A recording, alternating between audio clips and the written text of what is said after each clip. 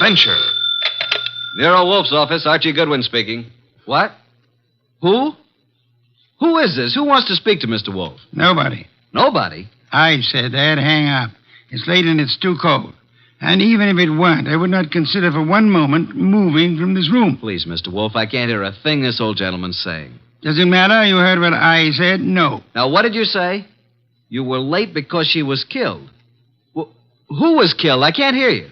What is it about, Archie? He says he was due here an hour ago, but she was killed. Who was killed? What does he want? Do you want us to solve the crime? I say, do you want us to find out who killed her? Oh. He says he knows who did it, but he has an important message for you. Well, then come right over. We'll be waiting, Mr. Jenkins. Archie, why do you insist on taking every silly little case? Because, boss, we need to recover for March 15th.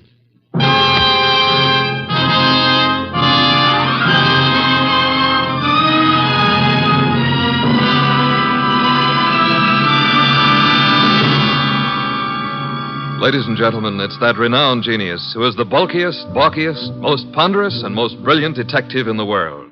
Yes, none other than that chairborne mass of unpredictable intellect, Nero Wolfe, created by Rex Stout and brought to you in a new series of adventures of this NBC network in the person of Mr. Sidney Greenstreet.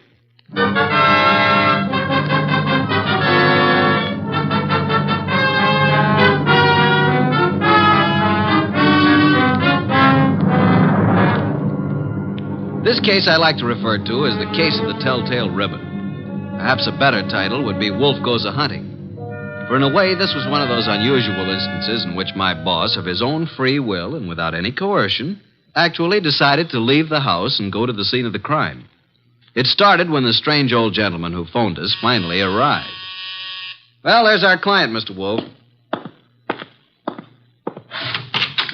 Evening. It's me. Who's me? Oh, I just phoned you. I'm Jenkins. I got a dispatch for Nero Wolfe. Oh, you're Jenkins. Well, come in.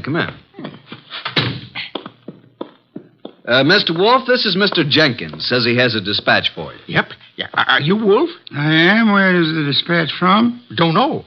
You don't know? How come? Oh, I know, but I'm supposed to say I don't. See? That's my job. What is? Just to say I don't know.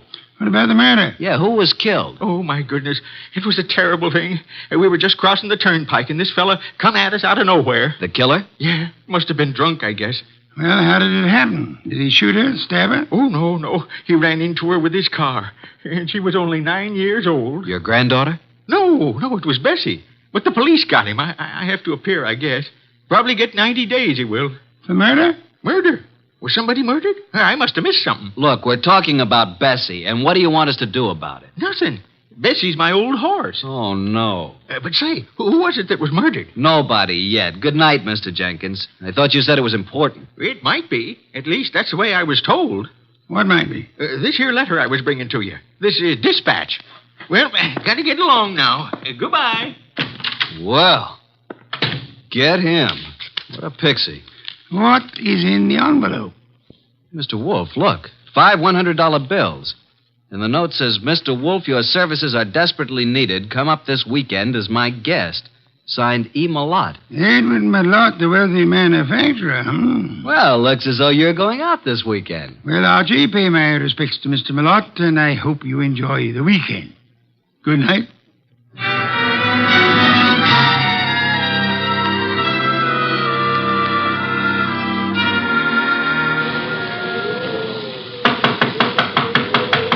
Something's certainly phony about this. There's no party going on here tonight. Yes? What is it? Is this the Malotte place? It is. What do you want? My name's Goodwin. I'm a guest of Mr. Malotte's. A guest? Yes, he invited me down for the weekend. Weekend? Oh. Well, you better step in, please, Mr. Goodwin. Quite a bolt you've got on that door. Yes, isn't it? Just sit down there, please. I'll get Mr. Malotte. He's in the library. Oh, here he is. This is Mr. Goodwin, sir. Says he's come down for the weekend. Mr. Goodwin, good evening. You've come for the weekend, you say? Well, yes, wasn't that the idea, Mr. Malotte? Well, I don't understand, Mr. Goodwin. Didn't you send me this note asking me to come here? Note? I did not. Oh, well, this is my personal note stationery, but I don't recall sending this. I didn't even type it. And I'm in the habit of signing my name with a pen, not with a typewriter. E. Malotte. You're certainly Edward Malotte. Yes. Services are desperately needed. What does this mean? What services? Who are you, Mr. Goodwin? Are you serious? I'm a private investigator. I'm Nero Wolfe's assistant. Oh, indeed. Nero Wolfe, eh? I know of him, yes, indeed. And you really don't know anything about this note? I do not. Are you having a weekend party here? I most certainly am not. Then who sent this? And there were 5 $100 bills as a retainer. I haven't the slightest idea. Oh, Dorothy. Yes? Will you step in here, please? Miss Davis is my private secretary. She may know something about this. Yes, Mr. Malotte. What is it? Dorothy. Oh. Dorothy, this is Mr. Goodwin. How do you do, Mr. Goodwin? Well, how do you do, Miss Davis? Yes. Well, Mr. Goodwin is assistant to Nero Wolfe. You don't say. Nero Wolfe, the detective? Oh, I've heard a great deal about him. And about you, too, Mr. Goodwin. Well, now I'm mighty glad to hear you say that, Miss Davis. Mr. Goodwin has a note here. Is anything wrong, Edward? I heard voices. Oh, do we have company? Nothing is wrong, Eva. I was calling Dorothy, that's all. Oh, this is Mr. Goodwin, Eva. My wife, Mr. Goodwin. How do you do, Mrs. Malotte? Mr. Goodwin, yes. How do you do? Now, as I was about to say, Dorothy, Mr. Goodwin... What's going on? Mr. Goodwin, this is my son, Larry. Good evening. What's wrong? Mr. Goodwin has been invited here for the weekend. He has an invitation supposedly written by me. At least it's on my stationery. Look at this, Dorothy. Know anything about this note? No. I certainly didn't write it. But it's my personal notepaper, and my signature is typewritten. I'd never do that. Well, somebody sent it. Who's Jenkins? Jenkins? Never heard of him. A little dried-up old man. He delivered it to us. Yeah, maybe it didn't even come from this house. I'm positive that it didn't. Never heard of Jenkins. You have a typewriter here, of course. Yes? I'd like to see it. Certainly, Mr. Goodwin, in the library. How far have you come, Mr. Goodwin? From New York, Manhattan. Oh, and it's such a dreadful night, too. Yes. And it is rather late. Late? It's only 7:30. Why not stay here for the night? Plenty of room? Yes, Mr. Goodwin, plenty of room. Well, I don't really think that's necessary. On the other hand, it would be a tough drive back to the city in this storm. I'll accept your hospitality, Mr. Malotte. Very good. Oh, Jeffries, show Mr. Goodwin to the East Wing. And take care of his car. Yes, sir.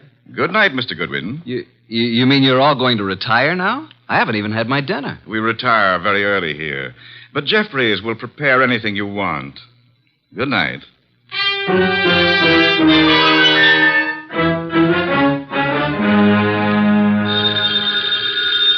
Oh, dear, who moved that phone? Hello, Wolf speaking. Archie, boss.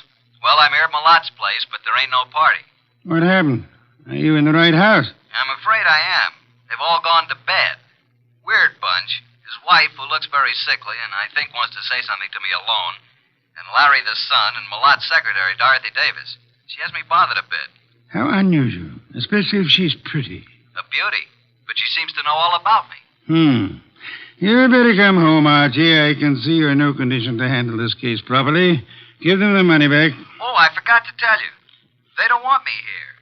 Malotte didn't send the note. No one here knows anything about it, so we can keep the dough. Interesting indeed. The circumstances would indicate that you should stay there and wait for it to happen. For what to happen? For whatever it is the fates have conspired to have happen there while your shining little ego is in the midst of it. Bye.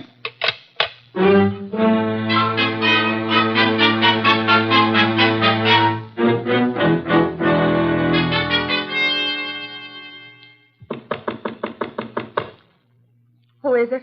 It's Archie Goodwin, Mrs. Malotte. Come in, please. I saw you give me the eye when I was about to leave. I've been waiting till I felt sure they were all asleep. Now, what's up? I wrote you that note. I sent for you. How do I know that? Old man Jenkins is a scissor and knife sharpener who happens along every month or so. They wouldn't know him. I put 5 $100 bills in the envelope. Okay, why? My life is in danger. I've been threatened. I received 3 notes through the mail. They were all postmarked in New York City. Could I see them? Here they are. All typewritten. The first one reads, "There is no love for you in Grey Gables." The second, "Why stay on in the face of death?" And the third, "The time is shorter than you think." Do you think this is an inside job, Mrs. Malotte? Well, at first I didn't. But lately I've come to think it is. What caused you to think that? For some time I've been having severe spells. I thought it was indigestion. But then it occurred to me that I always broke out in cold perspiration. I was left horribly weak and terribly thirsty. Thirsty? You fear you're being poisoned? Yes. And since the thought came to me, I've been living in fear. Fear of every bite of food or drink. It's so shattered my nerves that I have to take these yellow sleeping capsules to even close my eyes. Well, here's your husband and his secretary and your son, Larry. Larry is my stepson. Which one do you suspect? The secretary, Dorothy, or my husband, or both. What's the motive? Oh, they're in love. She's been here over 2 years, and they've spent most of their time together. The idea never occurred to me till last week.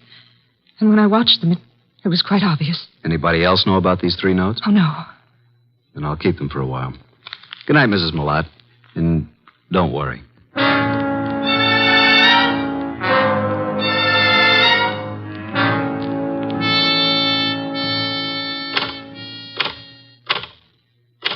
What are you doing, Mr. Goodwin, snooping around in Father's library? Well, Larry, I was just trying to find out if this Remington was the machine you used to type those notes. What? What notes? The notes you sent your stepmother. Why, I don't know anything about any notes. Then why were you so startled? I'm not startled. Why would I threaten her? So you do know about them. I didn't mention the contents of the notes. I just happened to see them on the table in her sitting room. You don't care too much about your stepmother, do you? Oh, she's all right. You don't care too much about Dorothy either, do you? I certainly don't. Why not? Well, I don't like her tactics, making a fool out of my father. If anybody here sent those notes, she did. You think Dorothy would have a motive? I certainly do. Of course you wouldn't have a motive, would you?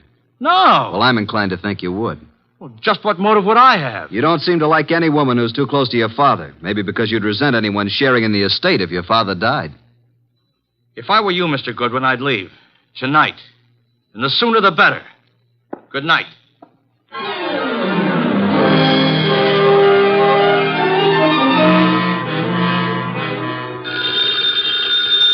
Oh, Archie. Archie. Oh, confounded boy. Yes, Archie? You have the wrong number. This is Sherlock Holmes speaking. Why didn't you go to bed like the others? You don't have to push it. It'll happen. Eva Malotte thinks she's being slowly poisoned. Suspects her husband and his secretary. She could be right. What are the symptoms she suffers? Gastric disturbances, weakness, thirst. Indeed. What about the son? Have any ideas? He doesn't like his stepmother and is decidedly against his father's secretary, Dorothy. He knew all about the notes Mrs. Malotte had received, saw them on her dressing table. He believes Dorothy's the culprit. Then I should say that Dorothy should be the next on your list. You can say that again. Be careful, Archie. Use your head this time. Incidentally, Larry advised me to leave the place tonight. Bit of a threat it was, too. What shall I do, Mr. Anthony? Do nothing. The trouble will come to you. Bye.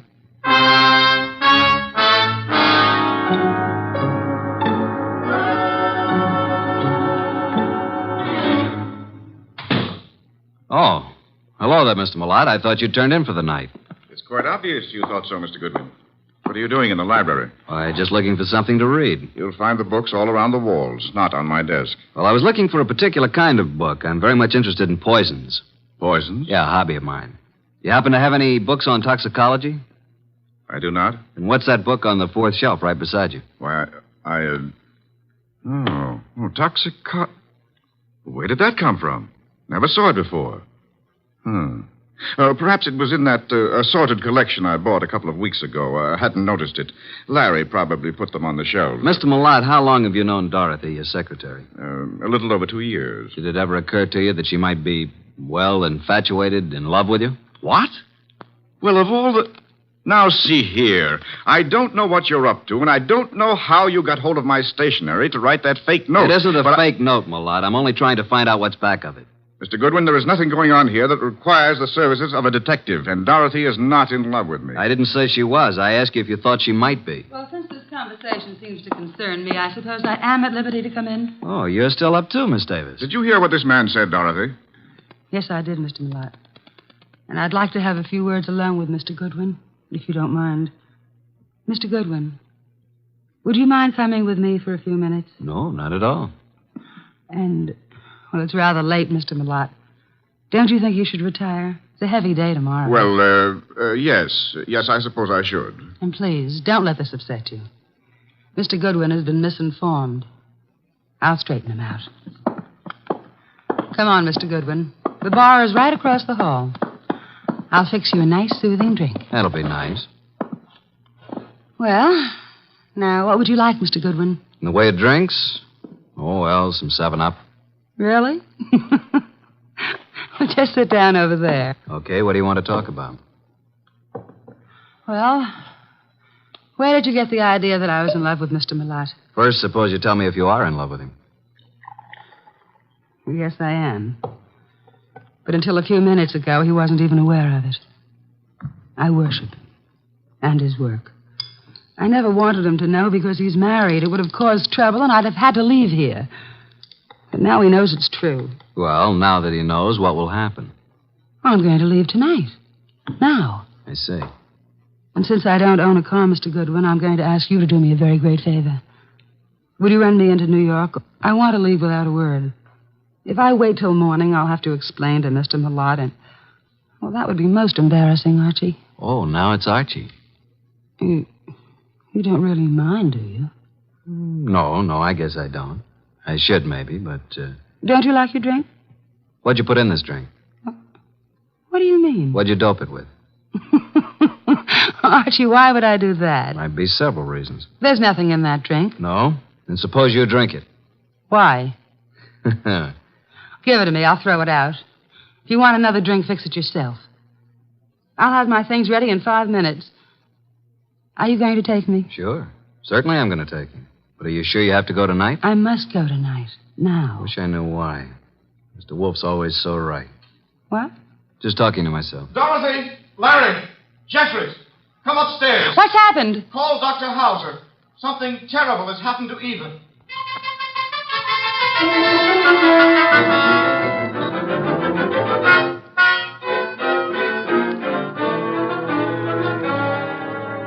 Well, Dr. Hauser? Ah, poor Mrs. Malotte. No, there's nothing to be done now. It's all over. Eva.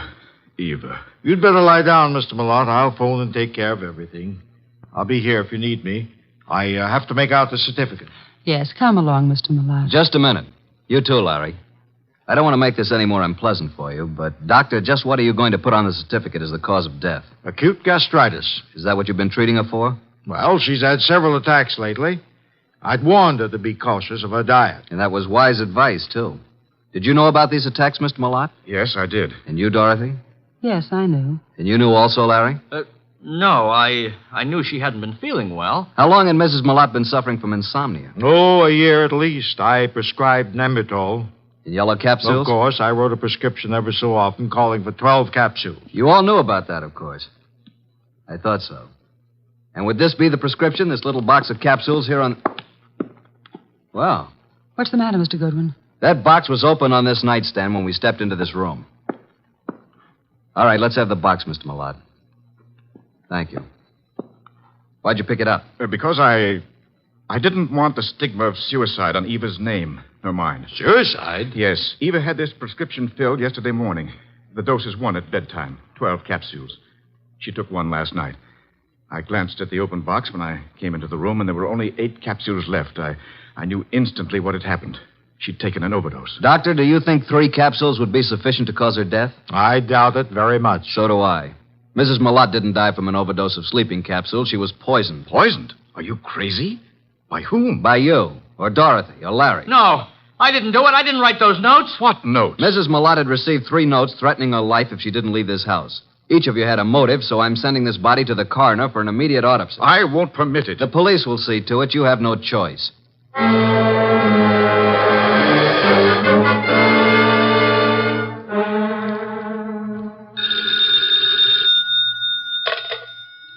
Yes, Archie.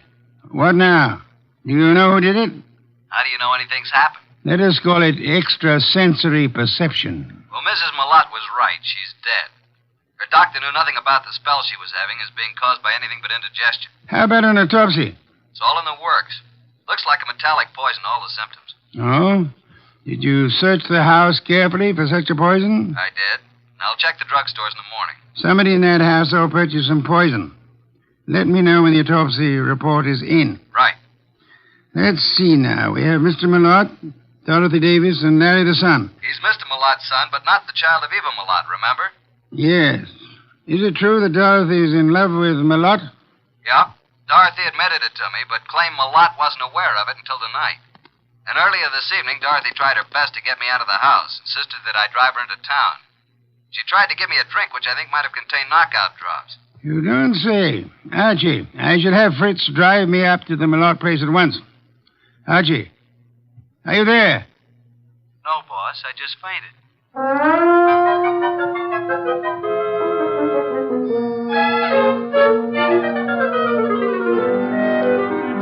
And that, Mr. Wolfe, is most of the story up to now. Very interesting. Yes, indeed. But it isn't true. I did not put anything in Mr. Goodwin's drink.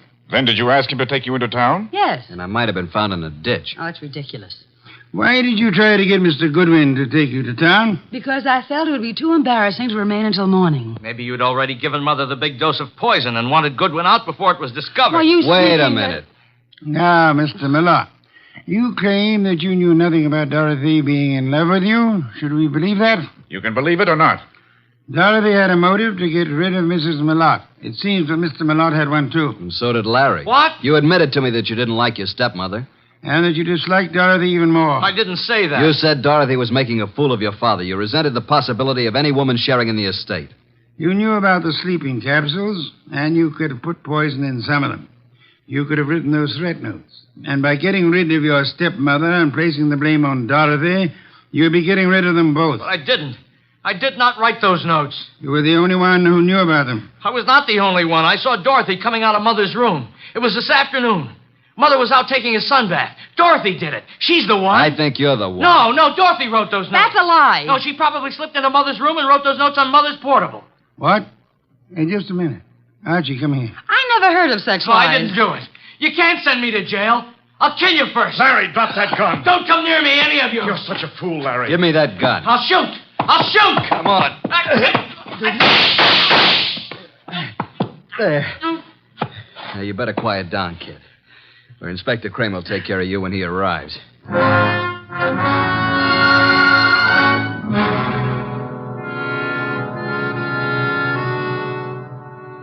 Well, Mr. Wolfe, what goes on here? Where's Goodwin? I sent him upstairs, Inspector Kramer, upstairs to Mrs. Malotte's room to check on something. Here he is. Yeah? What have you been doing, Goodwin? This, Inspector, is the pièce de résistance. This is what Mr. Wolfe has been waiting for. This little black box contains a typewriter, a portable noiseless Remington. Mrs. Malotte's typewriter. What? I didn't even know she had a typewriter. Larry knew she had one. And this is undoubtedly the very typewriter the threat notes were written on. All three of them. You were right, boss. Oh, I knew she had a typewriter, but I didn't write those notes. Oh, shut up. Archie, how do you know the notes were written on this typewriter? I've compared the type and the ribbon. They're both the same. These notes were written on this Remington. It was Dorothy. Larry, I don't believe a word you've been saying. Dorothy couldn't possibly be guilty of such a thing. If anyone is guilty, you yourself certainly have all the earmarks. Everybody's against me, even my own father. But I'm innocent, I tell you. Let me get it. I think I know who it is. Hello? Yeah, just a second. You better take it, boss. Wolf. Oh, yes, go ahead. Let's have it. Yes? He's here, but he won't mind. Yes? I see. Uh-huh. You just finished? Oh. Good. Right. Bye. Was it the coroner? The coroner, reporting that poison was found in the sleeping capsules. And the body. Did they find poison? They did. You're right again, boss. I'm going up to Mrs. Malotte's room for a while. I want you to come along with me.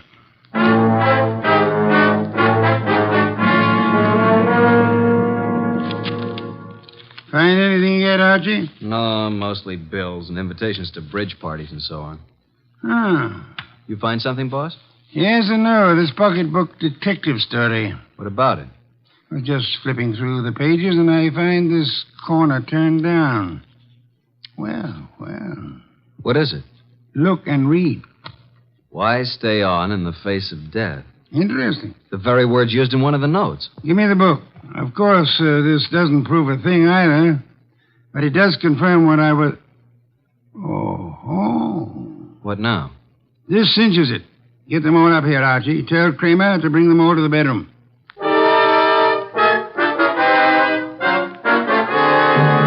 Well, Mr. Wolfe, what now?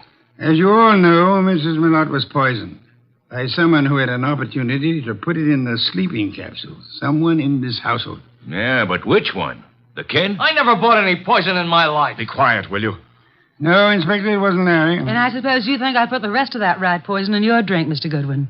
No, Dorothy, it wasn't you. But how did you know it was rat poison? I didn't. I just guessed.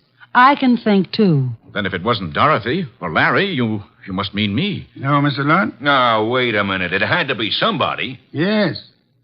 This is going to be painful for you, Mr. Malotte. Well, you mean that Mrs. Malotte did commit suicide? It was more than suicide. It was suicide with an attempt to have both you and Dorothy convicted of murder. She planted things? She did? I can't believe it. Show him the pocketbook, mystery. Here's the proof. Some of the threat notes were lifted bodily from this novel. But look on the back cover. Isn't that Mrs. Malotte's handwriting? Yes, and this is the other note. The one to you, Mr. Wolfe. Composed in pencil before she typed it out on her machine. Then, Wolfe, the note you received was the same typing as the threat notes. See for yourself, Inspector. Then why the dickens didn't Archie compare them right away? Just one of those things, Inspector. There are times when even a good detective is a bit on the, shall we say, dull side. Don't you find it often true, Inspector?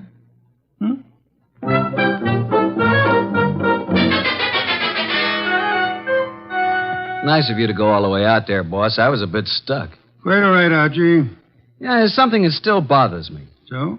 How can such a sweet, motherly type as Mrs. Malotte cook up such gruesome ideas? She was a very sick woman, mentally as well as physically. She probably felt she was going to die. And her warped mind seized on the opportunity to make sure that this Dorothy didn't get her man after she was dead. And speaking of Dorothy, she's a mighty pretty... Yeah. Some beer, please, Archie. If you were so certain that Dorothy wasn't guilty, what was the idea of spending so much time questioning her? Huh? Why, I... Never mind the raised eyebrow department. Answer the question. Well, there are certain rules a good detective always follows. Some are in the book, others aren't. You mean there's nothing in the book which says a good detective shouldn't spend a few minutes with an attractive brunette, even though she is a murder suspect? The author of that book can be none other than the incomparable Archie Goodwin. Good night, Archie.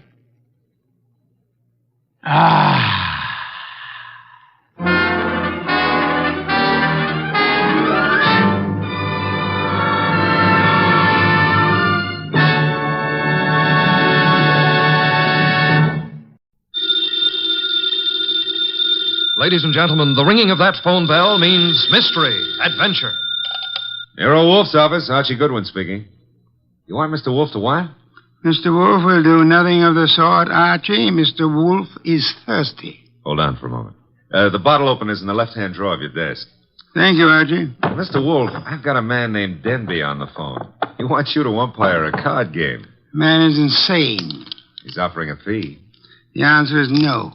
I know nothing of card games, nor do I wish to learn. Okay. Well, the answer's no, Mr. Denby. Sure, I'll ask him again. After he finishes the beer he's working on. Goodbye. People appall me. The fantasies they indulge in. Bah, what on earth made that maniac think I might consent to preside at a card game? Well, seems he expects one of the players to be death.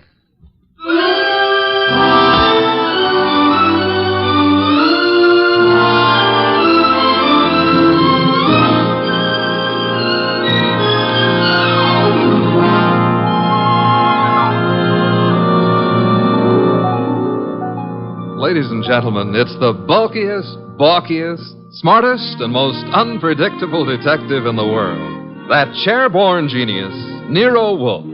Created by Rex Stout and brought to you in a new series of adventures over this NBC network in the person of Mr. Sidney Greenstreet.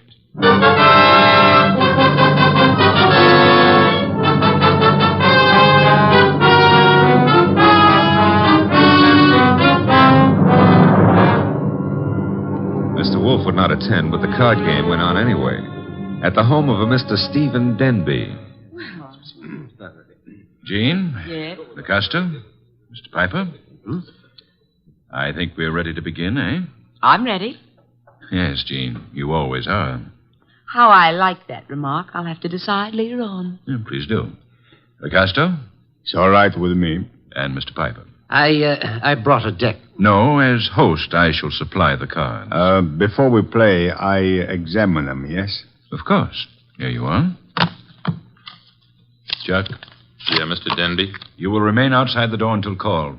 No one is to enter this room under any circumstances. Got it. Casto? The cards look all right. Thank you. Now then, shall we make things absolutely clear? You mean, should you make a speech? I don't mind. But make it short, huh? I shall. The four of us seated at this table are joint owners of the Candy Club, a rather successful institution devoted to the sale of food, liquor, entertainment... And the gambling. And games of chance. For some time now, we have all resented sharing the profits. Some of us have attempted to buy out the others. Denby, you needn't babble on. No one wants to sell. We know that. True, Mr. Piper. Which is the reason for this little game of cards. One hand shall be dealt to each of us. A hand at poker. Whoever wins gets the club. The others retire as gracefully as they can. Agreed? That's why we... Agreed. Very well. The cards are shuffled. I'll place them in the center of the table. Casto, would you like to... I cut. Good. If nobody minds, I'll cut them too. After Mr. LaCasto. Nobody minds? Happy now, Mr. Piper? Let's get going, huh? Very well. Unless Jean would care to... Oh, thanks. We're all crooks here, which sort of cancels out any funny business with a card. Very well. We shall all draw a card in turn until 5 cards are drawn by each player. Shall we start, Jean? Sure. LaCasto? Okay. Mr. Piper? Yes, of course. And myself. We just keep going in rotation. This is fun. Fun? No. There's too much money which rides on these cards. That's what makes it fun. Would you mind keeping quiet? I'm nervous. We all are, one way or another. I think we all have our 5 cards now. We all got them. Very well, then. In the same order that the cards were dealt. Jean? A pair of 3s. LaCasto? Nothing. Mr. Piper? Kings. 2. The lights! Piper. Well, what?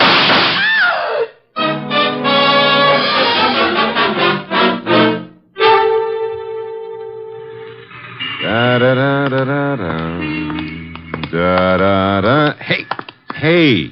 I don't like to seem stuffy, mister, but will you take your elbow out of my back? I'd be delighted to, Mr. Goodwin, but it's not my elbow. I don't care if it's your tibia maximus. Just take it away. Chuck wouldn't like that. Well, we have company. Mind if I look around? Keep right on walking, pal. Well, that would be Chuck behind me, huh? And you are... My name is Denby. You may remember it. Oh, yeah. You phoned a couple of hours ago about a card game. Now, look, just what is your boy poking in my back? I think it's a 38. You're not sure? It might be a 45. Chuck, is it loaded? Make a funny move, pal, and you'll find out the hard way. Yo, wait a minute. It's just a passing curiosity. Where are we going? My car. Get in. If you insist. I guess you do. Okay. I'll drive, Chuck.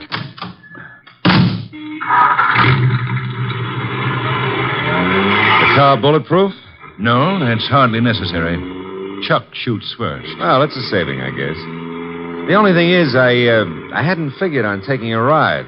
I told Mr. Wolfe I was going for a walk. He disapproved. You're going for a ride. Isn't that a little corny? Now, there's a minor difference.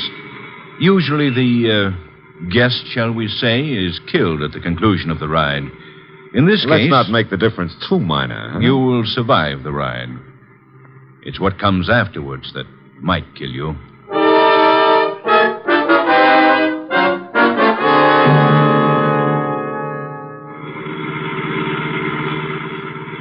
You see, Mr. Goodwin, my friends and I have a little mystery to solve. You want me to solve it? No. We want Mr. Wolfe to solve it. In order to do so, he must leave his house and come to mine. He has to in order to find the solution quickly. Why? Neither my friends nor myself have any desire to improve our acquaintance with the police. Therefore, we want the mystery solved before the police are even called in. Hence our need for Mr. Wolfe. Hence our detaining you. Detaining is a pretty word in the circumstances. Now, this is my home, Mr. Goodwin. Oh, well, I don't like the architecture. I think I'll stay out. Get going, pal. On second thought, Mr. Denby, what makes you think Mr. Wolfe is going to leave his house and come here? You. Unless he does so, he will lose you. Forever. The door, Chuck. Okay.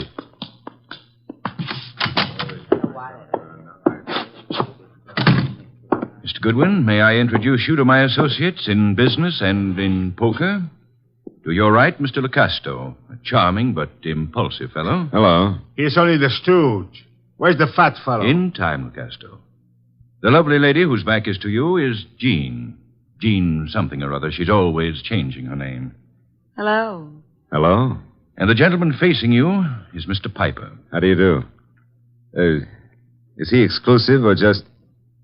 Hey, he's wearing his red carnation a little low, isn't he? Over his heart. Except that's no carnation. That, Mr. Goodwin, is blood. Lifeblood.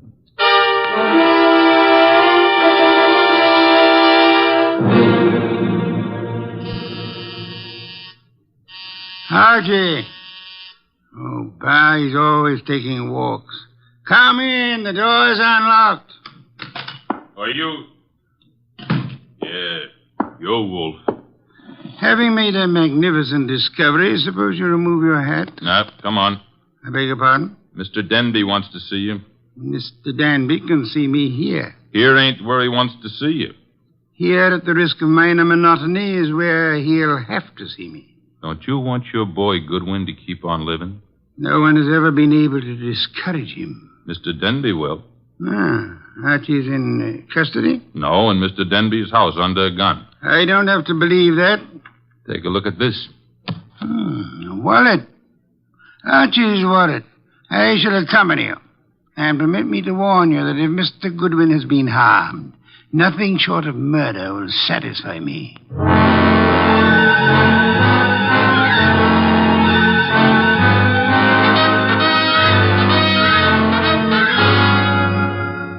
It's getting late. Wolfe isn't here yet. Maybe he doesn't worry about you, Goodwin. Well, he could have been delayed. Maybe an orchid needed a pollen transfusion or something. Besides, only the good die young. Then you must be very, very good, Archie. That remark I didn't care for. We sit here and wait for the fat one, but in the meanwhile, the police... The police will come when we notify them. But they will not like the delay we make to notify them. I say we waste time. I say the fat one will not risk coming. You say entirely too much. Is that so? Maybe I kill you myself. Picasso, put that gun away. Yes, darling Archie should have a chance to live. Not long if Wolfe doesn't come. Stop looking so pleased. Are you afraid to die, Archie? Yeah, well, I'm not looking forward to it. It's so final. Besides, I didn't eat a hearty dinner, and... Oh, the Marines have landed. Who is it? Chuck, with Nero Wolfe. Let him in. Shut the door, Chuck. Stay outside. Archie? Hello, Mr. Wolfe. Oh, am I glad to see you. I regret I cannot say the same thing. Blast you, why couldn't you stay at home instead of taking those confounded walks? I warned you it'd be dangerous. Yeah, but Mr. Wolfe, it wasn't the fresh air that got me. It was Denby. Mr. Wolfe, I knew you wouldn't come here without some sort of pressure. I thought the method I used would be most effective. Would you really have killed Archie if I hadn't come? I would have had no choice. I would have been stuck with a witness to an unsolved murder. Suppose I cannot solve it. I should be forced to apply the same logic to two witnesses. Mm-hmm. Mr. Wolfe, you really came here to save my life, huh? Nonsense. I came here for a fee, Mr. Denby. I have a check for $1,000 already made out. Clear it up. You forget. I left my home. I traveled unprotected through the streets of this city, exposed to motor accidents, to fresh air, too. You offer me $1,000. Will $2,500 do? Barely. Archie, will you take the check? Now, I presume you want me to find who killed the gentleman at the table, the one facing me, huh? His name is Mr. Piper. The name is no importance. Will you all sit at the table in the same position you were at the time of the shooting? Of course. Jean? Lucasto? Good. Now for a look at the wound. The lights, I should imagine, went out for a while when the shooting occurred. They went out. Yes. Of the three of you at the table, which one had the best motive for the murder? We all have the same motive. The club. Helpful. There was no one else in the room at the time? No one. The door? Locked, with Chuck on guard outside of it. So much for that. The windows, I notice, are closed. They were closed when the murder took place? They were closed. The window panes are all unbroken, which eliminates the possibility of the shot being fired from outside of them, unless one of them was raised and lowered. That wouldn't have been possible. The windows are secured by catches. Archie, will you check that? Okay, Mr. Wolfe. I shall for the moment assume that the windows are neither lying nor untrustworthy. Does anyone remember anything unusual occurring at the time of the shooting? Well, someone whispered Piper just before the shot. Indeed. You all heard that whisper? We heard it.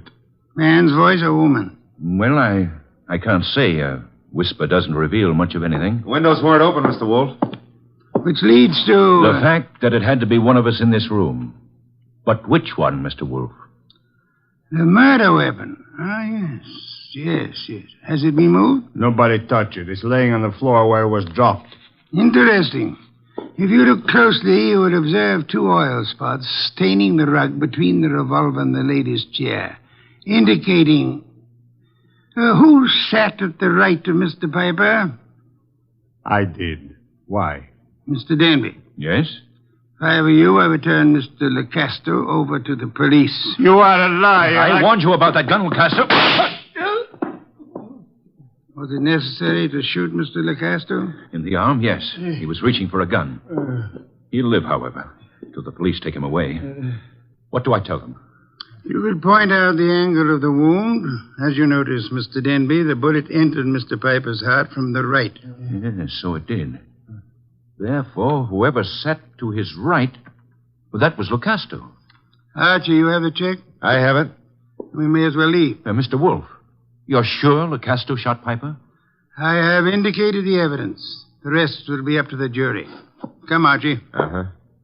Jean, Yes, Archie. now that my life expectancy has increased, what are you doing tomorrow night? Archie? I got to scram. Lancaster 7583. I'll be ringing your bell. Oh, Mr. Denby, you better do something about Lucasto's arm or he won't live to be executed. You see, the executioner likes them warm before he chills them.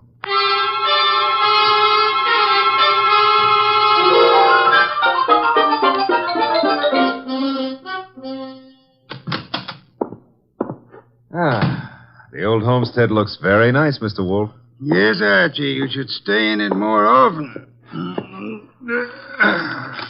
Yeah, but you never get to meet babes like Jean that way. You never get kidnapped either.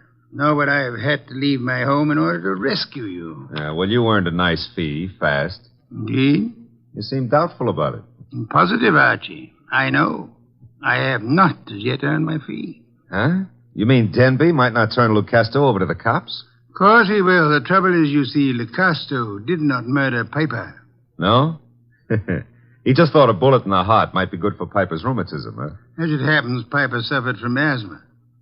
That's beside the point. Fine. Mr. Wolfe, I'm going to take it for granted that you know who did kill Piper. I'm also going to take it for granted that you won't tell me until you're ready. But why turn Lucasto over to the police? Two reasons, Archie. First, I had no proof against the real killer. Secondly, we had to supply a scapegoat in order to be permitted to leave the Danby home. You were unarmed, helpless. Go ahead, rub it in. Nonsense. It was an interesting problem. I enjoyed it. It was, huh? Well, to me, it's still in the present tenses. Which reminds me, as old Dr. Tidmouse said, there's always a future tense. And in that future tense, Jean. No, Archie. Oh, Mr. Wolfe, stop. That girl's got a love for blood that appeals to the ghoul in me. Besides, did you notice what she does to her dress? Archie, I was merely about to say that I have no objections to your dallying with the girl. Oh, I don't believe it. My ears need overhauling. I objected only to the future tense. Why not call her now? Yeah, well, I won't pretend I understand this sudden enthusiasm on your part about my love life. Probably there's some foul, scheming motive at the bottom of it. But who am I to look a gift horse in the mouth? Now, let's see. Her number was, Lancaster 7583, of course.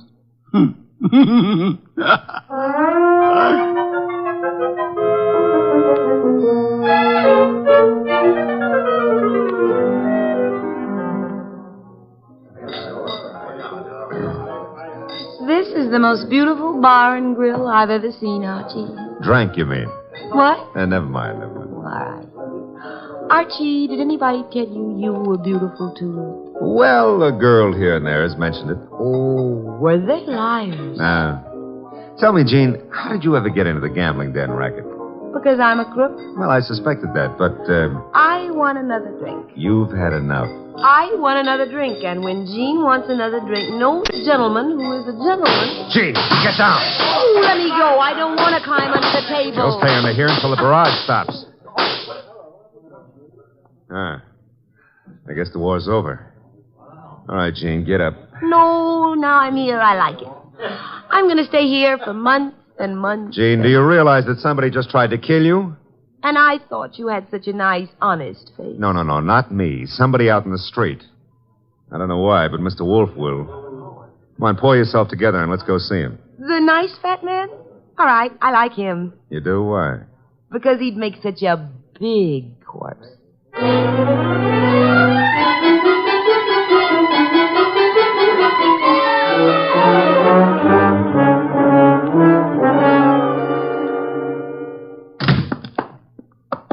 Is that you, Archie? Plus Jean. What made you think I wanted her here? Oh, she's one of your fans. She thinks you'd make a lovely corpse. What was the reason for bringing her here? She was shot at. Did you expect her to be? I expected her to be killed. That's why I sent you to her. It didn't occur to you I might be killed, too? It did. I was willing to take the chance. You were willing? Oh, Mr. Wolfe, Jean's a little under the weather. Splendid. In vino veritas. Watch your language. I mean that people in their cups often tell the truth, a proverb of some antiquity. Who shot at you tonight, Jean? Well, I don't know. I didn't see. Has it occurred to you that you might just as easily have murdered Piper as not? But Lucasto killed Piper. You said so yourself. I lied. Furthermore, why the attack on you if Lucasto was the murderer? Well, I don't know. Did you also not know that Lucasto escaped from jail earlier this evening? You're making that up. Why should I? Mr. Denby turned him over to the police, but Lucasto managed to get away before being jailed. That's not cricket. Incidentally, Mr. Denby will be joining us at any moment. I expected you to bring Jean, Archie. Therefore, with the exception of Mr. Piper, who is resting in the morgue, and Mr. Lucasto, who is at large, we shall have all the participants in the card game. With them, perhaps we can deal a new hand, Archie? Okay. Maybe it's the morgue to tell us Piper escaped. Oh, wrong again. Come in, Mr. Denby. Mr. Wolfe, I'm upset. I heard over the radio about Lucasto's escape. He'll try to kill us all. Why? Well, because we can testify that he murdered Piper. True. I beg your pardon? Lucasto did not kill Piper. But you said that he did. The only evidence against Lucasto was the angle of the entrance of the bullet that lodged in his heart. May I remind you of the whisper you all heard in the darkness preceding Piper's death? The whisper that said Piper? Precisely. We must assume, then, that Piper turned his body in the direction of the whisper. Therefore, the angle of the wound would be wrong for Lucasto, but the correct one for... Whoever sat opposite Piper. I sat opposite him. But that doesn't mean I killed him. Wait, you must have. Once he turned, the bullet must have come from opposite him. Only possible way. That means you, Jean. No. No, it's a frame. May I interrupt for a moment? Mr. Denby, if our present analysis is correct, it must have been you who whispered to Piper. Did you? I hadn't thought about it before, but... Denby, you're lying. No, he's not lying. Continue, Mr. Denby. Well, when the lights went out, I wanted to tell Piper something. He turned to me, and that's when he was shot. Archie, you've taken all this down. In my prettiest shorthand, Mr. Wolfe. Good. I don't know why you're doing this, Denby. Maybe you think if I take the rap, you'll get the club. But remember, Lucasto's still free. He's gunning for all of us. But it'll be you. Especially you he'll want. Maybe you can talk a jury into sending me up for something I didn't do, but you won't live to gloat about it. Oh, shut up, Jean. You killed Piper and... Who's that? This is, of course, the murderer of Mr. Piper. No comments? Archie, the door, if you please. But you said I was the one who... What kind of idiocy is this? Archie, I said the door. Okay, but shall I ask him in or sock him? You will act as the situation demands. Yes, sir. But for once, I'd like to know what the situation is. Raise him, Goodwin, and keep him that way. Now back up into the living room. I don't back up good. My gears... You want it here? Never mind. I'll strip a gear. Archie, what are you doing? Just what the situation demands, backing up. In case your knowledge of armaments has failed you, our little friend Chuck here is pointing a .38 revolver at me. Won't save him from the chair. Maybe not. But it could give me quite a pain in the stomach. Chuck, what do you think you're doing? You double-crossing louse. Gentlemen, if you So please. you thought you'd run to the fat dick and pin it all on me, huh, Denby? You don't know what you're talking about. We haven't even mentioned you. You sure of that, huh? Then why did Wolf phone me and tell me you were about to sing? Wolf phoned you? Yeah. Said you were getting ready to feed me to the electrician up the river. Oh, he was making a stab in the dark, Chuck. Trying to start something. That's so, Wolf? Archie, will you read Chuck your notes about Mr. Denby's statement regarding the whisper? Well, that doesn't mean... It could be misunderstood. Read me the notes, Goodwin. Here it is, I quote. When the lights went out, I wanted to tell Piper something. He turned to me and... That's all I need to hear. Chuck. You were selling me out after hiring me to knock off Piper. You dumb gunman. Now you've given Wolf what he wants, a confession. I was trying to pin it on Jean. That's what you say now. It's kind of late, though. Too late for you. No. Goodbye, Mr. Denby.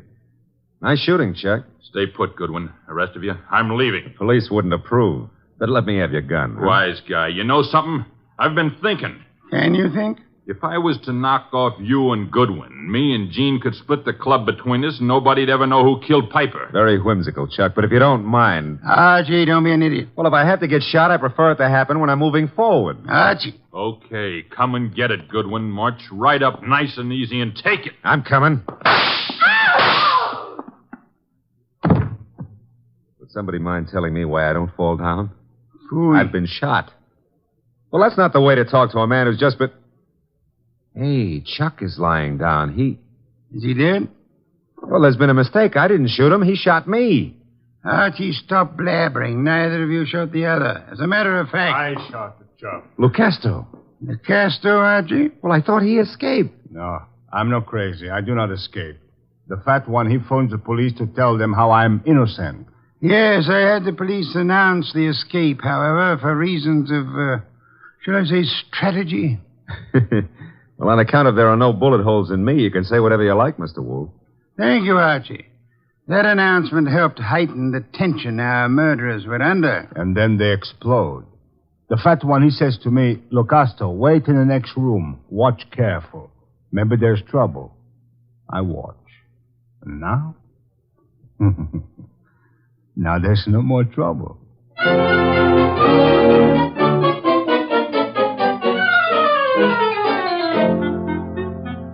Well, place looks a lot tidier now with all those bodies removed, huh? Indeed. Archie, I'll get you the bottle of beer. But first, make with an explanation. The case was crystal clear, Archie. Maybe, but I'm no crystal gazer. Sure, I know. Denby had things arranged in advance with Chuck in case anybody held a better hand than his own. Piper did. So Denby whispered to Piper after kicking the light switch and set him up for a shot by Chuck from the doorway. The angle would provide evidence against Lucasto. True. However, we had only Denby's word for it and Chuck's that the door was locked. All right.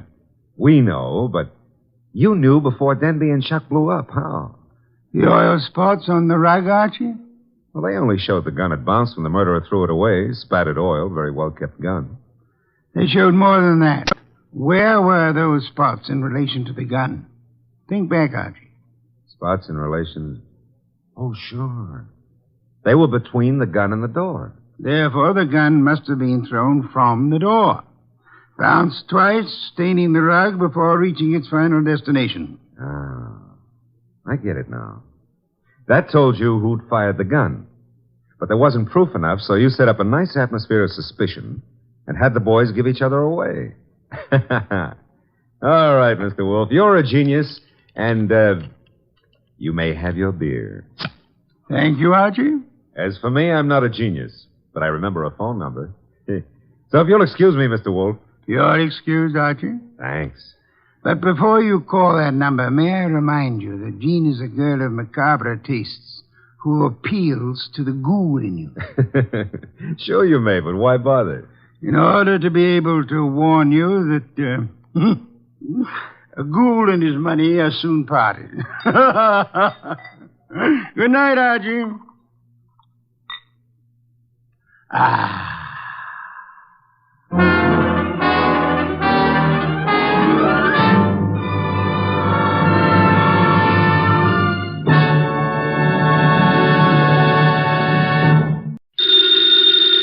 Ladies and gentlemen, the ringing of that phone bell brings you mystery, adventure. Nero Wolfe's office, Archie Goodwin speaking.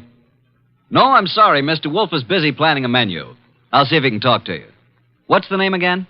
You want to talk to a dame named Mrs. Collins? Hang up, Archie. Do we know a Mrs. Collins? No. I don't suppose you care, but I think her voice is very charming. Doubtless. Every female has a charming voice to you. Hang up. Okay. I'm sorry, Mrs. Collins, but at the moment, Mr. Wolfe is too involved with his digestive system to be interrupted. However, if I may introduce myself, Archie Goodwin, Mr. Wolfe's assistant, if I can be of any help. Archie. Yes, Mrs. Collins, I'll ask you. Cocktail party. Hang up, Archie. Mrs. Collins, I'm afraid it would be better if you didn't expect Mr. Wolfe. Goodbye. Cocktails. Phooey. Absurd. Perfectly absurd. She says you promised to come to her cocktail party, and why aren't you there? Because you are going to attend the cocktail party and the probable unpleasant ending.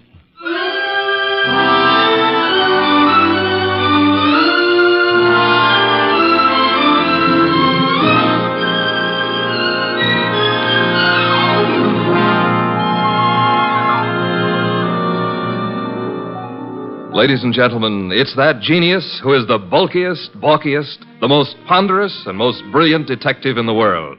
Yes, none other than that chair-borne mass of unpredictable intellect, Nero Wolfe, created by Rex Stout and brought to you in a new series of adventures over this NBC network in the person of Mr. Sidney Greenstreet.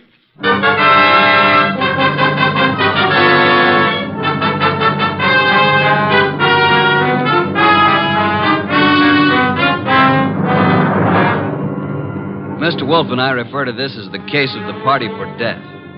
Nero Wolfe really should have gone to the party since he'd accepted, but I was delegated. I can't complain now since it was there that I met Georgia, the most beautiful redhead.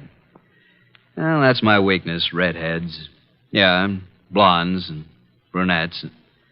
Well, anyway, Mr. Wolfe was adamant about going to the party. I've never been to a cocktail party in my life. You know, I drink nothing but beer. You could take your beer with you, couldn't you? I could not. Do we know a Mrs. Collins whose cocktail party you said you'd go to? The phone rang and I picked it up. Where was I? Exactly. Okay. So a Mrs. Collins with a beautiful, seductive voice conned you into accepting an invitation to a cocktail party that you knew you weren't going to. Archie. Yes, master. Just a little less sarcasm, perhaps. Sarcasm? Call it impertinence, then. Impertinence, master? Exactly. Less of that. Much less. Okay. Continue now. Where was I? You were reading the duck recipe. Oh, yes, the duck. Oh, here we are. Dodine de canard. The dodine is one of the oldest dishes in the repertory of French cooking, being mentioned in books of the 14th century. Le Grand Cuisinier de Toute Cuisine. Hooey, what time is it, Archie? Almost 6:30. Oh, in that case... You going to get up? Here on this card are your instructions, Archie. If you are still alive tomorrow, you may make your report. I helped the huge bulk that was Nero Wolfe out of his specially built desk chair and walked with him to the elevator that would take him upstairs to his orchids.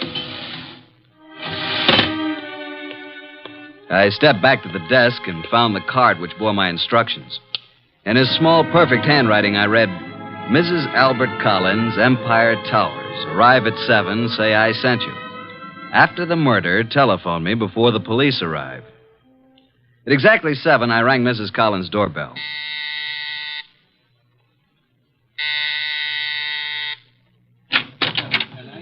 Mrs. Collins?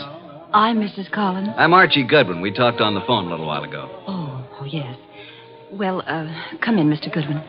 Mr. Wolfe begs to be excused. At the last moment, he was unable to attend. Well, I'm glad you could come. You're not disappointed? No, I don't think so. I'm rather upset. I'm afraid, Mr. Goodwin, for my life. That's why I called Mr. Wolfe. Oh, just drop your hat and coat there, Mr. Goodwin. May I tell you something, Mrs. Collins? Well, of course, Mr. Goodwin. Archie will do. Archie? When I spoke to you on the phone, I thought I knew what you'd look like. And? You do.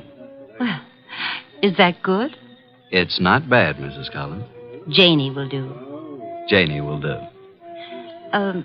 Archie, I think it would be best if I say you're an old beau of mine. From where? In Hollywood. When I went to Hollywood High School and you went to USC. Okay, but don't expect me to remember much about it. Well, I'll be flattered if you remember anything about it. I want you to keep your eyes and ears open. Observe everything tonight. Well, now shall we join the party? Oh, Albert, this is Archie Goodwin. Archie, this is my husband, Albert. How do you do? Hello. And this is Joe Boyce, my husband's partner. How do you do? Boys? I've told you about Archie, Albert, but well, I guess you probably don't remember, do you? No, I don't. When I was in high school and he went to USC. Oh, yeah, sure. What'll you have, Goodwin? I'd like a plain lime and soda. Oh, now, really? A teetotaler now? Yes, I used to overdo it, remember? So you knew my wife in Hollywood? Quite a while ago, though. Uh-huh. Been here long? Oh, a while. Did you and my wife run into each other again just lately? Yeah. A few days ago? About. Joe Boyce here is my partner, chemical business. Makes this sort of an old home week, doesn't it, Joe? In a way, Al. I guess it does at that. Joe knew my wife back in those days, too. And they're still very friendly. Yeah. Yes, indeed. You two have got something in common to talk about, haven't you, Goodwin? Mrs. Collins, you mean? We never knew each other very well. No? Okay, Goodwin, let it go. Why, look. Look what I found. A new man. Just what I need. I'm Georgia. Archie. Archie, dear, will you fix up my drink, please? Anything for a lady. Let's go to the bar. Eh, Archie? I'm determined, Joe. If it were only the money, or only Jane, I might listen. Oh, Al, can't we talk about it later? I like talking about it now, Joe. You're going to be sorry about this, Al. I am already. But you'll have 20 years or so in prison just being sorry. I've got the papers you forged right here. You're hysterical, Al. Let's face it. The firm went broke, but I suffered too. So let's forget it. Yes, Joe. The firm went broke, but you didn't. And I don't think my wife did either. The two of you had everything figured for yourselves. Well, I'm turning the papers over to the DA tomorrow.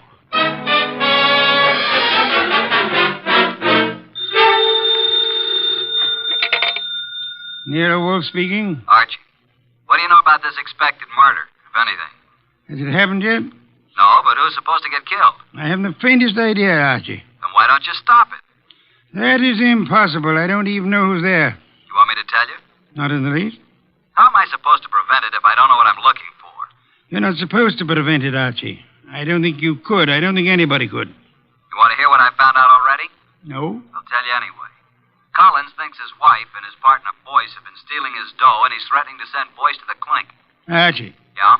You're wasting our time. Go back to the party. There is nothing you can do to prevent the murder.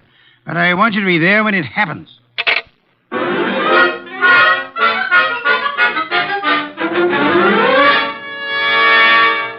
Now that all the guests have gone, let's sit down here, Georgia. When Janie was in Hollywood, she must have had more good-looking boyfriends. Let's get personal about this, Georgia. Yeah, let's. When you say good-looking, do you mean me? I don't mean anybody else, Archie. You know, I think you're pretty, too. You'd better not let Jane hear you say that. You think she'd care? I thought you knew Jane. Only slightly. You don't like Jane too well, do you? Why? Why? Why what? Why don't you tell the truth about it? No man as attractive as you ever knew Jane slightly. Either they knew her or they didn't know her.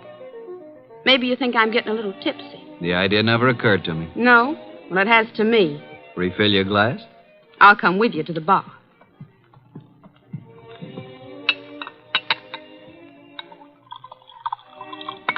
Here's your drink, Georgia. Oh, I find there's no ice left in the ice bucket. Janie. Hey, Janie, no ice. Oh, well, I'll get some. Here, give me the bucket. Mrs. Collins, Janie, I mean. Yes, Archie. May I use the phone in the bedroom again? Oh, of course. Will you excuse me for a minute, Georgia? I'm coming with you. Why don't you just stay here until Jane brings the ice? Well, why don't you go talk to Joe Boyce? I don't want to talk to Joe Boyce. I don't want to talk to Joe Boyce ever. Now, look, Georgia. I'm coming with you, Archie. Is that clear? Okay, come on. Here's where the phone is. I could have found it myself. You don't want me with you, do you? Just sit down here on the edge of the bed and listen, if that's what you want to do. Nero Wolfe speaking. Archie, boss. Well, Archie, what? Just a bit of a report. Go on. At this moment, I am sitting on the edge of one of two twin beds in the apartment of Mr. and Mrs. Albert Collins. Sitting next to me is a gorgeous redhead named Georgia. Georgia what, dear? Boyce. You mean you're the wife of Joe Boyce? Of course. Didn't you know? I am sitting next to the gorgeous redheaded wife of Albert Collins' partner, Joe Boyce. Archie, you annoy me. From what I just learned, I can see there's another friction going on. You mean Georgia and Jane? Yep, fireworks between them. This one no like other one. Have you anything more to say? When I called, I was going to ask if there's any reason why I shouldn't come home now. I wrote your instructions for you, Archie. After the murder, call you. Yeah, that's perfectly clear, isn't it? But what if there isn't any? Don't call me. Simple, isn't it? Hello. He hung up. Archie. What? That was a strange conversation. Do you want me to explain it to you, honey? What was that business about murder? Shall we join the party? Murder. Archie, wouldn't you be surprised if there was one? Yeah?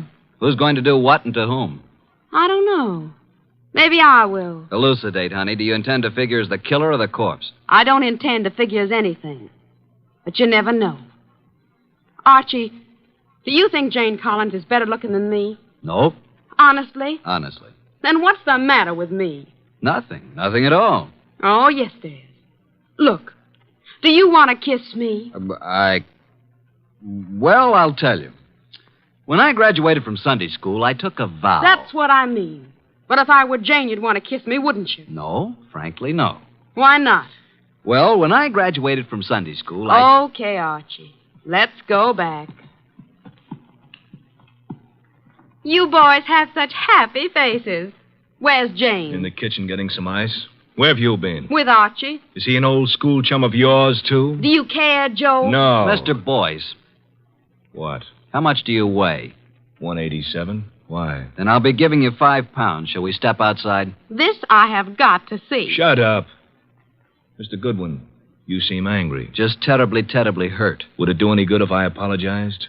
Today I'm a little upset. If I said anything to offend you, I do apologize. Now, if you still want me to give you a boxing lesson, I'm at your service. Let's forget it. I'm sorry, too. Jane Collins came in from the kitchen with a bucket of ice cubes, a tray of fresh glasses, and the strapless gown she'd been wearing. There. I never thought I'd make it. Now I'm going to mix my own drink, and you can take care of yourselves. Ice first. Huh? Whiskey. And soda. It's a simple recipe, isn't it, Archie? All it needs is the ingredients. I drink to the ingredients. Nice.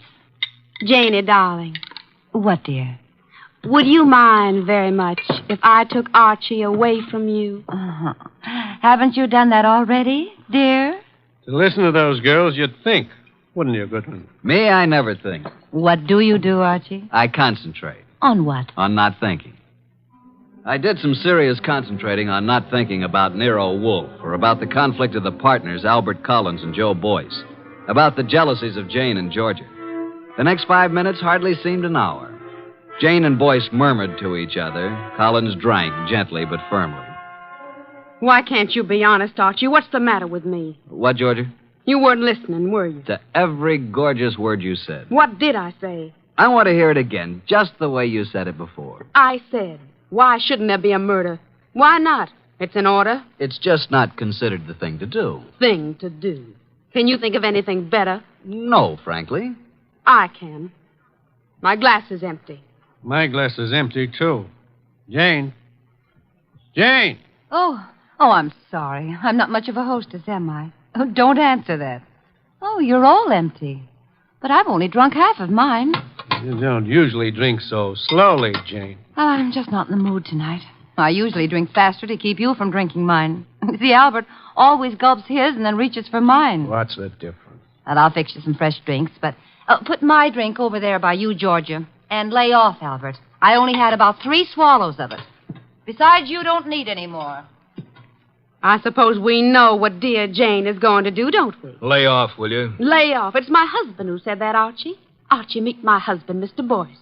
I will now explain why dear Jane took our glasses away to the kitchen when she could have poured a drink right here. Listen, Georgia, will you... Mr. Boyce is speaking, Archie. What, Mr. Boyce?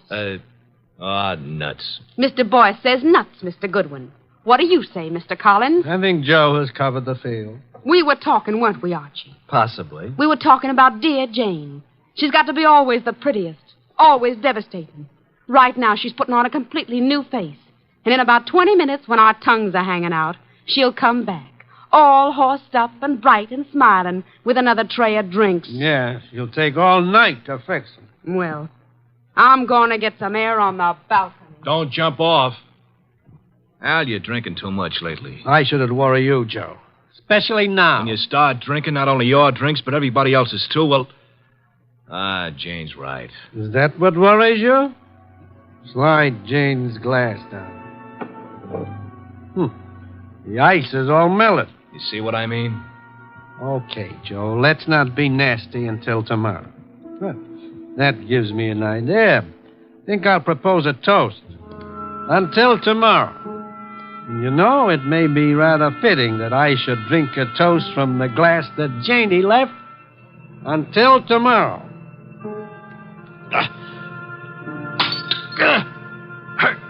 Go!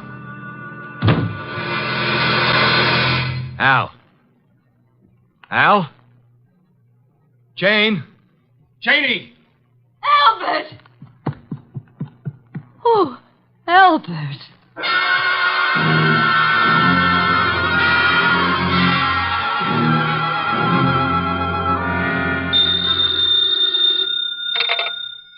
Nero Wolfe speaking. May I come home now? Oh, hello, Archie. I said, may I come home now? Have you sent for the police, Inspector Kramer? Of course. Who was killed, Archie? Albert Collins. How, Archie? I don't know. You were right, though, weren't you? Naturally. About what? Murder. Oh, that. We can talk about it tomorrow. Good night, Archie. Come home when you can. What do you mean, come home when I can? You'll be held as a witness, won't you? Try not to wake me with the elevator when you come in. Well, Inspector Kramer, you've had me here at headquarters for a long while. For quite a long while. Haven't you asked me enough questions? Goodwin, you say you never saw these people before, Collins or Boyce or their wives. Yet when all the other guests had gone, you were still there. I guess I just don't know how to say goodbye. You didn't know they were partners in a chemical company. You didn't know that Boyce had forged a lot of papers with Collins' name. All I know is what you tell me. Goodwin. Yes, sir?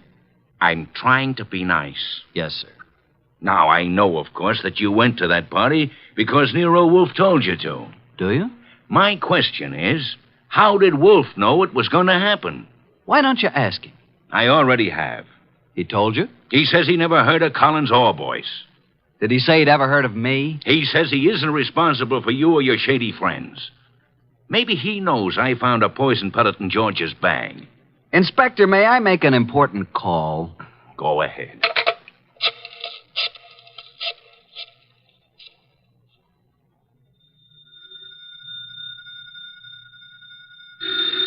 Archie. Confounded light. Hello? What time is it, Master? Confound it, Archie. I'll tell you what time it is. It's a little after 4 a.m. I'm at Central Headquarters, and Inspector Kramer has been chatting with me about my shady friends. Kramer is a jackass. Just a second. Pick up the other phone, will you, Inspector? Sorry, Mr. Wolfe. What was that you were saying about Inspector Kramer? I said Kramer is a jackass. Thank you. Wait a minute. Wolfe, Oh? Eavesdropping, Inspector. I was just talking about bringing you down here for a little questioning, Wolfe. Fooey. What's that? Fooey. It can be spelled in several ways. I spell it P-F-U-I. Fooey. You think I won't bring you down here as a material witness? Yes, I think you won't. I think you'd be making a great mistake if you did. A great mistake? Why? Because I might not tell you who killed Collins.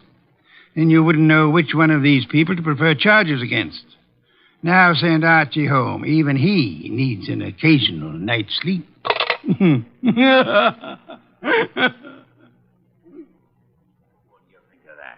He hung up. So it seems.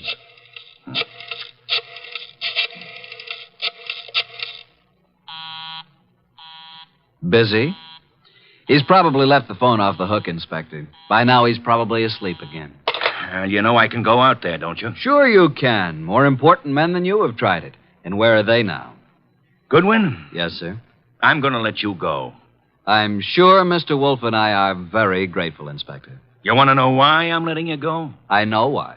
Why? Because if you're nice and cooperative and don't make too much trouble, Mr. Wolfe will solve this case for you and tell you whom to prefer charges against. Goodwin. Sir?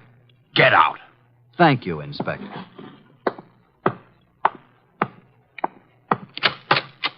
Good morning, Inspector.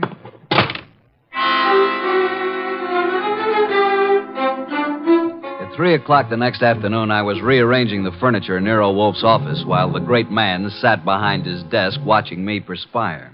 Are you finished now, Archie? Yeah, I guess so. And tell me where they sat. There were 2 couches, like this, in front of a fireplace. Collins and Boyce were sitting together on one couch. When Georgia and I came in, they were looking at some canceled checks. Where was Mrs. Collins? I told you she was getting ice and fresh glasses. Why was she getting fresh glasses, Archie? Where were the empty ones? I don't know. Maybe they were the same ones she brought back, washed and polished. Archie, I trust your powers of observation absolutely. That's why I sent you to Mrs. Collins' cocktail party. Okay, how did you know there was going to be a murder? If it was a murder. It was a murder, Archie. But isn't it obvious? How is it obvious? Suppose Collins slipped a few drops of the poison into his drink himself. It's very strong, very deadly poison, with a remarkably strong odor. Like almonds, I know. I smelled it when I picked him up. Archie, was anything found on the body that might have contained the poison? A fountain pen? Whatever? Not even that. Inspector Kramer found a poison pellet in Georgia's handbag. He thinks she poisoned Collins' drink. Say, could be. But it wasn't his drink, it was his wife's. Then Georgia was trying to kill Jane, and Collins got it by mistake. We shall soon see, Archie. I was expecting a murder because you told me to expect it. I watched every move that everybody made. There's no possibility that Jane's glass, the glass with the poison in it, was tampered with by anybody. Yes, I believe. Okay. Archie, you're sore, aren't you? Have you ever spent the night with Inspector Kramer? He's really a good man, too. Why did you say he was a jackass? Because he didn't know who killed Collins. Do you? Of course. Was there ever any question about it? Just a moment, please. The only trouble is it may be difficult to prove. That's why we are giving this little cocktail party this afternoon with the help of Inspector Kramer. By the way... Yes? Call Mrs. Collins and tell her to bring a bucket of ice from her refrigerator. Why? Because our refrigerator's broken down. No, it hasn't. I was just out in the kitchen a minute ago. Our refrigerator has broken down. And it would be very helpful if Mrs. Collins would bring a bucket of ice cubes. What makes you think she'll do it? She will. Call her. 6:45. There we were in Wolfe's office doing a repeat performance of last night's smash hit. 2 couches faced each other, a cocktail table between them. On one couch, red-headed Georgia and me. On the other couch, it was a big one, Joe Boyce, Jane Collins, widow of the lately defunct Albert, and Nero Wolfe. Jane had been drinking a little slower than the rest of us. Our glasses were empty. Hers was still half full. Wolfe said... Archie. Yeah? At this point in last night's party, Mrs. Collins got up and left to get some fresh drinks. Repeat what she said. Approximately? Approximately will do. I think she said something like this. She said, put my drink over by you, Georgia. Lay off, Albert. I've had about 3 swallows of it. Besides, you don't need any more, Albert. Am I right, Jane? Close enough, Archie. But what of it? Now, what is this nonsense all about, Wolfe? Mr. Wolfe is trying to make something out of nothing. I think Mr. Wolfe is going to turn up something mighty interesting. Don't look so perturbed, Joe. Since I'm playing the part of the late Mr. Collins, pass me Jane's glass. I'll keep my glass, Mr. Wolfe. I haven't finished my drink. You're a very clever woman, Mrs. Collins. Would it be too much if I ask what this is all about? What worries you, Archie? You make it sound as if that drink she's holding is poison. But it can't be, because as yesterday, she's already drunk half of it herself. When our freezer broke down, she was more than willing to bring a bucket of ice cubes, wasn't she? So? What would happen, Archie, if you froze a gelatine-coated pellet of poison in the center of one particular ice cube? Mrs. Collins hasn't finished her drink. Notice the ice is all melted now. She hasn't taken one sip since the ice melted completely. She came prepared in case she was exposed. Smell it, Archie. No, Archie, stand back. I can easily swallow this before you can reach me. Mr. Wolfe, in a few seconds, I'll drink it. But tell me something first. Tell me how you knew. Jane, listen to me. I knew there was going to be a murder last night because you said so. I knew that it was you who would commit the murder because it was you who invited me. You hoped an expert witness would prove that you couldn't have killed your husband. So I sent Archie Goodwin, whose observations are always exact, even when he doesn't know the import of what he's observing. She brought back clean glasses. She poured the drinks out of bottles already open. And if anybody had put anything in or touched one of those glasses, I would have seen it. Exactly. The poison pellet was frozen in a certain ice cube. Mrs. Collins put that cube in her own drink, drank it until the ice had almost melted down to the poisonous pellet center. And then she took all the other glasses away, leaving only hers half full. And as usual, her husband drank it. No, Jane, don't. Too late, Joe. Too late.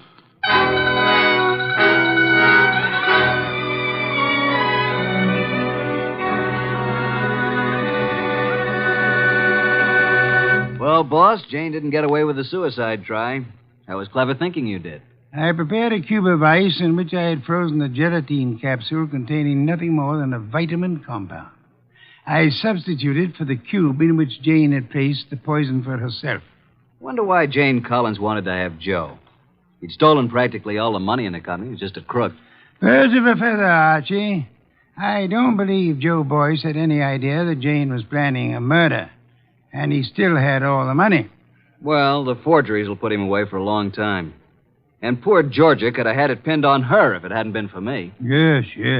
You knew all along, didn't you, that Jane had planned to have Georgia accused by planting another pellet of the poison in Georgia's handbag. Jane would have gotten rid of her husband and Joe's wife in one stroke. You knew all that, didn't you? Well, how about a bottle of beer, boss? Could you spare the time? Georgia. Beautiful redhead. Wonder where she is tonight. I'm sure I haven't the slightest idea, but in case you do... well, just be quiet with the elevator door when you come in.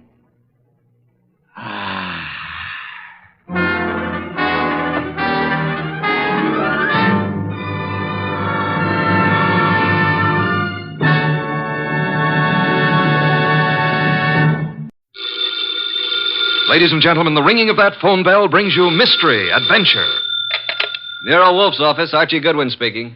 Just a moment, please. Hey, boss, Mr. Tom Wilcox wants an appointment. How about 1 o'clock? Archie, no appointments today. I intend to pot some dendrobium offsets. 1 o'clock will be fine, Mr. Wilcox. See the Tom Wilcox who was acquitted yesterday of the murder of that singer, Keith Hansen? Mr. Wilcox, are you the Tom Wilcox who... Oh, you are. I see. What does he want with me? Mr. Wilcox, why do you seek Mr. Wolfe's services? I see. Well, our fee is $1,000 with a retainer of $500, okay? Oh, yes, Mr. Wolfe will see you. What's that? Hey, what was that? Hey, Mr. Wilcox. Archie, stop shouting, hey. He whispered someone was at the window. Then I heard a shot, and he dropped the phone. Boss, I'm afraid we've just lost a client.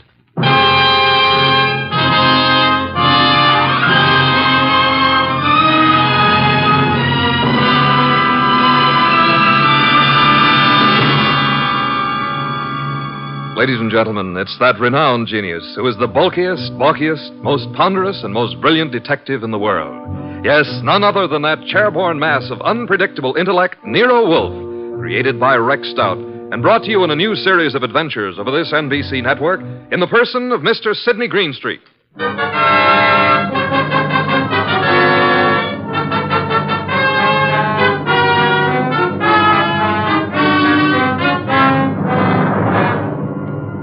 This episode is one Nero Wolfe refers to as a slight case of perjury. It all started with a phone call from Tom Wilcox and the ensuing shot, which I was sure had brought our newfound income to an early end. Anyway, there was the shot and... Hello? Mr. Wilcox? Hello? Well, boss, I've certainly waited long enough for him to come back to the phone. We may have just lost a nice bankroll. Nonsense, Archie. Other clients will rescue us. Now for a cold bottle of beer, Archie. We're almost out of beer. I better get over there and see what happened to Mr. Wilcox. The beer first. Nero Wolfe's office, Archie Goodwin speaking. Oh, Wilcox, you all right? Well, was that a shot? It was, huh? I'm glad it missed. Tell him to come right over here. Yeah, you dug the slug out of the wall. Well, come right over. Boss, the police never found the gun that killed Keith Hansen. No gun was found. Wilcox said he thinks he was shot at with a .32. He dug the bullet out of the wall. The murderer of Hansen must now be after Wilcox. If Wilcox is telling the truth. He was acquitted. The society gal, Mrs. Patricia Park, established his alibi, said she was with Wilcox at the time the murder was supposed to have occurred. I read the papers, Archie. Where's last night's paper? Wow, boss, look at her picture. Ooh, she's a honey. Archie, will you get me some beer? Well, if you move your arm 6 1/4 inches, you can't possibly miss it. Mr. Wolfe, this is Tom Wilcox, our new client. How do you do? Archie, the red leather chair for Mr. Wilcox. Mr. Wolfe, I'd like your aid in finding the murderer of Keith Hansen. Indeed. Why do you suppose you were shot at this morning? I gave a statement to the press last night, which was printed this morning, saying that I was going to seek out the killer of Keith Hansen. The killer obviously wants me stopped. Here's the bullet, a .32, I'd say. Why did you go to Keith Hansen's apartment on the day of his death? I went there to tell him to stay away from my sister. We had a fight. The manager came and stopped us. I told Hansen I'd kill him if he didn't lay off. The manager heard this. Then I went home. What time was that? About 8:30. The police claimed I returned to Hansen's apartment and shot him. I couldn't prove I was at home all night.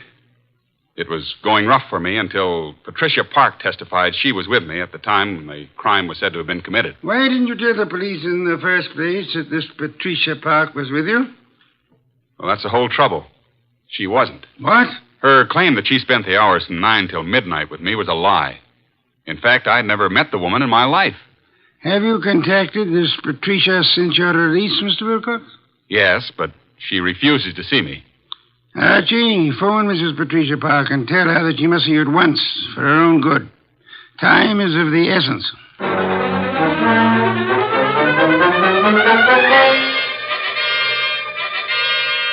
And what else can you tell me, Mrs. Park? Mr. Goodwin, I haven't anything more to say than I've already said. All I want is a simple answer as to why you lied about being with Tom Wilcox. Well, Tom Wilcox is a very fine man, but he isn't telling you the truth. Did you commit the murder and succeed in establishing your own alibi by swearing you and Tom Wilcox were together 10 miles from the scene of the crime? I did not. Do you own a gun? Don has one around. Who's Don? Don's my husband. Oh, is he here? I doubt it. He's never here. Spends most of his time at the bookies, throwing away every cent he can get his hands on. I've had to cut his allowance to practically nothing. Doesn't he work? No. He studied medicine, but gave it up. He was an illustrator for years, but gave that up when his eyes were burned in a plane crash. Mm-hmm. Where's the gun? It's in the desk. It used to be in here. What caliber? I don't know. Where were you at 10 o'clock this morning? Why, I think I was with the cook. Someone fired a shot at Tom Wilcox this morning through the window. No. Oh, no. Archie, please don't continue with this investigation, please. How well did you know Keith Hansen? Not very well, but enough to realize he was no good. Mr. Goodwin, if you'll drop this case, I'll give you $1,000 cash. Not interested. But I am interested in learning why you lied, why Tom was shot at this morning, and why you should try to bribe me. You must stop for your own sake. How will it benefit me to step out of it? The killer tried to stop Tom Wilcox. You might be next, and he may not miss this time. Go on. Why have you been protecting Wilcox? I believe Tom Wilcox was innocent. And I didn't want him to be sentenced to die, so I lied at the trial. He told us today he'd never seen you before. That's true. But he looked so innocent, so clean and good and decent. That's not very believable. If you don't think Wilcox killed Hansen, who do you think did it? Please believe me, Archie. I don't know. I tell you. Hi, sis. Hey, what's the matter? Are we intruding? Oh, hello, Marge. Brad, come in. This is Mr. Goodwin, my sister and brother-in-law, Marge and Brad King. How do you do? Hello. What gives, and who's Mr. Goodwin? A private detective, Marge. I've just explained to Mr. Goodwin that I wasn't with Tom Wilcox at the time of Keith Hansen's murder. Pat, why did you tell him that? Mr. Goodwin, I hope you will not use this knowledge against Pat. Did you all know Keith Hansen? Yes. And my husband and Keith went to school together. Keith, Don, and I were on the same polo team. Where were you at the time of the Hansen murder, Mr. King? He and Don were attending a horse show at Madison Square Garden. Marge and I didn't want to go. We stayed here. Where were you at 10 this morning, Mr. King? Why, I had an appointment with my dentist, Dr. Flagg, Rockefeller Center. And you, Mrs. King? I was shopping. Ilsa's salon, a sale on dresses. Why all this questioning? Marge, someone tried to kill Tom Wilcox this morning. What? May I use the phone, Mrs. Park? Yes, of course. First door to your left. Suppose you try to find the gun. Marge, that gun is missing from the desk. I haven't seen it. Do you know the caliber, Mr. King? 32, I think. It must be in the house. For your sake, I hope you find it.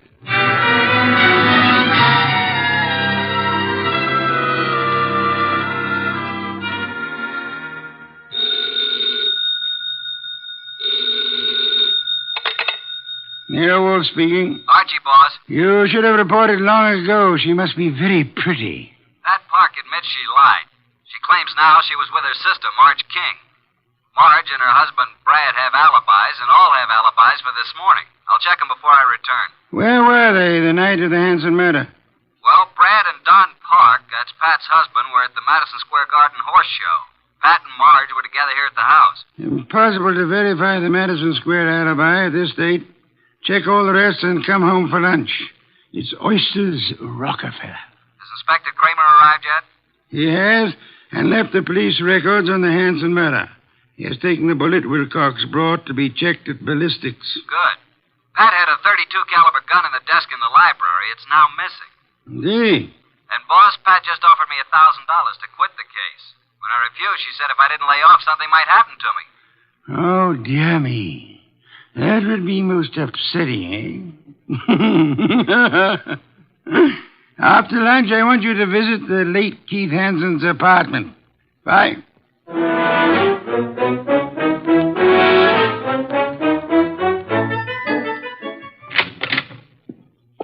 Before you join the others, Mr. Goodwin, I want to talk to you. All right. Close the door, Marge.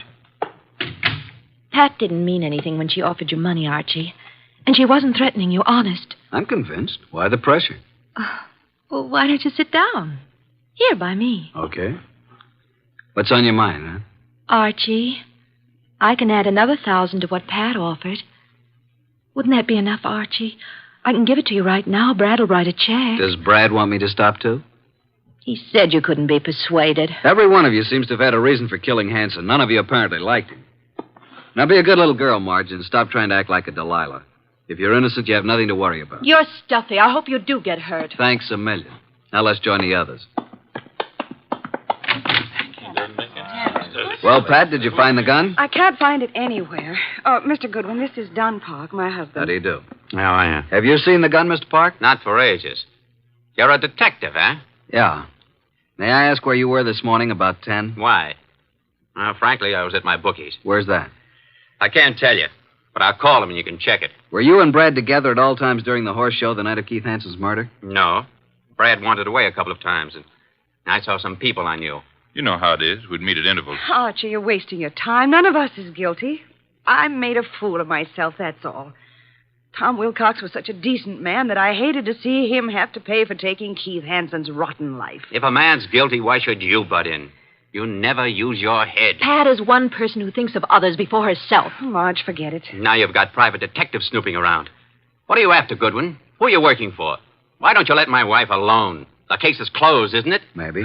Don, this just makes it more interesting to Mr. Goodwin. As a matter of fact, I think you all know more than you're telling. I still think Tom Wilcox killed him. And there's only one reason why Pat should protect him. Don, that's enough. Nice, happy family, suffering all the torments of a guilty conscience. Is that it? What are you trying to do, Mr. Goodwin? Get your nose poked? Not exactly. If not, you'd better leave.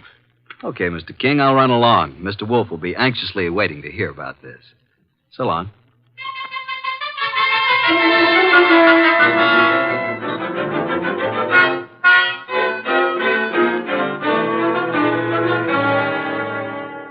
Pat Park's cook verified her alibi for 10 o'clock this morning, then. What about the other alibis? Well, Brad's dentist said that he didn't get to Brad until about 10:30. His appointments had run over. He wasn't sure if Brad was there at 10 or not. The nurse was out at that time. Marge's alibi is no good. And at mob at Ilsa's, the saleswomen wouldn't have known their own mothers. Don's alibi checks if we can take the word of the bookie. Don and Pat, then, are the only ones who have alibis that checked, huh? That's right. Are these the reports Inspector Kramer brought? Mm-hmm. Keith Hansen's body showed obvious signs of battery. Lips were swollen and lacerated, clothes disarranged.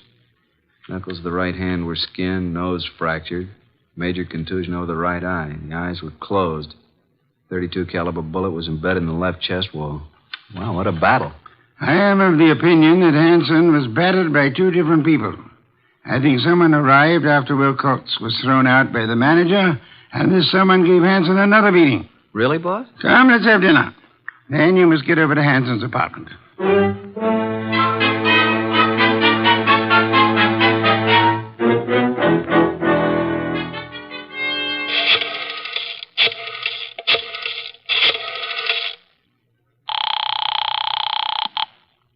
Boss? Yes, Archie. What have you found at Hansen's place? Well, the desk yielded one thing of interest. Keith's address book. And Marge's name is in there. Apparently, he'd known her before she was married, when she was Marge Van Cott. I see. A married name King was added in a different colored ink.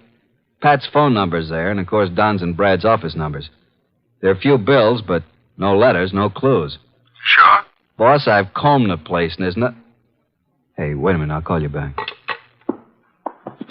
Who's there?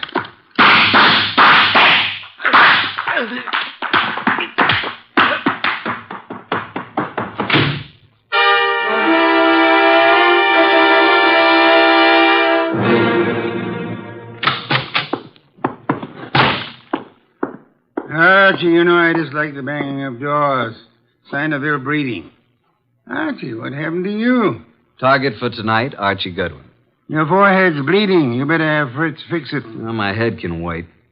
Some guy certainly surprised me at Hansen's. Creased me on the forehead. Good thing I snapped off the lights. He emptied his gun at me. We scuffled and he got away. And then I dug his slug out of a chair. I think it's a .32. But look at this, boss. A little round piece of glass. Found it on the floor. It's very small, very smooth, and concavo-convex in shape. Half an inch diameter. Watch crystal? Don't think so. The edges are too smoothly ground. I'll examine it under a magnifying glass. I'll get it, boss. Oh, hi, Tom. Come in. Mr. Wilcox, boss. Archie, hey, what's happened to you? Somebody tried to scalp me. Good evening, Mr. Wilcox. The red leather chair, Tom. Archie, please finish your report. Did you notice anything else of importance at Hansen's apartment?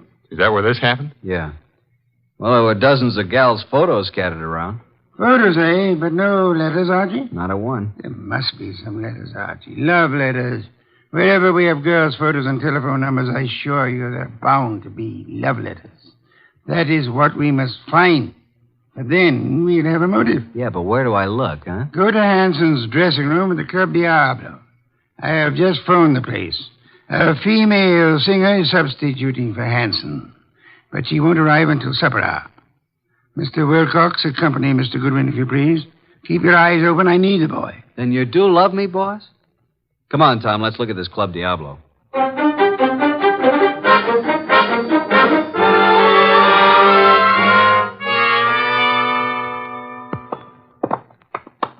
Well, I fixed it up with the stage doorman. Here, this is Hanson's dressing room. What a layout. His dressing room's fancier than most of the Met stars get. Hanson fixed it up himself. A bar, refrigerator, hot plate, television set. He could live here. Some of this stuff could be the new girl singers. I don't think so. Well, let's get to work, Tom. Take the drawers in his dressing table first. What are we looking for, Archie? Mr. Wolfe says the motive. He means letters.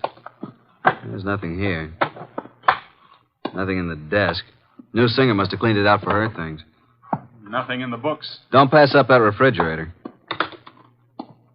Nope, empty. Hey, there is something here. Back of the ice cube trays. Come here. Oh, wow. Mr. Wolfe said there had to be letters, and so there are letters. Lots of them. Hey, here's one from Marge. And another. And look here. Really confidential letters from a dozen society gals. There's something else in the back. Bank book. What do you know? A singer like Keith didn't make this much. No, that kind of money didn't come from crooning. This guy Keith was really shaking these babes down. Archie, someone's coming, listen. Quick, behind the door and grab him. Douse the lights. Run,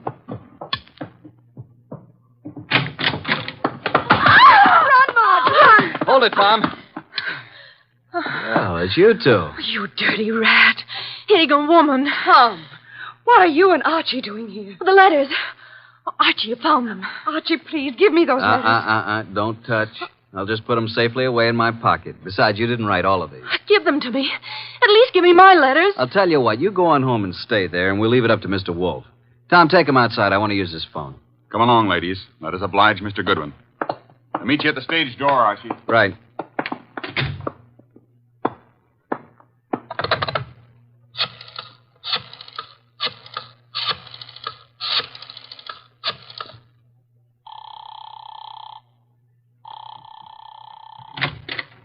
Hey, the lights. Who's there? Put the phone up, Goodwin. Who are you?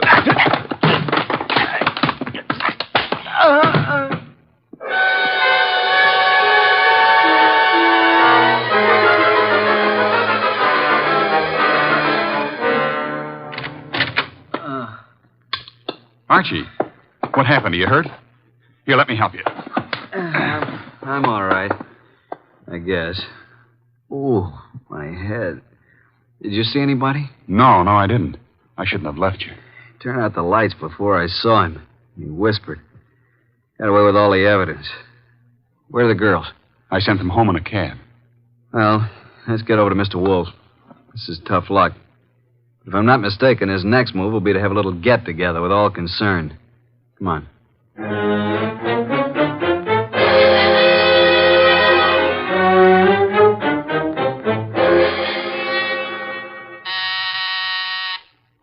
Archie, the door, our guests are arriving. Excuse me, Tom. Come in, Inspector Kramer. Goodwin. Good evening, Inspector.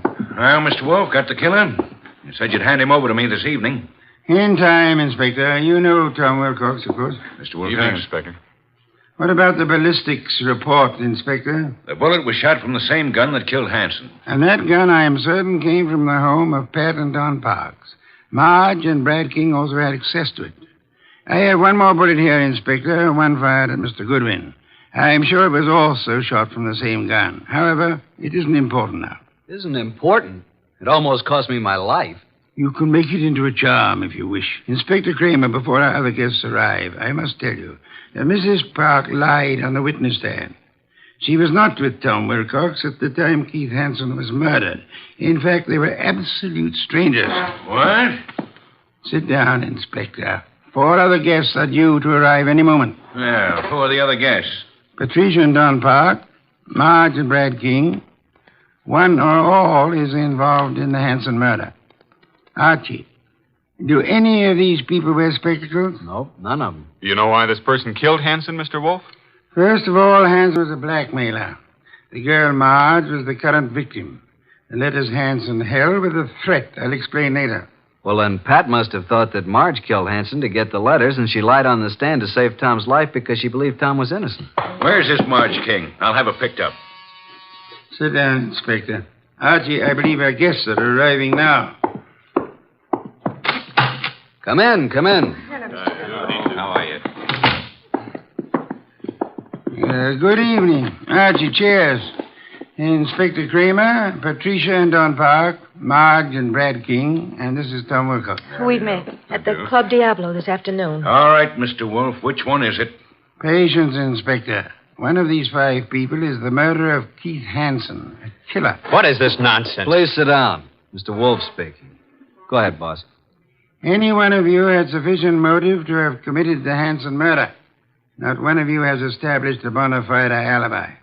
You who are actually innocent must tell the truth, or you shall all suffer as accessories after the fact. Mr. Wolfe, you're wasting your time. Marge, several years ago, you were secretly married to Keith Hansen. It lasted but 1 week. You gave Keith the money to get a divorce from you at Mexico. He didn't, which made you a bigamist when you married Brad. Keith was all set to blackmail you. He knew your husband, Brad, was wealthy. Marge, is this true? Yes. Oh, please, Brad, I thought he got the divorce. If I'd known that, I would have killed Hansen myself. Maybe you did kill him. One moment, Inspector. Patricia, you lied on the stand to protect Tom Wilcox here because you believed your sister Marge was guilty of Hansen's murder. Why did you believe her guilty? Were you at the scene of the crime? Marge, it's time to tell the truth and clear all this up. You won't be satisfied until you're in jail. Will you shut up? Quiet, please. Go ahead, Marge. All right. Keith Hansen was shot from the bedroom while I stood talking to him in the living room. You went there to buy back your letters? Yes, Pat drove me to his apartment. There was no place to park, so she said she'd drive around the block until I came out. That's why she's never been sure whether I killed him or not. That's right. Because I feel I might have shot him if I'd been in your place. Because of what Hansen did. What was it he did? Keith Hansen demanded $10,000 in exchange for the letters. Pat loaned me the money, so Brad wouldn't know. What? Is that true, Pat? You loaned her $10,000? I got to Keith's apartment about 9:30. He looked awful. He obviously had been in a fight. The room was mussed up and his nose was bleeding. Yes, go on. He went to the bedroom to get the letters and came back saying they were gone. I didn't believe him. Keith said he knew who had taken them and he'd have them back by morning. He grabbed the money from me and put it in his pocket. He was just about to tell me who took the letters when there was a shot from the bedroom door. Keith Hansen fell to the floor, but I didn't see anyone. I wanted to get my money from his coat pocket, Pat's money, but I couldn't touch him. His staring, wide-open eyes were horrifying. I ran. Poor baby, why didn't you tell me? I think you're lying, young lady. You took the gun from your sister's desk, and when Keith Hansen didn't produce the letters, you deliberately shot him. You didn't even offer him any money. You kept it yourself. No, I didn't. Oh, Pat, don't believe him. Inspector Kramer, she's innocent. I know who did it. Oh, no, Brad, stop. Oh, Brad, what are you saying? All right. Break it up. Yeah, so do I know, Brad. That's why you left the horse show. I thought you were guilty all along. All right, Inspector. Now you know. I don't get this, boss. Inspector, ladies and gentlemen, please. First, which of you had some medical training? Medical training? Oh, Keith Hansen and I both went to medical school. Why? That is most enlightening, Mr. Park. Marge and I were nurses' aides during the war. Then perhaps you can interpret this medical phraseology for me. These few lines from this little medical book. Archie, hand it to Don Pop. Will you read it, please? At top of page 75. It says the form of pernicious anemia commonly found in the human is... Now, Don, hold your hand over your right eye and read on. What? Also common to the many lower... Now, cover the left eye and read with the other. What is this? Go ahead. Many lower animals and this light isn't so good. Step close to me. Yes, thank you. Mr. Park, here is the contact lens for your right eye.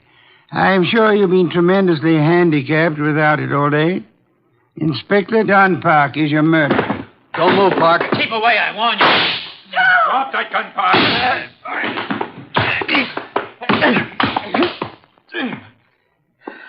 Well, I got his gun. There you are, Inspector. He's all yours now. Okay, come on.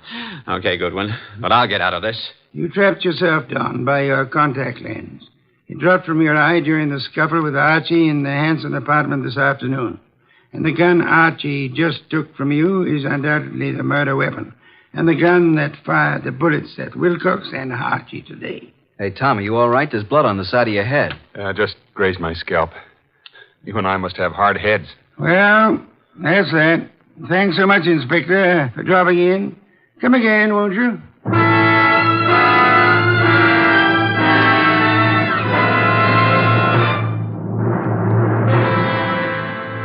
This was a rough day's work, boss. Some beer, Archie, please. Right.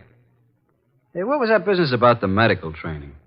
Marge said the body of Keith had staring, wide-open eyes, preventing her from touching the body. But the police found the eyelids closed. How did they get closed? Well, he must have bothered Don, too, and he closed him, his medical training. Right. A layman would never touch the eyes of the dead. Marge couldn't, not even to get back the $10,000. Here's your beer.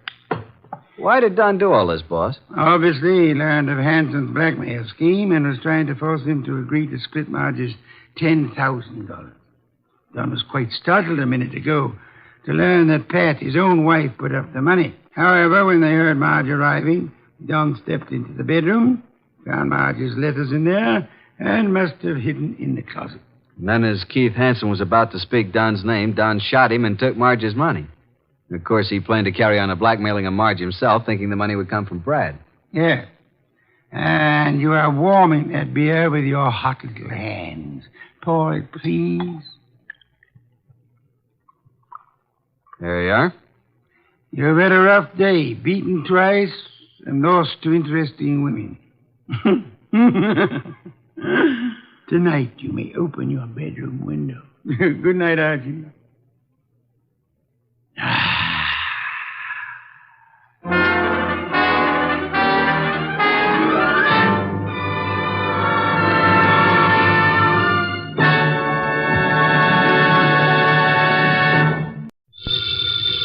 Ladies and gentlemen, the ringing of that phone bell brings you mystery, adventure.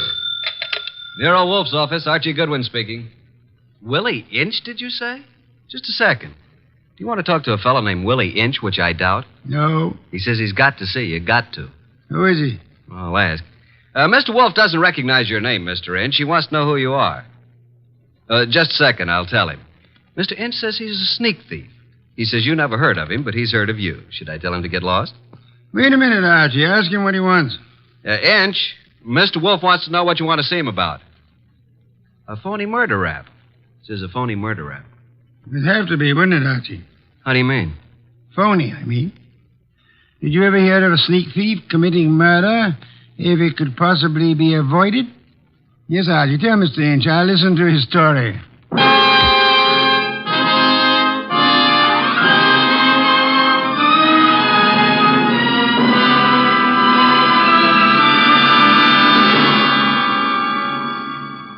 Ladies and gentlemen, it's that renowned genius who is the bulkiest, balkiest, most ponderous, and most brilliant detective in the world. Yes, none other than that chair-borne mass of unpredictable intellect, Nero Wolfe, created by Rex Stout and brought to you in a new series of adventures over this NBC network in the person of Mr. Sidney Greenstreet.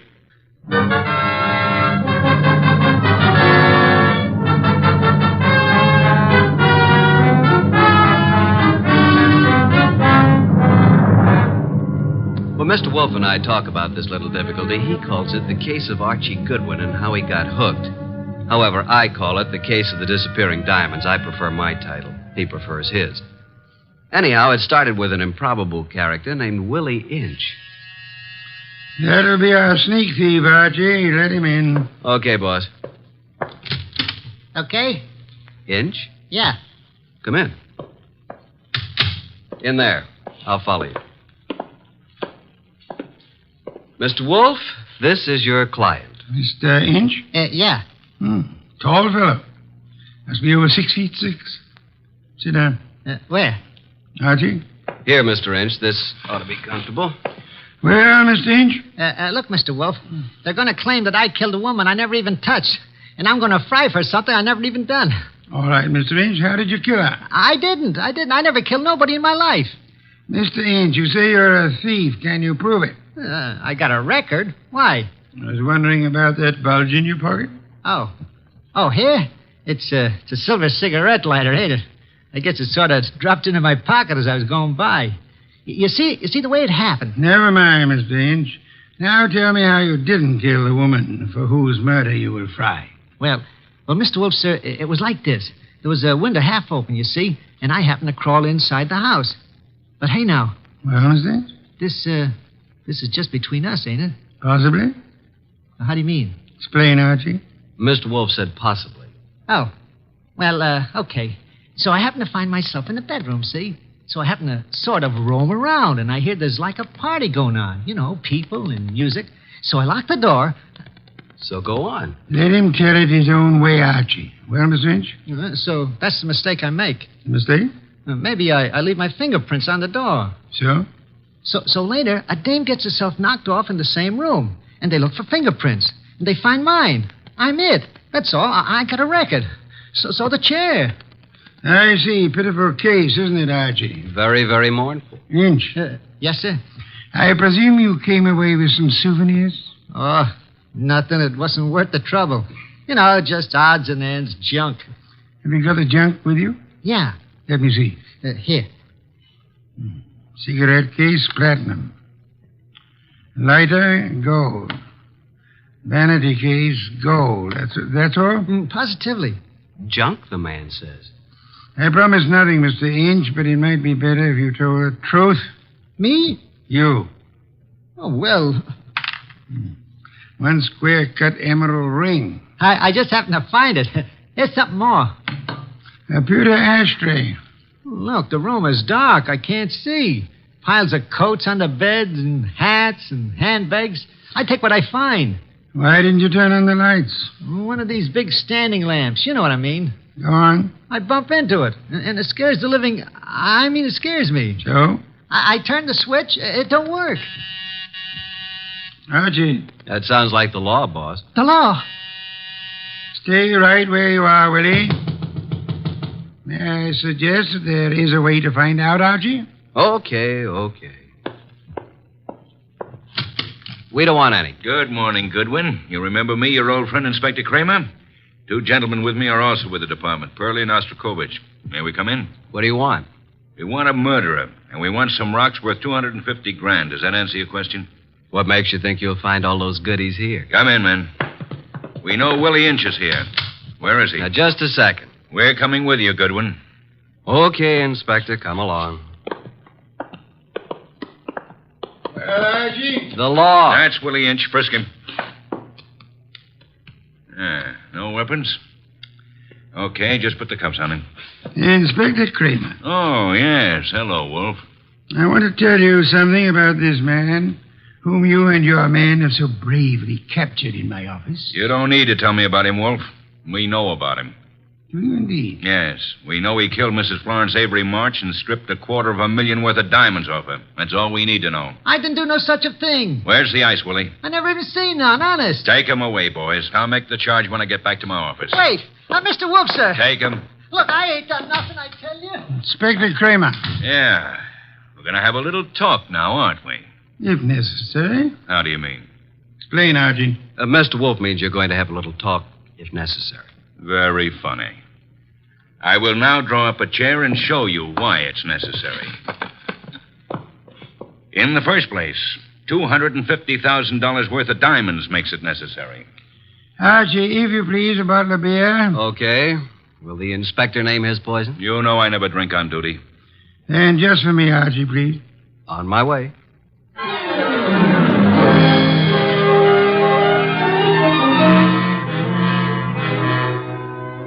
While I opened a bottle of imported beer, it occurred to me that I had something to be grateful for. At least I wasn't in Willie Inch's enormous shoes. And as I went back to the office, I had time to wonder why Mr. Wolfe would stick his fat neck out for a no-good like Willie. Thank you, Archie, and sit down, Archie. Inspector Kramer has a theory that may amuse you. Nero Wolfe's office. It's for you, Inspector. Hello, Kramer. Yeah? A gold cigarette holder? That's all? Okay. Inspector, do you realize that you have already taken a great deal of my time? Archie, Yes, Inspector? The great Mr. Wolfe just said I had a theory that might amuse you. Would you care to hear it? I can hardly wait. Okay. My theory is that both Wolfe and you are receivers of stolen property and possibly guilty of murder conspiracy. So far, you got me in stitches. Willie Inch, with a record as long as your arm, robs the home of Mrs. Florence Avery Marsh. He strangles her with a silk scarf, takes the diamond she's wearing, grabs everything else that's lying around, and then what? Is it a question? I'll tell you what. He will, too. Archie, listen. Then Inch brings the stuff here, the stuff that's piled on Wolfe's desk, and the diamonds. You want me to tell you where the diamonds are? They're in that safe right there.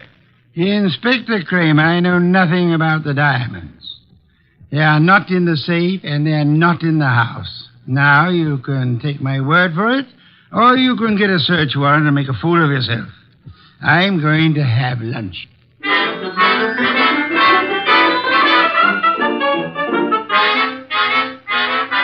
By 2 o'clock, the newspapers were full of the murder of Mrs. Florence Avery March. The suspect was already in custody, caught at the home of Nero Wolfe, well-known private investigator. Some of the stolen jewelry had been recovered, but not the diamonds. Then we had a visit from Mr. Anson Stark, who had opened Mrs. March's door and found her dead. Stark was a big athletic guy of about 30 or so, with the large, capable hands of a surgeon or a laboratory worker.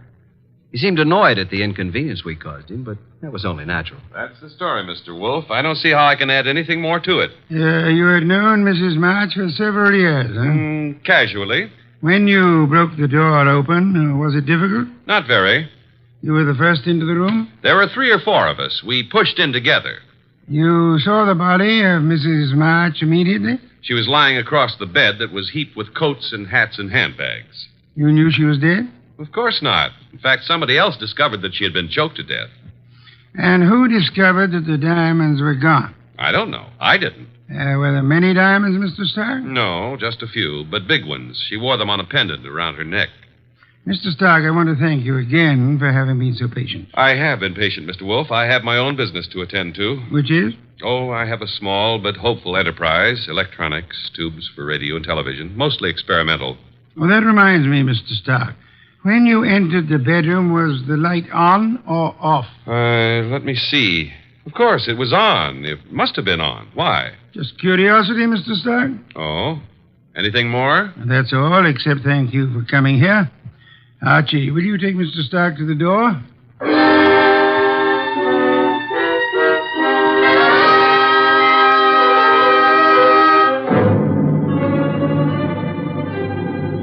Mr. Stark departed like a man who'd been delayed by a petty annoyance. A few minutes later, the door buzzed, and I went expecting anything. Anything but what was standing on the threshold when I opened up. A honey blonde. Or, to put it another way, a blonde honey. I said hello. No, more like hello. Are you Mr. Wolfe? I'm his assistant, Archie Goodwin, and what can we do for you? Well, I'm Valerie Ladd. And I'm Archie Goodwin. Or did I tell you that? Well, that's exactly where I came in. Well, I mean, where I thought you were going to ask me to come in. Oh, come in. I'm sorry. Well, is he here? Wolf? Mm-hmm. Does he know you? No. Is he expecting you? No. I see. Of course you don't see, do you? Well, this is it, Mr. Goodwin. I'm a writer. Well, I may not look like it, but that's what I am. And I want to do a profile, a character study of Mr. Wolfe for a magazine. Uh-oh. Well, what's wrong? Well, you see, there's a writer named Rex Stout. Oh, I know. He's written a lot about Nero Wolfe, but, well, can't I write about him, too? I don't know if he's going to like it, but you can't be shot for trying. Come on. Mr. Wolfe, this is Valerie Ladd. Pardon me for not rising, Miss Ladd. It is not impolite. It is merely impracticable. Miss Ladd wants to write about you for a magazine. Please, Mr. Wolfe. Nonsense. Mr. Wolfe, if I could just spend a few hours with you, that would be enough. Would it indeed? Oh, yes. Have you written much, Miss Ladd? Oh, reams. You know, the habits of writers interest me. The habits? Yeah, the writing habits. For instance, do you use a pen or a pencil? Do you dictate, or like most writers, do you do your own typing? Mr. Wolfe, if you knew the hours and days and years that I've pounded a typewriter. Of course. Archie. Yes, sir? Why don't you take Miss Ladd up and show her the orchids?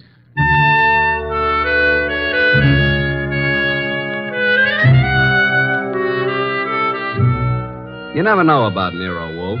At least I never do. This was something I would have bet against 1,000 to 1. Couldn't understand it. But I certainly couldn't complain. Archie, look at this one. Oh, did you ever see anything so gorgeous? Very pretty. They're all just beyond belief. Yeah? But you're not even looking at them, Archie. What? Oh! Archie, are you always like this? What do you mean like this? Well, so distant and preoccupied. Honey, you got me wrong. Completely. I was thinking. Oh. Yeah, about telephone numbers. It's a lovely thing to think about. What can you think about telephone numbers? I was thinking how some girls have them and some don't. Oh, I see. Archie, I apologize. For what? I did have you wrong. You're not a bit distant. I can be a lot closer than this, honey. What is it? What's what? The number. Oh, well, it's in the book. Yeah? No wonder. Sound as if you don't believe me. Oh, I believe you, but here's a telephone book here. Let's look it up together, shall we? Archie. Yeah. I'm afraid I lied to you. I was afraid of that, too. Are you angry? Well, I can take no for an answer, honey.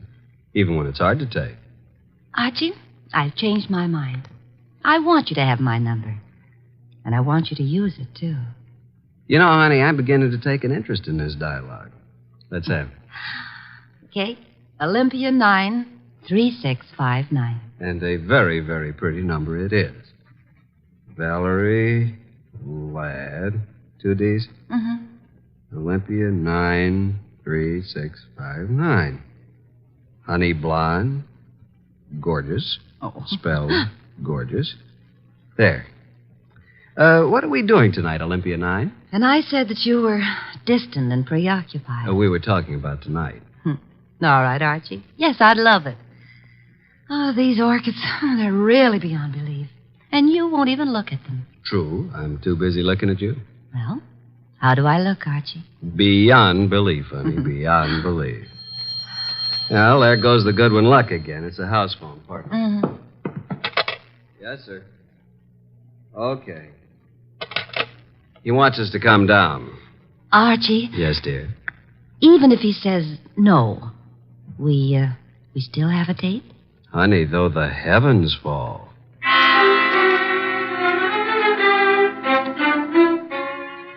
When we entered the office, Mr. Wolfe was frowning over a sheet of letter paper in his hand.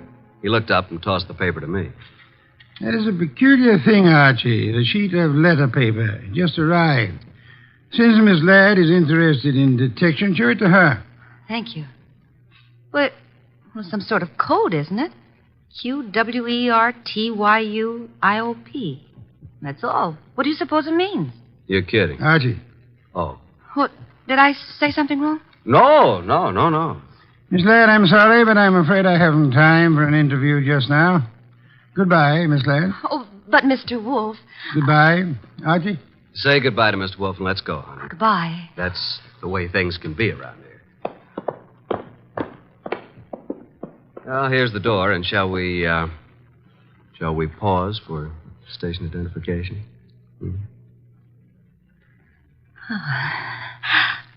I'll wipe it off, Archie. There. Thanks.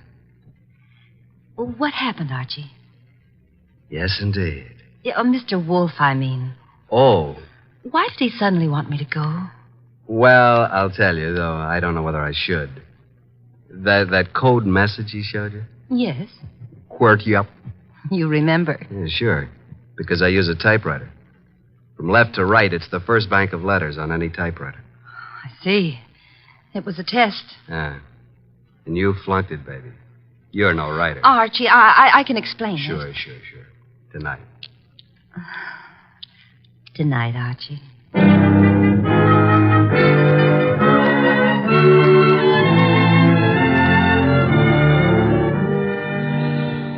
You do believe me, don't you, Archie? Oh, of course, baby, of course.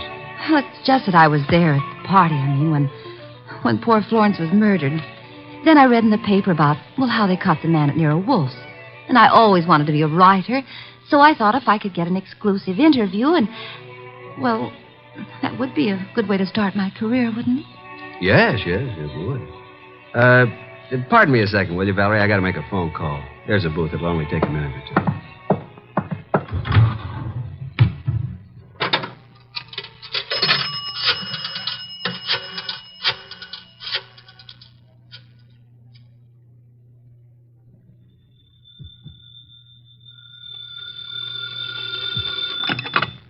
Nero Wolfe speaking. Archie, I'm at the Riviera with Valerie Ladd. I'm happy for you, Archie. I will remind you that I have not seen you since Valerie left the house.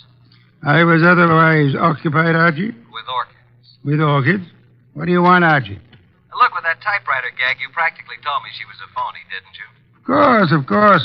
Just for the record, how did you know? Have you looked at her fingernails? She never touched a typewriter in her life. I wanted to be sure. Okay, now do you want me to tell you something? You mean that your charming companion Valerie was at the party when Mrs. March was murdered? How did you know that? Simple, Archie. I got a list of the guests from Inspector Kramer. Among them was the name of Valerie Ladway.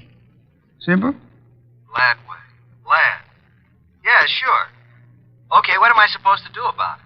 Just hang on, Archie. Just hang on.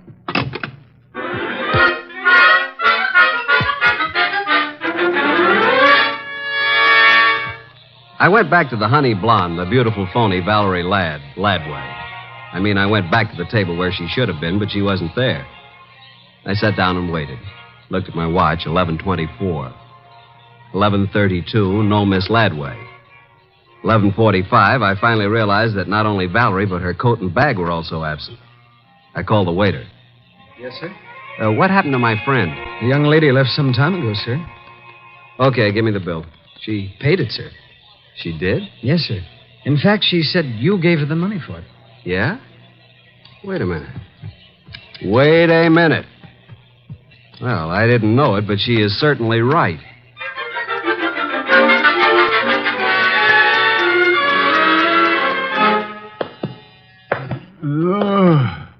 Oh, my. Well, Archie, this is most thoughtless of you. Sorry, I lost my keys. My money, too. Your keys, Archie? Yeah.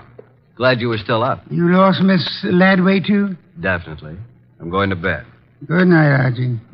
You think it's funny, don't you? Yes, Archie. Yes, I do. Good night, Mr. Wolfe. Archie. Yeah? Before you retire, one thing. What? Open the safe, will you? And leave it open.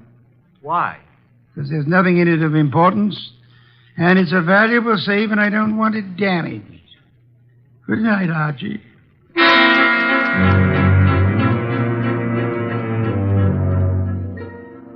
At about 2 o'clock in the morning, I thought I heard a noise.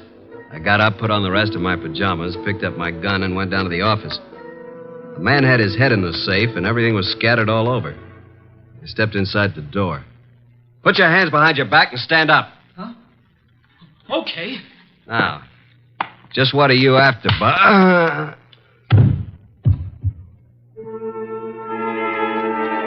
When I woke up, I was alone on the office floor. I did not feel good. The place looked as if a hurricane had struck it. Every file drawer had been empty. I felt a draft from somewhere.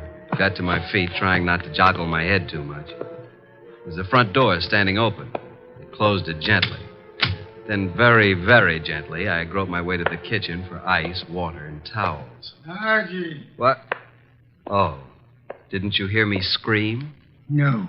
Is it bad? It's better. You're angry, aren't you? Nuts. What, Archie? I said nuts, Mr. Wolfe. Nuts. I'm sorry about what happened. Yeah, you expected it. But I didn't expect you to be caught by somebody behind you. You must have known there would be two of them. Now, how would I know that? How? Think of Mr. Ladway's delicate hands. Do you believe she intended to open the safe herself? You think she stole my keys and so on? Well, let me tell you... Hey, wait. That guy was digging in the safe that... Then who hit me in the head? Archie, someday you'll be the death of me. In the morning, will you tell Inspector Kramer I'd like to see him here?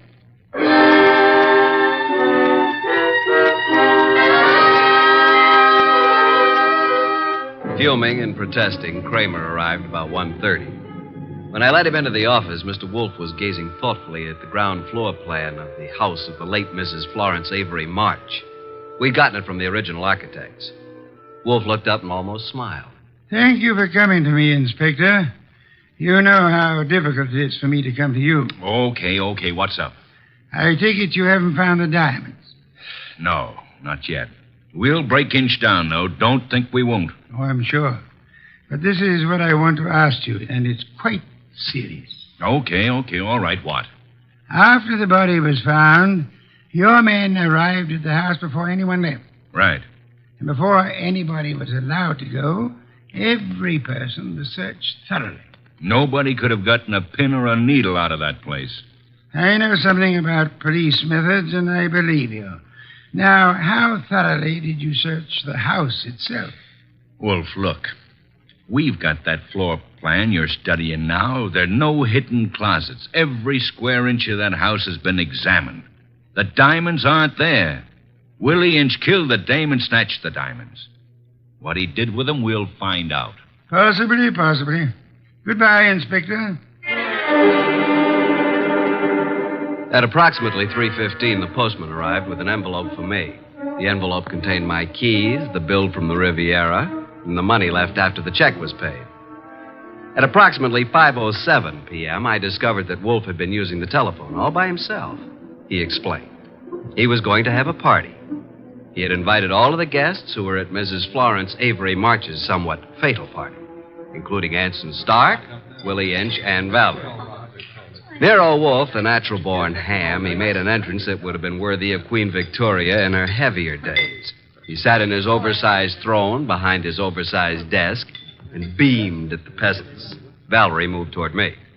I'm sorry, Archie, but you must know why I did it. Why? Well, you said I wasn't a writer. I wanted to prove that you weren't a detective. Did you take the stuff while we were dancing? I could have, couldn't I? You could have bumped me on the head last night, too, couldn't you? Oh, Archie. Let it go. It was humiliating, though. Ladies and gentlemen, I'm sure you realize the purpose of this party. We want to know who killed Mrs. March and what became of her diamonds. Mr. Inch. Yeah? When you visited the room where the body was found, the room was dark? The bulb was burned out. I tried to turn it on. If there had been a body on the bed, would you have seen it? Maybe. With all those coats, maybe not. So, Mr. Stark? Yes, I said the light was on. Perhaps I was wrong. What of it? You're engaged in the manufacture of tubes for radio and television, huh? I told you that. Inspector Kramer. Yeah, what? A light bulb was found in the wastebasket in the room where Mrs. March died. Yeah. Like you said, we tried the bulb in the socket and it worked. So what? One more question. Does anybody remember whether Mr. Stark was carrying a bundle or a package under his arm when he arrived at Mrs. March's party? Oh, I do, Mr. Wolfe. I think he had a box of flowers. That's true. I did bring flowers. No, Mr. Stark. That box contained 2 parts of a light bulb and some adhesive. During the party, you strangled Mrs. March, put the diamonds into the light bulb, assembled the thing, and screwed it into the lamp socket. Archie, stop him.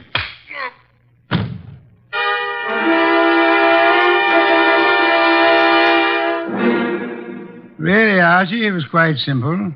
Light bulbs are only a stem glass bowl and a brass sheet. Yet nobody, including the police, would think of looking inside one. Mr. Stark could come back and collect his treasure any time after the excitement had died down. What's the matter, Archie? I got a headache. Valerie Ladby. Poor girl. She and whoever the man was with her must have thought the diamonds were here. That bump on your head will be better in the morning. A bottle of beer, please, Archie. I'm going to bed. Yes. Why must you place such confidence in women? Remember what happened to Mark Antony and Samson and Archie Goodwin. Good night, Archie.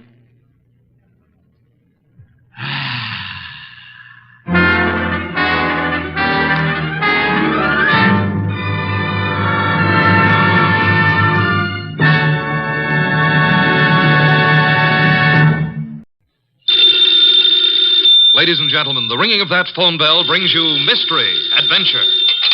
Nero Wolfe's office, Archie Goodwin speaking. Who?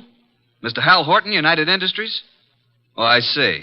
Well, I must warn you, Mr. Horton, Mr. Wolfe doesn't take kindly to big industrialists. Says their great wealth upsets his digestion. Why do you want to see him? The connection's bad. I don't hear you. Who?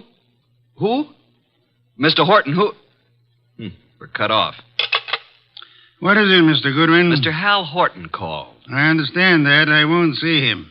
Tell him what money I have to invest I put into orchid plants. Mr. Horton wasn't promoting anything. And what did he call you for? The great Horton needs a detective. Maybe just my occupational reflex, but I thought he said somebody'd been murdered.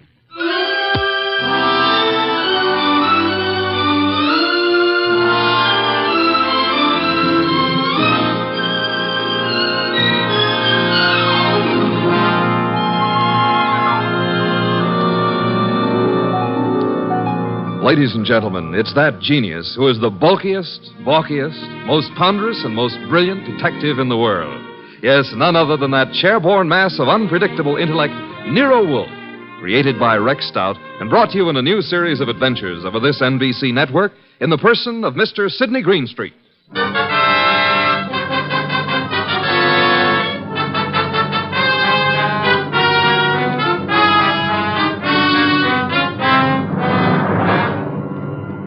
It turned out that what Horton had said had been murder, which became celebrated in the case of the Malevolent medic. But its solution wasn't a simple matter of following up his accusation. It had false clues mixed all through it like raisins in a pudding. The man we came to know as the Malevolent medic was young Dr. Benjamin Sloan. The case began on the sunny afternoon when Grace Banks, his nurse, came into his private office. Waiting room's finally empty, I take it? Well, there's one more patient, darling. I'm sorry, doctor. Mrs. Horton's here for another of the thiamine chloride shots you ordered for. I said you could give her those, Grace. She doesn't have to wait to see me. Oh, she's hung up her mink coat, parked her orchid and her alligator bag, and filled up all the ashtrays with lipstick cigarette stubs. Mrs. Horton prefers to wait for you. She seems very upset. I hoped she'd get hold of herself. Mrs. Hal Horton with all that money. Whatever gives her such jitters? Darling, if I ever get in that condition after we're married, please shoot me. I've advised her to go to a specialist. Hers isn't a true medical case. Well, I'll do what I can. Get a needle ready, will you, Grace, and show Mrs. Horton in. Yes, darling. I mean, doctor. Mrs. Horton, will you step in now?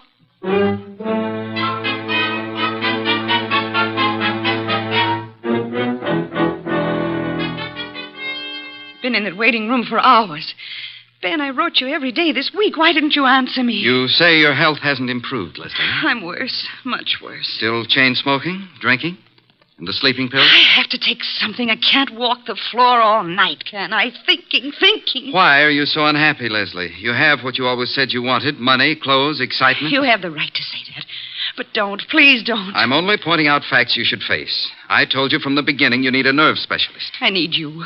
Nobody else can help me at all. Leslie, you went over this the last time you were here, and in all those letters you've been sending. Now, let's cross it off for good, shall we? Don't talk like that. You don't mean it. I'm no longer a lovesick dope, and you're the wife of one of the biggest industrialists in the country. Yes, Hal Horton. I despise him. He thinks his money makes him God. He thinks he can buy anything that he bought me.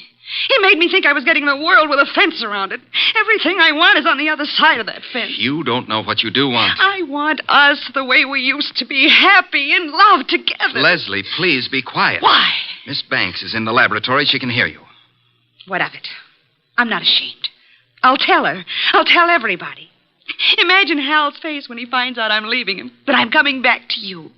He already knows about you. I told him you were in love with me, that you're jealous. He doesn't like it. Leslie, you're raving. Now stop it. You always said I was the most attractive woman in the world. You made your choice. Now get this into your head. I'm really in love now. In a few weeks, I'm going to be married. Now I'll get your medicine. So it's really true. You are going to be married. Yes. I'd heard it, but I didn't believe it. Going to marry a nurse. All my friends have known and been laughing at me. Please, now that's enough. I made a plan, a wonderful, beautiful plan about us. Ben, you love me. Ben, say you love me. Mrs. Horton, that is all over. You don't love me. No longer. You're here as my patient, and that's all. After this treatment, I must ask you to get another doctor. A wonderful, beautiful plan for us. And now she threatens to step in and spoil it. Well, maybe I'll spoil a few plans. How would you like that? Threats will accomplish nothing. I can ruin things for you, Ben. All those fancy ideas of yours about having a fine practice, being a great doctor. Do you want to give those up? I can arrange it so that maybe there won't be any wonderful future for you. Are you prepared to face that possibility? Because I'm prepared to make it a reality. And I mean it. You'll regret this day as long as you live. I'll get your medicine, Mrs. Horton. Hand me my bag. Thank you.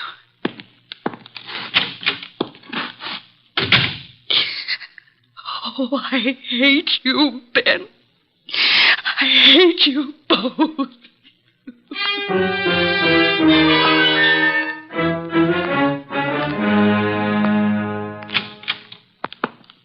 Sorry to have kept you waiting, Mrs. Horton. Miss Banks had to do a repair job before she could use the sterilizer. Alcohol, Miss Banks? Yes, Dr. Sloan. Now, Mrs. Horton, may I help? Thanks. So nice of you. There. Right side for the hypo this time, isn't it? Just touch with this cotton. Ready now, Doctor. Oh, what's the matter, Mrs. Horton? I'm just cold. Alcohol. After this, I advise you to go home and rest. These massive doses are a little painful, but they give results. There. That's all. Just relax here, and you can leave in 10 minutes. Come, Miss Banks. I want to talk to you.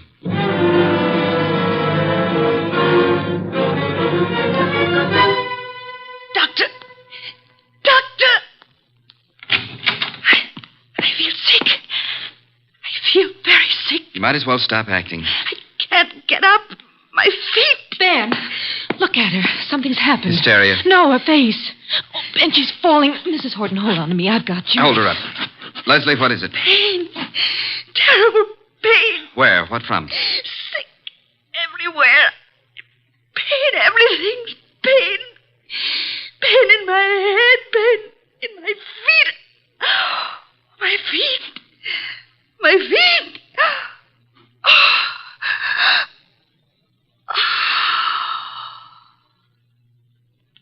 Doctor,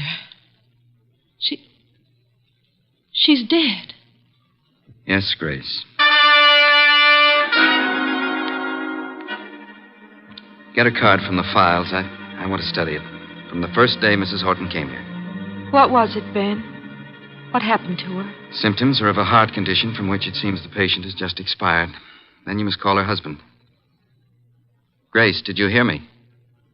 Yes, Dr. Sloan.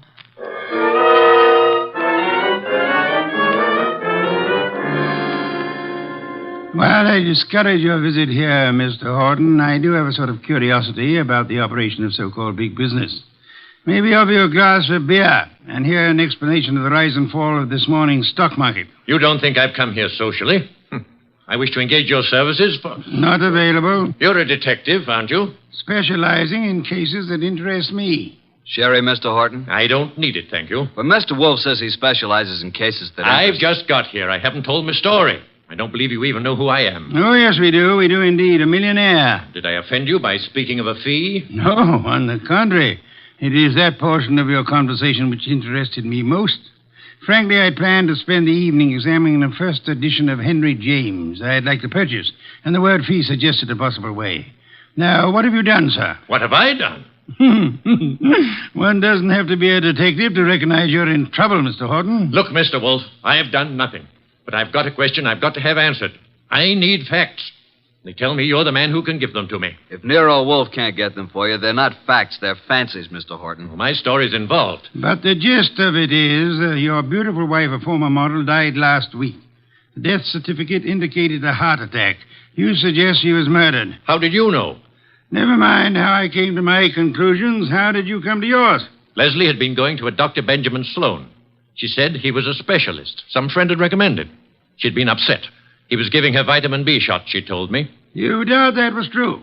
Dr. Sloan informed me, after she died in his office, there'd been a heart condition from the beginning. Well, I don't believe it. Leslie was a very emotional girl.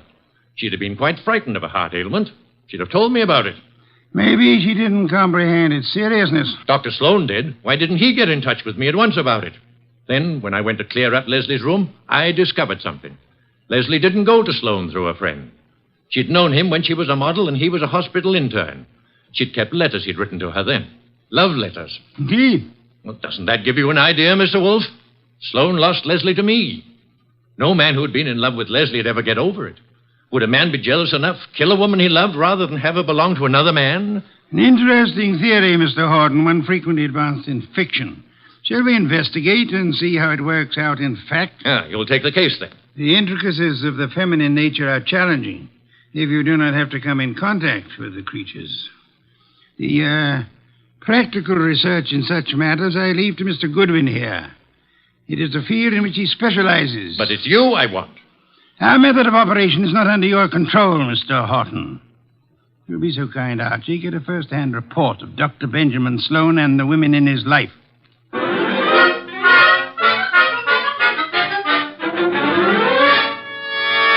Just came to ask a few routine questions, Dr. Sloan. I don't understand your interest in the Horton case, Mr. Goodwin, is it? That's right. The death certificate was signed and a report made to the medical inspector. Detectives are a snoopy lot. Detectives? Are you from the police department? No, I'm employed to note some details before we close up the Leslie Horton estate. Sudden deaths have to be double-checked. I'm afraid I can't add a thing to what I've already reported. Well, thanks for seeing me anyhow. Been a pleasant visit. Ever have a patient die in your office before, Dr. Sloan? No, but I've seen similar cases in the hospital, of course. Was Mrs. Horton warned about her heart condition, Dr. Sloan? I discussed her case with her fully and frankly. And her husband, wasn't Mr. Horton alarmed? He didn't know. Mrs. Horton's ailment was, well, not to bore a layman with medical details, was not a fatal one necessarily. She might have gone on for years. Just played in bad luck, huh? The worst. Mm-hmm. When'd you first meet her? Several weeks ago. And you saw her how many times? It's all on the record. She was nervous. I prescribed thiamine chloride. Her medical report card shows that. You read it for yourself. Well, I guess that's all, Dr. Sloan. Won't bother you further. Miss Banks will show you out. Yes, Dr. Sloan? Sort of a modern Aladdin arrangement, isn't it? Wish I could press a buzzer and have a beautiful girl like you appear. Mr. Goodwin is leaving. Oh, this way, Mr. Goodwin. You can use the side door. The waiting room's full of patients. So long, Doctor. This way through the lab. There's a door from it into the corridor. Cozy place, all those bottles. I suppose there's enough stuff in here to kill an army. To cure one. Miss Banks, may I say that you're the kind of a nurse that patients dream about? Make it a pleasure to go to a hospital. Blonde hair, blue eyes, winkers an inch long. Are they real? If you'll excuse me. What do I have to come down with to persuade you to take care of me, huh? I don't take cases. I'm a technician. Good day, Mr. So you work just for Dr. Sloan? That's too bad the way he's involved in this Horton case. It looks serious. Mrs. Horton simply died of a heart attack in Dr. Sloan's office. If you wanted to help your boss, Miss Banks, you'd stop rushing around and answer a few questions. I'm sure Dr. Sloan gave you the necessary information. Guess he doesn't realize the trouble he's in. If you can supply any details that'll change the picture, you'll be doing him a great favor. He's a nice guy. I want to help. What is there to say? The report... Let's get it in your own words. Just what really happened here that day. Well, Dr. Sloan gave Mrs. Horton the vitamin B shot. That was routine. Mm-hmm. But she didn't get up afterward. She said she was sick. And then she fell and I caught her. And Dr. Sloan administered emergency treatment. What did that consist of, Miss Banks? All that is in the office record. What would bring on such an attack? It could have been several things. Could it have been something she ate? Acute indigestion affects the heart. Maybe Mrs. Horton would be here now if the doctor thought to use a stomach pump. He did use one. He did everything there was time to do. She certainly went in a hurry. Suffer a lot? She said she was in pain. Where? Her stomach? No, not her stomach. Where then? She seemed to be in pain all over. Reflex, maybe? When it was over, what did you do, Miss Banks? Call Mr. Horton. Must have been a blow to the great man. I understand she was younger than he is and quite a sultry gal. I've talked to you professionally because you said it was necessary to help Dr. Sloan. Is that all, Mr. Goodwin? I guess it is for now. Unless you'll have dinner with me. Thank you, no. I'm handsome, hardworking, and harmless. I'll bring you references from my employer. What do you say? The express elevator's the one on the right. Must be there's another man. Wouldn't be the doctor, would it? Well, you'll fit better in a Pullman kitchen than here among the test tubes at that. My reluctant congratulations.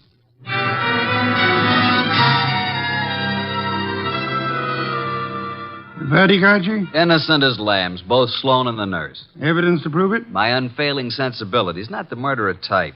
Nice couple, doctor and the nurse. I suspect they're engaged. She's so much in love with him, I could have been you, and she wouldn't have known the difference. Very flattering. Records? The usual medical record, Mrs. Horton's first visits, symptoms, subsequent visits. Here are the notes on it. Vitamin B shots. No chance they brought this on, huh? Dr. Sloan says absolutely not. I checked that with other doctors. But Mrs. Horton did go into this right after the hypo. Nurse's story jives with Sloan's? A little more detailed. She says he did everything. He even used a stomach pump. The woman was in pain? What's this? Head to feet? My way of saying pain all over. What other papers did you examine? Only the medical record. Get back to Sloan's office late tonight and examine all the papers in his desk. Can't you trust me? I tell you, there's no reason even to suspect these two. When you have one of your adolescent infatuations on, blood dripping from a dagger in a girl's hand would look to you like crushed rose petals. With this Grace Banks out of the way, maybe you can recognize evidence. Sounds like a long, bleak evening. Hand me that medical book, and then be on your way. I want to think.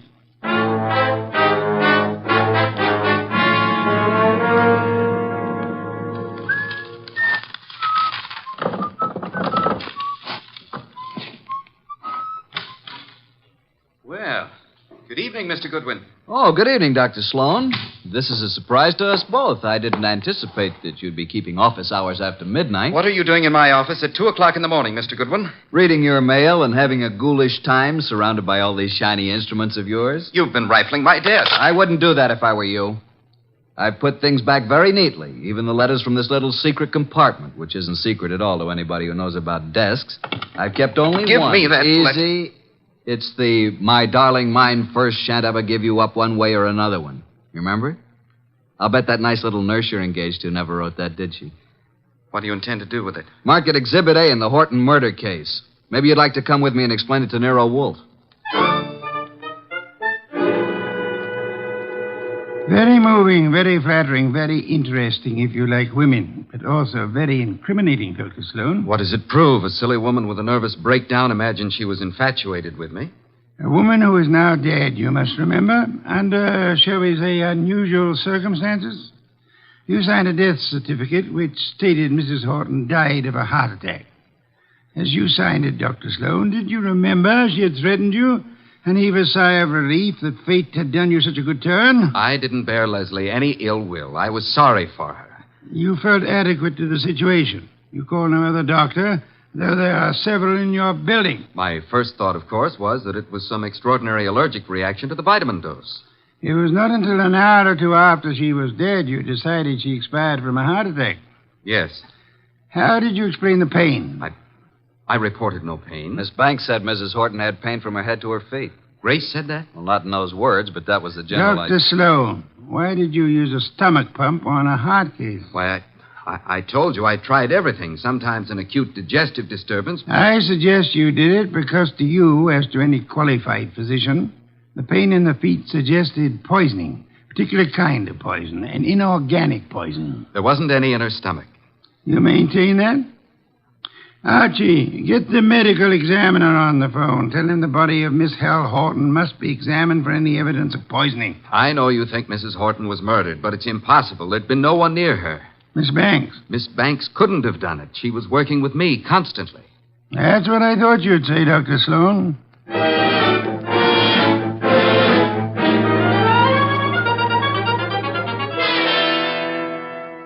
Mr. Wolfe, I had to see you. This is the most dreadful thing I've ever heard of. Trying to accuse Dr. Sloan of murdering a patient.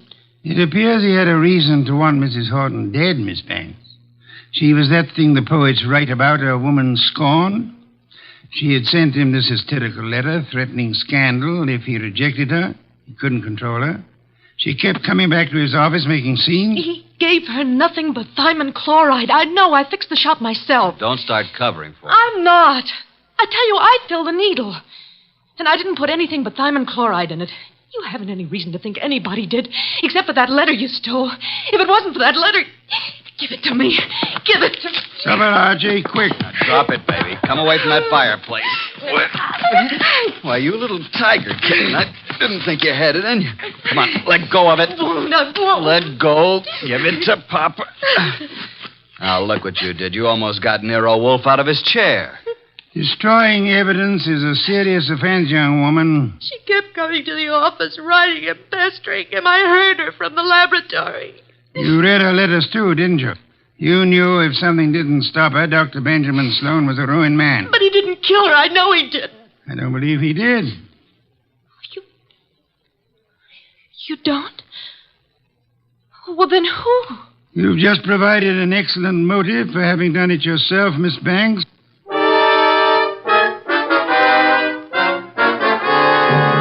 Pears and white wine. Cold, luscious, exotic. Excellent, Fritz, excellent. Best thing that's happened today. I don't like this Sloan case. If you ask me, I think that Horton dame got what was coming to her. Those are not the words of abstract justice, nor the phrases of a gentleman of culture. A good detective never plays favorites. Good night's rest, and you will find your attitude more normal by morning. You expect to have this case solved by morning? It's solved now. Thanks to the expedition I sent you on this afternoon. The arrests can wait. No one will escape. I feel like a murderer myself. If I hadn't wormed it out of Grace about the Horton woman complaining of pain, and if you hadn't jumped at the word feet... That, Archie, my dear fellow, is the purpose for which you exist, to discover pertinent facts. Have we quite finished? Coffee in the study, then. Here's the door. I'll go. Mr. Wolfe in? He isn't seeing anyone this evening, Mr. Horton. Well, he's seeing me. Archie, if that's Mr. Horton, I'll see him. You'd better. Sorry you found Mr. Goodwin so impossible, Mr. Horton. He came to pay you a call this afternoon. I sent him, but he didn't find you in, did you, Archie? No, but I made myself at home. I knew anything that would help to solve this case you'd want us to have. What do you mean? You were in my house? What did you take? Nothing of monetary value, I assure you, that will not be returned in due course. But before I announce the solution of a case, I like to have all my little props in place. I appreciate a well-rounded performance. Mr. Wolfe, I've had enough of this foolishness, this delay. I hired you to convict Sloan, not to play parlor games. You must be patient, Mr. Horton. Don't force me. I want action. Well, I had planned to wait until the morning, but if you insist... These papers here may interest you, Mr. Horton. Mr. Goodwin here collects them, your wife's letters. Leslie's? You recognize the script? These are addressed to Dr. Sloan. Do they prove anything against him? The lady's correspondence should be kept private. This other letter, however, was sent to you. To me? Leslie's? What? Give it to me. Easy, Horton, easy. Don't grab. Oh, but that letter's mine. You stole it from my desk. There is a point in a case, Mr. Horton, where letters cease to be personal property and become evidence. What evidence can that letter provide? It seems you had reason for wanting to kill your wife, Mr. Horton. A man can get annoyed by a note saying his wife never loved him, that all his money isn't enough, and that she's going to another man. You accusing me of murder? It could have been the perfect crime. Poison in one of those pills she was forever taking, or on the tip of the cigarette she chain-smoked, in a doctor's office to die in. If you hadn't been fool enough to try to pin it on Sloan, you might have gotten away with it. If I had known while she was alive what Leslie was, I might have done anything. But that letter you stole from me was one she left under my pillow. I didn't find it until after she was dead. I didn't kill her. Sloan did. You hired me to prove that, Mr. Horton. Suppose you let me go about my business. Nero Wolfe's office. Yeah? Oh, you did? Good boy. We'll expect you. I'll tell Mr. Wolfe at once. Medical examiner's officer. Just as you thought, they found poison in the body. Listen to me. Inspector Kramer's picking up Dr. Sloan and Grace. They'll be here any minute. Kramer's set to make an arrest. I told you. The police know it's Sloan. Put the letters in Mrs. Horton's bag on my desk, Archie. Leslie's alligator bag? You stole that from my house this afternoon, too. Those things are mine. Inspector Kramer will want to take them with him. What, do you think I wanted made public what Leslie did to me? Kramer can't have them. Maybe the inspector will want to take you, too, Mr. Horton. Let them in, Archie. Come in, Inspector Kramer. Dr. Sloan, Miss Banks. Wolfe asked me to bring them here first before I locked anybody up. Mrs. Horton was murdered, all right. I'm sending a man for Horton, too. You won't have to. Mr. Horton's waiting here to join the party. Come into Mr. Wolfe's office. Good evening, Inspector. Good evening, Wolfe. Will you all please range yourselves around the room as I indicate? Miss Banks here. Dr. Sloan, Mr. Horton, Archie, you stand between the two men, if you please. Mr. Wolfe, this is a dreadful mistake. I swear the doctor didn't... Stop thinking about the doctor. What about you? If you're accusing Miss Banks, I might as well tell Hold you it, now. Dr. Sloan. From here on, anything you say will be held against you. That's what I want. Let Grace go home and Oh, I'll... for heaven's sake, why don't you arrest the man? Isn't it obvious he's guilty? You and your trumped-up charges against me. I'll do the talking now, Mr. Horton. Mrs. Horton died from a certain inorganic poisoning. Poison administered in your office, Dr. Sloan, with a hypo syringe. Let's get it over with. I gave her the hypo. But I filled the needle. There you are. They're both guilty. Which would solve the case if they weren't lying. Miss Banks believes Dr. Sloan killed Leslie for her sake. Dr. Sloan thinks Miss Banks put poison in the hypo to save him from professional ruin. They're trying to protect each other. The fact is, the hypo they gave was perfectly harmless. It did not kill Mrs. Horton. Then what did? Mrs. Horton came to your office in desperation, Dr. Sloan. But she came prepared for the worst. You see this handbag? Can any of you identify it? Yes. It's hers. Is it Mr. Horton? It's Leslie's. The bag she carried to the office the day she died. Open it, Archie. You will see it contains her change purse, billfold, cigarette case, matches, her handkerchief, nothing more. That is, not unless you look closely. Then you will observe this lining has a double fold. A secret compartment. Exactly. We open it this way, and there we find it.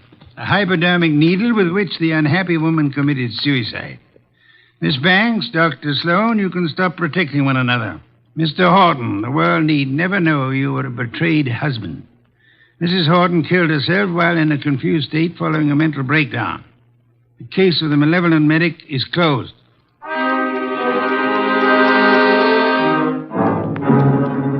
How did you ever get the hunch about the handbag, Mr. Wolfe? I know nothing about women, but on my occasional trips abroad, I have been forced to observe their handbags. Monstrosities. They hold anything and everything. Now that our guests have gone, Fritz is bringing coffee to the study. Would you like some beer? I believe I would. Somehow I feel I've earned it. Here you are. Poor fellow, I'm very sorry for you. How so? This is one case in which there is no falsely accused, unattached young lady for you to squire about. Well, here's to your better luck next time.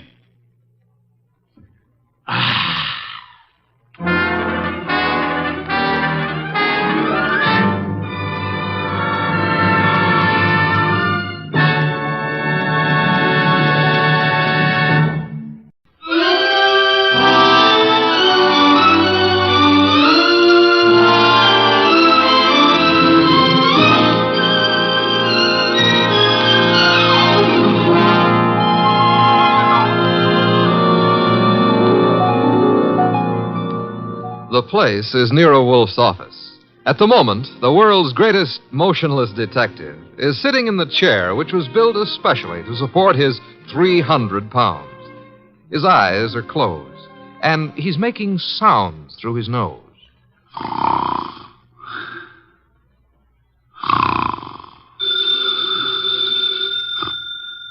Archie.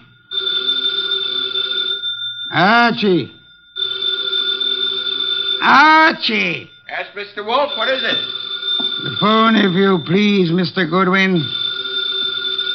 Well, it's on your desk, only 8 3/4 inches from your left elbow. All you have to do is lean forward. Found it, Archie? What do you think I am, an athlete? Hello.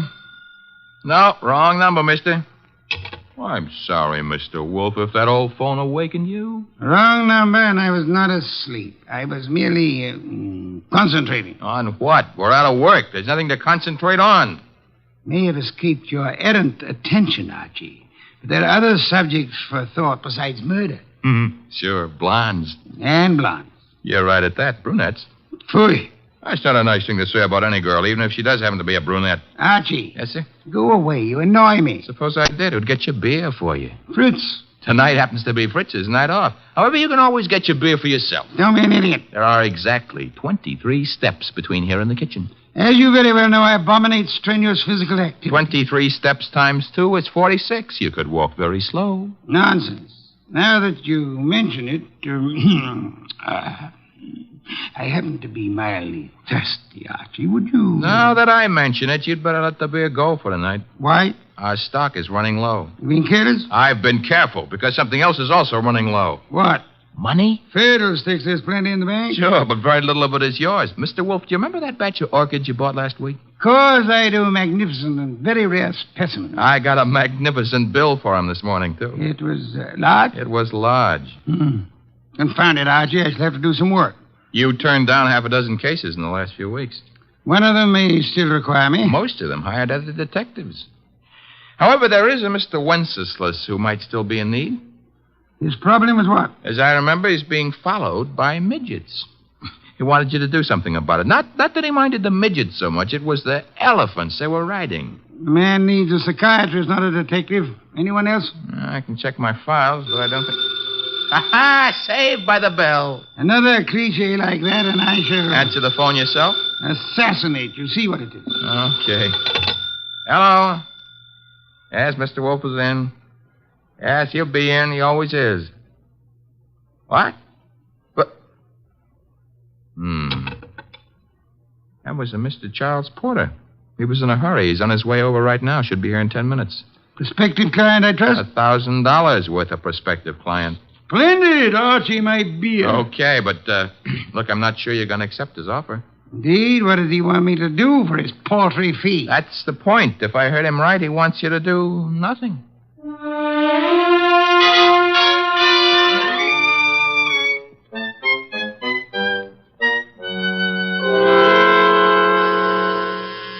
The door, Archie. Yes, sir. I hear it.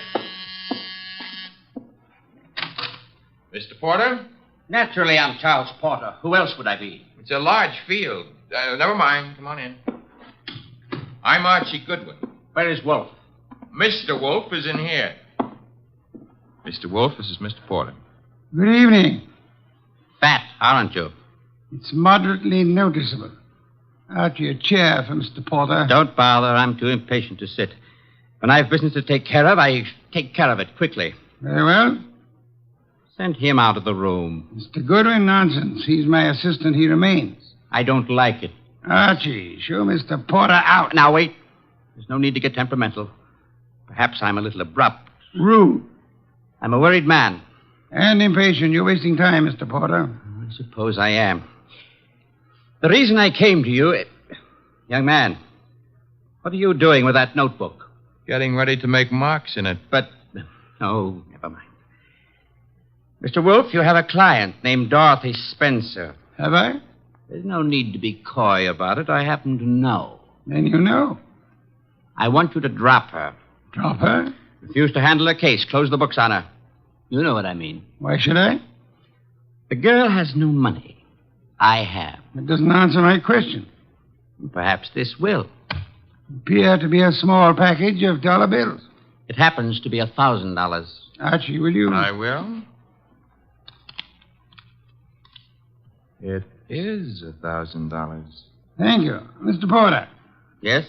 You're paying me $1,000 in order that I refuse to act for Miss Spencer. Nothing more. That's right. What does she suspect you of? I said nothing about... Well, that is... You must know that as well as I do. Possibly. Nevertheless, what does she suspect you of? Being a blackmailer. Whereas your occupation really is? I'm a musician. Pianist. I'm appearing nightly at the Windsor Hotel. Archie, have you made out a receipt for Mr. Porter? Yep. Give it to him and show him to the door. Okay. Mr. Porter? Mr. Wolfe, I want your assurance that the entire affair is definitely finished. My association with Miss Spencer, you mean? You have my assurance that it is.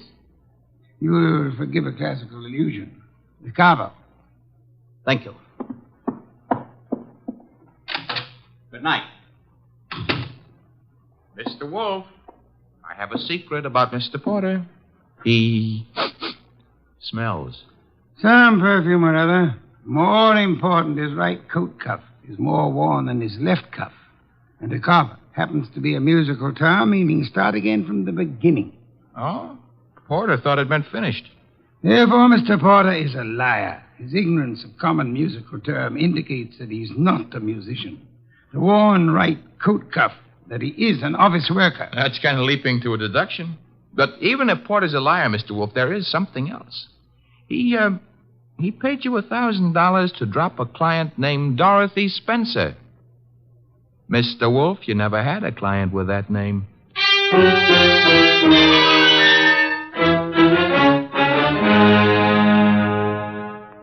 Well, that's that. Dorothy Spencer is not in. Anyway, she's not answering her phone. Mr. Wolfe, I said... I know what you said. That a comment? I'm worried. Mr. Porter may have assumed erroneously that Dorothy Spencer had employed or was intending to employ me. That does not explain why he lied about his occupation. Maybe he didn't lie. After all, your deductions could be wrong. Phooey. Okay. Take care of that right now. I'm phoning her. Hello? Windsor Hotel? Get me the manager's office. Thanks. Could you tell me if a Charles Porter plays the piano at... Uh-huh. She sounds blonde. I see. Thanks a lot. What do you do after work? Oh, so long. She goes home and beats her husband. About Porter, Archie. Bad news. He does play the piano at the Windsor in the move room. So where does that leave your deductions? Untouched, of course. Let me think. Yes, naturally. Naturally what?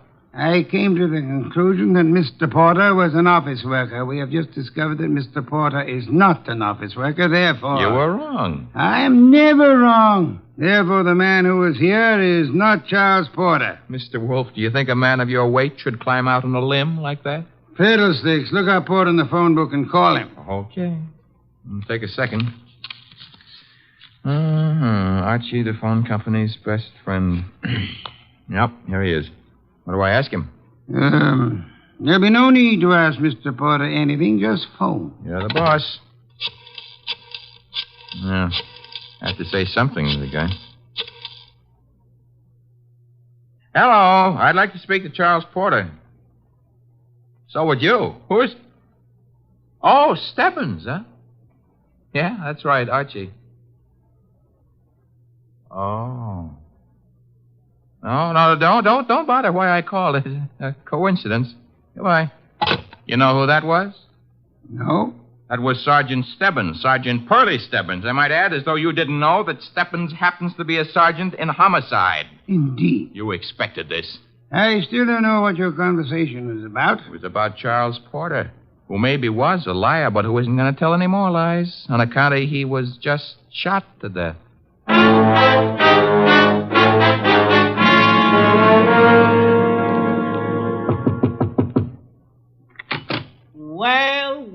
Well, if it ain't Archie Goodwin. Come in, Goodwin. Thank you, Sergeant Stebbins. I've been expecting you. Oh, that's sweet of you to say that, Pearlie.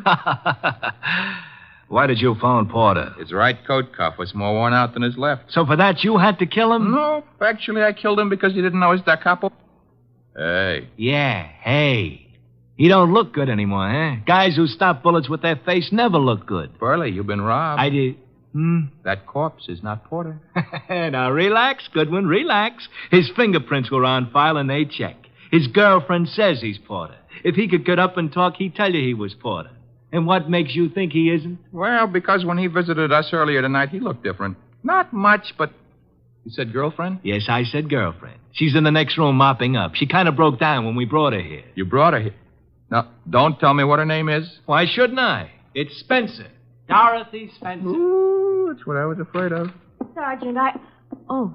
Ignore him. He comes with the woodwork. His name is Goodwin, Miss Spencer. Archie Goodwin. Find what you were looking for? What I was looking... Somebody's gone through this place like a minor league hurricane. You? What business is it of yours? Mine? None, maybe. On the other hand, Nero Wolfe might have other ideas. Matter of fact, I'm sure he'd have. Miss Spencer, why don't you go see him? The address is 601 West 35th Street. I don't see why. You want your boyfriend's murderer found, don't you? Now listen, Goodwin, the police are working on this. Sure, they'll see to it nobody harms a corpse. Goodbye, Miss Spencer. Don't forget that address, 601 West 35th Street. Believe it or not, you used to be a client of ours.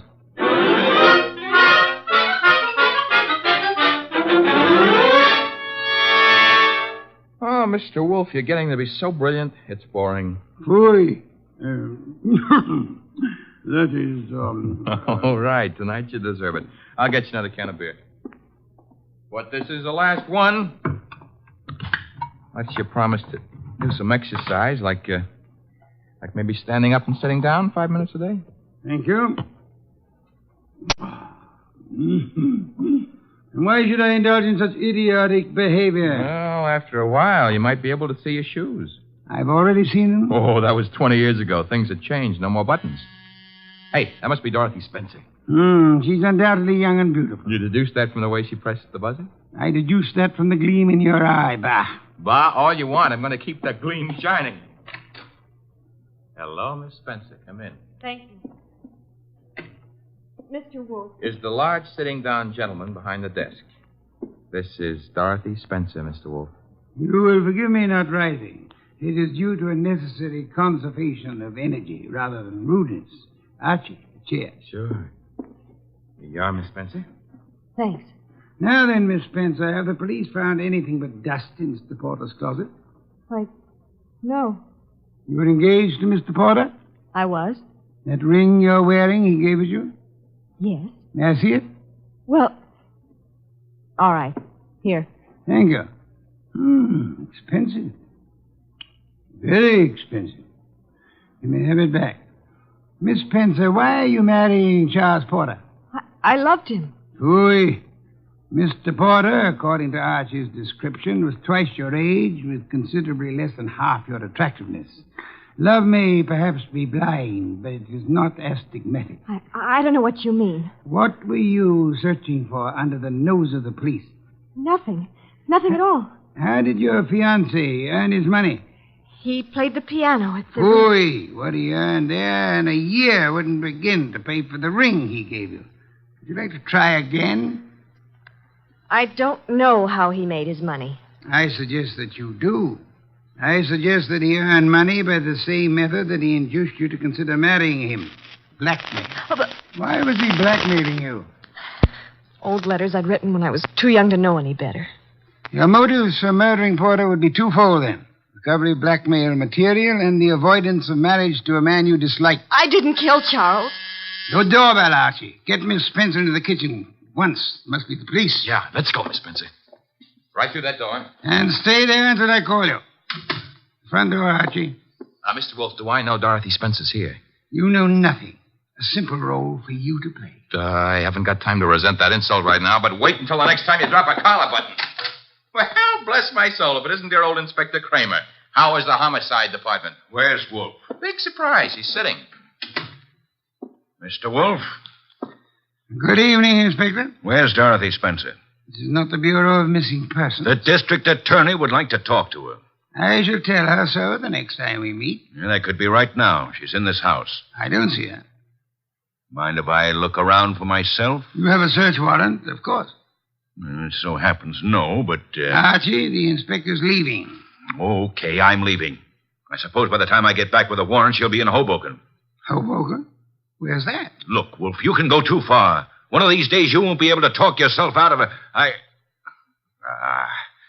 Trail me to the door, Goodwin, to show what a good detective you are. Ooh, Inspector Kramer doesn't love us anymore. Unfortunate. Archie, take Miss Spencer to a respectable hotel. Register her under an assumed name. She is to stay there until notified otherwise. Luckily, the good inspector neglected to inform us that she was the leading suspect in a murder case. Hence, we are not accessories after the fact, and I don't want her arrested for murder as yet. Her beauty has won you over. You will then return here immediately. Okay.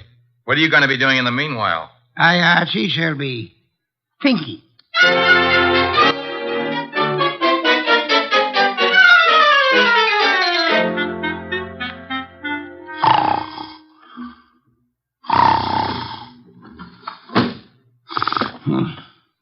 Archie?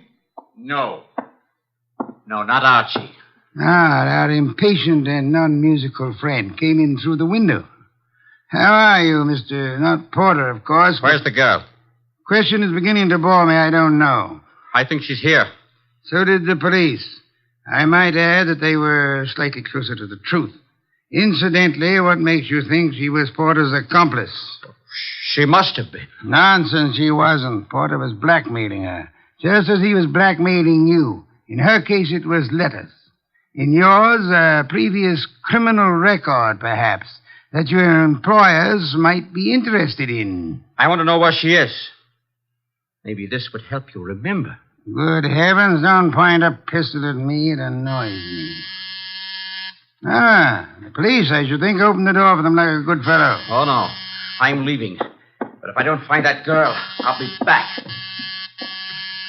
Knock the blasted thing down if it isn't open. All right, well, I've got the search warrant. Also, no doubt, a fine tooth comb. Bah. By the way, Inspector. All right, boys, cover the house. All right, Inspector. Yeah, what did you want?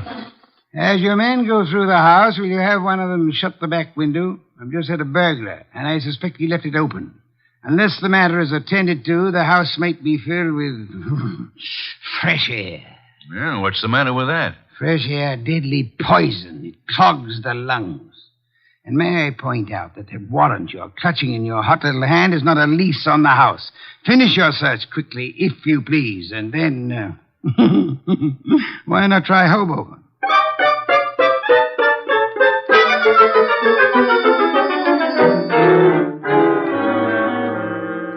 So I just missed the inspector, huh? You did? That I can stand. I'm sorry about the burglar, though.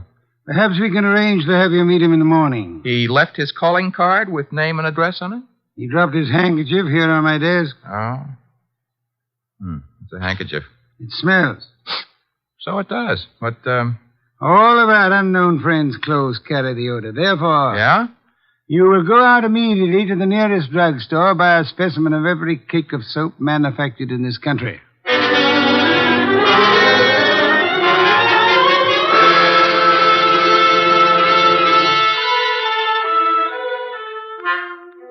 Mr. Wolfe? Be still. No. I never realized just how many different brands of soap are made in this country. You should listen to the radio more often. So far, we've sniffed at 37 cakes. None of them smell like porter. Let's see. 38. Hey. Let me have it, Archie. Yes, the soap. It's labeled orchid ovals. I should say basely mislabeled. Orchids have no odor. Our task for the evening is finished. Why? All we know is the guy washes with a basely mislabeled soap. No, the odor would not have been so persistent in that case. Unquestionably, our visitor works for a soap company that makes orchid ovals. Every employee of a plant in which perfume in large quantities is used inevitably carries the odor on his clothes. Oh. And you already deduced he works in an office. Uh-huh. I go see him in the morning? You do? You know, Mr. Wolfe, what with hiring rooms for girls and paying visits to a perfume factory, I'm beginning to feel like a maiden aunt. No one would ever mistake you for a maiden aunt, Archie. Thanks. Is that another deduction? Maiden aunts rarely need a shave.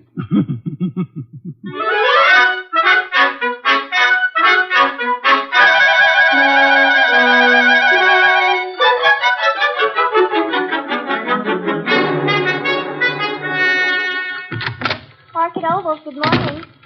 One moment, please. Oh, can I do anything for you, sir? Yeah. That is, let's postpone that question and slip in another one. I'm looking for one of your office people. In his 40s, 5'10", brown hair and eyes, speaks in a sharp, quick voice. He owes you money, too. Who owes me money? Mr. Wheeler, the man you were describing. He owes everybody money, in spite of the fact that he's office manager and makes lots and lots of money. How much does he owe you? Oh, not an awful lot. It won't break me if I don't get it. Is he in yet? Well, he was, but he went home. He was sort of sick. Sort of? He got a phone call from somebody and rushed out. Too bad. Well, I better scram. Well, you didn't answer my question yet. I'm off at 5. My name's Gwen. Goodbye.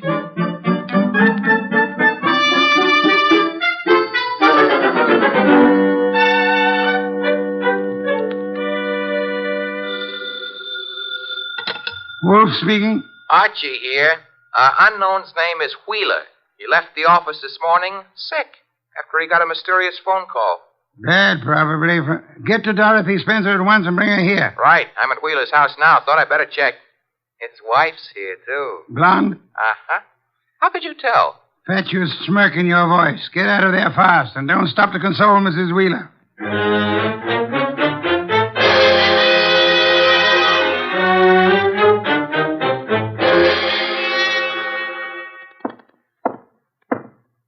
908.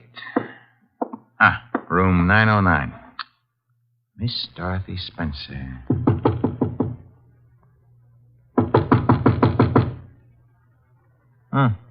Nobody home. Shut that door behind you, Goodwin. Never mind pulling triggers. I'll shut it. Oh, Archie. I would prefer silence. Keep your hands high, Goodwin. It's unhealthy. All the blood had run into my head. Archie, he murdered Charles. He did. Tut, Mr. Wheeler. You really shouldn't have. It's against the law. Get into the bathroom, both of you. I already shaved. I phoned him. I thought maybe he had my letters. Porter couldn't keep his mouth shut about his other He victims. was going to force Dorothy to marry him. Did you find his material, Wheeler? Yes, in an office. He read it as a front. It's all burned. And why all the melodrama? You know about me, so does she. I can't trust anyone. Get into the bathroom, I said. Look, let's not lose our heads about this. Get moving, Goodwin. I like it here. All right, then. Here is where you'll get it. Hey, wait a minute. Something's wrong. I got shot and Wheeler fell down. I shot him, Goodwin. Stebbins. Dear Sergeant Stebbins. Oh, you little flat-footed angel. It's lucky for you my flat feet got staked out here in time. Just for that, I'll buy you a pair of arch supports for your next birthday. But I'm beginning not to believe this. You had it all figured out? Well, not exactly. Well, that is... Wolfe sent you here. Well, he kind of phoned in and suggested one of us shoot down here and do some rescue work. That old devil. Hey, you're not kidding. What are you laughing about? Wolf wasn't sure whether you'd need rescuing from Wheeler or... Stop killing yourself with your own jokes. Or whether Miss Spencer would need rescuing from you.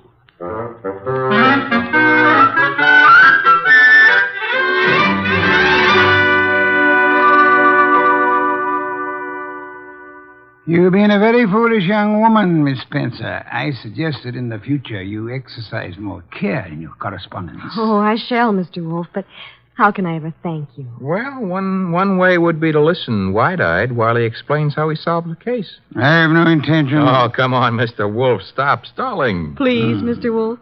Well, I'd be very happy to. As a matter of fact, I'd like to see anyone try to stop me. A man came to me, offered me $1,000 to drop a client I didn't have. Why? Because obviously he wished to direct my attention to that client. Me? You, Miss Spencer. Now then, he identified himself as Charles Porter, a musician. But I tested him and discovered that he knew nothing of music. The da capo routine. Precisely. Therefore, he was an imposter. His purpose? Yeah?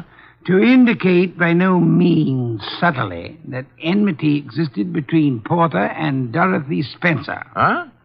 Thus, when Porter was found murdered, I would presumably be convinced that Dorothy Spencer, balked in her effort to enlist my aid against Porter, had resorted to most foul and bloody murder. Most foul and bloody murder is very fancy, Dorothy. Shows he likes you. I thereupon asked myself, why should an unknown seek to convince me that Dorothy Spencer was Porter's murderer? And you answered yourself? One reason only, because he himself intended to murder Porter, as he did. For which peccadillo he has, thanks to Sergeant Stebbins' accuracy with a revolver, already paid with his own life. Quodirat demonstrandum. Latin for that's what you wanted to know. I think you're wonderful, Mr. Wolfe, and I'm going to... Be careful. Kiss you. Archie, Miss Spencer is a very dangerous young woman. Today I feel brave. Do you, Archie? Very brave. What are you doing tonight? Nothing. Let's do it together. Bah. Oh, is that Mr. Wolfe? I said bah. Would you very much mind conducting your romance elsewhere? I would not. And do so at once. I have a very important matter to attend to. Goodbye, Mr. Wolfe. Goodbye. Night, sir. Very important. Very important.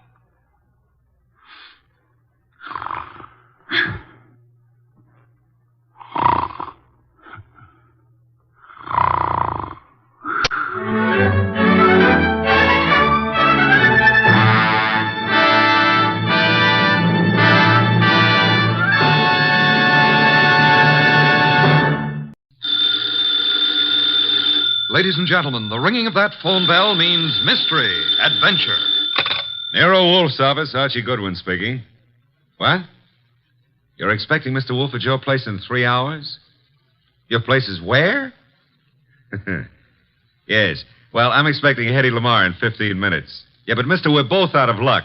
Archie, what are you babbling about? There's a character on the phone who's laboring under the naive delusion that you're about to make a trip upstate. His name? Finley, he said.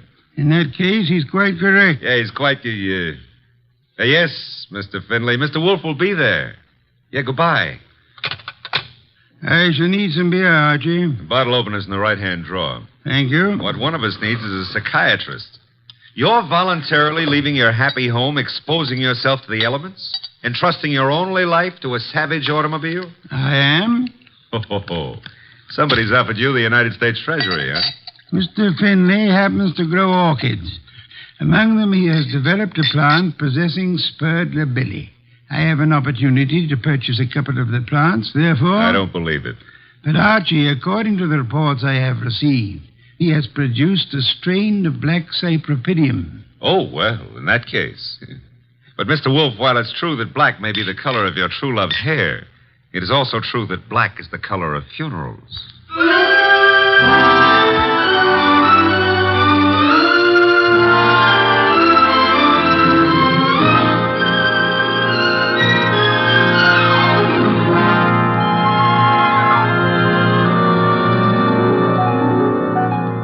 Ladies and gentlemen, it's the detective genius who rates the knife and fork the greatest tools ever invented by man. The ponderous, brilliant, and unpredictable Nero Wolfe. Created by Rex Stout and brought to you in the person of Mr. Sidney Greenstreet.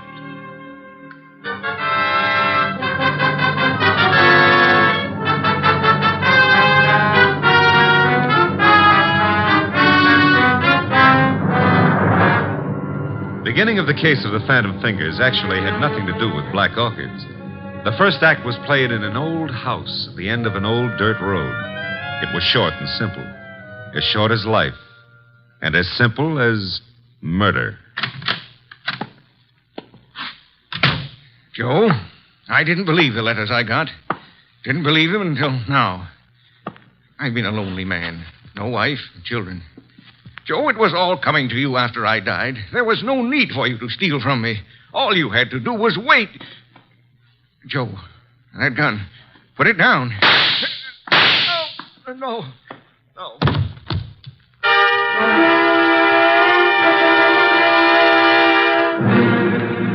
Archie. Yes, Mr. Wolfe. How much longer? Oh, an hour, maybe. Why? I'm a fool. Yeah, well, payday's tomorrow. I refuse to agree with you. Besides, the trip's been fine so far, huh? So there's snow on the road, but, Phooey. Well, it's nice snow.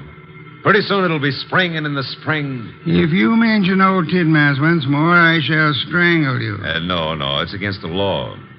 But you know, if that snow melts much faster, the trees won't look so pretty. Trees, are they really necessary? Uh-huh.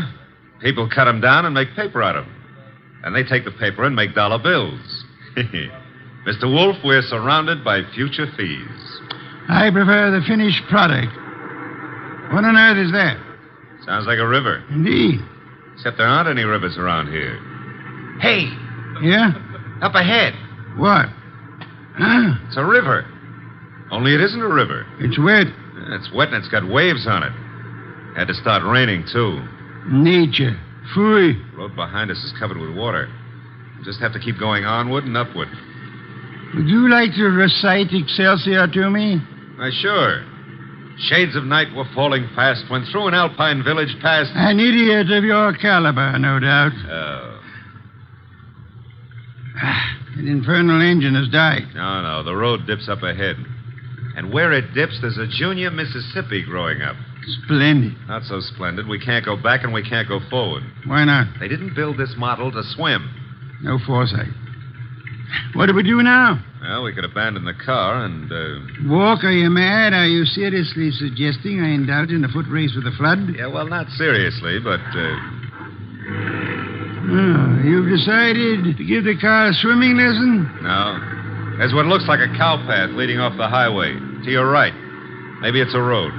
We progress. We now follow the footstep of the cow. Ah, it is a road. An old dirt road. Not only that, it goes up. Is that good? Theoretically. We might get above the water that way. And if the theory fails?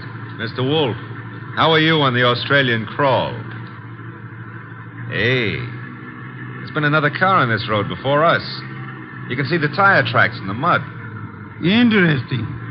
An indication that there are other maniacs about.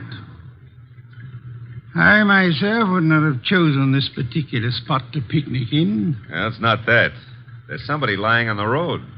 People have peculiar habits. Ignore him and drive on. Hold on a moment.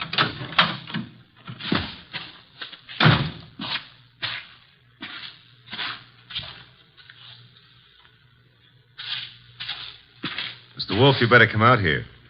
My madness has its limits. The answer is no. Serious, Archie? Very serious. Oh, very well.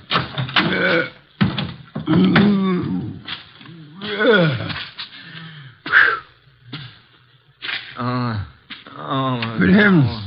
Yeah, still alive, but... The man's been shot. He's mumbling. Joe.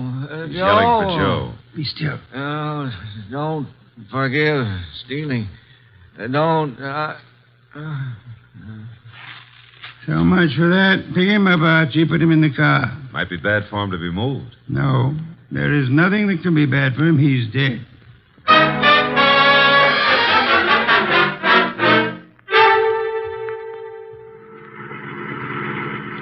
Is this blasted road leading anywhere, Archie? Well, seems to be a clearing up ahead. Maybe... Hey, it's a house. Splendid. I'm not so sure. It's perched up on top of a cliff, surrounded on three sides by nothing. On the side facing us, there's a deep ravine and a small wooden bridge. An island in the air. Yeah. High enough to keep above water, maybe, but... Now, that bridge doesn't look too good. Rain may have weakened it. I have no choice, Archie. I have no intention of being drowned in these barbaric surroundings. The bridge, Archie. Okay, hold on. No, the thing's collapsing under us. How momentum, sir? Well, if it doesn't, 37 blondes are going to be wearing black. Correction, 38. I forgot the one in Gimbel's bargain basement. Hey, we made it. The bridge will never be the same, though. There's a car ahead of us in front of the house. The car from which our dead friend, was thrown. Only one set of car tracks in the mud along the road, and here... And all we have to do is walk in, ask for the owner of the house, and, Possibly, and possibly not. Archie, go through the corpse's pockets. Oh, that's not cricket. Yeah, all right. I'm going through. There's not much on him. Handkerchief, silver, driver's license. The name was, James Miller. Address Garner Lane. Walden. Now, I've got an idea this is Garner Lane, Mr. Wolfe. In which case, someone named Joe was looking after the house for him, committed theft, and murdered Miller. Miller's body was then dumped on the road in the hopes that the floods would wash the body away. No one at the house seems to have noticed our arrival. Nope. Well, let's go in and ask for Joe, huh? Very well.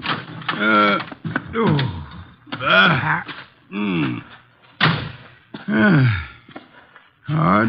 With the bridge down, there's absolutely no way of getting on or off this place. Except for a mountain goat. I don't know any mountain goats. I used to know a plain goat once, though. Indeed. He ran at the 5th at Jamaica. Stop maundering. I never maunder. Also, I never win bets on horse races. That's why I continue to work for you. That is also why you had better ring the doorbell. Okay. Nobody's going to break a leg rushing to open the door. I suppose you try it. I have had more than enough of the weather. Is that polite? Besides, the killer may have some more bullets in that gun. Are you afraid? Sure. Fooey, the door, Archie. But old Dr. Tidmouse would say... Well, never mind. Hey, somebody was careless leaving the door open like that. On the other hand, has a spider ever shut its web? The answer is no. Are we flies? Yes. Out of my way, Archie. There are lights up ahead. Must be the living room. Excuse me. Sure. You're excused. Do you live here, sir? Do we? No, don't you? Of course not. This is very strange. I came out to see the people who live here, or the person. I found the door open and no one about. I've been sitting in this corner now for a long time. Oh, it's a pity no one offered you a plum pie. Then you could have stuck in your thumb. You saw no one enter, sir? No one at all. I didn't want to go any further. It would have seemed like prying. Perhaps you had better come along with us. Well, all right. You know, this place, it has an evil atmosphere. Certainly has. What it needs is fresh air. Phooey. This would be the living room door. Ajar a bit. It is. Looks as pretty as a picture. Oh. Hello. Well, just think of it. 5 minutes ago, you know, I didn't know you existed. And you didn't know I existed. And now... Archie, your existence would have a sudden end unless you keep quiet. Excuse us for intruding, Miss... Intruding? Oh, but I really should ask you to excuse me. You do not live here? I wish I did, but... You see, I've been out walking. I live maybe a mile from here, and then when the flood began, I thought I'd come in here and stay for a while. And you found? An empty house. That's not what I found. As old Dr. Tidmouse has often said... Go through the rest of the house, Archie. Go through the... well, never mind. I'll, That sound? Somebody's walking. Coming downstairs. I'll go and see. Hey, you! Come on into the living room. Meet your guests in one or several pieces, as you prefer. What? Oh. Hiya, folks. Ah, a host at last. That's very funny. I think I'll laugh. Ha. May I ask why? Because this here ain't my dump. I was just casing the joint. I was just taking a stroll. Through the house? I'm eccentric. Oh, clever. However, I think you'd better stay. Why? Because you may turn out to be the owner of this house after all. I rather think introductions are in order. Well, I'm Peg Shirley. My name is Wagner. Joseph Wagner? Lewis. How about you, Stroller? Cregan. Sam Cregan. Peg, Louis, Sam. Mr. Cregan, while you were strolling upstairs, did you notice anyone else about? No. There was no one outside when Archie and I entered. The bridge is down, effectively cutting us off from further visitors.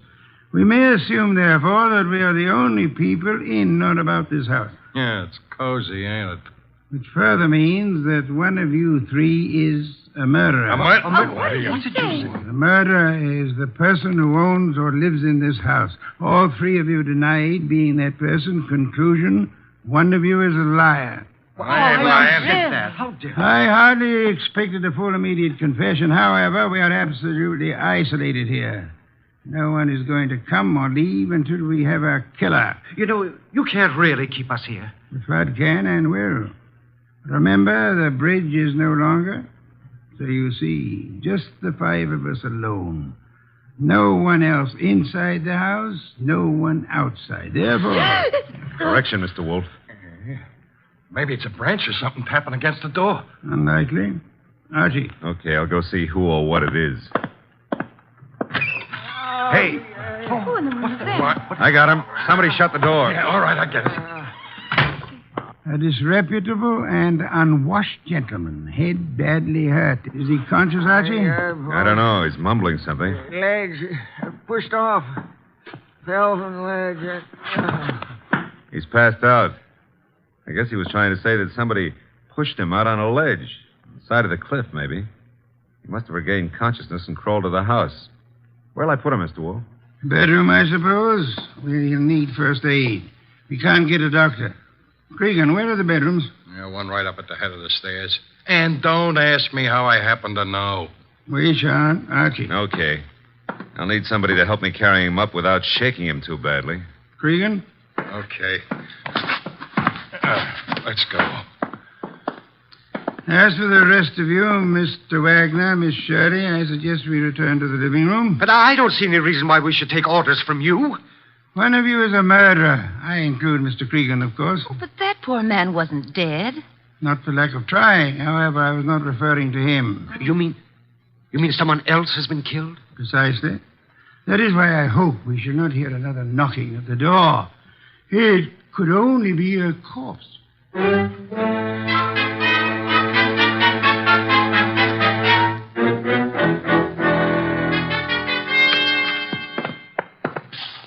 Archie. And Cregan. Yeah. The injured man? Still out. Probably got a concussion. Did he say anything further? Well, he babbled a bit. I don't know if... We should assume we're among friends, Archie. Exactly what did he say? Well, he was pushed over the edge of the cliff because he saw Miller killed. Did he also see who? No. Passed out before he had a chance. He's an old tramp, Mr. Wolfe. He was bumming his way through the country when he saw the murder. He must have decided on a touch of blackmail and receiving a concussion instead, which may last for hours or for days. Somebody's playing with the lights. Some fool. The switch was over this way. Lights are on again. Whose idea was that? I had nothing to do with this. Me neither. Miss Shirley, why did you scream? Well, someone brushed against me in the darkness. You were standing? Near the table, this table. Archie? No, nothing on the table except a bunch of keys on a ring. Something screwy. Why should a guy put the lights out just to deposit a bunch of keys on the table? Obvious. Without doubt, those are the keys of this house. Possession of them would have disclosed which of you lives here and which of you therefore killed Miller. It's late. I shall sleep down here, lacking an elevator to transport me upstairs. The elevator's lacking. Yes, the rest of you should be able to find bedrooms upstairs. Good night. Archie. Yeah? Follow them upstairs. Spend the night awake. Okay. Good heavens, Archie. On my way. What's cooking up here? Somebody's playing with the lights up Strike here, a match. You don't have to. I got a flashlight. Oh, here it is. Light switch. You know, this putting out of lights is getting to be somebody's bad habit.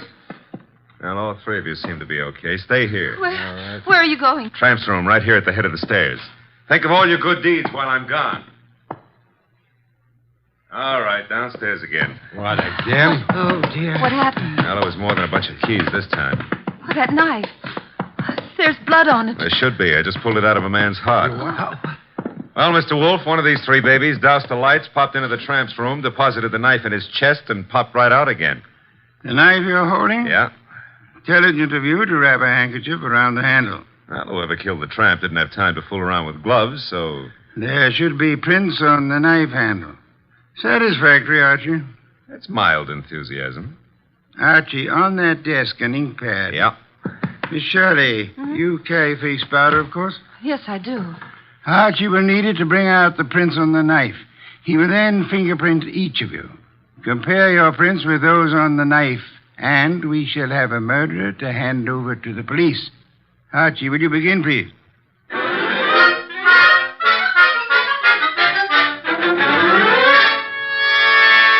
Here they are, Mr. Wolfe. 3 cards labeled with Miss Shirley's name, Cregan's, and Wagner's. Their respective prints are on each card. Good. I have the knife here. Several quite distinct prints on it. It should be child's play to, Archie. Yeah? Take your own prints and mine. What? Do as I say quickly. Yes, sir. All right, give me your thumb. Thank you. That's it. Now mine. Thank me. That's it. There's something wrong. Something wrong and deadly loose in this house tonight. Well, there's a card with your prints and mine. Thank you. Now you got 5 cards altogether. So I have. Archie. What now? Take the ink pad and a fresh card with you. Where am I going with them? Upstairs? But, Mr. Wolfe, there's nobody upstairs except the corpse. Precisely. It is his prints I want.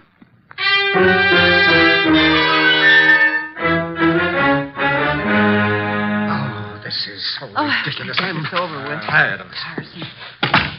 Archie? Yeah, I got the dead man's prints. Will all of you please sit? All right, but it's...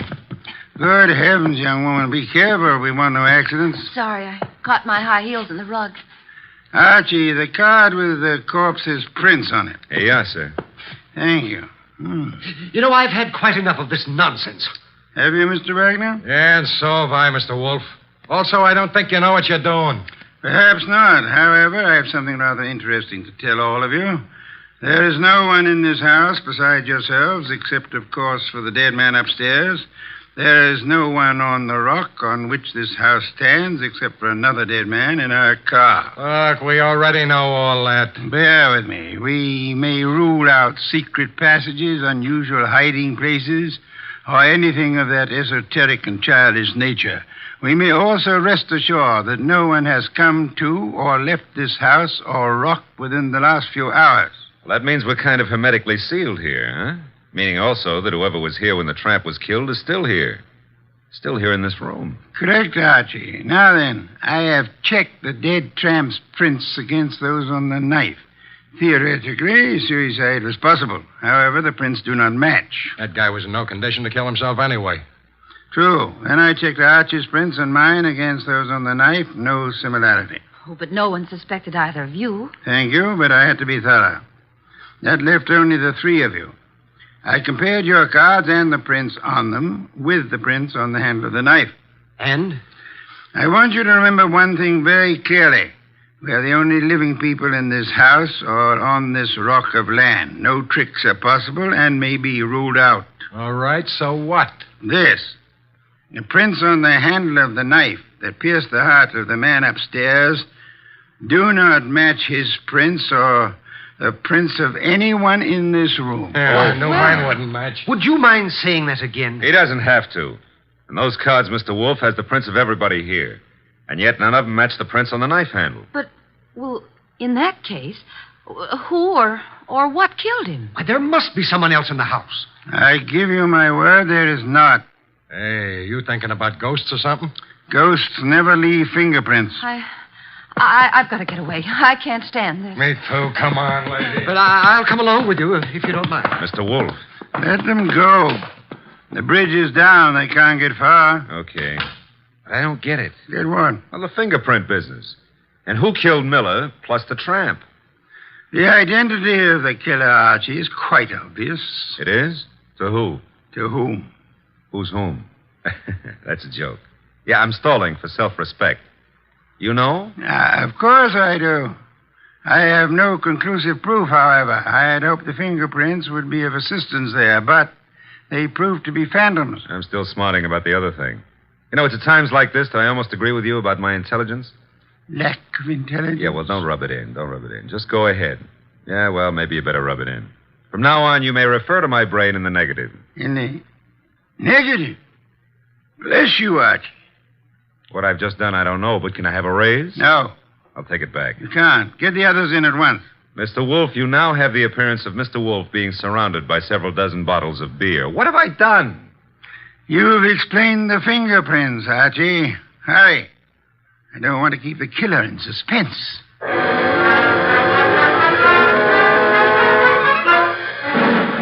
I don't care. No, I'm very nervous. I don't like this. Archie. They're all here. Yes, but they're all making a noise. Stop them. Miss Shirley, Mr. Cregan, Mr. Wagner, will you please shut... Mr. Wolfe, they have. Thank you, Archie. Now then, I have known for some little time which of you killed the tramp and Miller. I lack proof, however. And you have it now?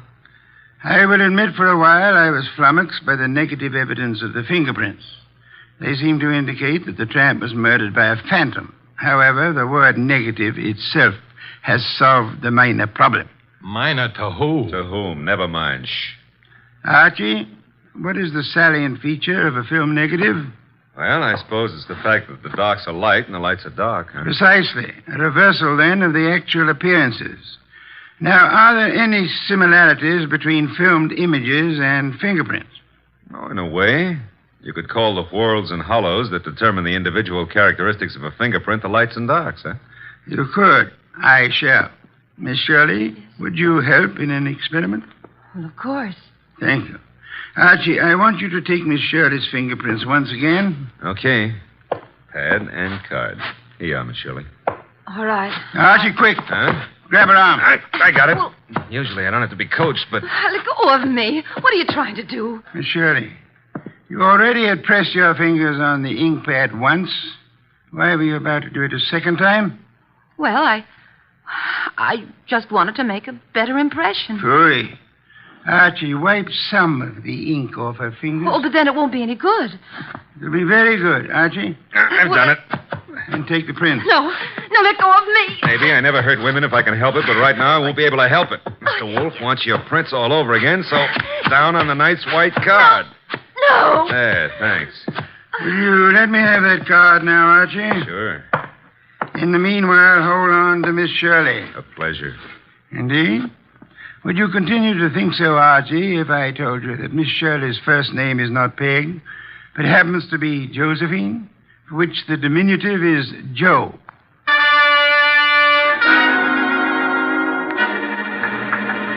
Glad they're fixing the bridge.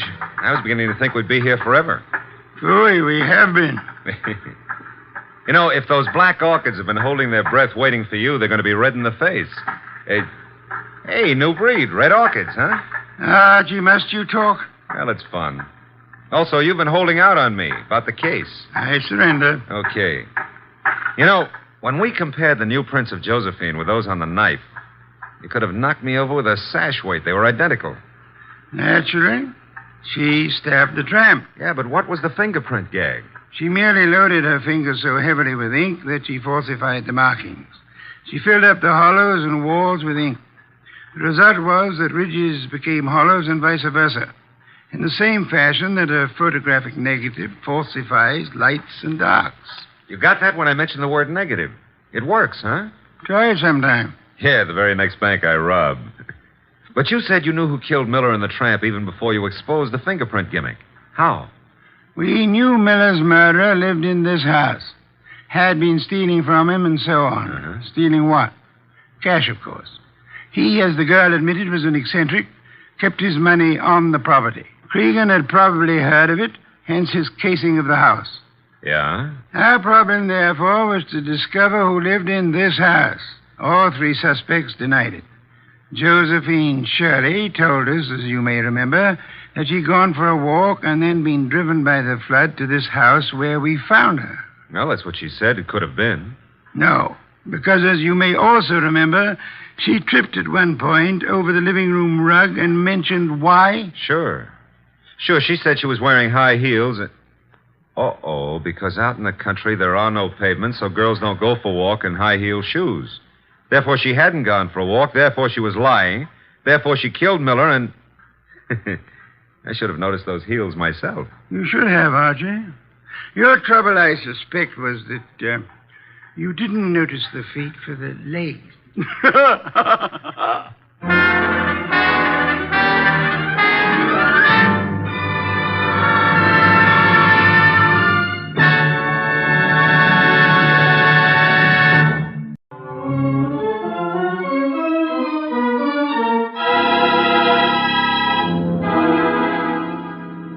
Instructions for this morning, Archie. Your notebook, please. First, Mr. Salinsbeck. Inform him that the Long Island peafowl he sent were most unsatisfactory.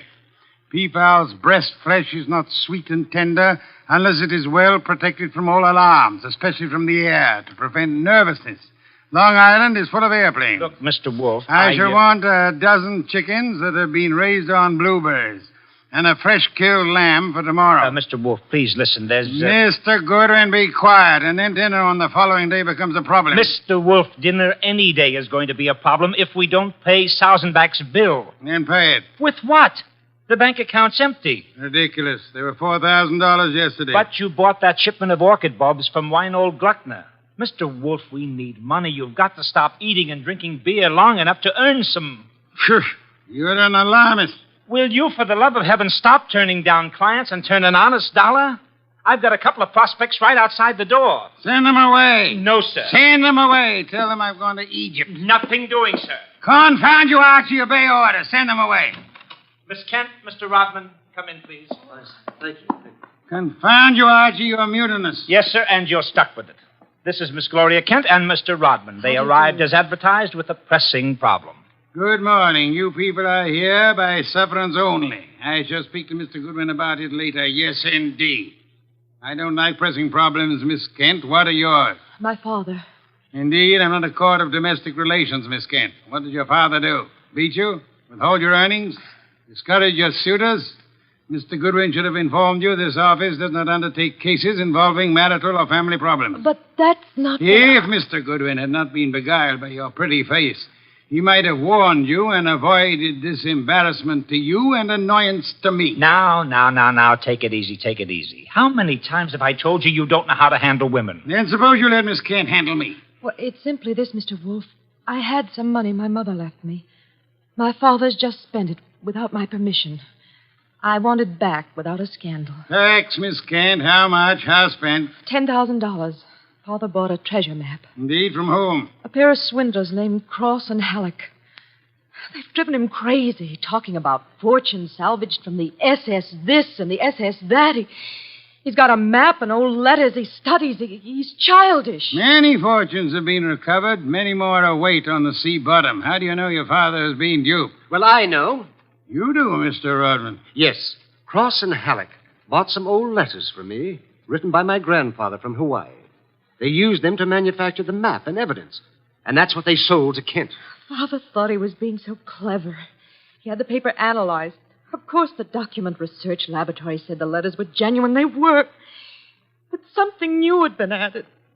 I'd have never known if Mr. Rodman hadn't told me. You're a party to the swindle, Mr. Rodman? I was not. I never knew what they were up to. Mr. Wolfe, you've got to help me. I can't do anything with Father. I can't convince him. Even Mr. Rodman can't. No, Miss Kent, I'm sorry. This is not for me. But you must.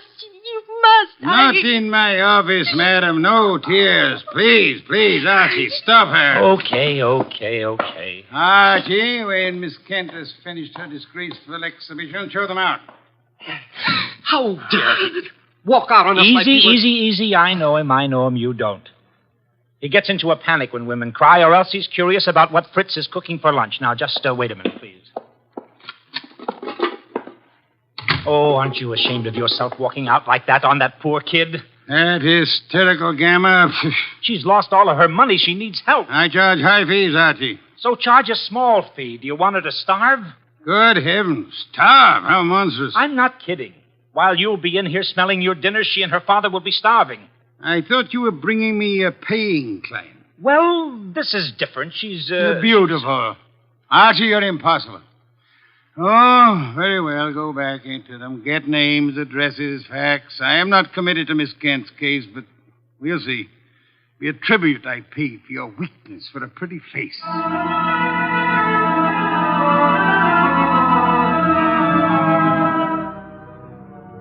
Rodman and Gloria Kent were gone, however.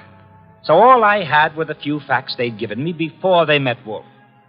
I felt guilty about that when he came back into the office and sat down in his specially built chair. He closed his eyes, and I glared at him.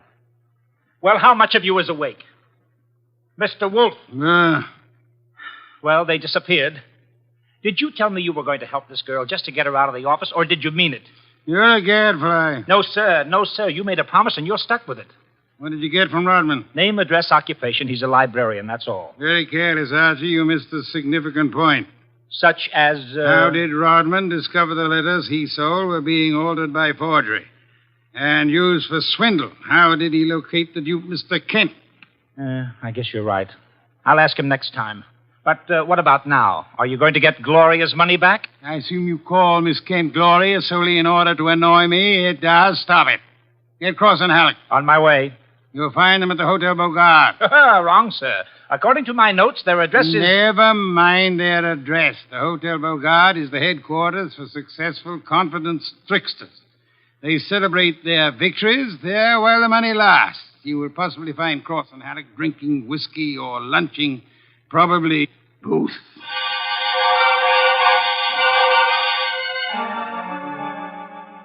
I located Cross and Halleck in the hotel bar and lured them back to our place on 35th Street. Wolfe was sitting behind his desk with his hands crossed on his impressive middle, at peace with his lunch and the world when I ushered them in. He sat bolt upright and scorched me with a look. Good afternoon, Mr. Wolfe. The tall one's name is Cross, the short one is Halleck. They want to help me invest my money.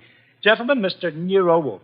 What? Who? Nero Wolfe. Hey, what is this? Confound you, Archie. How drunk are they? Not too drunk for business. Let's get out of here. Come on. Wait a minute.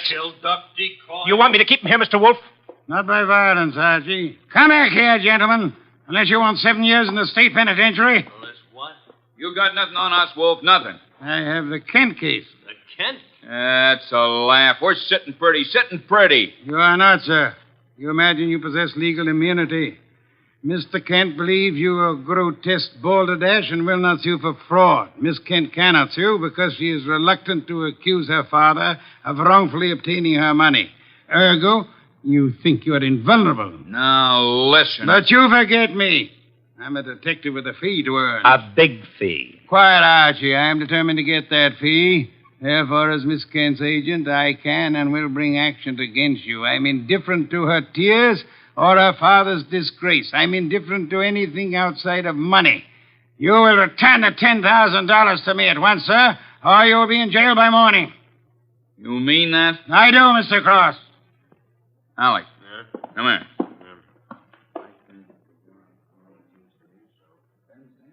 Come on, hurry. Okay. Here, Mr. Wolfe. Alec and I have decided we don't want to get in any trouble with you. Here's your $10,000. Let's have it. Give the dough to Kent, Mr. Wolfe, and get the letters and map back for us. You've got a reputation for being tricky, but honest. We trust you. Come on, Alec, let's go. Well, how about that? Preposterous. No, sir. Take a look. $10,000, genuine coin of the realm. That man Cross is a fool. Does he imagine I'm to be fooled so easily? What do you mean he left the money? He surrendered too quickly, Archie. Too easily. And that money in the envelope he was carrying all ready to refund. Why? Well, maybe he's got a better sucker. I heard him mention a Ben Sanford. Nonsense. Does he need Kent's forged letters and map to cheat this Ben Sanford? Couldn't he prepare another set? I guess you're right. Something's fishy. In any event, it's no concern of mine, thank heaven. Why not? I'm not committed to Miss Kent in any way. As a favor to you, I undertook to regain her money. I have done that. You may take it back to her and obtain the forged papers in return. But, Silence, Mr. Goodwin. Go to your red-haired charmer. Leave me in peace. I intend to spend this afternoon with my New World Atlas.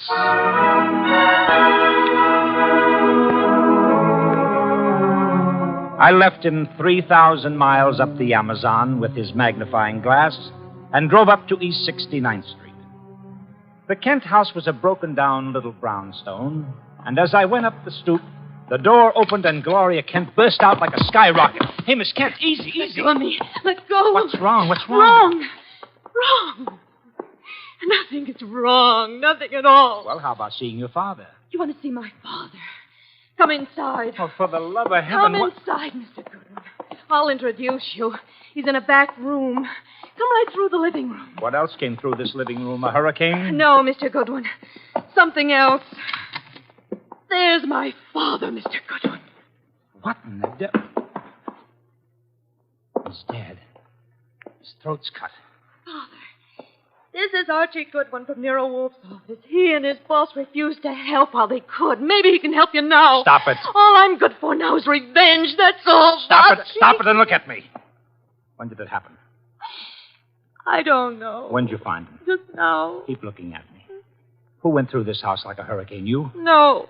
Where did you go after you left the office? To the laboratory. What lab? Document research. The place that checked the map. How long were you there? Until an hour ago. I was with Mr. Rodman. Keep looking at me. And then? I had lunch. With Rodman? Alone. And then I came home. All right.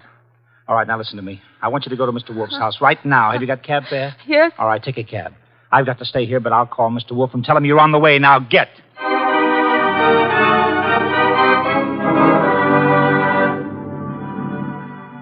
I called Wolfe, told him everything, and he instructed me to advise Inspector Kramer, who arrived with the homicide squad. I gave the inspector everything while the squad photographed and measured, print dusted and detected. At 3:30, Kramer took me back to the house on 35th Street for a fight with Wolfe. It's a great story, Wolf. Great. Kent buys a phony treasure map. Everybody knows it's phony except Kent. But Cross and Halleck try to buy it back, and Kent gets himself murdered. Did you find the map and letters in the house, Inspector? No, I didn't. The killer was after the map. A phony map? Certainly. Why? Well, if we knew that, we would know why Cross and Halleck so willingly paid back the money and why Kent was murdered. Maybe it's not phony. I'd better see the girl now. Oh, you fancy her for the murder? Well, I'll know after I ask a few questions. Tonight. She's had a shock, Mr. Kramer. She needs rest. Look, Wolf, I want her. Why bother with her when there's so much to be done? Yes, such as? Cross and Halleck, find them. And the mystery man they spoke of, Ben Sanford. These are the men you want now, not this poor, overwrought girl. Yeah. All right. The girl will be here for questioning tonight, though, huh? Tonight, Mr. Kramer. Okay.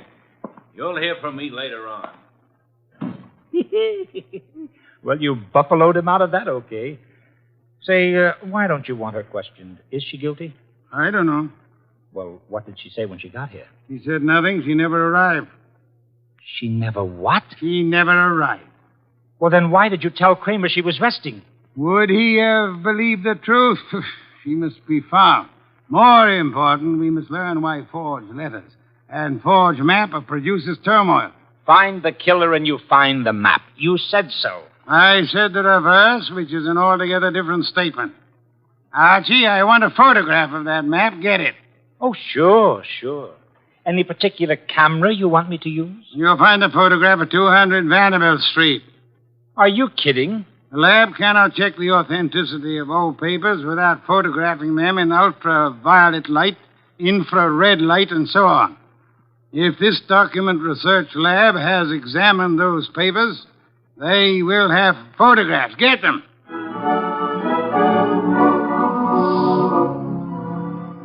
He got out of his chair and waddled back to the house elevator. It was 4 o'clock and time for his regular afternoon session with the orchids. I drove down to the document research laboratory on Vanderbilt and got such a shock that I grabbed the office phone and dialed Wolfe at once.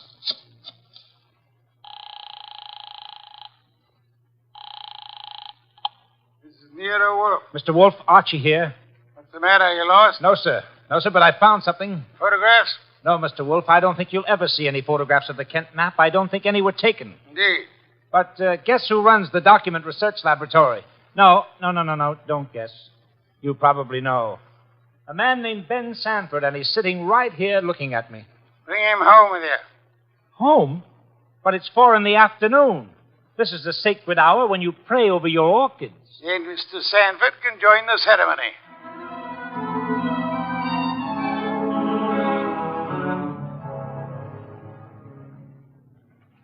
Hey, how about this place? How about it? There must be 1 million flowers up here. No, not flowers. Orchids only. Mr. Wolfe has 10,000 plants. Never saw anything like it. And you never will again, brother. Hey, what kind is that on the bench? Oh, that's our pride and joy. Odontoglossum harryanum. Above them, the Van Petersirana, and the pink ones are the Coelogiani panduratas. Now, the large object, mulching flower pots, is Nero Wolfe. Mr. Wolfe, Ben Sanford. Good afternoon, sir. Hi. I came along to be obliging. I've got nothing to say about anything. How much have you offered Cross and Halleck for their treasure map? No comment. Mr. Sanford, I'm going to make some assumptions. I assume that you are not, in fact, a document expert, but an accessory to the fraud of Halleck and Cross. No comment. That you actually prepare fraudulent maps for those swindlers, and then, in the guise of an expert, guarantee their authenticity. No comment. But this you must answer. You did guarantee the authenticity of the map and letters Kent bought. It's on record. All right, I did. Then will you admit they were forged? What are you, a comic? No. You guarantee the value of the Kent map? Yes. As an expert? Yes. Then you've convicted yourself of murder. Murder? What is this? Mr. Kent was murdered, sir. Evidently for the map and letters he bought. But of all persons involved, you alone believe in the value of the map. No one else does. Therefore, you alone would have murdered Kent for the map. For the love of... Now, wait a minute. Chew it over, brother. Chew it over. Either way, he's got you. Okay, you want me to level? Here it is. Level, Archie? Okay, boss. Thief-type talk. It means tell the truth. It's like you say. The letters were bought from Rodman. I forged the map and evidence onto them. I guaranteed them to Kent. It was a swindle. The letters are without value? Oh, sure, they're old, that's all, from 1851. Just tired family gossip and stuff. Indeed. There we have the problem again, Archie. Mr. Kent is swindled with a map and letters that are known to be worthless. He alone believes the fantasy of the treasure. There isn't any treasure, never was. Yet Cross and Halleck refunded the swindle money so eagerly.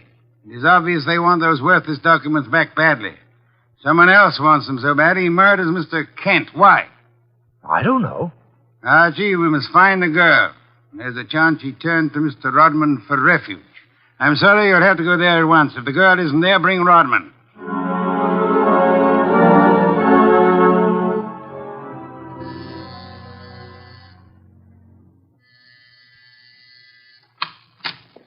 Yes? Hello, Rodman. Remember me? I'm Archie Goodwin from Nero Wolfe's office. Oh, yes, of course. I came to get Gloria Kent. There's been a change in plans. Tell her to come out, please. Gloria? Well, she's not here. Why should she be? Haven't you heard? Heard what? Well, I guess you'd better come down and see Wolfe. Mr. Goodwin, I'm afraid I can't. I'm rather busy. Look, Rodman, maybe you ought to know. Old man Kent was murdered. What? Yes, just after you and Gloria left us. Kent murdered? Well, this is awful, Mr. Goodwin. You want to see Mr. Wolfe now? Get your hat. Murder? Well, believe me, I never wanted this. I'm going to tell Nero Wolfe the whole mess. Every word of it. Okay, then. Come on, let's go. Yes, of course. Just a minute. I'll get my hat in the bedroom. Murdered? Kent? I never dreamed. Oh. Come on, Rodman. Come on, Rodman. Come on. What? I didn't hear you. Oh, Rodman. What the... Oh! Rodman. Oh, Rodman. Good Lord. What next? Come on. This is Nero Wolfe. Archie here. We've had a tough break. Yes? While I was waiting for Rodman at the front door, he went into the bedroom for his hat. The killer was there. How do you know? He cut Rodman's throat. Tell. The back window was open. It's a ground floor apartment. He was out and gone before I had a chance. Archie, where were your wits? Let me alone. I've had a man murdered 20 feet from me. You think I'm cheering? Mr. Kramer is here, and he has news for us, Archie. He could not locate Cross and Halleck in their apartment. They had not been home all day. The maid informed him that she was waiting for her weekly salary. Well, so what? She was most angry and peppery, Mr. Kramer informs me. Red pepper? Exactly. Okay, maybe I know what you mean. I'll try to deliver the goods this time. Goodbye.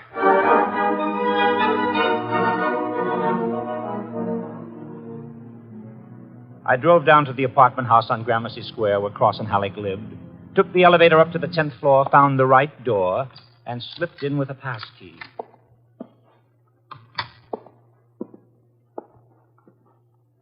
Come on out.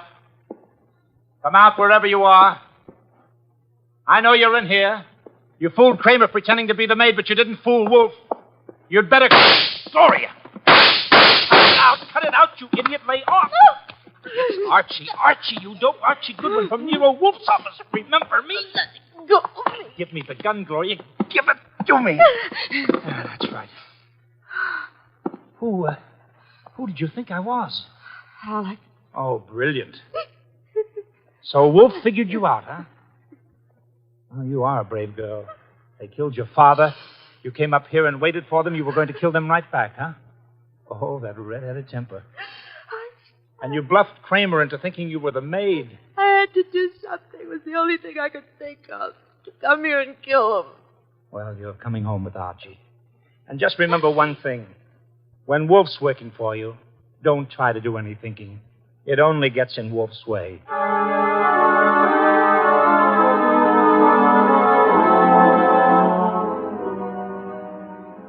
I got Gloria Kent back to the house at 7 o'clock. I parked the car, brought her into the office, and got the shock of my life. There was a convention on. Wolfe was there, with Inspector Kramer representing the cops. Cross, Halleck, and Sanford were there representing the crooks. When Kramer saw Gloria, he scowled first at her and then at Wolfe. So it was a slick one after all, Wolfe. You didn't have the girl. You had no intention of producing her. Please, Mr. Kramer, that can wait. There are other matters more important. I dine at 8. That leaves me 1 hour to solve your murders. Murders? More than one? Yes, 2. Elmer Rodman. By heaven, Goodwin, if you... Please, Mr. Kramer, not now. First, Miss Kent. Good evening, Miss Kent. I presume you have met these gentlemen, Cross, Halleck, and Sanford? Yeah, I'll take your purse, please. Why? Why? Don't think me as naive as Mr. Goodwin, miss. When you left your home after the murder of your father, you took the map and letters with you. They're in your purse Oh, that's now. not true. Archie, the purse. Thank you. We have here an interesting situation. There exist some old letters and map, forged and fraudulent. They're worth $10,000 and more to Cross and Halleck and worth 2 murders to a killer. Why? There must be something of great value in the letters. Such as? Something which Mr. Sanford could not see, although he worked on the document closely. Yet something which could be made manifest. What is the answer, Miss Kent? You know it? I swear I don't. Secret writing, Archie. Bring the chafing dish from the dining room. Right. Secret writing? I saw nothing when I worked on those letters. Naturally, Mr. Sanford, the writing is invisible. But heat is an agent. It makes most forms of secret writing visible. The chafing dish, boss. Thank you, Archie. Place it before me and light it. Right. Now I open Miss Kent's purse. From it, you see, I withdraw these ancient letters which he took from her house after her father's murder. That's not true. Archie. That's enough, Gloria. That's enough. From now on, you just listen. We remove the letters from the envelope and toast them gently. The secret ink vintage 1851 will easily succumb to the agency of heat. Careful. Those envelopes will catch fire. Hey, they've caught. Don't be upset, Mr. Cross, Mr. Halleck. The envelopes! They'll burn safely in the dish. We can concentrate on the writing. Watch closely. I don't want to be accused of trickery. You fat fool. The envelopes are everything. Put them out, Sanford. Don't sit there. Put them out. Why, Mr. Halleck? Well, the stamps, the missionaries, are worth a fortune. The missionary. Of course. You know that. Mr. Cross knows. So does Mr. Sanford, right? Yeah. Cross Sanford knows, you old fool. Let me... Mr. Sanford is not alarmed. Why not, sir? I don't know what you're talking about. $50,000 or $100,000 is burning before your eyes, Mr. Sanford. Cross and Halleck are burning their fingers, putting out the flaming envelopes. And you sit there quite indifferently. Why? Well, You know the value of the missionary stamps on the letters you bought from Rodman. But you know these aren't the real letters. Isn't that it? Not the real letters? I told you I'm tough to crack, Wolf. You didn't fool me with those dummies. Dummies, how do you know? Mr. Cross didn't know. Mr. Halleck didn't know. How did you? Well, I'll tell you, sir. Only one man could know I was framing Miss Kent as a decoy. Only one man could know I prepared these dummy letters and pretended to take them from her purse. And that is the killer. The man who murdered her father and stole the map and letters this morning. You, sir, Mr. Sanford. Well, I'll be... Mr. Kramer, there's your killer. You'll find the missing map and letters on him or concealed in his home or office. You won't need the evidence anyway. Look at his face. He's self-confessed. Self-confessed like fun. He was booby-trapped.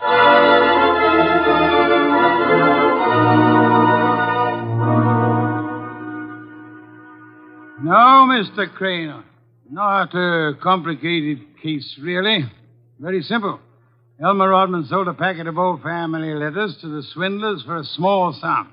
They used the letters to perpetrate their fraud on Miss Kent's father. And the stamps on the letters were valuable? They were a special Hawaiian issue 1851, Miss Kent. Nicknamed missionaries, because missionaries used them for writing home. They are extremely rare stamps worth upward of $25,000 each. Hey, no wonder they were worth 2 murders. We found 5 of them on Sanford. Excellent. Somewhere or other, Rodman discovered the value of the stamps after he sold the letters.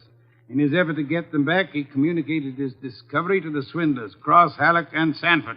So that's why they refunded the money so fast. Precisely, in an effort to have the sale rescinded. Rodman sought out Kent and tried to convince him of the fraud. Alas, he would not listen to the truth, Mr. Kramer. Oh, I get it.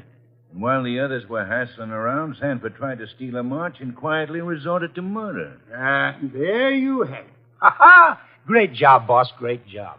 So Gloria not only gets her 10 grand back, but 5 times 25, which is about 125,000 worth of goodies. Now, figuring your rates by the hour, that means you've done a gratis job worth about... Yes, Kent. I did not, nor will I demand a large fee for what I have done. I will not go back on my word. But I can beg for a favor. I'll only be too happy to... Wait. I asked something that would not be easy to grant. What is it? Will you use your red hair, your pretty face, your admirable figure, and your ample fortune to lure Mr. Goodwin away from this house tonight? I would like to enjoy my dinner in peace. That won't be difficult, Mr. Wolfe. Let's have an understanding right now, Gloria. Difficult for you or for me? I'll be delighted. Indeed. To spend an evening with Mr. Goodwin, there is only one word for you, Miss Kent. Intrepid.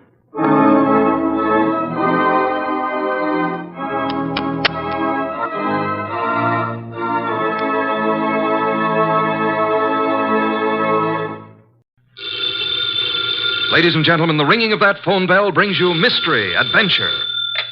Nero Wolfe's office, Archie Goodwin speaking. What? Oh, Fritz. Yeah, I thought it was the outside line. Yeah? Yes, thanks. I'll be right down, Fritz. Boss, Mr. Wolfe, will you please hurry? You're well aware that it will avail you nothing to hurry me. Why, Mr. Worrell, in such a rush today? But the car, it's downstairs waiting. Fritz is all ready. Let him wait. Isn't it enough that I've agreed against my better judgment to leave the comforts of home to go rushing through the crashing traffic of the city? To a dinner? That should be an inducement. Fritz could have prepared a delicious dinner. He has truffles in the pantry. Well, why did you promise Arthur Merle? You didn't have to accept the invitation. Quite so. He's an old friend. Besides, he does set an excellent table. It's just that I don't like the traffic. Traffic? I know why. It's that awful oxygen in the atmosphere outside. It's not the traffic. Archie, you're talking much too much. I know, boss. I'm impatient. Would you mind giving me some slight indication that you intend to move from that chair? Just as soon as I finish this beer. Sure you wouldn't care for half a dozen sandwiches before we go to dinner? If we were going anywhere other than to Arthur Merle's, I'd agree with you. He's the only person in the world I know of, except myself, of course, who has a proper appreciation and respect for the art of preparing good food.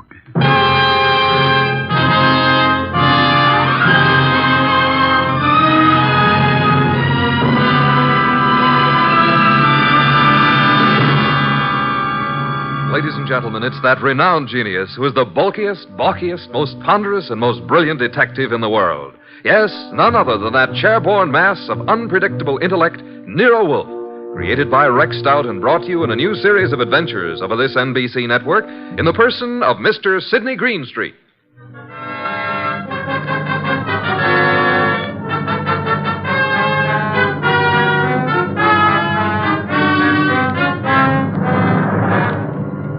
We usually refer to this story as the case of the final page.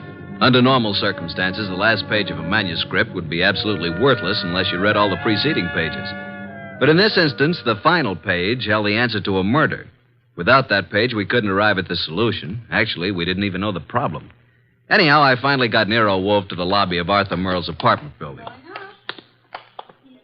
Going up. Up, please. Are you going up, gentlemen? Are you, honey? Certainly. It's my job. Then so are we. After you, boss. When did they install women elevator operators in this building? I've been here for 2 years. Floor, please. Arthur Merle's apartment, I believe it's 814. That's right. Are you Mr. Wolfe? No, this is Mr. Wolfe. I'm Archie Goodwin. Although the name Wolfe would be much more appropriate for him than for me. How did you know he was Mr. Wolfe? Mr. Merle came in half an hour ago. He mentioned that he was expecting you. You see, Archie, you rushed me unnecessarily. We practically preceded him here, and we'll probably have to wait interminably for dinner. I just hate to be late. Arthur Merle has never been on time in his life. He's no more punctual than any other writer. He's never been known to meet a deadline on time. This is your floor, gentlemen. Arthur Merle is just down the hall to the right, 814. Thank you. And by the way, I want to compliment you on your congenial attitude, miss. I'll speak to management. Oh, thank you, sir. Decent of you.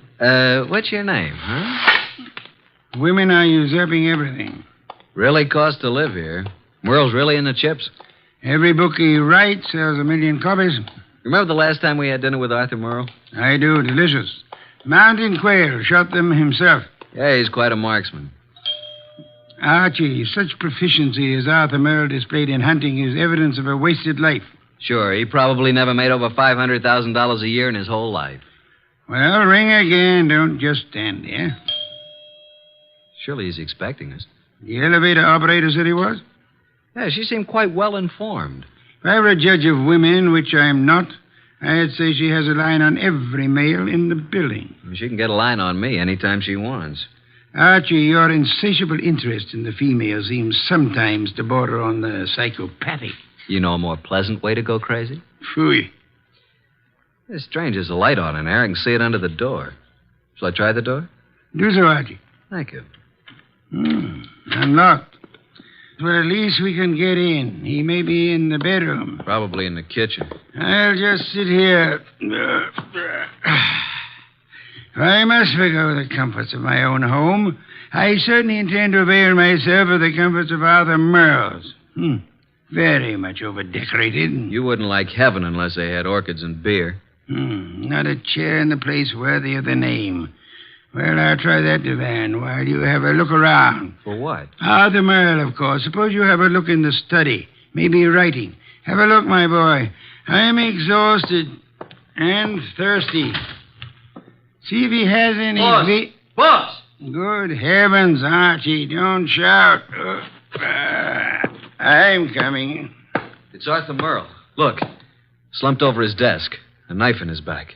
Yeah, he's quite dead.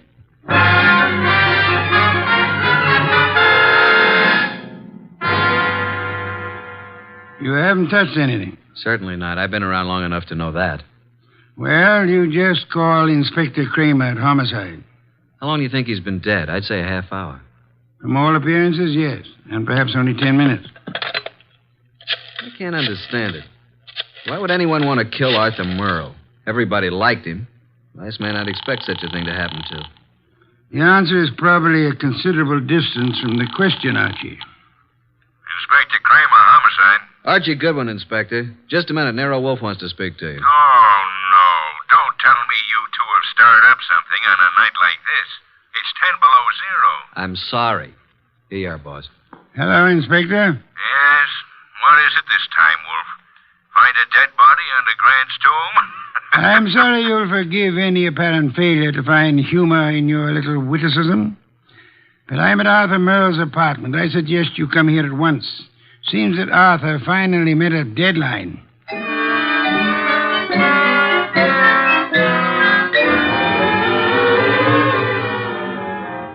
So you just walked in here and found Merle dead, huh? We were invited here for dinner. Anyone else around when you got here? No. You see anyone, Goodwin? Only the elevator operator who brought us up. Well, Mr. Wolfe, since you were in on the ground floor, maybe you've got some ideas. Sorry, Inspector. Had I been able to solve the crime so soon, I would have advised you, Inspector. Yeah. Well, it's obviously murder. Obviously. You knew him well? Quite well. Ever know of his being in any trouble? No. Everybody liked him. Arthur Merle, I felt, didn't have an enemy in the world. Is that so? I don't think anybody pulled this as a little friendly gesture. Don't jump to conclusions, Inspector, that this murder was committed necessarily by an enemy of Merle's. Meaning? It could have been an absolute stranger. A woman? Or a burglar, or a madman, or a crank, or... As far as we know, it could have been anybody in the city, Inspector. Arthur's been dead nearly an hour. And an hour ago, I was in my own home, sitting comfortably in my own big easy chair, drinking a delectable glass of beer. Someone at the door, Archie. Yeah, just a minute. I'll answer that. Mr. Merle? No. Well, is Mr. Merle here? Yes, he's here. But he's not seeing anyone. Well, he's expecting me. I'm from the Serve Right Catering Company. We're ready to serve for 4 here tonight. The dinner has been canceled. Oh, but it's been ordered. Breast of guinea hen, cooked in wine and cloves, delicious. It's prepared and waiting. I'm afraid that I must insist on seeing Mr. Merle. Mr. Merle has been murdered. Well, I'm afraid I must... Murdered? Well, oh, my goodness, but... Well, in that case, Yes, good evening.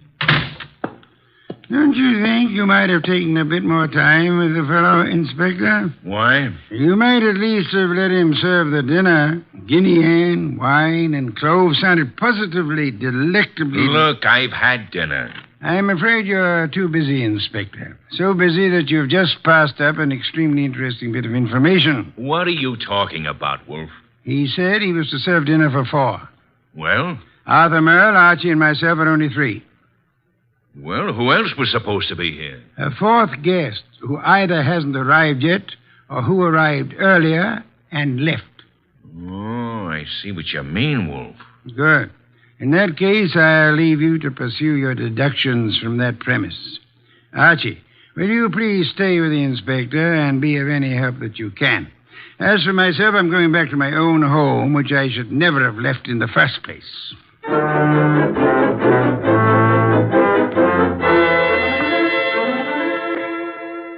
Okay, that finishes the apartment search, Goodwin. And what have we? Nothing. Except that Merle had over $300 in his pocket, and he was wearing a ring worth a couple of $1,000, so it couldn't have been robbery. And I don't think it was premeditated murder. Why not? The weapon. Obviously, if someone had planned on killing Merle, he'd have prepared it better. Used a better weapon than a blunt paper knife. No, as I see it, someone was here before you and Wolf arrived, and for some reason that person found it necessary to kill Merle, and he did it on the spur of the moment. I'm listening. Well, it's obvious. Merle was slumped over his typewriter. The sheet of paper was in it. He'd been working. May I see it? Yeah. Starbreaker. Strange title. Page 189. He was getting well along with his latest mystery. Apparently. Gregory Thorne slipped the paper into his pocket. It was just an ordinary piece of paper, but Gregory knew its value. Used properly, as Greg knew how to use it, it would be worth $100,000. He walked away briskly, and as he... That's all. Yeah, that's all. Must have been writing. No, I'd like to read the rest of it. We didn't find any more of it. Any other ideas? No, at the moment we seem to be right where the murderer himself left off. Oh, what is this, open house? Sorry to be so... Oh. Oh, what? I expected to see Mr. Merle. Is he here? Well, who are you? Cynthia Roberts. He expecting you? Well, no. That is... Come on in, Miss Roberts. Thank you. Maybe the young lady is trying to say that he didn't have to expect her. Maybe she felt free to call without advance notice, Inspector. Inspector? What did you want to see Mr. Merle about? I'm his fiancée. Oh. Had dinner yet, Miss Roberts? Why, yes, I had dinner earlier. When were you last here, Miss Roberts? Last night, after the theater. Arthur and I were... What's the matter? Is something wrong? I'm sorry to have to tell you this, Miss Roberts, but Arthur Merle was murdered.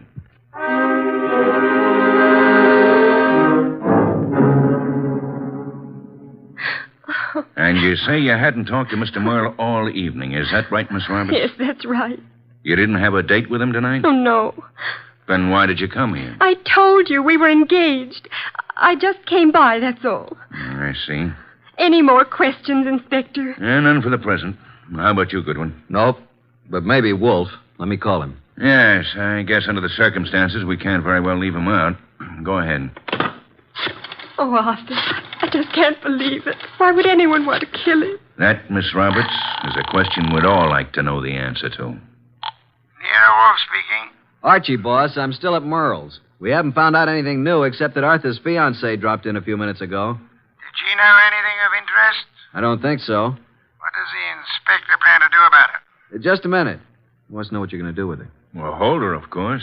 He's going to hold her. Let me speak to him. Okay. He wants to talk to you, Inspector. All right. Hello. Inspector, I suggest you let the young lady go. Are you crazy? I haven't got enough suspects in this deal to be letting the hottest one go free. You can't consider her suspect simply because she knew Arthur. Now, see here, Wolf. If you go around arresting people at random, you'll suddenly be tipping your hand to the real murderer, admitting that you don't have a real clue to go on. And just what do you suggest? Find a motive, Inspector, find a motive. Then, if you stumble on a suspect, you'll have some basis for making an arrest. At the moment, I suggest that you let the girl go and tell Archie to stop wasting his time down there and come home at once.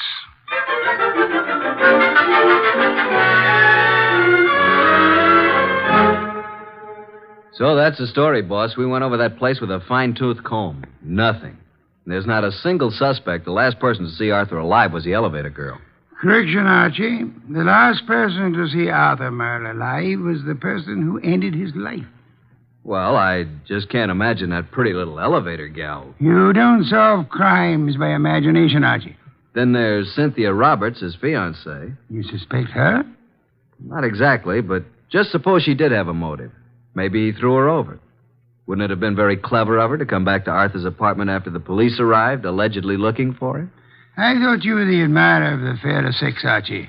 So far, the best you can do is practically accuse the elevator girl and Arthur's fiancée of murder. Well, who else is there? Certainly the fellow who came with the food doesn't count. I repeat, who else is there? The entire population of the city, Archie. Thanks. Well, that's all I get. Oh, there was something else. What? This.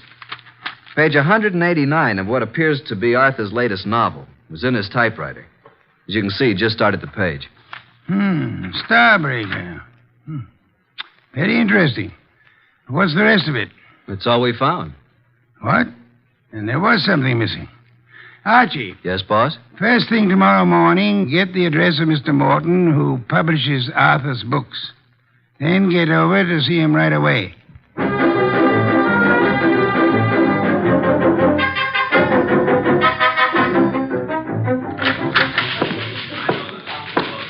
Yes, may I help you? I'd like to see Mr. Morton. Did you have an appointment? Tell him I'm from Homicide.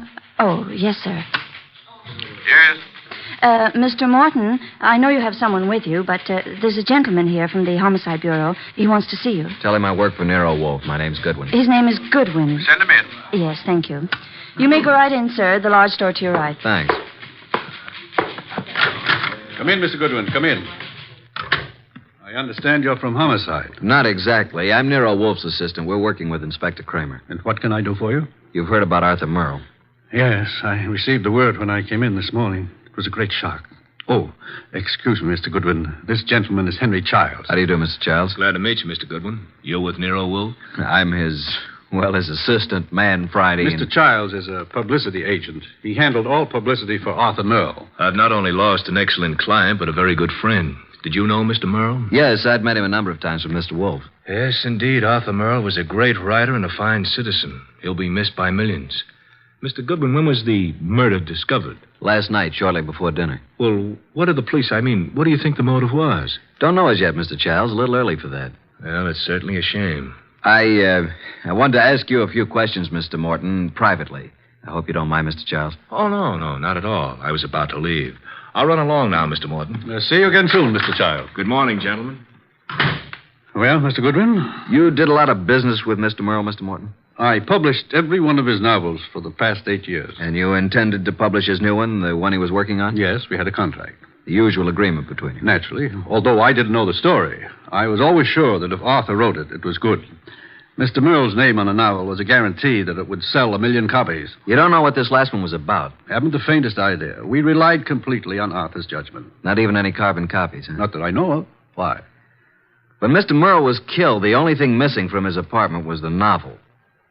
The novel? The first 188 pages, all we found of it were a few lines of page 189 in his typewriter.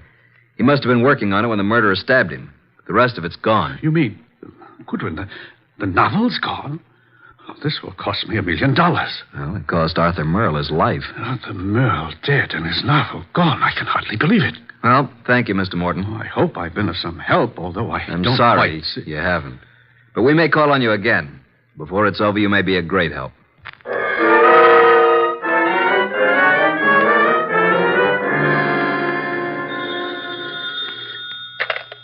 Nero Wolfe speaking. Archie, boss. I just finished with Morton. He doesn't know a thing. Merle never discussed his stories with anyone, and as far as Morton knows, he never made carbons. I see. Where do I go from here, boss? See Cynthia Roberts. Oh, then you haven't dismissed the possibility that she may have had something to do with it. Being his fiancée, she probably knows more about Arthur than anyone else. She may know who the fourth guest was to have been last night. And she also may know what Merle's novel was about. Right, boss. I'm anxious to know what the novel was about, too. I personally don't give a hang what the novel was about. What I want to find is someone who does know the story. Because I have a hunch that whoever knows that is the person who killed Arthur Merle.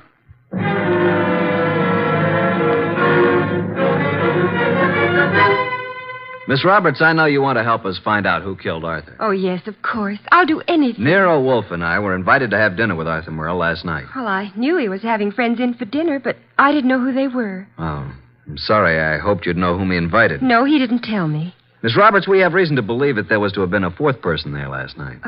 A fourth? The caterer came to deliver dinner for 4. Now, the fourth party never did show up, or else came earlier and left after Arthur was killed. You mean Someone Arthur invited to dinner might have killed him? Maybe. Oh, there's no one that I can think of who bore any ill will toward Arthur. We're convinced that this was done on the spur of the moment. Unpremeditated murder. Arthur Merle suddenly became a threat to someone. Now we've got to find out what the threat was and who was threatened. We'd hoped you could help. I'm sorry. Did he ever discuss his new novel with you? Oh, no, he never talked about his stories until he'd finished them. So his latest mystery contains the answer to an even greater mystery. Unless we find the first, they'll both go unanswered.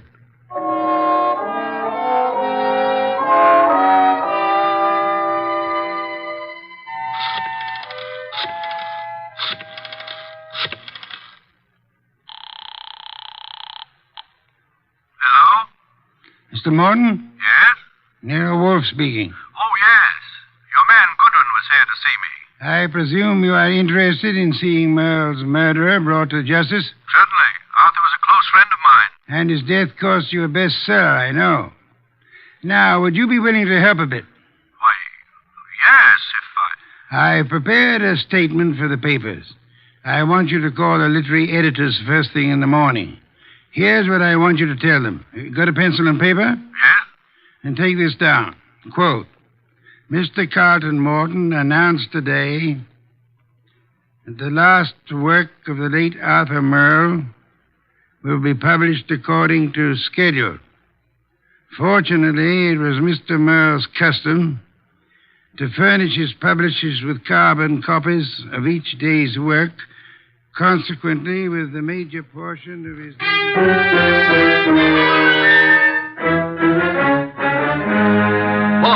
Boss! Good heaven, Archie. Please don't be so loud. Look here. In this morning's paper, why, that rat, he lied to me. That...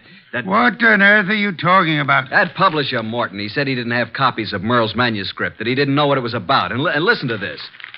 Mr. Carlton Morton announced today that the last work of the late Arthur Merle will be published according to schedule.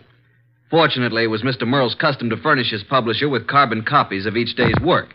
Consequently, with a major portion of his latest work, Starbreaker, in the hands of his publisher, together with a complete synopsis, including the denouement, it will be possible for a ghostwriter to complete the novel. It will be published posthumously and proceeds... Boss, did you hear that? I did, and it couldn't have been more to my liking if I'd written it myself.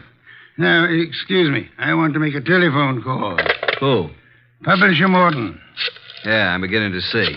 He lied about the whole thing. I still don't see why he'd kill Merle, but on... Hello, Mr. Morton. This is Nero Wolfe. Yes, perfect. Now I'll call Kramer, and he and Archie will be waiting for you. Remember now, if anything comes of it, you are to say the manuscript is in the safe in your home, and you steer the party here.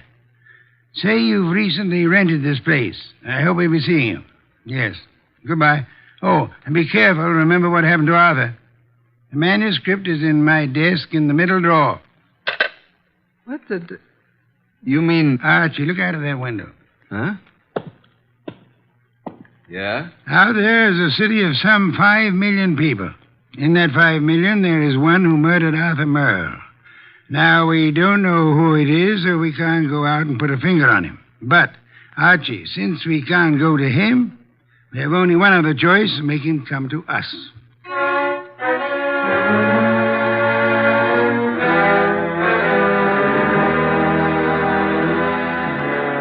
Will you tell me why we're sitting here in the dark in Wolfe's office? Yes, Inspector Kramer. Mr. Wolfe promised us a caller. Mr. Morton is to pretend that he's rented this place recently. Well, who's the caller? Can't tell you until he or she gets here.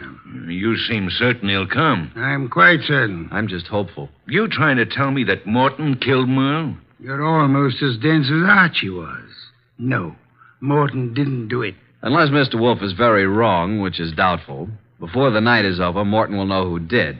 And it won't be long until we know, too. You should get on a quiz program. You're so good at guessing games. Shh. Listen. Huh? Yeah, someone's coming. A brilliant deduction, my dear Kramer. I hope there are two of them. Inspector, behind these drapes. Quick! I'll get behind the screen. All right, Mr. Morton. So far, you've been very cooperative. Just keep it up. I have no intention of doing otherwise. Your gun has me completely convinced, Mr. Childs. Get the manuscript. Yes, just a moment. It's in my desk. Wait a minute. I thought you said it was in a safe. A mistake, Mr. Childs. I don't have a safe. Shall I get the manuscript? Yes, but no tricks. You be careful. I'm being exceedingly careful, Mr. Childs.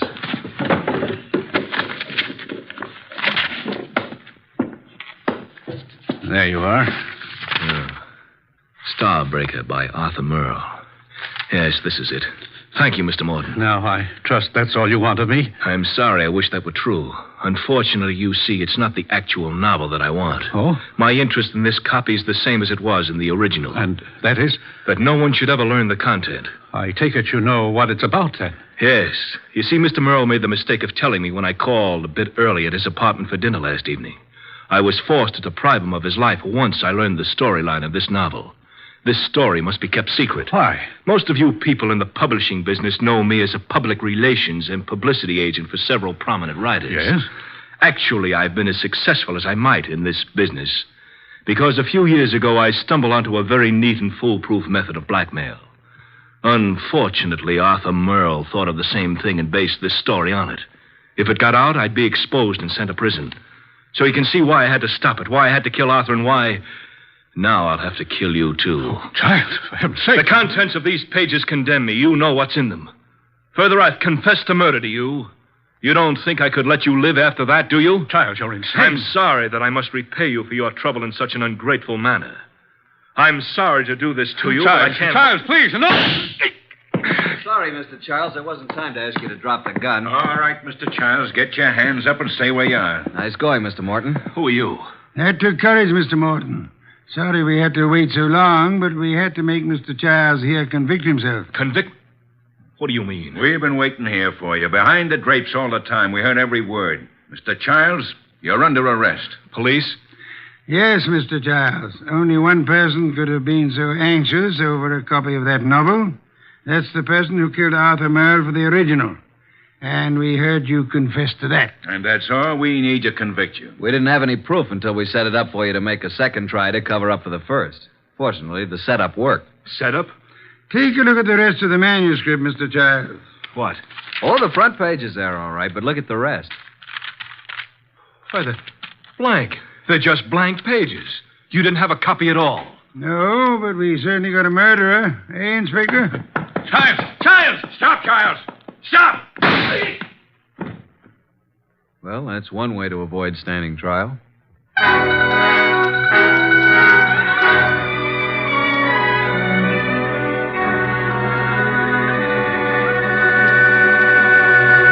Well, Archie, I'm glad you and Kramer got Childs. Some beer, please. That was a clever scheme, boss, making him think there was a copy. Yes. In a way, though, I wish it hadn't been just a scheme. Meaning? I wish there had been a copy of Arthur Merle's novel. Why? You never read detective stories. No, but I've drummed up so much curiosity over this one, I'd like to know exactly what that blackmail gimmick really was. Good night, Archie.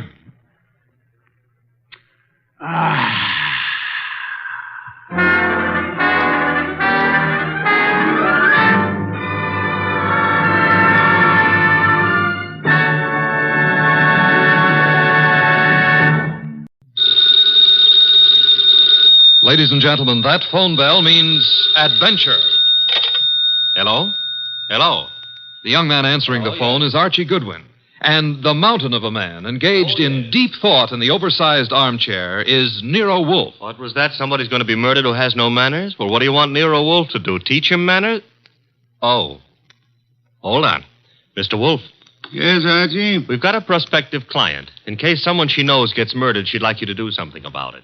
Very well. However, advise her. Yes? Not to get murdered herself. I never take a corpse for a client.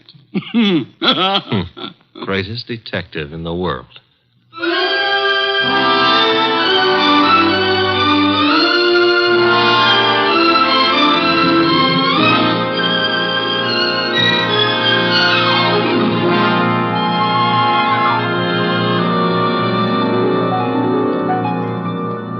Yes, Archie is so right. He is the greatest detective in the world, and the fattest, and the least energetic.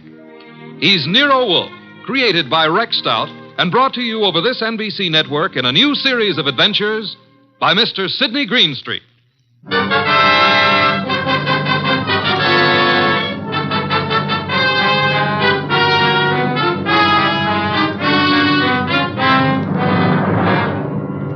Tonight, it's the case of the Impolite corpse. It began on a certain night at 8:40 when Walter Channing, an advertising executive, was dictating in his office to his charming secretary, Brenda Barkley. Brenda, take a memo. Yes, Mr. Channing. This is to be mimeographed and sent to the entire staff. The entire staff, yes, sir. Notice, effective at once, 1-hour lunch periods will be strictly enforced. Employees will post time of departure and time of return. Yes, what is it? Mr. Channing. Bennett, I'm busy. Well, I've got to see you, Mr. Channing. About this afternoon. This afternoon was unfortunate, Bennett, but it happened. I lost my temper. I'm sorry. So am I. Mr. Channing, I've been with the firm 14 years, and because a man blows up once in 14 years... Mr. Channing's office. Oh, you've got to reconsider. That's all, Mr. Channing. I never reconsider, Bennett. It's your wife. But, Mr. Channing... That will be all, Bennett. It won't be all. You can't wipe out 14 years of a man's life. Even you can't do that, Channing. It's Mrs. Channing on the phone. Oh. Hello? You're where? That's in this building. Since when has Dr. Ellis kept evening office hours? I told you there's nothing wrong with you. No, I can't. I don't know when I'll be through. And I don't want you hanging around up here. Well, take a cab or walk. I don't care what you do. What? I can't understand you. What? Goodbye, Doris. Where was I? Walter. Yes? You are going to reconsider about Tom Bennett, aren't you? Bennett was insolent this afternoon. I won't tolerate insolence. Yes? Shine, Mr. Channing? Shine? No. What's he doing down here this time of night? Half the staff's working overtime. Kelly's an enterprising shoeshine boy. Might have missed someone on his rounds this afternoon. Walter, about Tom Bennett. Forget Bennett. Look, you upset the inkwell. Oh. Quick, blot the stuff. Yes, of course. Did any spill on you? Spot up my trouser cuff. Lucky you didn't get on the carpet. Walter, about Tom Bennett. I told you to forget Bennett. All right, Walter, all right. Though maybe you shouldn't. Maybe you'd be better off to use him as a model. A model? If he knows he's not wanted around here, he'll have the self-respect to get out. Meaning? Well, you've known for a long time you're not wanted. And you're still here. How you'd like to fire me. Denying that would be silly. I've been with this firm 15 years in January. Employees get a bonus of stock shares after 15 years' service. That's what I'm waiting for, and you know it. Suppose we get back to that memorandum. You'd like to get me out before I collect those shares, wouldn't you? I said let's get on with the memo. You'd be petty enough to do it, too, if you knew how.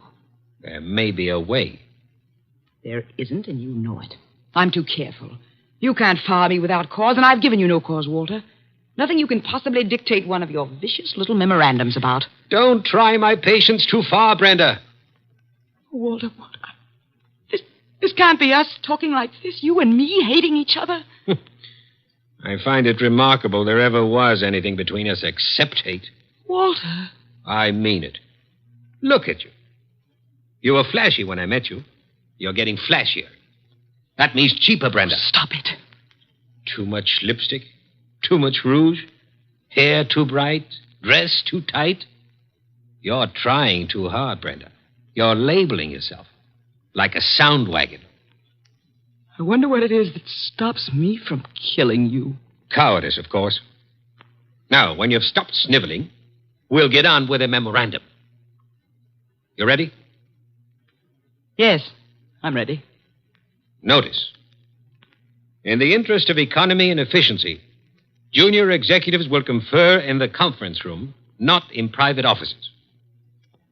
Mid-afternoon coffee and personal phone calls and daily shoe shines will be eliminated.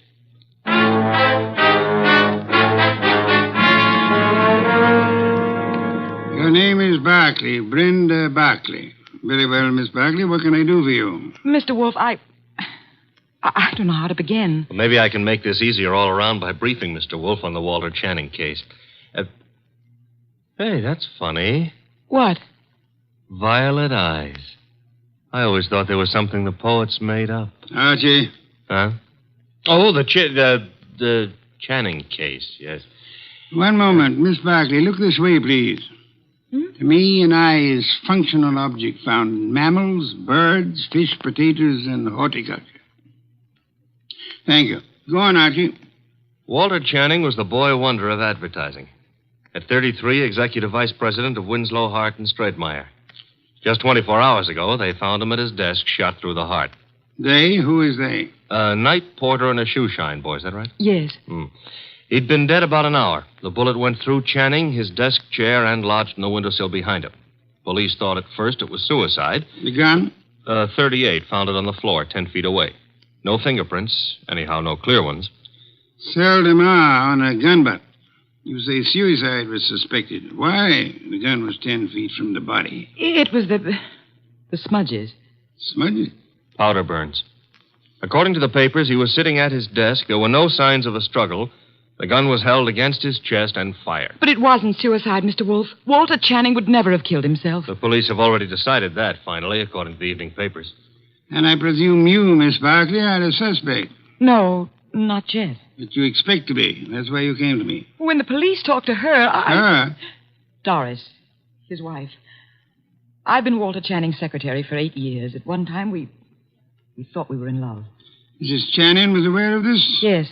Oh, it was a long time ago. It was over. It was finished a long time ago, but she never believed that. Neither did Alan. Alan who? Alan Mielik, head of the media department at the agency. We were going to be married when Walter and I... Well, Decided you were in love. Miss Barkley, who finally decided you were not? You or Mr. Channing? He did. I see. Mr. Mielik believes you did not share this change of heart. Yes. Oh, he's such a fool. I dare say you fear Mrs. Channing or Mr. Mielik or both will reveal this ill-fated romance. You know what the papers will make of it, what the police will try to make of it. Miss Barkley, did you kill Channing? No. Oh, no, I swear I didn't. Oh, Mr. Wolfe, I didn't. Please, for heaven's sake, no tears. Archie, put her in a cab. Yes, sir. Then come up to the plant room. There are some things I'll want you to execute for me. Yes, sir. Women. Bah! Yes, Mr. Goodwin, I'm Abe Jackson, the night porter. I was working late that night. Mr. Channing, his secretary, Mr. Bennett, Mr. Mielik, and his secretary.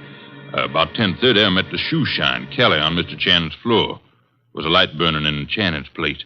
We went in to turn it off, Kelly and me, and there he was, sitting at his desk, a hole this big in his chest. Tell me, Mr. Bennett, did Channing have any enemies in the agency? Channing was a slave driver, Mr. Goodwin. The girls hated him, and men were afraid of him. He'd send out memos like this one around. Here, take a look at it. It's typical. No coffee, no shoe shines, no office conferences. If you want my opinion as one employee out of 150, whoever killed Walter Channing did the rest of us a favor. You're Amy Long, secretary to Alan Mielik. Now, what can you I can tell you plenty. How she jilted Mr. Mielik, took up with Mr. Channing, got thrown over by him. I wouldn't go so far as to say Brenda Barkley would murder anyone.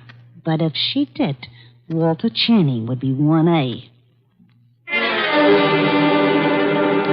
Channing get his shoe shined by you? I called the agency man, sir. You know, it was Jackson and me found him.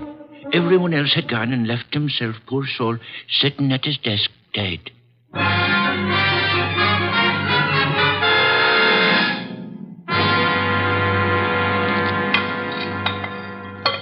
This specimen, the monogamous straight orchid. Beautiful, isn't it, Mrs. Channing?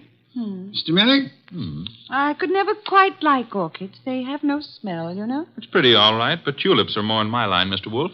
Tulips, Mr. Mielik? I had a stand of emperors this spring. Emperors, come in, Archie. Emperors, Mr. Mielik? That's the name of a tulip, Mr. Wolfe. A peasant flower. I've heard of it, of course. Archie, Mrs. Channing, Mr. Mielik, my assistant, Mr. Goodwin. Mr. Goodwin. I didn't know you had company.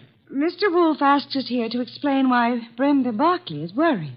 And you have both agreed to respect her position. Brenda ought to know I'd never tell the police anything to get her into trouble. Phooey. Sir? He said phooey, Mr. Mielik, meaning he doubts what you say and does not admit your right to say it. Archie, Mr. Mielik, you say you had never intentionally informed on Miss Barkley. Certainly not. The tongue slips, sir. We would expect you to guard yours. What? Do you think what that... I started to say. You asked us here because Brenda Barkley is your client. I despise Miss Barkley. Everyone knows that, and why. But I wouldn't stoop to implicating her in murder. You believe her innocent, then, Mrs. Channing? I believe she lacks the gumption to pull a trigger. Poison, I wouldn't put past her at all. Mr. Mielik, would you be kind enough to see me home? Of course, Mrs. Channing. Good day, Mr. Wolfe. Good day. And Mr. Goodwin. You have, I suppose, an exhaustive report from me, Archie? 7 pages of notes. Save them and get me a bottle of beer. You're in a rosy mood. What happened? I said I would like a bottle of beer. No, you wouldn't. Archie, you better... Don't puff up about it. Those vest buttons won't stand the strain. I can't get you a bottle of beer. Why not? You ordered me to hold you to 4 a day. I rescind the order. You also ordered me not to let you rescind the order. What's the matter with you, anyhow? I have had to entertain 2 very dull people too long. Both those dull people are prime suspects. Mrs. Channing is a woman scorned. Mielik lost his girl to the guy who was killed. I can't blame her for throwing him over. Archie, the man grows tulips.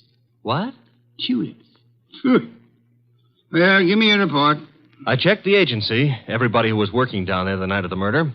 Also, I dropped in on Inspector Kramer at homicide. Also, I visited the morgue. Why the morgue? Because if I hadn't, you'd have said, why not the morgue? Go on. I drew a blank there. Kramer let me look at the clothes Channing was wearing. There was an ink stain on the left trouser cuff. An ink stain? And a hole through his shirt front with plenty of powder smudge like the paper said. He was shot with a .38 at point-blank range, sitting down. An impolite corpse. What? Discourteous. He didn't rise to meet his murderer. That is most significant, Archie. I know. I've got a theory about this case. No theories, facts, if you please. But look, Channing owned a .38. That's a fact. It's disappeared. That's another fact. The murder gun was a .38 with the numbers filed off, and it could be Channing's own gun. Thereby proving what, Archie? That his wife had access to it. Your theory involves Mrs. Channing, then? And Mielik. She decides her husband is less trouble to her, dead than alive. A regrettable tendency of wives. Have you noticed? And she sells Mielik on the idea. Now, that wouldn't be hard. They figure to make it look like suicide, but Mielik loses his head and runs, drops the gun on his way out, and... Oh, you don't buy it. Enough of theories. The facts, Archie. Out of your notebook. 1.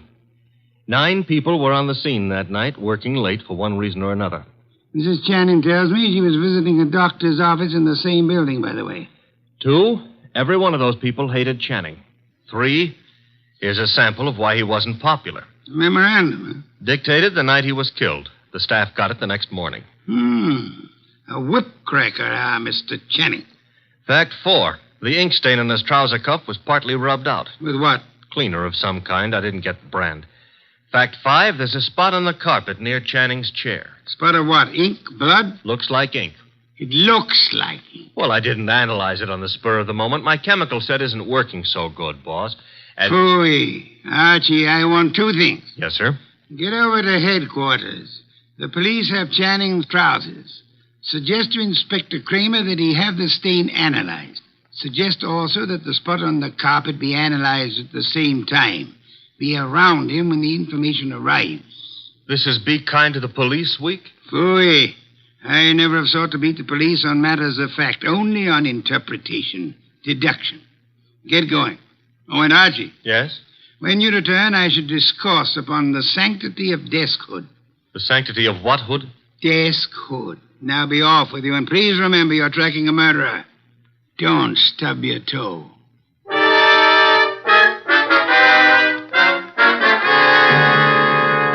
Goodwin, the thing on the carpet was a dye of some kind.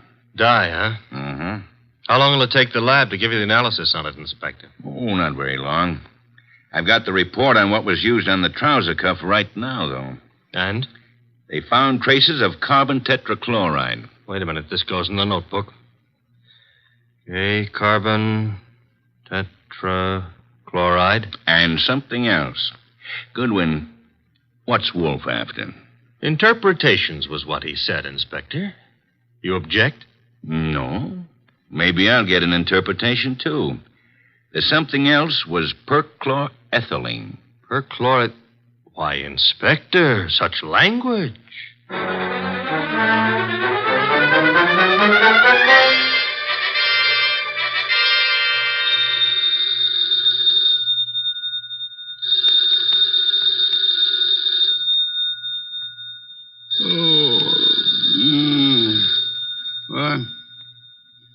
What? Archie. The phone.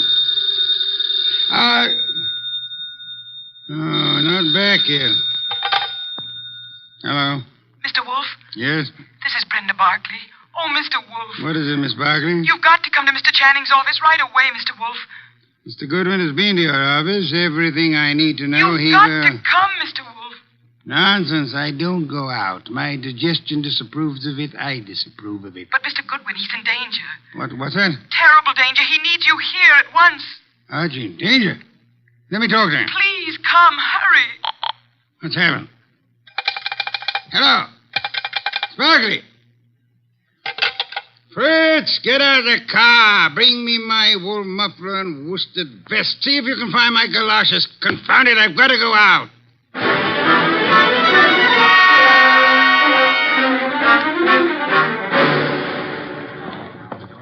Going up.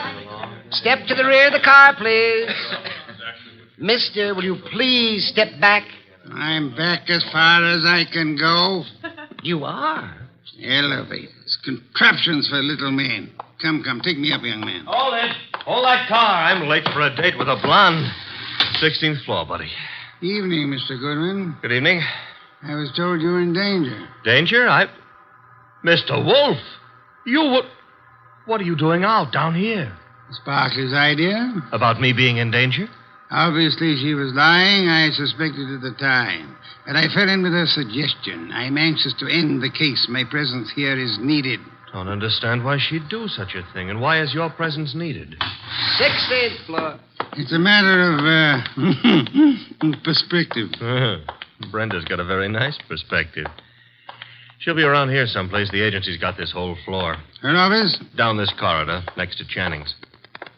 Well, Kramer came through on those reports from the lab. That smudge on the carpet wasn't ink. It was a dye. Powdered aniline. Brenda. Oh, Mr. Wolfe, thank heavens you're here. Hey, I'm here, too. The police, they questioned me again this afternoon. I'm so frightened, Mr. Wolfe. You've got to find the murderer before they... Baby, take it easy. Well, hello, Archie. Hello. What's the idea of trying to pull a fast one on Mr. Wolfe? Well, I just had to see him. Please understand. Is this Channing's office? Yes. You told him I was in danger. At last, the place to sit down. Well, I had to tell him something to get him down here. He's not happy. You comfortable there, sir? Miss Barkley, come here. Mr. Wolfe, I can explain. I thought if you were here, where it happened, if you could see for yourself, then you'd Young woman, there are many things I'd like to say to you. Oh, now, wait a minute. She was scared, boss. However, I am too short of breath to do them justice. Archie. Yes? Round up everyone concerned with this case. Right now? Including Mrs. Channing. Get them in here. Yes, sir. You help him, Miss Barkley, and close that window. Yes, Mr. Wolfe. Fresh air. I've had enough today, thanks to you, to last me a lifetime. If after all that exposure, I live a lifetime.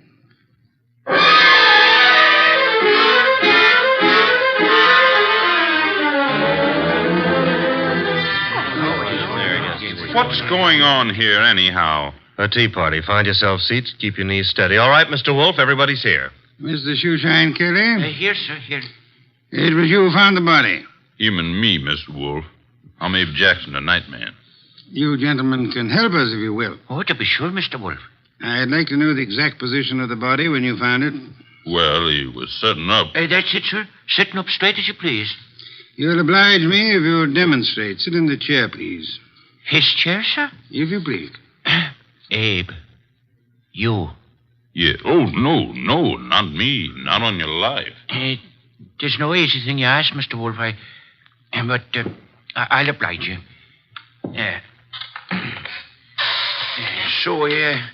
It was like this, I'd say. You agree, Mr. Jackson? A little more to the right, maybe. Yeah, that's the way it was. Archie. Yes, sir? Help me with a brief recapitulation. Well, so far as we know, Channing made no outcry. Therefore, he could not have been startled by the appearance of the killer. There were powder burns on the body. Therefore, the gun was against Channing when it was fired. His own hand couldn't have held it closer. Nobody heard the shot, probably because this office is soundproofed.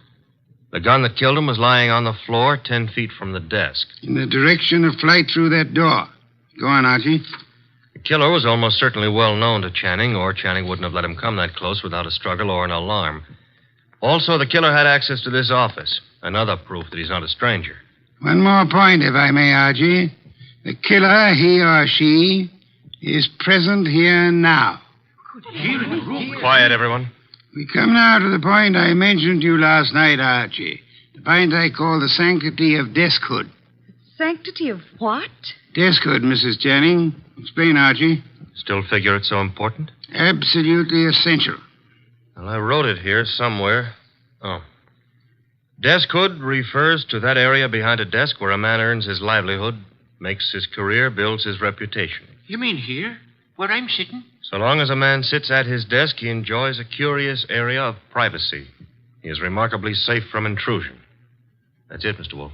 The sanctity of deskhood. Think about it a moment. You'll see what I mean.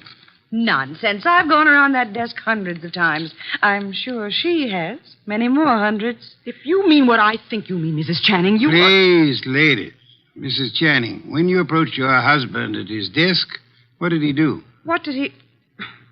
Why, he stood up and... He stood up. Sparkley, you agree? Well, yes, he'd have to stand up. At least he always did. But for his murderer, he did not. Archie, resume from your notes, please. Well, whoever killed Walter Channing went around the desk without Channing rising, held a gun to his chest, and pulled the trigger. Excuse me. If you will go behind the desk and stand facing Mr. Kelly, Archie. Here. This the way you mean? You know the angle of the body wound to the hole in the chair? There wasn't any angle. One was in a straight line with the other. From where you stand now in front of Mr. Kelly, if you wish to inflict an identical wound upon him, could you do it? Not from where I stand. I'd have to kneel. You'd have to kneel. Do so. Note, please, the murder tableau. You mean that's what The question now, who could kneel before Channing, get close enough to kill him from that position without alarming him in the least? Kelly. The shoeshine man. Hey, wait a minute now. Shut up, you, and sit there. His motive is crystal clear. The memorandum. Memorandum. You have a copy, Archie? In my notebook. Ah, yes. Miss Barclay, read the part which could explain Mr. Kelly's action. No, not now. The memo was all over the office. Kelly must have seen it. Wait a minute now. Notice effective at once. Yes, here it is. In the interest of economy, daily shoe shines will be eliminated. That'd cut off Kelly's bread and butter. Kelly, I can't believe it. Nor can I. What? It's obvious Kelly murdered Walter Channing. Mr. Wolfe, now listen, I did nothing of the But kind. the obvious can be too obvious. Meaning what exactly? Archie? Yes, sir? Brief these people on the ink-stained trousers. Channing spilled ink on his trouser cuff the night he was murdered. Somebody tried to clean the spot off. With what? According to the police analysis, carbon tetrachloride and perchloroethylene showed up.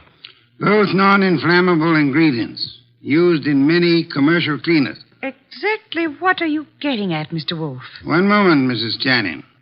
Mr. Goodwin also has an analysis of the spot on the carpet behind the desk. Archie? A powder form of dye, aniline dye. Used in what, perhaps? Well, the lab suggested a shoe dressing. I got no powder dye. I swear I ain't, Mr. Wolfe. I'm sure you haven't, Mr. Kelly. You'll find this particular type of dressing is used on women's shoes, suede shoes, usually. I don't understand. Wait a minute. Yes, Archie? If a woman... Now, suppose a woman knelt in front of Channing to clean that ink spot off his trouser cuff. That smudge could have rubbed off the tip of her shoe onto the carpet. Exactly. I believe you'll find a typewriter cleaner contains tetrachloride and perchloroethylene. Something else just occurred to me. That memo was sent around the morning after Channing was killed. I never thought of that.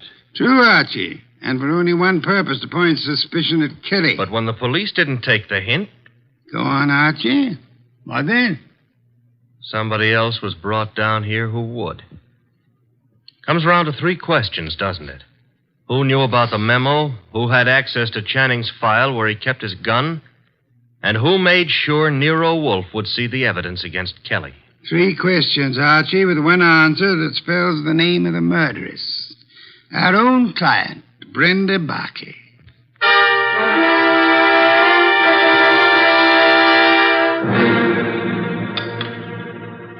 Steak, Archie, marinated. You like it?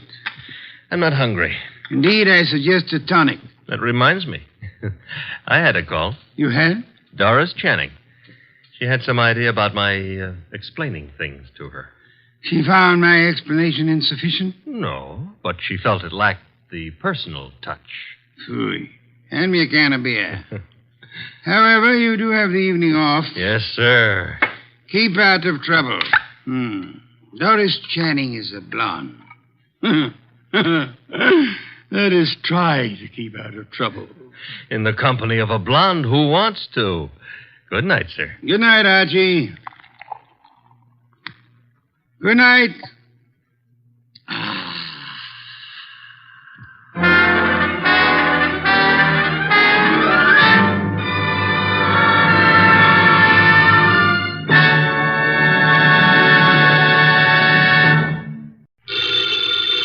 Ladies and gentlemen, the ringing of that phone bell brings you mystery, adventure. Nero Wolfe's office, Archie Goodwin speaking. Who? Oh, yeah. Hello, Doc. How are you? What? In trouble? You? More trouble. You attract trouble, Archie. Hang up. It's our dentist, Dr. Thrumming. Let him wait. We never can find him when we need him. Tell him it's after office hours. Doc, you're talking so fast I can't make head nor tails of it. Look, listen, Doc. Come on over here and we'll be able to hear you. It'll only take you a few minutes. Right. You consistently disobey me. I want to work on my paper about odontocosms.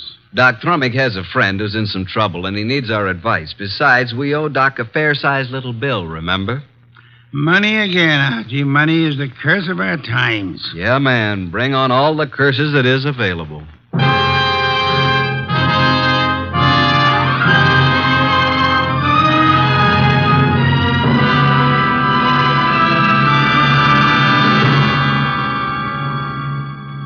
Ladies and gentlemen, it's that renowned genius who is the bulkiest, balkiest, most ponderous, and most brilliant detective in the world. Yes, none other than that chairborne mass of unpredictable intellect, Nero Wolfe, created by Rex Stout and brought to you in a new series of adventures over this NBC network in the person of Mr. Sidney Greenstreet.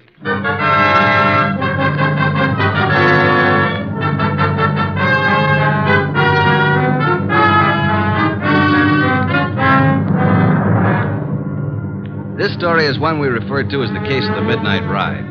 Oh, yeah, there was a ride, all right. But it would never have happened if we hadn't received another phone call a few minutes after our Dr. Thrumming phone. It was late in the evening, and Nero Wolfe was studying his paper on orchids while I was absorbed in playing some phonograph records. Archie, not so loud. I can't possibly think when you play that infernal thing at such volume. What was that you said, boss? I said I can't understand why you can't get music from a phonograph without vibrating the top of the instrument. That's right. I can't understand why the neighbors haven't called the police. Do you hear that? Archie! All right, I'll answer. You're fired. Naturally. Hello? Hello. Is this Archie Goodwin? I know, Mr. Wolfe's... What? Me? Archie. Yeah, who is this? I need help, Archie, please. Come at once. Please. Oh, please. You and Nero. Who is this? This is Gloria, but... No, don't. Gloria who? Ronaldo West. Hello? Well, did you hear that? Another female bar. What happened? Boss, who do you know named Gloria? Gloria? I know nothing about anyone named Gloria. She said her name was Gloria something. I couldn't quite get the last name. But she did say Ronaldo Road. Well, it's quite possible that she resides on Ronaldo Road. First, she asked if this was Archie Goodwin speaking, and before I had a chance to say anything, she asked me to come to her at once. She needed help. And for you to bring me along.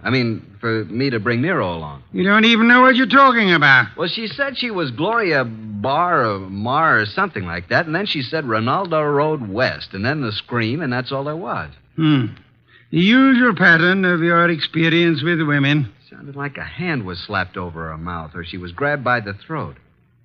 Bring Nero with you. I am taking no more assignments this week. Ronaldo Road West. Where is it? I don't believe there is a Ronaldo Road West. If I remember correctly, Ronaldo Road runs north and south and is approximately 12 miles long. But she said west. What she probably tried to say when she was interrupted was Ronaldo Road Westchester. Westchester, of course. Asked Inspector Kramer to try to check on that phone call. I'll ask him to try. By the way, do you expect to find Miss Gloria alive, Archie? I certainly hope so. And are you aware that if someone strangled her, then they must have heard her speak your name? Yes, and yours, too. Shall I open it, boss? Why not? Let us face it, Archie, huh? It's me, Archie. Wait till I slide the night chain off, Dr. Thrumming. My nose. I forgot all about you, Doc. Where have you been? It's only been 3 or 4 minutes. I've never had such a disturbing night since I had my first patient. But at first I was afraid to leave the house. And why were you so afraid, Dr. Thrumming? There were 2 men sitting in front of my place in a car. Oh, good evening, Nero. Were they waiting for you, Doctor? Well, why not? It's very likely. Since she called me, I've been so completely unnerved. Here, that Doc, here. Have some brandy. Oh, no. You know, I never... well, that is... a small one. I am upset. You understand, Archie.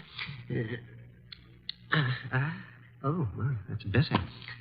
Just who called you and upset you so? Oh, hello, Nero. Did someone call me?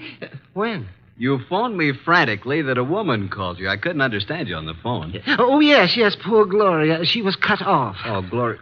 Did you say Gloria? Well, didn't I? I thought I did. Oh, dear. What did you say? I said Gloria. Oh, my, isn't that strange? I thought that's what I said. No more, please. We just had a call from Gloria. Who is Gloria? Why, you remember. We all went to school together. That is... you do too remember. Gloria, you know, she was... Just what is Gloria's last name, Dr. Thrumming? Well, it was Gloria Barnsworth. I don't know what it is now. That's what she was trying to say to me, Barnsworth. Did she tell you where to find her? No, she didn't. Oh, dear me. She was just about to tell me when I said I'd call you and Archie and get your help. And then she was cut off. How do you know she's the Gloria Barnsworth you knew and I'm supposed to know? My. Could you open the windows? Why, yes. Archie. Oh, sorry, Doc. The air outside's contaminated. Oh, is that so? With what? Oxygen. These factories.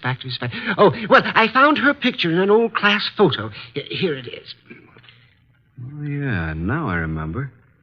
But, Doc, you and this gal were several years ahead of me in school. I'm not in this picture, so she must be about 40 now. Well, gentlemen, you both seem to have the situation well in hand now. So, if you'll excuse me, I will retire to my room. Yes, but we don't have anything figured out yet. But you will. Let me know in the morning how successful you have been. Good night. Well, anyway, a woman called here, and just as she was about to tell me who she was and her address, she was cut off as though she was strangled. Yeah, Archie, did you say someone strangled her? I don't know, Doc. I hope not. Well, let's start our search along Ronaldo Road. Archie, don't answer it. They're after me. The men in the car, they saw me come in here. After you, nonsense. They found out Gloria phoned me. Don't let them in. Now, how could you know all that? Oh, dear me. Do you mind? A short one? I'm so weak tonight. Please, Archie, don't open it. I warn you. Now, just relax, Doc. I'll handle this. Good evening. Evening. Are you Archie Goodwin? No, he is. Yes. No, I'm not. He is. Put up your hands. Unhook the night chain. Now just turn off this light. Oh, I told you. Where's Wolfe? Oh, he's been in bed for hours. And who is this little man? Why, I'm... Don't you know? This is my brother Cuthbert. Yes, he's quite right. I'm a bit older than he is. Shut up, Cuthbert. All right, get your coats and hats off that rack. What for? We're all going for a little ride along the river, and it's a bit chilly. Oh, dear me. I feel faint. I'm getting dizzy. Get your hat. Yes. And put that bottle down. Yes, but it's so cold out Get tonight. along.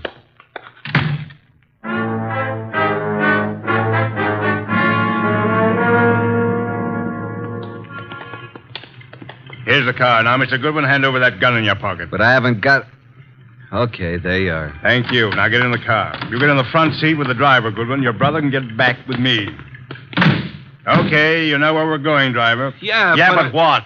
Get going. But do you know who this guy is? I do. Why? Well, now, look, Well, this guy is Archie Goodwin. What if he is? Well, this won't work. I mean, I didn't know it was going to be Goodwin. He's with Nero Wolfe. What's your name, pal? I can't see you, but I seem to recognize your voice. Well, you see, it was like this. I was in on Are you that going to little shut up deal- and start driving? Okay, I'm going.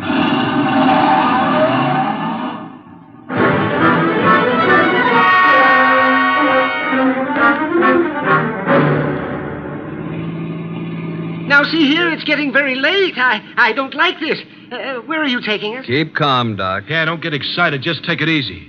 Listen, Goodwin, I got a record Shut for up, you. you two. What's the idea back of all this, friend? Pull off the road here, driver. Yes, but we're way out in the country. Now, we'll all get out here. Now, wait a minute. I said get out. You too, driver. Oh, now, wait a second. What's the big idea? Now, all of you start walking over to that clump of trees. Go on. What's he going to do? What do you think? Okay, that's good. Just stand there. Now, get out your gun, driver. Oh, now, wait a minute. This isn't Get the out way your you gun, and don't turn around, driver. Now, let him have it. Go on, or I'll kill you. I don't go in for this kind of stuff. Besides, Shoot Goodwin and is... empty your gun into them. Go on. Now, just drop your gun on the ground. There. Now, I will take Goodwin's gun, and after I finish with it, I'll just toss it over beside his body. You what? Hey, now, wait a minute. You'll notice I have gloves on.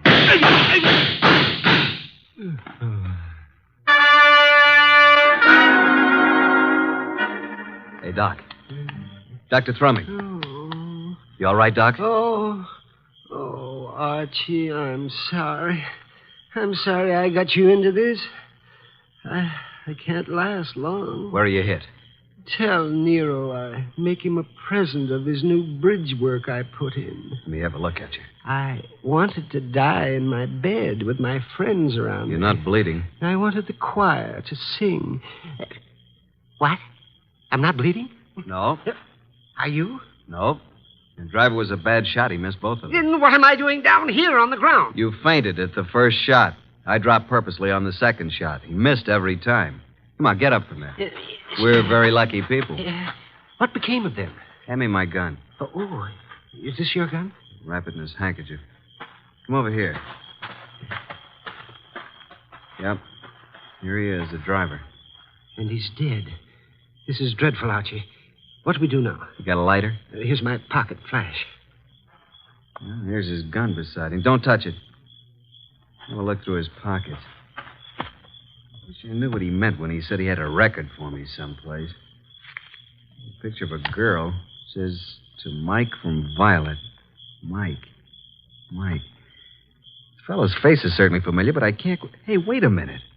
Mike Jordan, that's it. Mike Jordan? Yeah, Wolf cleared him on a frame-up 3 years ago, and this girl Violet is an entertainer in a nightclub downtown. Violet, yes, but what does all this have to do with Gloria? Strange, there's no other identification on him.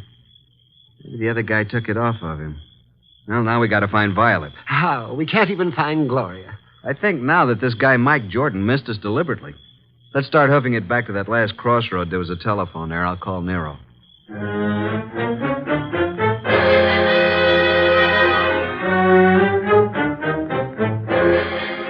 So that's the story so far, Mr. Wolfe. Sorry to wake you up, but we wanted you to know. Yes, we did. Oh, such a night. What was your reason for telling the man that Dr. Thrumming was your brother? Well, I didn't want him to know that it was Doc because Gloria had called Doc, and he must have known about it. And the driver turned out to be Mike Jordan. And what did Mike say to you in the car? Well, he didn't finish, but he said, I got a record for you, Goodwin. And then the man shot him up. And when you located Violet at her place, she was cataloging recordings, Bring her in here now, Archie. Sit down, Dr. Thrumming. Yes, I am a bit weary. Come in, Violet. Violet, this is... Hey, wait a minute. You're Nero Wolfe. Sit down, Miss Violet. Oh, what's the idea, Mr. Goodwin? Why'd you bring me here? Will you look at this photo? It says to Mike from Violet. Where'd you get this? I got it, Violet. What we want to know is, where's Mike now? What's he doing? Can you tell us where he lives? What's Mike done now? Can you tell us his address? Maybe. Do you know who he has been working for? Yeah. A guy with a Big car and a lot of dough. You seen this man? Yeah, kind of a good-looking guy. I think his name is Durant or something like that. I understand you've been occupying yourself with cataloging some phonograph recordings. Yeah, that's what I was doing when Mr. Goodwin came in. Mike's got a home recorder over at his place. Do you have all the records that have been made on the machine so far? No, just what we made in the last week. Lots more at his place. Do you and Mike know of a woman named Gloria? No, at least I don't remember. It was on Rinaldo Road. Gloria Barnsworth was her maiden name. Where is this Rinaldo Road? I don't know. It's in Westchester, we think. I've never been there. What has Mike done, Mr. Wolfe? Is it bad? As a matter of fact, Mike is in the clear. Good. There is no charge against him, and there never will be. You haven't seen him for a couple of days? No. And I never go to his apartment unless him and some guests are there. Do you know where he is? Will you give me the address of his apartment? Okay. 324 East 35th Street. Thank you very much, young lady. What's all so mysterious? Oh, something's happened to Mike. I can tell by the way you talk. Very well, Archie. You have a special visit to make. Look for the machine, and it's quite late, so you had best hurry. Well, I'm going with you, Archie. Good night, Nero. Good morning. Oh, I don't even know what day it is. Come along, Violet. We'll drop you at your place first.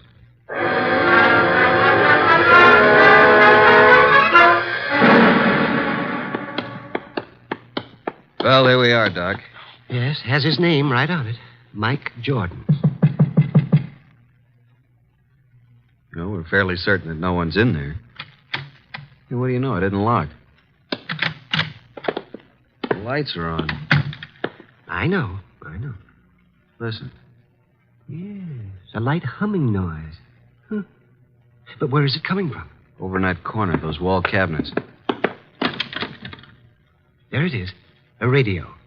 And a phonograph combination. This and a recording machine. And the recording arm's still down on the record. Just lift it off and put the playback needle on. Yeah, there we are. But look, I don't go in for that kind of stuff. You've been working for me for several weeks now, haven't you? Well, sure, boss, but I never went in for no kind of... We're going to pick this guy up and take him for a little ride. It ain't my line. All you do is drive the car. Okay, I'll take a chance, but remember, I'm just the driver of your car. If anything happens, I didn't know nothing. You'll do just as I say. Incidentally, I know a lot about you. Things the police would like to know. Okay, I'm working for you. I came out to Rinaldo Road to make an honest living. But I see I'm right back where I started. And worse. Guy just ain't got a chance. Oh, remind me. I've got to phone the place.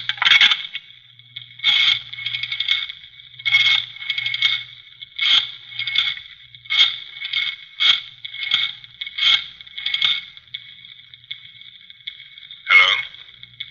How is it? I see. Yes, tonight. Yes, tonight, just as planned. Oh, yes, he's all right. No, don't worry.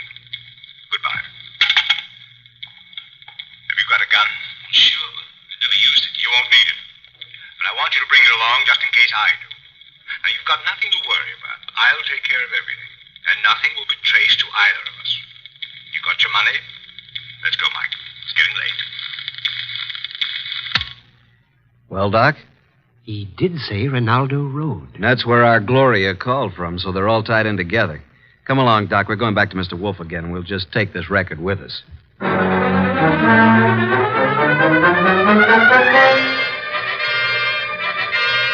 Well, Archie, I guess this phonograph was worthwhile after all. Yes, indeed. Hey, don't you find this a very interesting recording, Nero? I'm sure we're going to add it to our collection.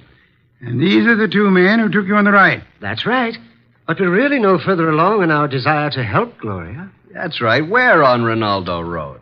Boss, if we can find the address, will you go with us down there or over there or wherever it is? I might. And you already have the clue to the address. We have? Where? In that phonograph recording. Play it again, Archie. Just the part where he uses the telephone. And slow the speed way down.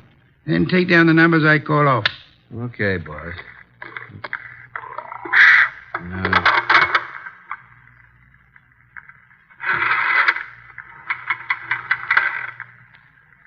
6, 5, 3, 2, 2, 3. That's enough. By slowing down the record, we were able to count the clicks of each number he used on the dial. Now, there's the number the man called. We hope it is on Ronaldo Road. Have Inspector Kramer get the address of that number combination, and we are ready to make our assault. I'll call Kramer, and then I'll get the car out. It hadn't been out for weeks. Maybe it won't start. No such luck, Archie, I assure you. No such luck.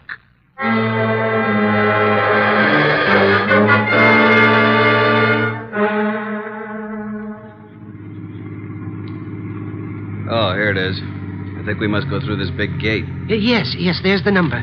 23, Ronaldo. Slip up to the entrance as softly as possible. Turn out your headlamps. Well, here we are, boss. Easy now getting out. Don't pull, Doctor. Don't pull on me. There we are. Now come along. Yeah, spooky sort of place, isn't it? All big houses are like that. Must be 20 rooms. Yeah. There's not a light in the place. Use the knocker, Archie.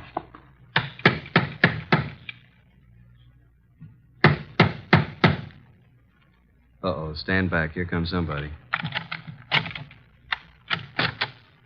Yes? Is Gloria in? What? Gloria? And who are you? We are here to see Gloria. Come. It's this hour of the night? Certainly not. Just a moment. She's an old friend of mine. Yes, and his too. He's Archie. My good man, what is your name? Jennings, sir. And the household is in bed at this hour. What is it, Jennings? Who's at the door? They're asking for you, Miss Gloria. For me? Well, come in, gentlemen. You may go, Jennings. Please. Very well, miss. Just as you say. Now, what did you want? Say, Doc, is this the Gloria? Well, I don't know. It doesn't seem... Are you Gloria? Yes. Well, why did you call us? Oh, then you're Archie Goodwin. Yes, and I'm Dr. Thrumming. But you are... I called you because I need your help. Desperately. Gloria, what is going on here at this hour? Oh, and who are these gentlemen? Well, you see, Uncle, Mr. Goodwin came... Came to see you? Why? Well, because I think you'd better go to your room, my dear. Don't you think that is best? Your room and rest? No, I don't want to. I won't. Go to your room. No, I won't. I can't. All those people walk in and out. They want to kill me. Jennings, take her to her room. Yes, sir. Come along, miss. No, I won't. Let me go. There are hundreds of people. They'll kill me. Come along. No, please. No. I'm so sorry, but there's nothing we can do with her. Now, Mr. Goodwin. Yeah? What is it you wish? The girl called you Uncle. Oh, pardon me, I'm Nero Wolfe. How do you do, Mr. Wolfe? Yes, she called me Uncle, but I'm not really a relative. I'm Dr. Gunther, retained by the family. As you can see, the girl is quite ill. Oh, well, we're old friends of Gloria's, and we'd like to see her. But you just saw her. We don't refer to this young lady. We have in mind the elderly Gloria. Now, come, Dr. Gunther. You know to whom we refer. What? You mean the girl's aunt? Well, it's very strange. If you are a friend of the aunt's, that you are not aware of her condition. Her condition? Yes. The aunt has been bedridden for nearly a year. Paralysis. And it seems to be most coincidental with your visit, but she passed away this afternoon. Died? Gloria? This afternoon? But how could that be? We'd like to see the remains, Dr. Gunther. Yes, we'd like to see the remains. Just where are they? They are here, Mr. Goodwin. And if you and your brother and Mr. Wolfe will step this way to the small parlor. There you are, gentlemen. I'll leave you alone. I'll be in the library. Well, gentlemen, there she is. What do you say? Do you recognize this woman? Well, yeah. It's been many years, but that is Gloria Barnsworth. Well, good heavens, yes. It's Gloria, all right. Poor woman. I remember now. She married a very wealthy manufacturer named Kenton, who died. She's remained a widow, I guess. He said she died this afternoon. Are you sure it was an elderly woman who called you this evening? And by the way, just feel her forehead. It's warm. She couldn't have been dead more than an hour. She isn't dead. No signs of pulse. Your cigarette case, please. Very slight moisture. Respiration barely perceptible. She's under heavy narcosis. Been given a heavy dose lately. Let's get out of here. Wait. Do you recognize the uncle, Father Dr. Gunther? No, do you, Thrummy? No. Does he look like the man who took you for a ride? It was too dark, boss, and he was all bundled up in heavy clothes. Let's get out of here. The door was locked after we came in. He's right. Come on, Doc, let's put our shoulders to it. 1, 2... Go! Well, gentlemen, what on earth does this mean? Why'd you lock the door? Oh, I'm sorry. It's a spring lock. I had no intention of locking the door. And I suggest, Archie, that you have it repaired. And now, Archie, will you step to the door and let Inspector Kramer in? He followed us up the driveway. Yeah, about time. Getting cold out here. Inspector Kramer, this is Dr. Gunther. In that room is a woman he claims is dead. She is actually under the heavy influence of narcotics. Yeah? Well, who is she? Mrs. Gloria Kenton, widow of the wealthy shoe manufacturer. And this attractive young lady coming down the stairs is supposed to be mentally ill, which I do not believe. Her name is Gloria, too. A niece of the elder Gloria. But Archie and I both knew Gloria Barnesworth. Cancer. Yeah, I get it. And I suggest that this man is not a doctor, but is young Gloria's husband, and they're attempting to force the Aunt Gloria to change her will in their favor. This is utterly ridiculous. The aunt was able to phone Doc Thrummig and me tonight, but she was apparently caught in the act. And this man, who is posing as the uncle, hired Mike Jordan to drive his car while he picked up Archie with the intent of killing him. Well, this is the same man? The same. And if Mike Jordan hadn't recognized Archie, both of you would be quite dead.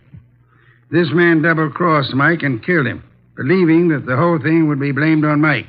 Mike deliberately missed. All right, so what's he going to do about it? Come on, let's get out of here fast. Look out, he's a cop. All right, now get those hands up and keep them up. Come along, Archie. I have another appointment. The inspector can handle it from here on.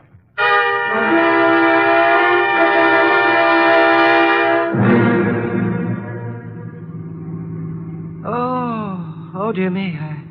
What happened? Am I all right? Yeah, you just fainted again when the shooting started. It's really quite fortunate that Mike Jordan recorded that conversation. Fortunate indeed. How did you know this uncle was the same guy who took us for a ride? First, by his speech pattern, he is undoubtedly a Canadian. But you must have missed the most important slip-up. What was that? When he escorted us to see the body, he said to you, Archie, if you and your brother and Mr. Wolfe will step this way... Now, how would he believe that Dr. Thrummig was your brother? No one mentioned it. Of course, the clue I planted and then missed myself. Quite right, Archie, quite right. What time is it? 8 a.m. I certainly appreciate your coming out for me on this deal. Oh, but I didn't do it just for you. There is an orchid-lovers convention this morning at 9 o'clock. What? And you mean... Yes. I'm sure you'll enjoy it tremendously. Both of you. Oh, brother. What's that? Nothing, Doc. Nothing at all.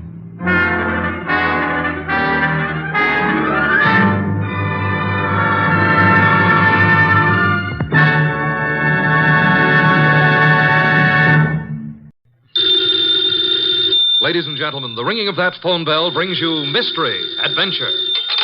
Nero Wolfe's office, Archie Goodwin speaking. If it's for me, I'm not here. What if it's a case? If it is, tell them no. I will not. Confound you, Archie. Do as I say. Hello? Hello, is this Mr. Wolfe's residence? Yes. Is this Mr. Wolfe? Yes, Mr. Wolfe speaking. Oh, I am in very much trouble. Could I see you, please, immediately? Well, now, yes. What kind of trouble, miss? Give me that phone, Archie. No. Hello? Sorry, I had to turn the radio down too loud, you know. May I see you right away? Well, I pay you $1,000 as a retainer fee. Yes, indeed. I'll take the case. Come right over. The address is 601 West 35th Street. I cannot, Mr. Wolfe. I just cannot come there. Well, where do you live? I am staying at the Port Hotel, room 304, and I... Hello? Boss, that was a shot. Hello? Hello?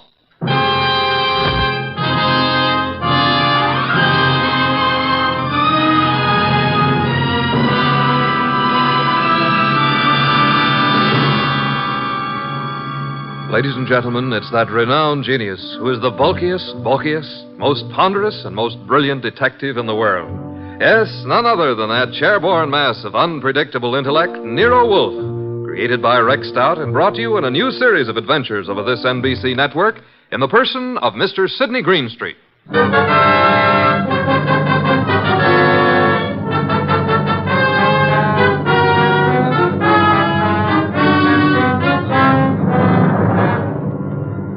We have usually referred to this story as the case of room 304.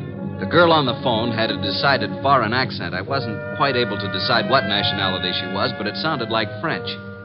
Anyway, there was what sounded like a shot, and then dead silence for a second or two. Hello? Hello? Hello? Well, Archie, another woman? Bah. Mr. Wolfe, I heard a shot, and then the line clicked off. Trouble. Women always trouble.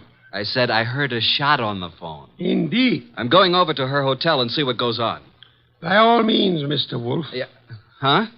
Now that I've been insulted to the tone of being called a radio... I'm sorry, Mr. Wolfe, but we needed the money, and this was $1,000. If you'll excuse me, I have to attend to my orchids, Mr. Wolfe. What about the girl, the shot? Fascinating, isn't it? You figure it out. Okay. I've got to get over there. Room 304, Pole Hotel. So long, boss. Good luck, Mr. Wolfe. Please phone me from time to time.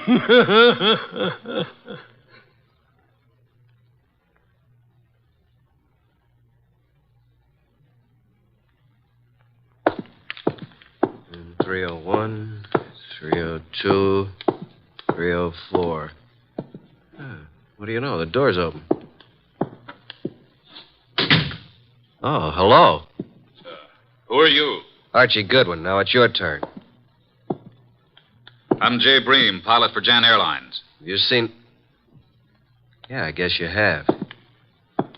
This girl's been shot. Oh, that's all? Yeah, dead.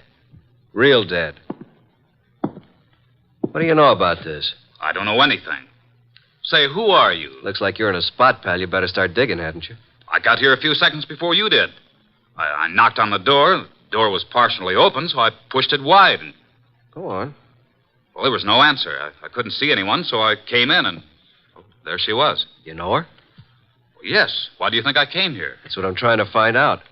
Look, what right have you got asking me all these questions? What's it to you? Did you ever hear of Nero Wolfe? Of course, who hasn't? Like I said before, I'm Archie Goodwin, Wolfe's assistant. Now, would you rather talk, or should I call the police? I've told you all I know. Who is she? Helen Rennie. French?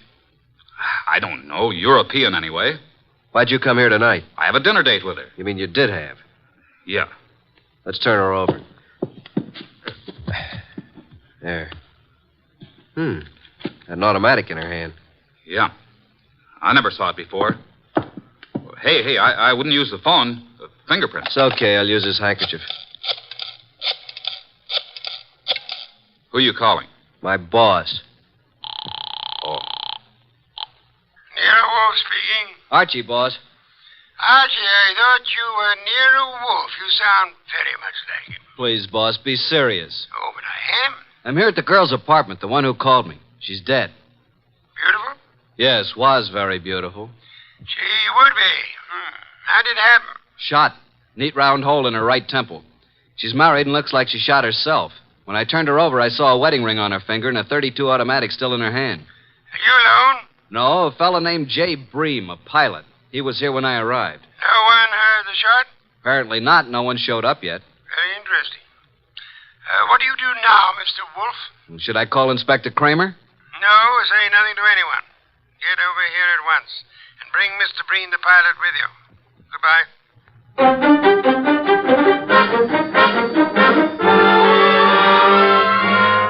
That's all you know about it, Mr. Breen? That's right, Mr. Wolfe.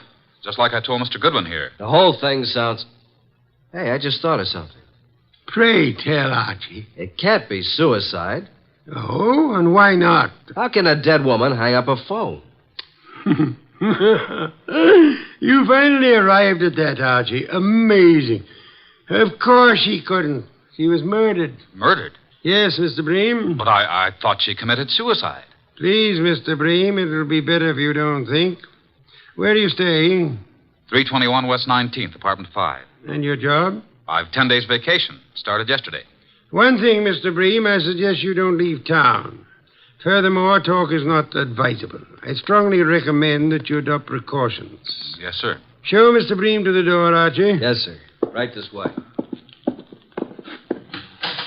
Good night, Mr. Wolfe. Good night. I didn't want to tell you in front of Mr. Bream, but I found this in her purse when I sent him for a sheet to cover the body.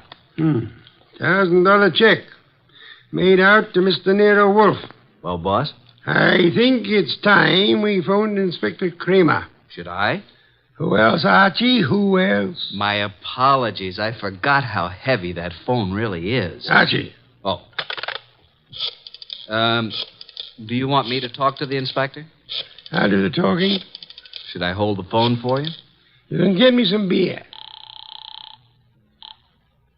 Inspector Kramer. One moment. Here you are. It's Nero Wolfe, Inspector. I think you had better go over to the Paul Hotel. Yeah, why? I believe you'll find a dead woman there. A dead woman? What is this, a gag, Wolf? I'm afraid not, Inspector. Well, how did you know about it? Have you been over there? Telepathy, Inspector. Mental Wolf, I'm too busy today to listen to nonsense. Telepathy. Don't give me that kind of stuff. If I find a body, I'll lock you and Goodwin up. You watch your blood pressure, Inspector. Never mind about my blood pressure. One thing, Inspector. Yeah? Would you hold off the press for the present? Why? What are you holding back, Wolf? Will you stop your idiotic jabbing to what I ask? Okay. By the way, Wolf, I suppose you know the girl's room number. Naturally, Inspector. It is room 304. So hurry. Oh. Dear Inspector Kramer, he's so fond of me. Archie. Yes, sir? I suggest you call the bank in the morning and find the person who is handling Miss Renee's account. Try to bring all her canceled checks over here. And what if they won't hand them over? Then Kramer will get an order issued to do so. Simple?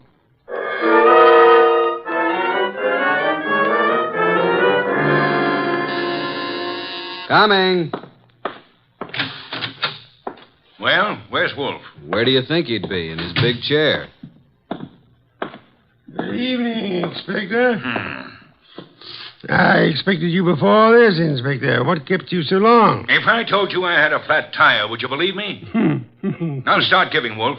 What did you know about the dead girl? Inspector Kramer, do sit down. Relax. Nervous tension is such a deadly thing. Now listen here, Wolf. Would you like some beer? Most soothing, you know. Come on, what's the dope on this case? Fill the inspector in on the details, Archie. I was here talking to the girl over the phone. There was a shot, and then I went over to her hotel and found her the same as you did, dead on the floor. And the phone was placed back on the hook. Come on, Wolf. There's more to this than that. Let's have it. Really, Inspector? Who was she? You don't know? I mean, what do you know about her? Now get this straight, Wolf. Please, Wolf. What's this all about? A girl's been shot. Her name is Helen Rennie. What's the dope? Did you have a ballistics report made on the gun? Well, not in this short time, but I will. How did you make out your report? Suicide, naturally. Archie was talking to the girl on the phone at the time she was shot. So she chooses to kill herself talking to your assistant. Why, you big, flat-footed... Inspector, precisely how can a dead girl hang up a phone? Why, she, You see, Inspector, quite impossible. And now I suggest you make out your report murder. Murder? Wolf, tell me, why is it you're always mixed up in these cases? That, Inspector, would be as difficult to answer as it would be to convince Archie of the danger of the female of the species. Oh, what's the use? No one ever answers my questions. I give up. Oh, Inspector, I do hope you will bring the girls' canceled checks tomorrow if they don't turn them over to us. What? The inspector is just going, Archie. Please see him to the door. I'm not helpless. Good night, Inspector. Good night.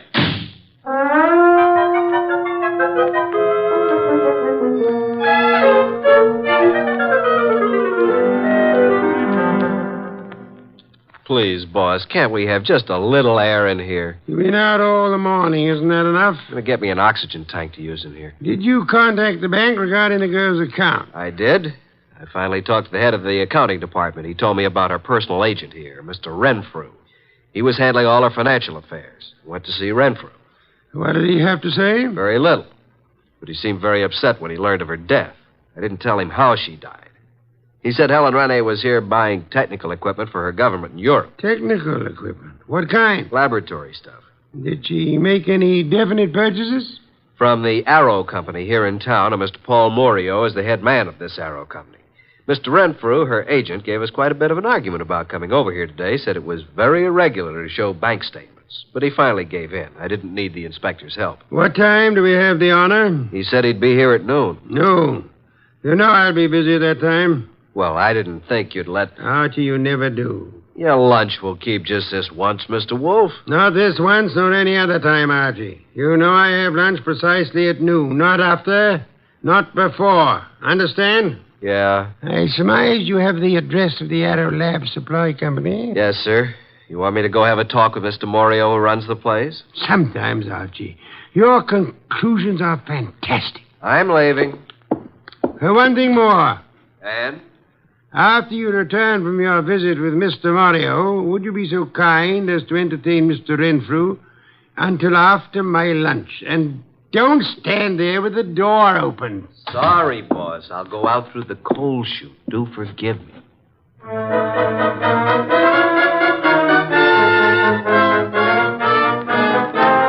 Nero Supply Company. Come in. Oh, Mr. Morio in? Yeah, I'm Morio. My name's Archie Goodwin. What can I do for you, Goodwin? I'm Nero Wolfe's assistant. You've heard of Nero Wolfe? I don't get around much. Tell me about him. How should I answer that? Any way you like. Nero Wolfe's a detective. Did you ever hear of a Miss Rene? Stop shadowboxing, Mr. Goodwin. What's on your mind? I understand you sold Miss Rene some laboratory equipment. Is it a jail term? Now, listen, Mr. Goodwin, I have a nice, respectable business here, so what do you want? Spill it. When'd you last see Miss Rene? 2 days ago. Talked to her since? Once on the phone. What time was that? Yesterday morning. You called her from your office here? No, from my hotel room. Now, look, let's quit playing cat and mouse. Why all the questions? Miss Rene is dead. Dead? Who did it? Now, wait a minute. You don't think I had anything to do with it? What makes you think anyone did it? It'd be the only reason cops would get into it. You know, Morio, I'm beginning to wonder just how long you've been in the lab supply business. You know what a retort is? And don't tell me it's a snappy comeback. Now, what's the matter, Goodwin? What's eating you? Look, Morio, I came here to find out something about Helen Rene. Just what sort of equipment did you sell her? It was heavy stuff, heavy chemical work. Where is it? We don't have samples, just pictures. Yeah, we ship it direct. Oh, so the purchaser never sees what he's buying. That's right. Could I see what she purchased? I'm afraid not, Goodwin. Besides, what difference would it make? Did Miss Rene see what she bought? No, I already explained that. Now, I'm busy, Goodwin, so if you don't mind... Okay, I'll run along. Good afternoon, Mr. Morio. I'm sure we'll meet again. Soon.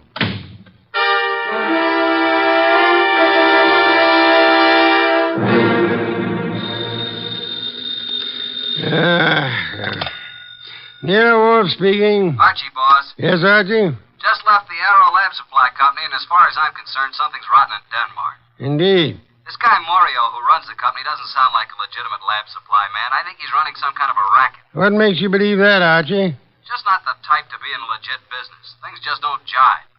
And she didn't see what she bought. You believe, then, that he would have reason to want Miss Rene out of the way? Yeah.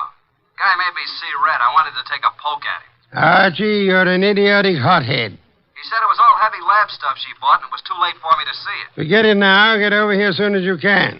Immediately? Immediately. Have you forgotten you have an appointment with Mr. Renfrew at noon? Goodbye.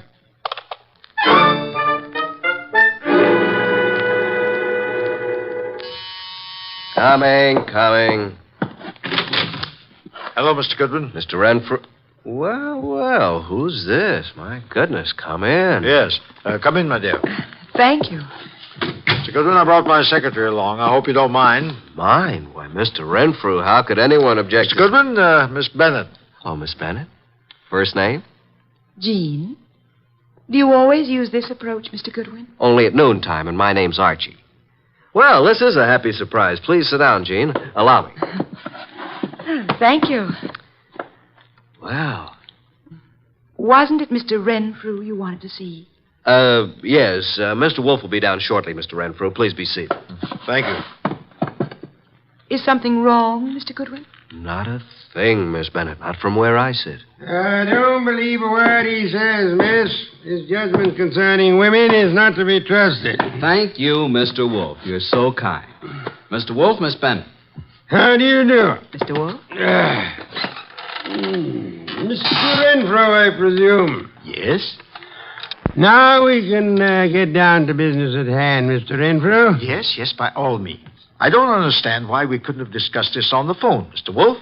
The whole thing is highly irregular. Of course, I know you're trying to do your duty, but... I prefer not to discuss the dead girl's business affairs on the phone, Mr. Renfrew. You should appreciate that. Yes, I see. Now, what is it you wish to know? How long have you known Helen Renee? About a month. When's the last time you talked to her? Yesterday. What time? Why, about 2:30. I called her from my room. She was here on government business. You brought the canceled checks? Here you are, Mr. Wolfe. Quite sizable amounts, Mr. Renfrew. Very interesting indeed. Yes? You see, Miss Renee made some very large purchases, Mr. Wolfe, and of course they were all quite legitimate. Would you mind if I kept these checks overnight? Well, Thank you, Mr. Renfrew. By the way, was Miss Renee right or left-handed? Why, left-handed, Mr. Wolfe. Why? Just inquisitive. Now, if you will excuse me, Miss Bennett, Mr. Renfrew, I have a very urgent appointment. Well, if I can be of any more service, don't hesitate to call on me, Mr. Wolfe. Thank you, sir. Oh, dear. Poor Miss Renee. I hope the person who did this dreadful thing is dealt with properly. Indeed. I must run along now. Yes, this way. Must you go too, Miss Bennett? Good day, Mr. Wolfe. I must, and good day. See you soon, Miss Bennett. Well, boss, what do you think? Isn't she a beauty? I'm sure I'm not a fair judge, Archie.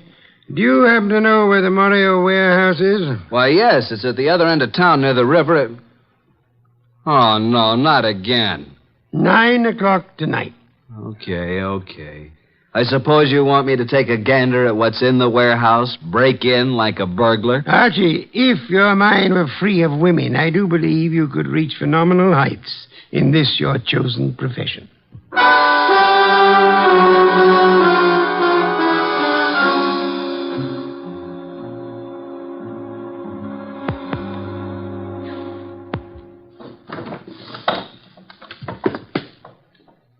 Left around here with a bunch of old tubes and glassware. I hope Wolfe knows what he's doing. I don't. All right. Stand where you are and reach. What's it? Flip the lights on, Joe. That's better. Now, sing up and tell me what you're doing here. I beg your pardon. I'm a little deaf. I couldn't hear you. I said, what are you doing here? Oh, Ellen. I was supposed to meet her here. Make sense, will you? You think I can? What's the matter, Mac? Visitors? And this bird refuses to talk. Well, then knock it out of. You two talk it over. Don't bother telling me how it comes out. Hey, wait a minute, you. You ain't leaving. All right, you win. This night is just full of surprises. Ain't it? Let's see what you're talking. Hey, who do you think you're shoving around? Just full of questions, ain't you? You know, someday you're going to end up by getting into trouble. It's illegal to push people around. I guess you better understand. So... Hey, are you kidding? Get the point? Now, get up. Now, talk. Why, you still want to play, huh? He's out like a light, Mac. What are you going to do with him? You won't do any more snooping around here. You know something, Mac? You got an awful disposition. I'm actually scared of you. You're that mean. Yeah. Now, dump him outside.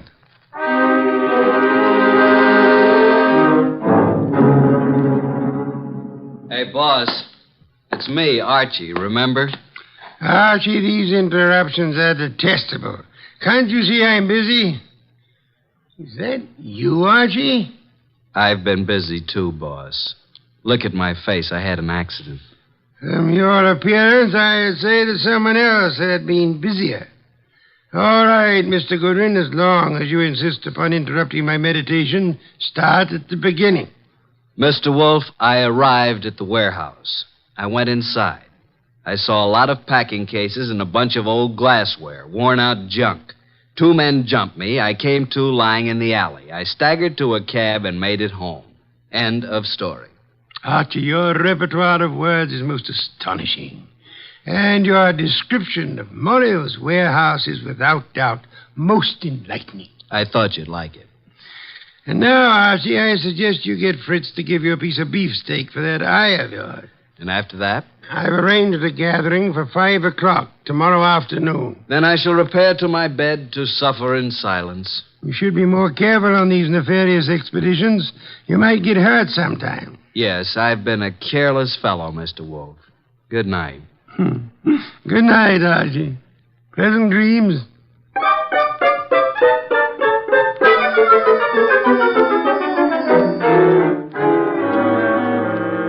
Mr. Wolfe, I'm glad you called me early. I was just about to leave town for a couple of days. What is this conference about? Not at this time, sir, if you please. I'm glad you could come along, Miss Bennett. I'll be happy to assist in any way I can, Mr. Goodwin. Archie? Right. Well, good evening, Mr. Morio. I knew we'd meet again. It's no fault of mine, Goodwin. Please come in. Come in, Mr. Morio. You don't want to keep the rest of the guests waiting. What do you want with me? Why, what? Nothing. Mr. Wolfe, this is Mr. Morio. Sit down, sir. Take the red leather chair. For special guests, Mr. Morio. Yeah?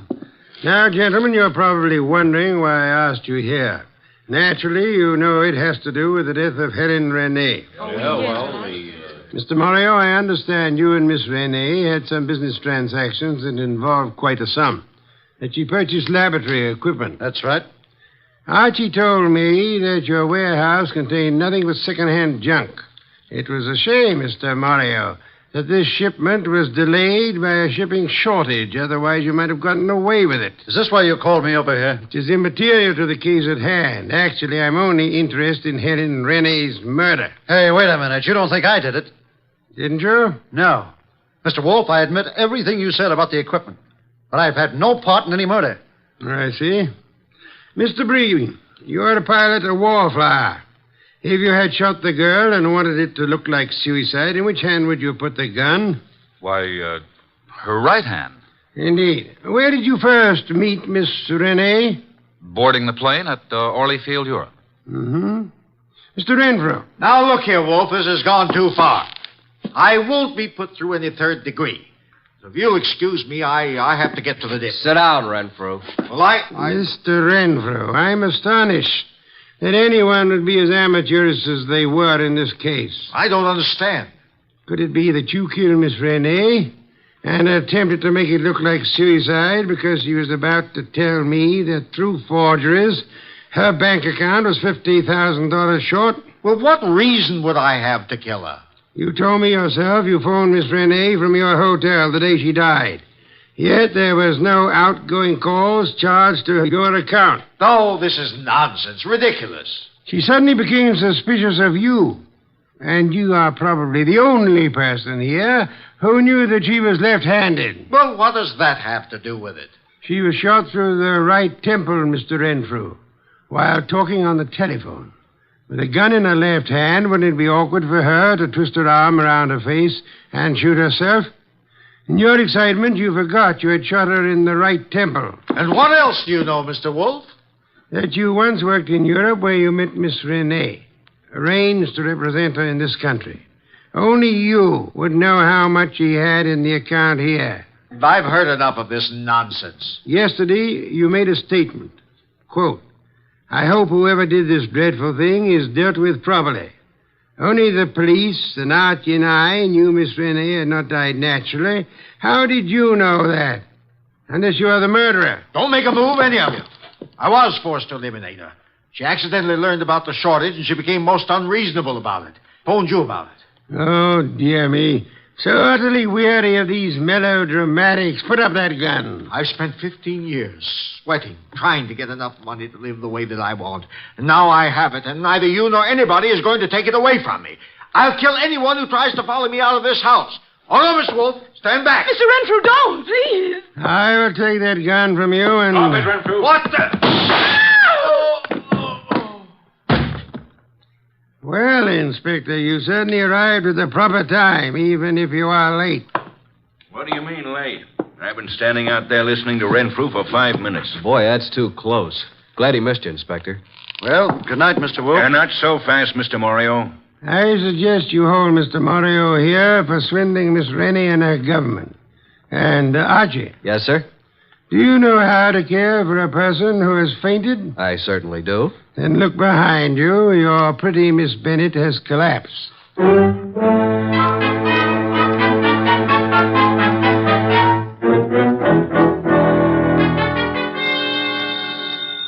I'll get it. Hello? Is this Miss Jean Bennett? Yes. Is Archie Goodwin there?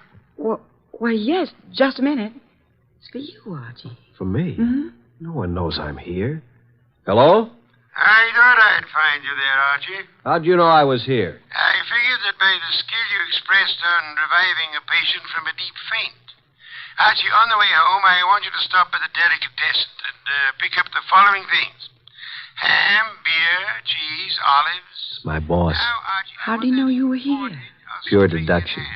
That's why he's called the world's greatest detective. Really? Come here. Yes. Archie, you shouldn't have... Archie. Archie, you listening to me? Oh, well, guess you didn't hear a word of it. Good night, Archie.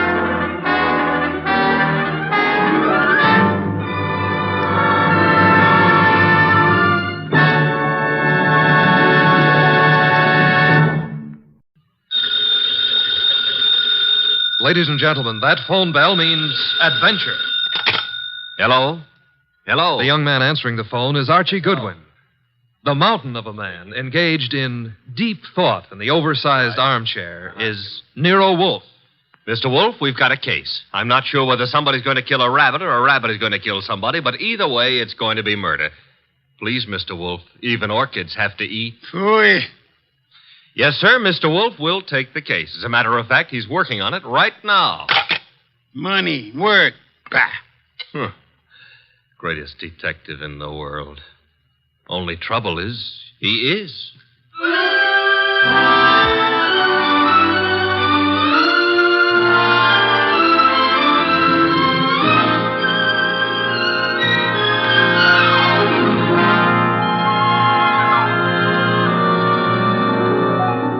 Yes, ladies and gentlemen, Archie is right. Nero Wolfe is the greatest detective in the world, and the fattest, and the least energetic.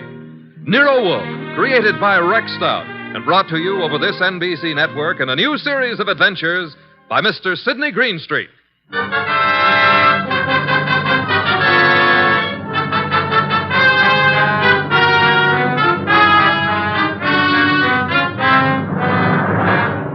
Tonight, it's the case Nero Wolfe likes to remember as the case of the friendly rabbit. He sometimes prefers his proverb scramble. It began in lots of places. Let's take a look at a few of them. In particular, the richly appointed library of a man named Veek. Mr. Veek, what's happening? Relax, Haynes. Your blood pressure. I thought it was a gag, but you really are shutting the club down. I'm shutting it down. Why? I got the joint rolling. The suckers are pouring in. And next week, the governor's committee. Huh? It's moving out of Baylor County. Our joint enterprise is in Baylor County.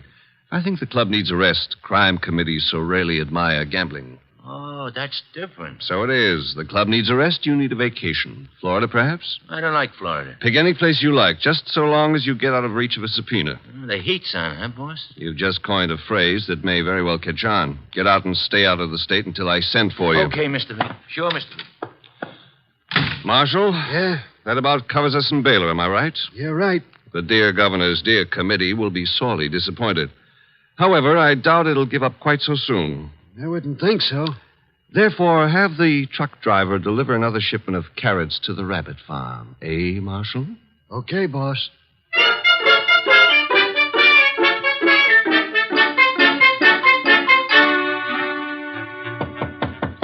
Come Come in, Williams.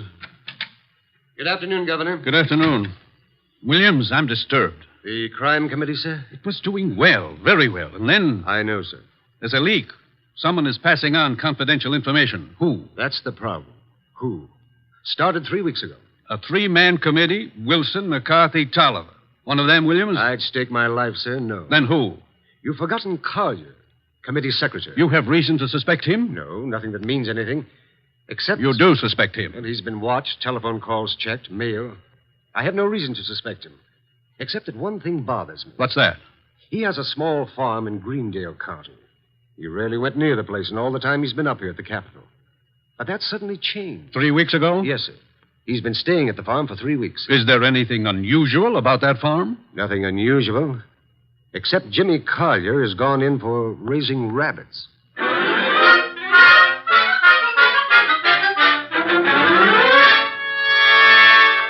Jimmy, Who is it? Oh, hello, Claire. you've been hiding from me. I've been out here with the rabbits. Jimmy, what's wrong? With what? You. There's nothing. You're lying. We grew up together, remember? We live next to each other, Jimmy. We were going to be married. Hey, wait a minute. We still are, last I heard. You haven't heard recently enough. What does that mean? It means we're not getting married. But, Claire, You've been avoiding me, and you've been getting money, lots of money from someplace. And in a shady way, I feel. All right, you know. So what? I've been concerned about your sudden devotion to these rabbits and the kind of men you've been seeing. What do you mean? Like the one up at the house now, waiting for you. Oh, there's somebody waiting? That's why I came down here after you. I'd better get up there. He's a crook, Jimmy. Look, all right. I sort of got myself in a mess. I needed money, but it's over, Claire. No more. Are you sure? Of course I'm sure. I wish I could believe you. For your own sake. But I feel I can't. Not anymore.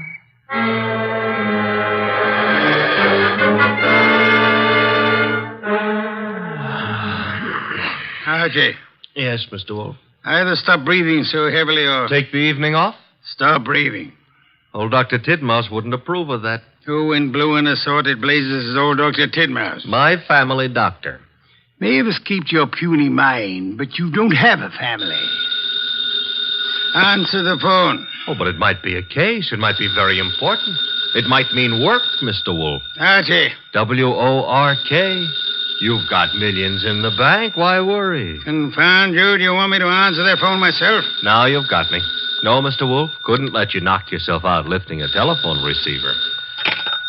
Nero Wolfe's office, Archie Goodwin speaking. What? Wait, Mr. Wolfe is to go up to Greendale at... Oh, now, look, friend. Mr. Wolfe does not go anywhere, and that includes Greendale. He wouldn't stir out of the house for anybody short of the... What? I see. Yes, sir, in an hour. Goodbye. Mr. Wolfe, brace yourself. You've got an appointment with a Mr. Williams at the Starlight Hotel in Greendale for 1 hour from now. You're insane. No, I'll admit I've been tempted. Sure. Were it not for the fact that often the native hue of resolution is sicklied o'er with a pale cast of thought. Quoting Hamlet will get you no place. I would fire you. And then who would drive you to the Starlight Hotel in Greendale? I'm not going to Greendale. Nevertheless, in an hour you will be there. And who, may I inquire, says so? The governor of the state.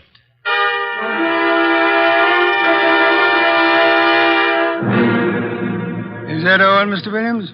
That, Mr. Wolfe, is all anyone knows about the situation. Except the guilty man, of course. An admirably clear summary, Mr. Williams. Obviously, our meeting here at the hotel was necessary. I couldn't be seen entering your house, nor would it have been advisable for you to visit the governor. I can appreciate that. You're quite sure I need pay no attention to anyone on the committee except James Collier? Quite sure. Police surveillance of Collier is deemed unwise. He has suddenly taken interest in rabbits, but although keeping them may perhaps be considered suspicious, it is hardly in itself of value. You have no other evidence against Collier? I know we're clutching at straws, Mr. Wolfe. But there is a leak and work is being nullified. Something must be done. Hence the governor's call for you. Very well, sir. I shall attempt to be more than a man clutching at a straw. I said attempt. Archie, unpack. We shall stay at Greendale near Collier and his rabbits.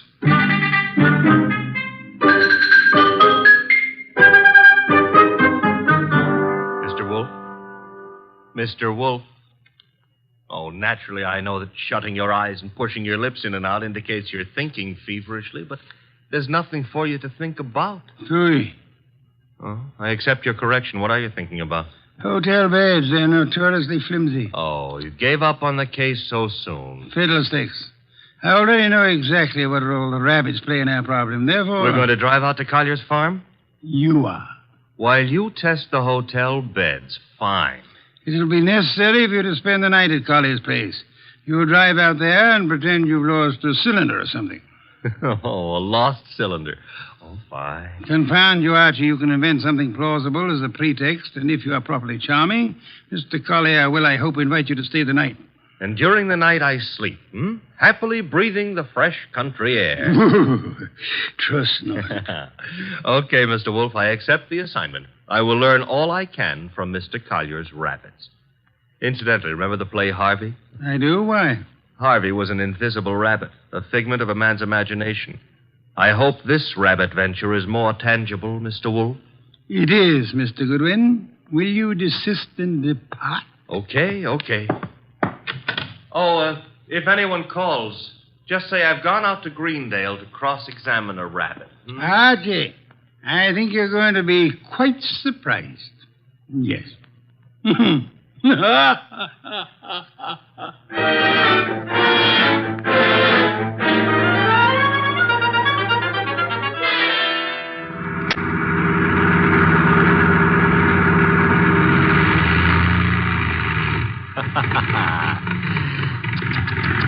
Running out of gas, and me such a big boy.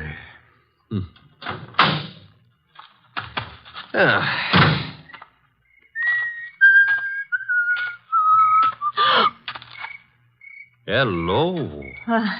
Hello? That tree a friend of yours? The tree? Yeah, the one you're clutching.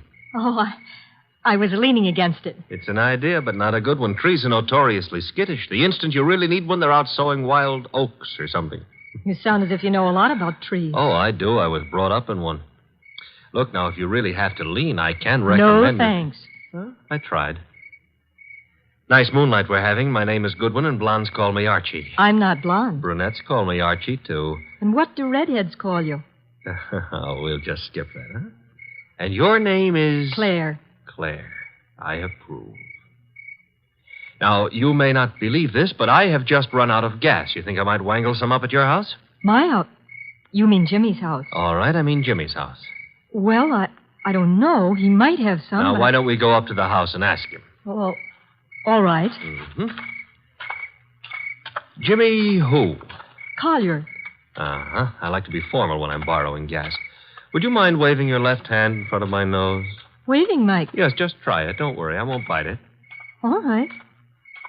I did. And very gracefully, too. No ring on the third finger. You're not Mrs. Collier. There isn't any Mrs. Collier. Are you applying for the position? Mr. Goodwin, Now, remember what I confided in you about brunettes. All right. Archie, you're a little rapid. Maybe. But I always remember what old Dr. Titmouse said. What did he say? Gather ye rosebuds while ye may. Old time is still a-flying. Robert Herrick wrote that. He did? Dr. Titmouse is a liar. How much farther is this house? Well, it's just beyond those trees. Oh! What? There was something ran across the path. It brushed my legs. It frightened me so. Must have been a rabbit. I guess it was. Oh, I'm sorry. That was silly of me. Oh. Don't worry about it. Also, you will have noticed how much more satisfactory I am than a tree. For clutching at moments of stress, I mean. Archie. Mm-hmm. But you'd better let go now. What And we'll get on to the house. See, I don't need a haircut, and you're not the right type for Delilah anyway. You mean something by that. Something nasty. Well, that depends. What I meant is you've already signaled whoever you're supposed to signal. Nothing frightened you back there. Why? That scream had a lot of carrying power. Oh, that's the house, huh? Looks peaceful enough. Archie, Who were you supposed to warn if anyone came up the path to the house? For no one. Something did frighten me. Honey, I've been lied to by experts, and you're not one. Oh. Think I ought to knock? No, we don't think I ought to knock. Dark inside. Except for a handful of moonlight filtering in through the windows. Kind of early for Collier to turn in, isn't it? I wouldn't know. Let's go find out. Now, relax. Grandpa's making with the chimes. Time is... 10 o'clock. Oh, it's getting late. Come on. This would be the living room. Filled with early American furniture. The early Americans would be pleased. Nothing here. What's that door lead to? I don't know. Or won't tell? Smaller room. Dark as...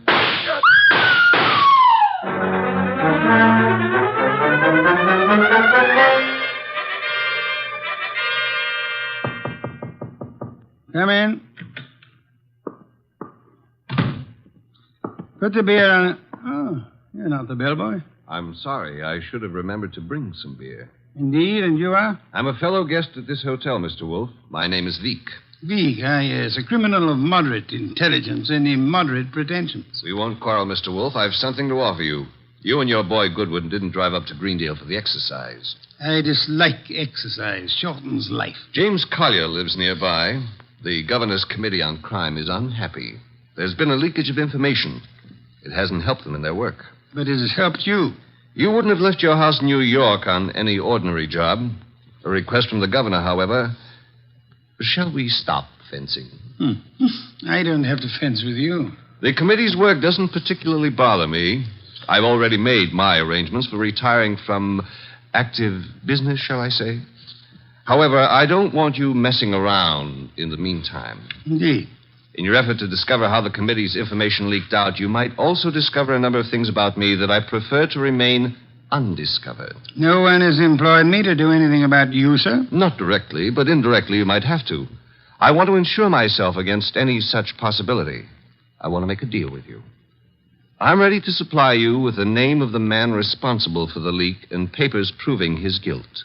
I have them here.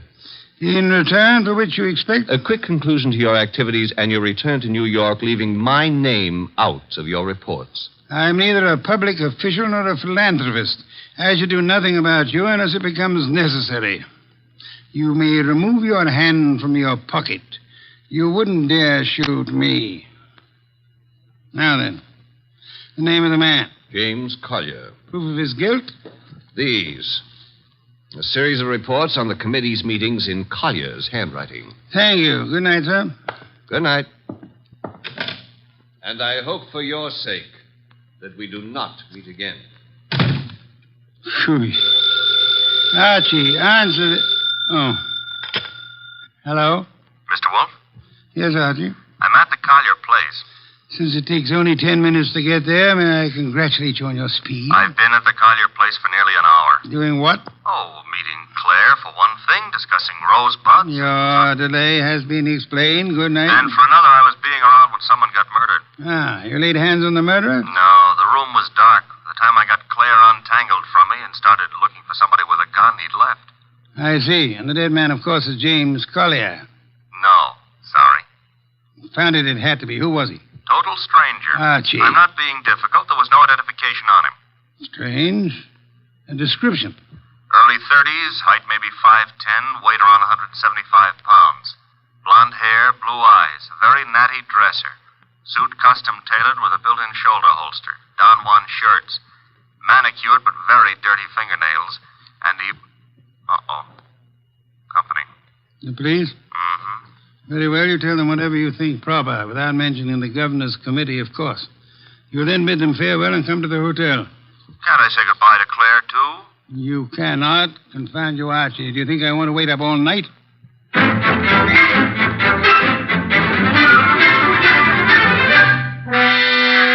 Police were not happy about letting me go, but I threatened to tell you on them, so they gave up. You have told me the entire story of what occurred at the Collier farm, Archie? Mm-hmm. All details. If you like, I wouldn't mind repeating the parts about Claire. Phooey. You may call it phooey, I call it love. By the way, did you know that it was Robert Herrick who wrote that poem? Confound you, be quiet. Okay, push your lips around, but you've missed something. I have? Mm-hmm. The burning question of the day. The night, rather. Which is? Where is James Collier? Ah, Stop buying. The cops want him on suspicion of murder. The way it shapes up, he shot our unknown pal and then headed for the nearest border. Nonsense. Mean he didn't shoot our unknown pal? I mean, Collier's whereabouts are not a mystery. You know where he is? I know where he is. I don't believe it. You couldn't know. You haven't been out of the hotel. You haven't had any calls. Archie, I use my intelligence. If you had used yours instead of voting the girl... I still wouldn't know where Collier is. Never mind. I'm impressed. What do I do now? You get Mr. Veek on the phone. Huh? He's staying here at the hotel. Oh, old home week. Operator. Mr. Veek, please. Hello? Hello, Mr. Veek. Who is this? Mr. Wolfe wants to speak with you. Just a second. Here you are, sir. Thank you. Mr. V, where were you at 10 o'clock? Why, on my way to the hotel. You checked in at... 10:15, then came directly to your room. One other question. You have an employee, a man in his early 30s, blonde-haired, blue-eyed, and well-dressed. Am I correct? Yes, that is Marshall. No, that was Marshall. Good night, sir. Having done that, whatever it meant, we now go to sleep? Away, we go to the Collier farm. Okay, but why? Because, Archie, the time has come to cross-examine the rabbits.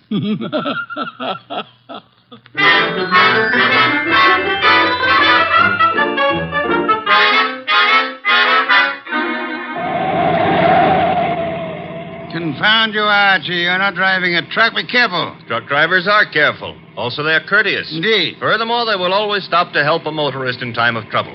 Archie, are you training to become a truck driver, or have you fallen in love with a truck driver's daughter? Her name is Susie, her hair the color of wheat fields at high noon. Never mind turning purple. I'm about to change the subject. Boss, I have a theory. Stick to truck drivers. As follows. Our boy Collier, who'd been selling information to Veek, had a change of heart and decided to turn ethical. But Veek's man, Marshall, at Veek's orders, tried to apply pressure, so Collier shot him and headed for Canada. And the girl's role? Must have brightened my life. Oh, you mean about her playing sentry? Well, she's in Veek's employ, too. Phooey. Don't like my theory. It's charming. It merely happens to be wrong. Merely happens to be... Why is it wrong? Because, Archie, of a dead man's dirty fingernails, Marshall's fingernails. Oh. Well, you made me bring you to the rabbit hutches. We have arrived. There are the rabbits. Go ahead, cross-examine them. Good many hutches. A large pen for the rabbits to run about in. Notice that they're all cowering at the far end of the pen, ran as we entered. That's because they don't like us, maybe, huh?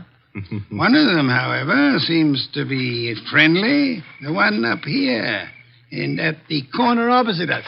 Oh, yeah, there is one here. He's not friendly, Mr. Wolfe. Indeed? He's dead. Somebody stove in his skull. Interesting. What's interesting about a dead rabbit? He may be dead now, Archie, but he was friendly. Too friendly.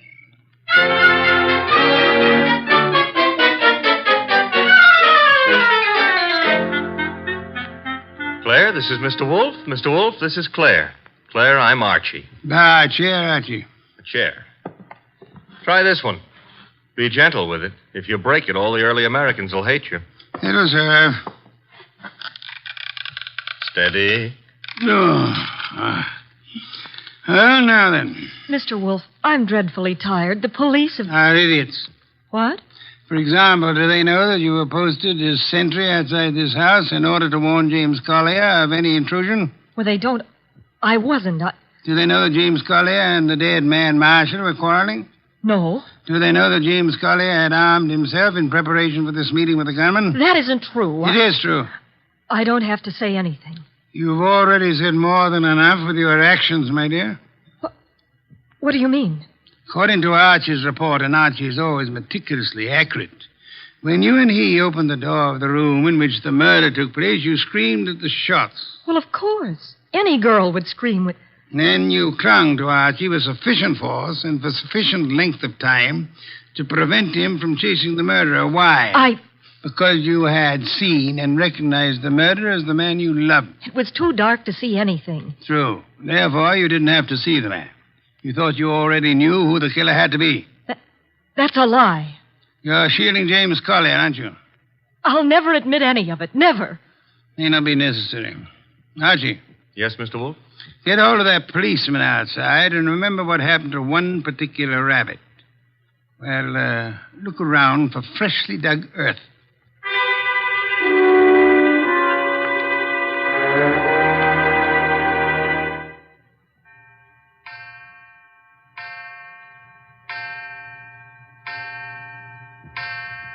Midnight. What are we waiting for? A return? Archie's? No, it'll take him longer. Well, then whose?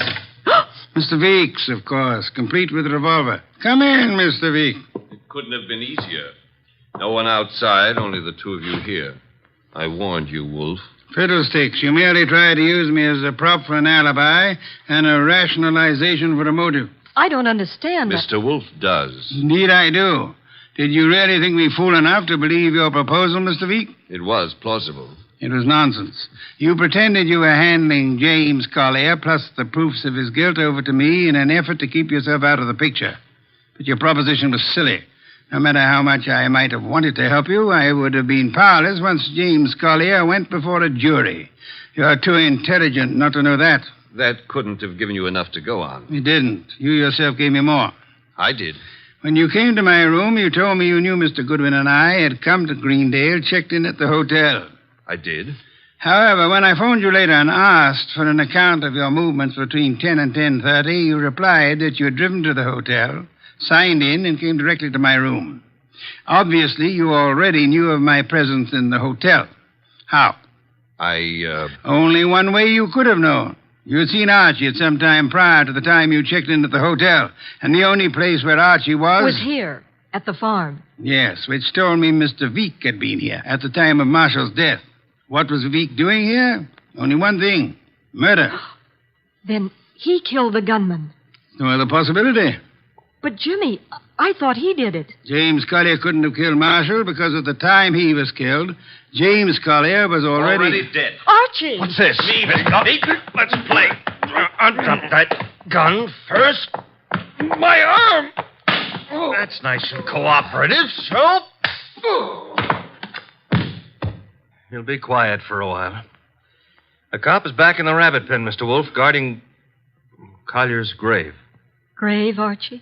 Yeah, with James Collier in it. Oh, poor Jimmy. Veek knew the expose was coming. He had to shut Collier up. So he had his gunman, Marshall, kill Collier and bury him in the rabbit run back of the hutches.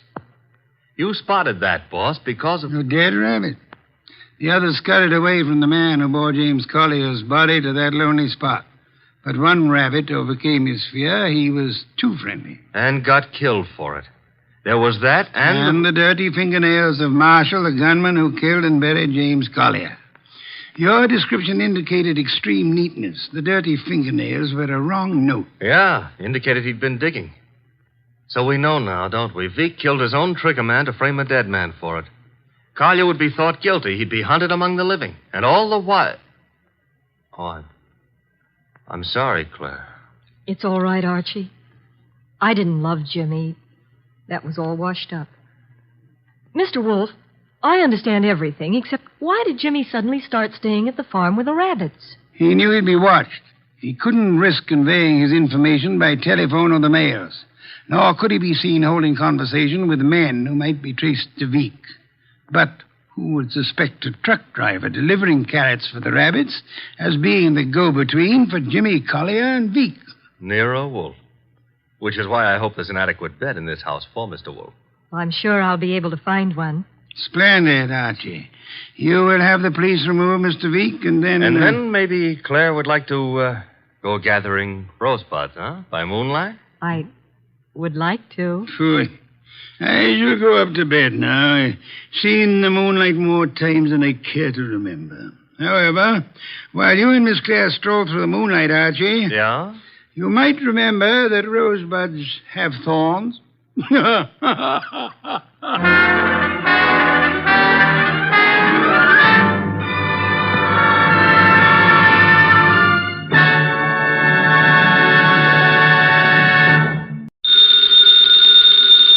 Ladies and gentlemen, the ringing of that phone bell means mystery, adventure.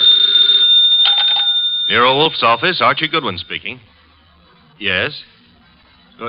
Yes, I know that in 48 hours it's going to be Christmas, but who is this? Who? Look, I'm a big boy now, so... Okay. Tonight at 8. Goodbye. What the devil was that? This may come as a shock to you, Mr. Wolfe, but that was Santa Claus. You've been drinking. Uh-huh, the usual, milk. He's coming to see you at 8. He's got a problem. Indeed. It seems that some low, not to mention murderous character is going around slaughtering Santa Clauses.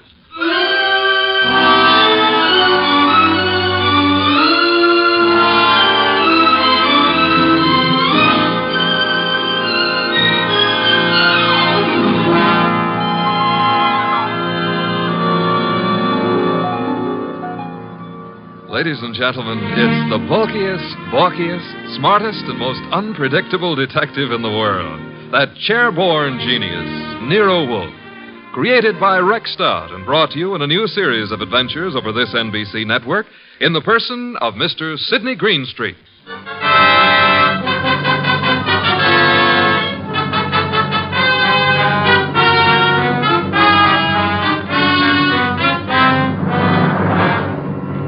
It began earlier than 8, however, the case of the slaughtered Santas. It began, to be precise, on the corner of 34th Street and Carlisle. The hour was close to 6, the weather cold, the sky dark. How you doing, Santa? I'm freezing to death, officer. It's a cold day. You packing up? Yeah, I guess so. Not many people around anymore. Oh, heading for home and dinner. How was the collection? Well, I don't need no armored car, but a few dozen kids are going to have something for their Christmas stockings. Your competition, the guy in the opposite corner's already screaming. Probably got low blood pressure. Yeah, give me a hand to get the collection pot off the chains, eh? Sure, there you go.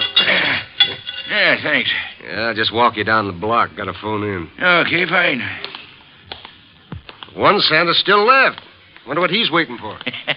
Santa Claus. Well, watch yourself going down those chimneys tonight, eh? Sure. Well, I'll cut across the avenue here. Be seeing you. Hey, that car coming down the street. Got its lights out. Look out!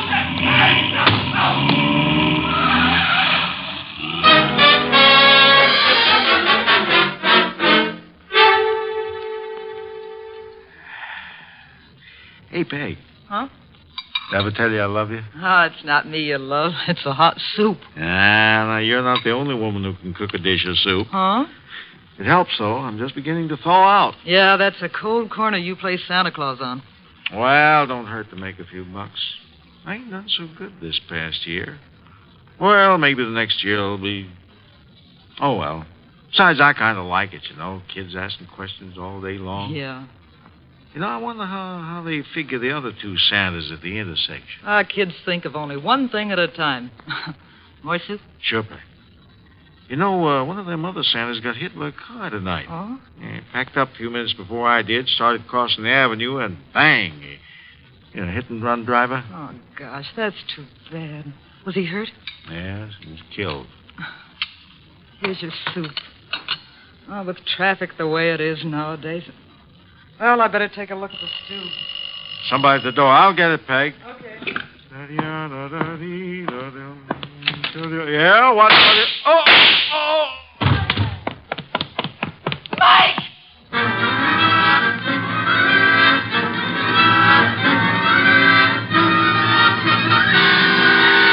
Wolfe? Yes, Archie? I've been thinking. Good heavens. Oh, I admit it won't bring about a national emergency, but Mr. Wolfe, Christmas is only a couple of days away. If you're hinting about your present... No. I was just imagining you behind a team of reindeer. Your imagination is morbid. You'd make a wonderful Santa Claus. Phooey. You got the perfect build for it. Of course, as for character... Archie. Yeah? Can you picture me scrambling down a chimney? Well, they might have to build bigger chimneys, but... Bah. There's that, too. However... That is the front door. True. I was thinking... You might see who it is. Well, if nobody's been lying to me on the phone, that'll be Santa Claus. Let him in. But I haven't decided what I want for Christmas yet, Mr. Wolfe. For example, should she be blonde or brunette, tall or short? Archie. On my way. Good evening. I dislike dawdling on anyone's doorstep. Well, stop dawdling. Come in, please. Mr. Wolfe has been warned of my arrival? He has. Through here. Mr. Wolfe, this is Santa Claus? My name is Barton, John Barton. How do you do, sir? I have no time for the social graces, Mr. Wolfe. I'm about to be murdered. Howdy, in my house, I have objections. I'm a frightened man, Mr. Wolfe. Indeed. This costume you see me in is responsible for it all. Why are you in it? I had a notion it might be, well, entertaining to play Santa Claus in public. I'm a wealthy man, sir. I can afford to have whims. Therefore, I have assumed this masquerade. However, it apparently is going to be the death of me. Mr. Barton, you have adequately conveyed an atmosphere and an emotion. I suggest you concentrate on facts now. Very well. I have been acting as Santa Claus for the Tuberculosis Fund. My station is the corner of 34th Street and Carlisle Avenue. I might add the northeast corner. Why? Because at that intersection there have been two other Santa Clauses. One on the southeast corner and one on the southwest corner. 3 Santa Clauses, then, on 3 corners. Yes. Now then, earlier tonight, the man on the southwest corner started home. He was crossing the avenue when he was run down and killed by an automobile. A regrettable accident. The car was running without lights. It deliberately ran the fellow down and then vanished. Not an accident, Mr. Wolfe. You saw this yourself? I did. 1 Santa Claus dead. The man on the southeast corner got home all right. According to the radio news flash, that's where he was killed by bullets. Coincidence? Possibly, but I wouldn't want to risk my life on the chance.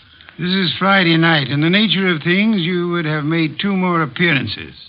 Very well, Mr. Barton. I'll write you a check as a retainer, then hurry along home. I'm late now. No.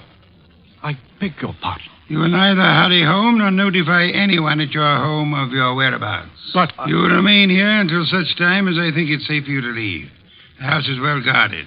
I can't do that. In which case, I cannot accept you as a client. I fail to understand. Mr. Barton, it is very easy to murder someone. Avoiding the consequences of such an action is something else again.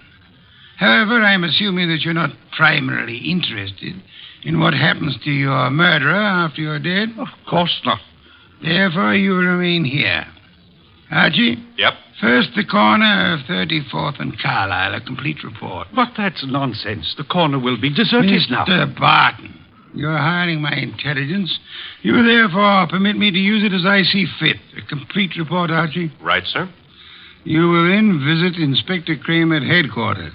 You will, in whatever manner you find effective, collect all the police information about the 2 already murdered Santas. Fine. The manner, I think, will be applying a blowtorch to the inspector's toes. Your levity is ill-timed. The inspector is likely to throw me out of my ear. Your problem. My ear?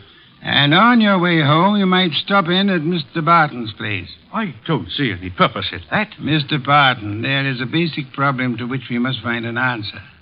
Whether those 2 men were murdered because they were Santa Clauses or because their deaths were merely preliminaries to yours.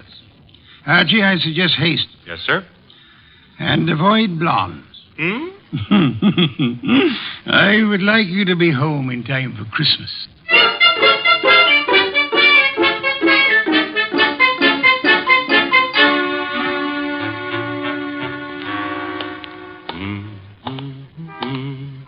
Hey, Bud. Yeah? Got the price of a cup of coffee? You sure you mean coffee? Either you're gonna dig it up or you ain't. Never mind the questions about my personal affairs, see? Oh, I apologize. Here. 2 bits. Thanks. You're welcome. Don't let me keep you. You're not. 34th and Carlisle, huh? During the day filled with milling throngs? Hey, that's a nice phrase. I'll have to remember it. Milling throngs. And now desolate and deserted. Well, that's life. Is that a fact? That's philosophy. Yeah? Well, for 2 bits, I don't have to listen to no philosopher, see? Good night, Bud.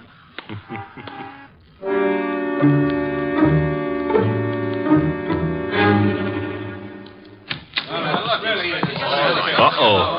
The inspector's got company. If all you reporters will shut up and ask your questions one by one, I'll answer them. Inspector Kramer, it's true a couple of Santa Clauses have been knocked off tonight?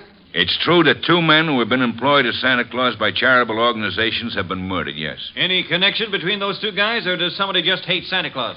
Well, so far as we know, there is no connection. That means it could be maybe some kind of maniac who decided he doesn't like Christmas or Santa Claus. Is that right? The department is investigating along those lines. Like how? Well, we're checking all the local asylums for possible escaped lunatics. Yeah, but, Inspector, suppose this nut has never been in an asylum.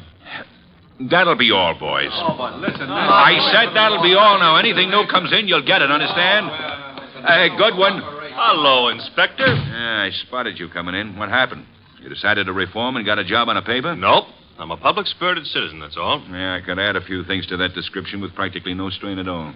Mr. Wolfe and I are very sentimental about Christmas. We object to Santa Claus being killed. Nuts. Oh, Inspector, aren't you in favor of Christmas? I'm in favor of Christmas. I'm in favor of motherhood. Leave motherhood out of this. Neither of us are mothers. Our chances of becoming mothers aren't too good either. And furthermore... Okay, you're not giving, so get out of here.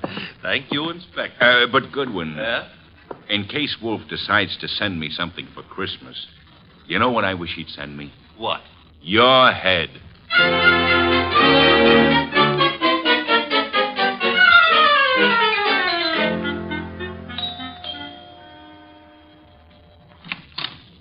Well, Oh. now I know what I want for Christmas. What did you say? I said my name is Goodwin and it's cold on your doorstep. Oh, I'm sorry. Come in. Mm-hmm. You didn't mention your name. I'm Laura Barton. Mrs. Laura Barton? No, Fine. That is, what relation are you to John Barton? his niece. Why do you ask? Oh, you've got a beautiful voice. All this marble and no butler? I don't know where Pleasant is. He should be here. Have him shot at sunrise. Oh, Laura.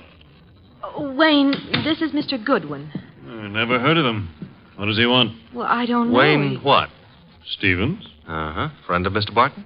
Half-brother, but we seem to be doing all the answering. How about your answering some questions, Goodwin? I'll try. Come into the library.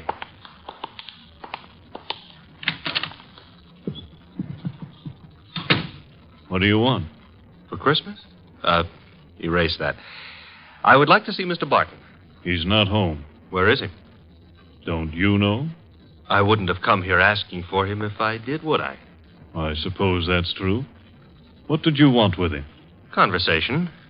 About? Anything. You see, I like to talk to rich men. Are you rich?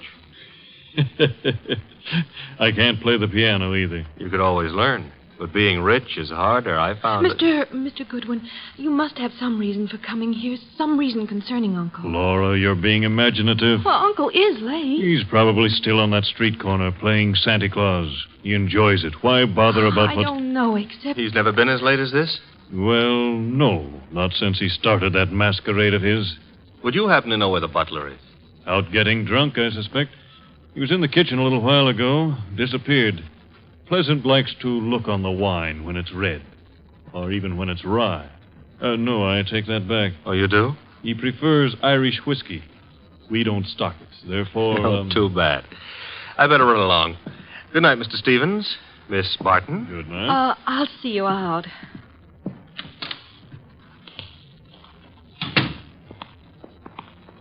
Prettiest butler I ever saw. Blonde. Now, old Dr. Tidmouse always said, beware of blondes because... Mr. Goodwin, Well, I'm waiting. Mr. Goodwin, you must know something about Uncle, something you didn't want to tell us. Makes you think so?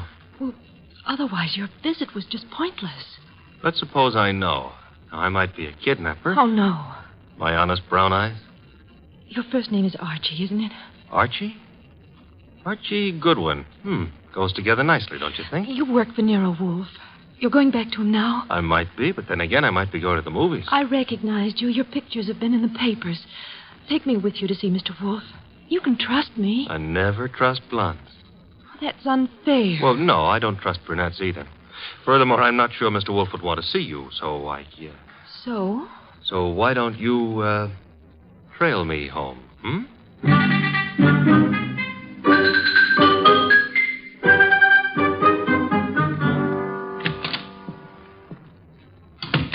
That you, Archie?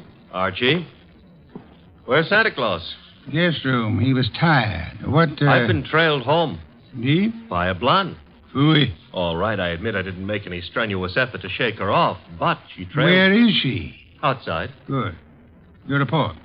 Oh, but she might freeze to death out there. That's her problem. Your report, Archie.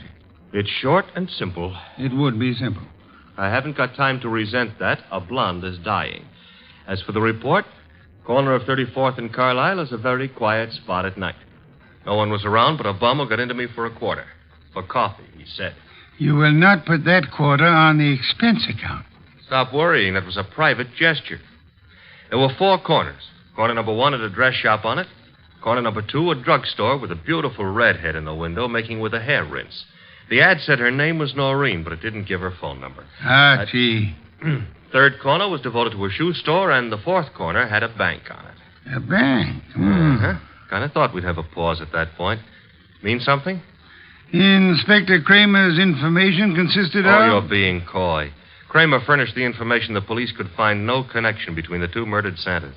Except for the fact that they were both playing Santa Claus. Isn't that a little on the obvious side? This is an obvious case. The Barton home, Archie. Marble and old lace. A butler, his name is Pleasant, was among those missing. Among those present, Laura Barton, the old man's niece, and Wayne Stevens, his half-brother. Ah. Yeah, only for Laura. Stevens was not at all pretty. It was Laura Barton who followed you here. It was Laura. Archie, go upstairs and... Oh, now, wait a minute. The girl, the weather, common humanity demands that you have... Louis, you speak for yourself, not humanity. I'm human. On occasion, a debatable point. Very well. Let her in. Oh, thanks. Laura, come in. Laura Barton, Mr. Wolfe. How do you do? How much money do you inherit on the death of your uncle? What? That is known as the shock treatment. However, I need an answer. Uncle isn't dead, is he? That, for the moment, is irrelevant. How much? Half his estate. The other half? Wayne, Uncle's half-brother. Very well. Archie, will you go upstairs and inform Mr. Barton that his niece is here? Uncle is here? On my way.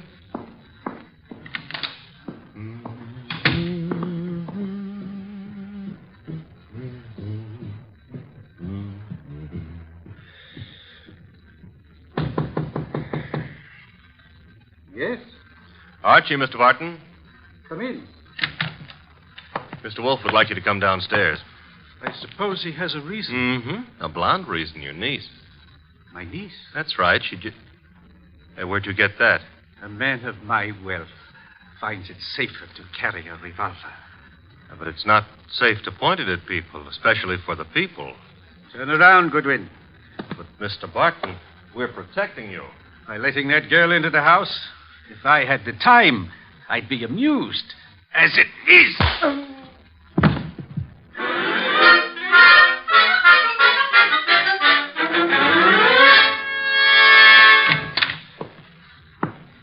Archie, you been gone? Good heaven. Uh-huh. Santa Claus came early. Your head? Which one are you referring to, my own or the one Santa gave me?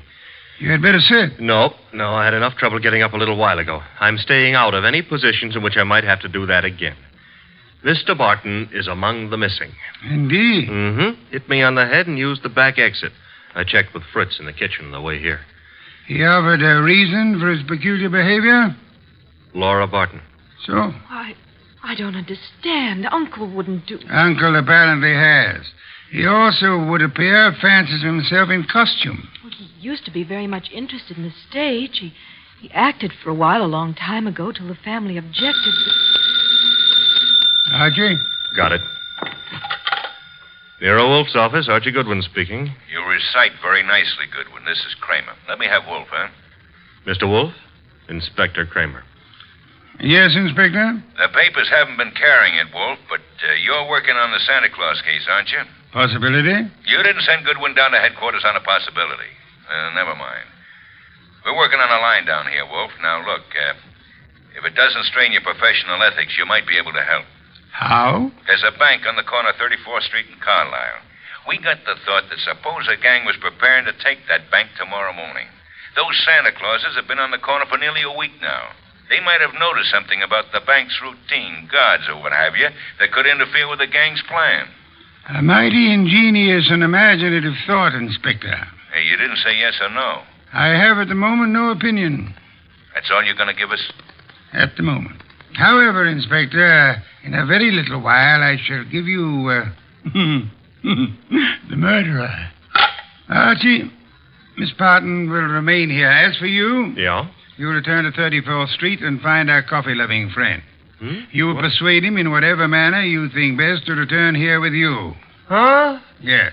You know, I think it possible you may be able to put that quarter on the expense account after all.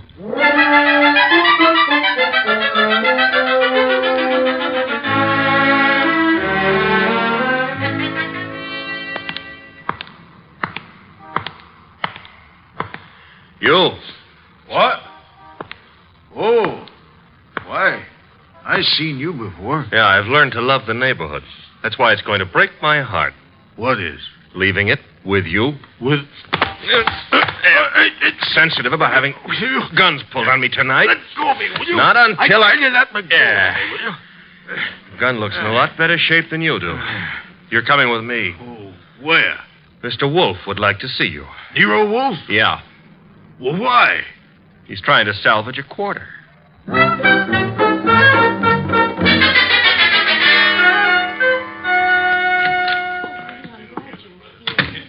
Archie. Uh-huh. Complete with, he wouldn't give his name. He did have a gun to it, though. This one. Yes. Archie, you know Miss Barton, of course? Aye. And Mr. Stevens?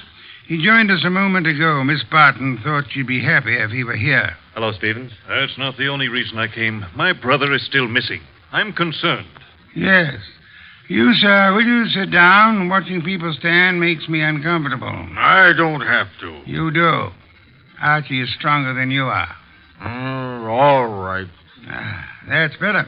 If you don't mind, Mr. Wolfe, I've never been here before, never met you. But you look as though you could handle things. I think my brother's been kidnapped.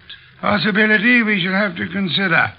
Miss Barton, perhaps you have a theory, too? Well, I don't know. Uncle's been behaving strangely for weeks now. What way? Well, I'm not sure. Wayne... Well, of course, John's always been a little peculiar, but I'm afraid I saw nothing especially strange, outside of this Santa Claus stunt, of course. I see. Miss Barton, your uncle played Santa Claus all week on one of the corners of 34th Street in Carlisle. I know. On two other corners, two other men indulged in the same activity. Those two other men are now dead. Oh, no. Well, wait. Mr. Wolfe, you mean they were killed by mistake for Barton? It is true that one man, made up of Santa Claus, looks very much like any other man similarly costumed. But the answer is no. One of the two men was shot in his home after he had removed his costume. Well, then, what connection? Miss Barton, in the event that you wanted to hide a tree, where would you hide it? Hide a tree? Why, I wouldn't even begin to know. If you were very clever, you would hide it in a forest. If you wanted to hide a murder and were very clever, you would adopt the same principle. Wait. You mean that if someone wanted to kill Uncle and didn't want to be suspected, he'd... Go about murdering several people with an ostensible, if lunatic, reason. He would, let us say, go about killing Santa Clauses. I get it. Then people would think the man he really wanted dead for a special and private reason had been killed for something that didn't point to him. True. That was why two Santa Clauses were murdered tonight. The third Santa Claus, however, the real object of the murderer's attention, was luckier or suspicious. He fled. Do I have to hang around here and listen to all this? You do, my unwashed friend. Mr. Barton fled, and the murderer was in a quandary. He had, so to speak, invested in two murders merely to make the third one confusing. But he found himself unable to commit that third murder. He couldn't find his victim. Could he ask the police to do so? Hardly.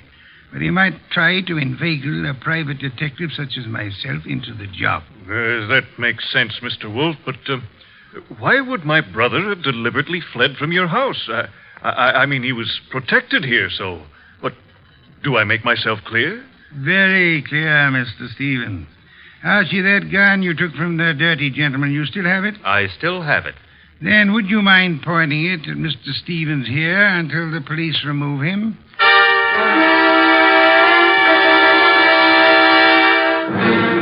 All right, come along, Stevens. Well, that's the end of Mr. Stevens. Inspector Kramer will take good care of him from now on. But now, Mr. Wolfe, Laura and me and the refugee from a washcloth over here would still like to know how and why and who was involved. I knew two people had a motive for John Barton's death. Laura Barton and Wayne Stevens. One of them proceeded to kill Santa Clauses in the hope that the police would assume those killings to be the work of a lunatic. The paper certainly hopped on that assumption. Yes. However, John Barton, aware that his life was in danger, escaped his murderer and hid. In this house? No. A man in Santa Claus costume came here and said he was Barton. However, he was an obvious imposter. He proved that by his flight when his niece came here.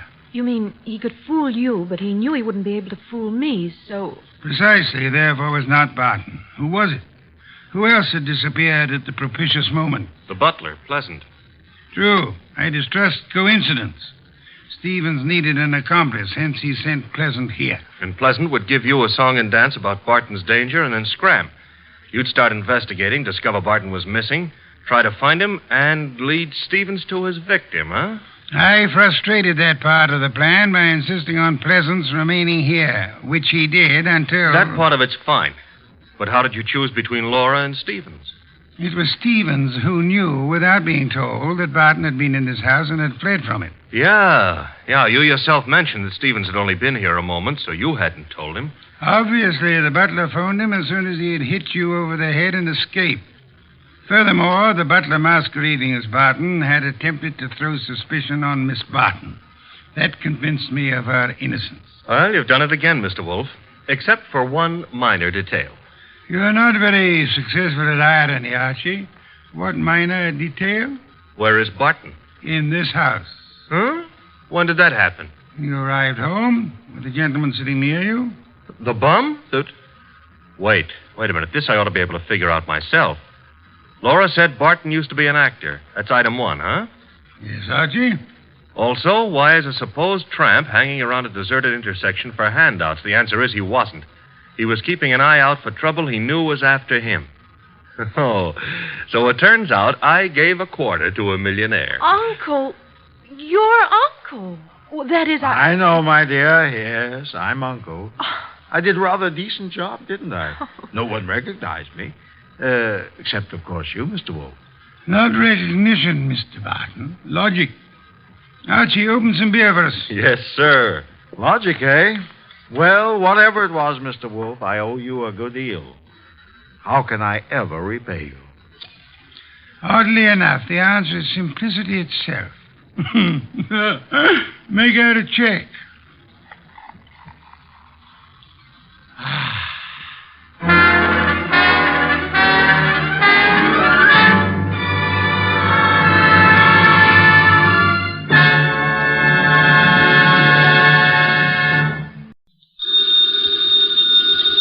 Ladies and gentlemen, the ringing of that phone bell means adventure. Hello?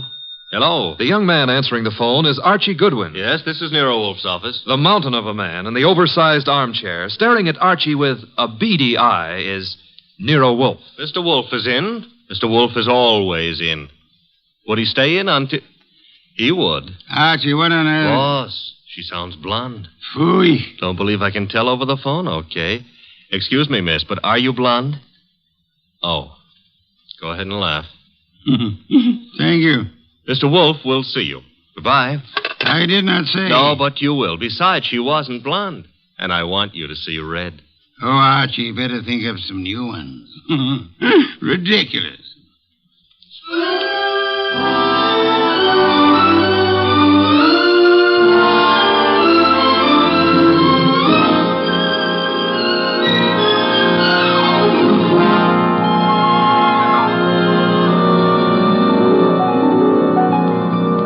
Ladies and gentlemen, it's the bulkiest, balkiest, smartest, and most unpredictable detective in the world. That chair-borne genius, Nero Wolfe, created by Rex Stout and brought to you in a new series of adventures over this NBC network in the person of Mr. Sidney Greenstreet.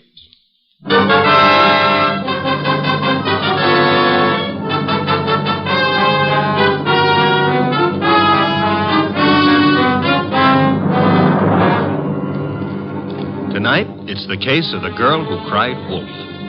In the old brownstone house on 35th Street, my boss, Nero Wolfe, with all his 300 pounds, sits at his desk from which he runs his world. We have been patiently waiting for the lady client. Then there's a knock at the door, and I admit her. A beautiful, frightened, and red-headed girl. Mr. Wolfe? Mr. Nero Wolfe?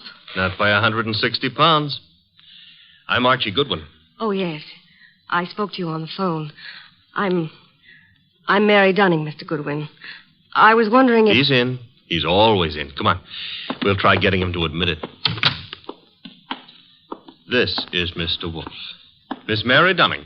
How do you do, Miss Dunning? Here, take this red leather chair. It's a nice match for your hair. You know, it was old Dr. Titmouse who said to me, beware of a red-headed woman. But I never could believe Thank you, him. Mr. Goodwin. Your business, Miss Dunning? Do you mean what I do or why I've come to you? Both, if you please. Well, I'm Mr. Stevens' secretary at the Tolliver Ecological Foundation. Our offices are down on East 12th Street. Ecological? Field research as to factors operating on plant and animal development and survival, Archie. Animal development, huh? Miss Dunning, the foundation has several agricultural research projects throughout the country, hasn't it? That's right, Mr. Wolfe. And Donald Stevens is executive director. Or was until... Was? He's disappeared. It's been 3 days now. He's not been near the office nor his apartment. No message or... Apartment? Stevens been living alone? He's a bachelor. He's engaged to Laura Tolliver. She's a cousin of the original Tollivers. But she doesn't know where he is either. Have you come to me on Laura Tolliver's account or on behalf of the foundation? Well, neither, Mr. Wolfe. I'm just worried, and I'd heard of you as one of the finest private detectives in New York. You've heard of me, Miss Dunning. We see that you're here. I still fail to understand why. But I've told you. Mr. Stevens has dropped out of sight. And there's another thing. The last time I saw him, he had a caller with him in his office. Caller? Male? Female? I don't know. We're in a converted old brownstone house, and, well, the way the offices are laid out, I don't see all the people who come in unless they make a point of coming to my desk. Mm-hmm. I see. All I know is that Mr. Stevens stepped out for a moment, looking either scared or angry, I couldn't be sure which, and asked me to see if there was a policeman at the corner. Which corner? Archie, continue, Miss Dunning. Well, I started to go, and there were low voices arguing from the inner office. And then Mr. Stevens called me not to bother. Then what? He said I could go ahead and take my lunch hour then. So I did. And when I came back, he was gone.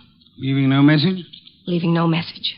And you've neither seen or heard of him since? I've tried all over. By phone, going out myself. Miss Dunning, has Mr. Stevens been in the habit of making extended business trips? Well, once in a while to our research stations in Pennsylvania, or New Jersey, or up in Vermont, but not without letting me know. I have to make out his travel vouchers. Has there been any recent trouble at the foundation? Trouble? Financial trouble? Personal trouble? No, there's been no trouble. Miss Dunning, you're wasting my time and yours. This is a problem for the police, if there is a problem. Oh no, Mr. Wolfe. I'd have gone to the police, except, well, if there should be an innocent explanation, it didn't seem fair to the foundation to risk the unpleasant publicity of... I said for the police. Wait a minute, Mr. Wolfe. It's your say-so, but when a girl walks in here and asks... The young lady can depart by the use of the same rather trim legs that carried her here, Archie. Oh, now, look, boss, just because I Miss looked at... Dunning, I can think of a dozen reasons that might take your bachelor director out of town for a few days without the formality of explaining his actions. Then you won't look into this? Despite Mr. Goodwin's frowns, no. Should Mr. Stevens not turn up tomorrow or so, I suggest you advise the police or whatever attorney acts for the foundation. There is such a person, of course. Yes. Jonas Dowd is counsel. He's also a co-trustee. Consult him, then, by all means. But you don't seem to understand. If you'll excuse me, I'm overdue for an important conference with my cook. We have just received a shipment of truffles from France. Well, of course, if Mr. Wolfe, if you ask me... Precisely what I've refrained from doing, Archie. Would you be good enough to escort Miss Dunning to the door? To the door, Archie. Good night, Miss Dunning. Good night. Good night. And thanks, just the same. Look, Mr. Wolfe, it's your shop and you can get as surly as you please. But can you give me one excuse for that high-handed brush? One thin shred of an excuse? Miss Dunning was sitting in this chair. The girl was lying, Archie. Lying? How can you say that? At least twice. And possibly from the moment she opened that undeniably pretty mouth. Now, if you would excuse me, Archie, I have an appointment with a truffle.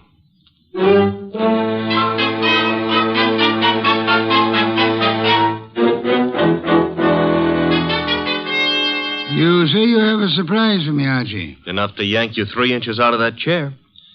Remember the girl who was here last night, Mary Dunning? You seem unwilling to let me forget her. Well, I took off on my own this morning to check up on that foundation setup. Good, Archie. I ventured a small bet with Fritz that you would. All right. See if your bet included this.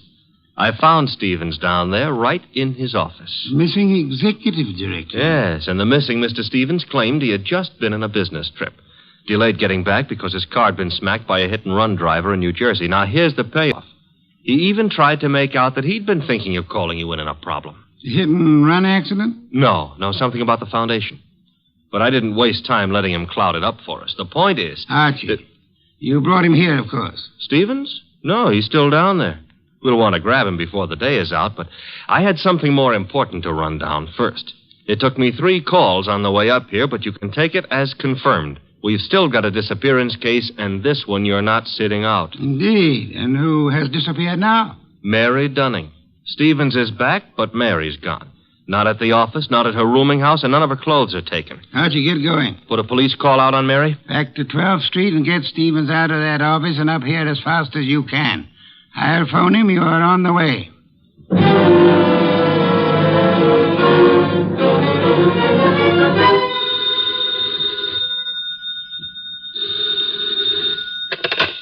Hello? This Donald Stevens? Yes, this is Donald Stevens. This is Nero Wolfe. I understand you've been thinking of consulting me. Well, as a matter of fact, I have, Mr. Wolfe. I started to explain to Mr. Goodwin, but... Are you alone there at the office? Why, well, yes. As it happens... Be careful. I don't think your car smash-up was an accident. I've just sent Mr. Goodwin to ask you to come here. Meanwhile, I'd suggest... Oh, excuse me, Mr. Wolfe. There seems to be someone coming in now. Wait, Mr. Stevens. There hasn't been time for Archie to get there yet. Excuse me, Mr. Wolfe. Don't. Just hold the wire a moment. Wait, Mr. Stevens. Come on in. I haven't had a chance yet. Oh, what? No! No!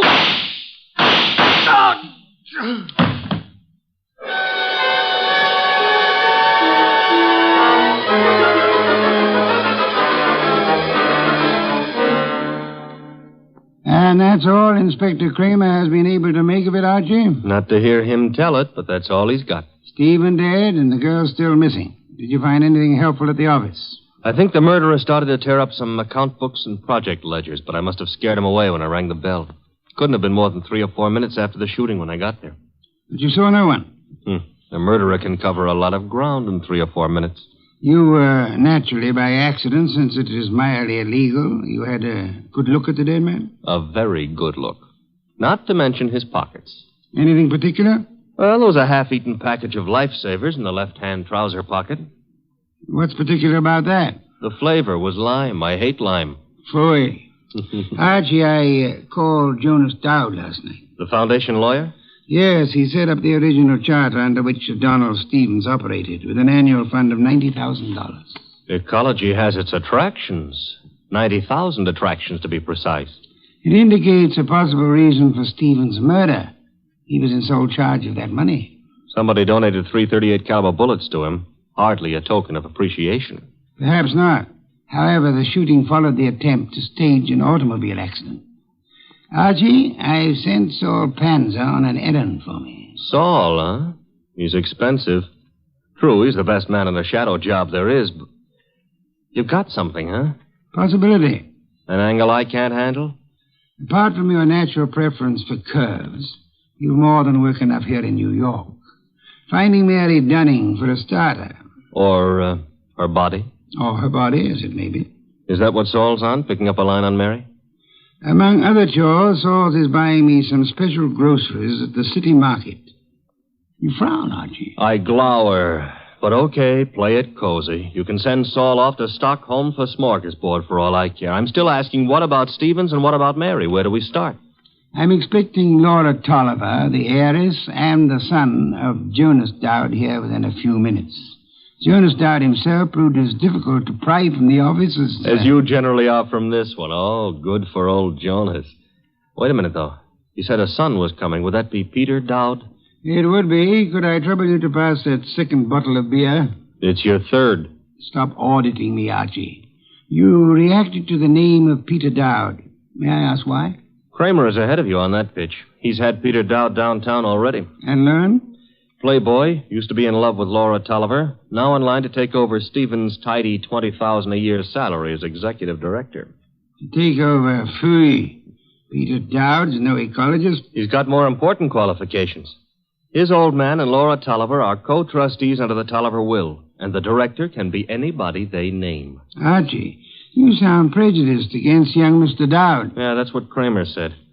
I'm just naturally suspicious of anybody who stood to pick up $20,000 a year, plus a whack at the $90,000 a year in house money, just by throwing 338 caliber slugs into Stevens.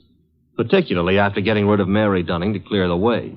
The police still have no leads on Miss Dunning? A for effort, Z for results. Now, the way I see it, boss... Legwork now, Archie. Guess it's later. You might try Miss Dunning's landlady again for one, and try Peter Dowd's apartment. Now? Yes. I'd say go along, keep after the missing girl. Instead of sifting through the names in Stevens' appointment book you were asking about? It's two legs of the same animal. The names may help on the girl. Now, Archie, on your way.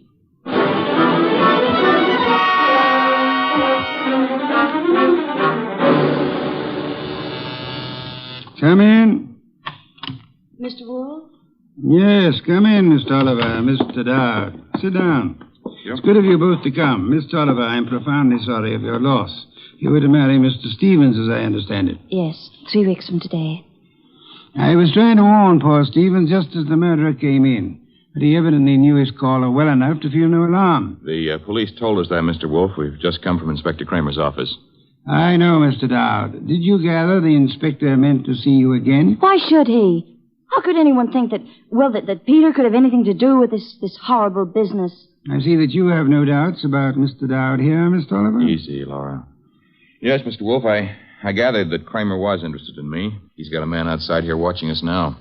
You're alert, Mr. Dowd, or... Oh, what? Or aware that Inspector Kramer may have grounds for keeping you under surveillance.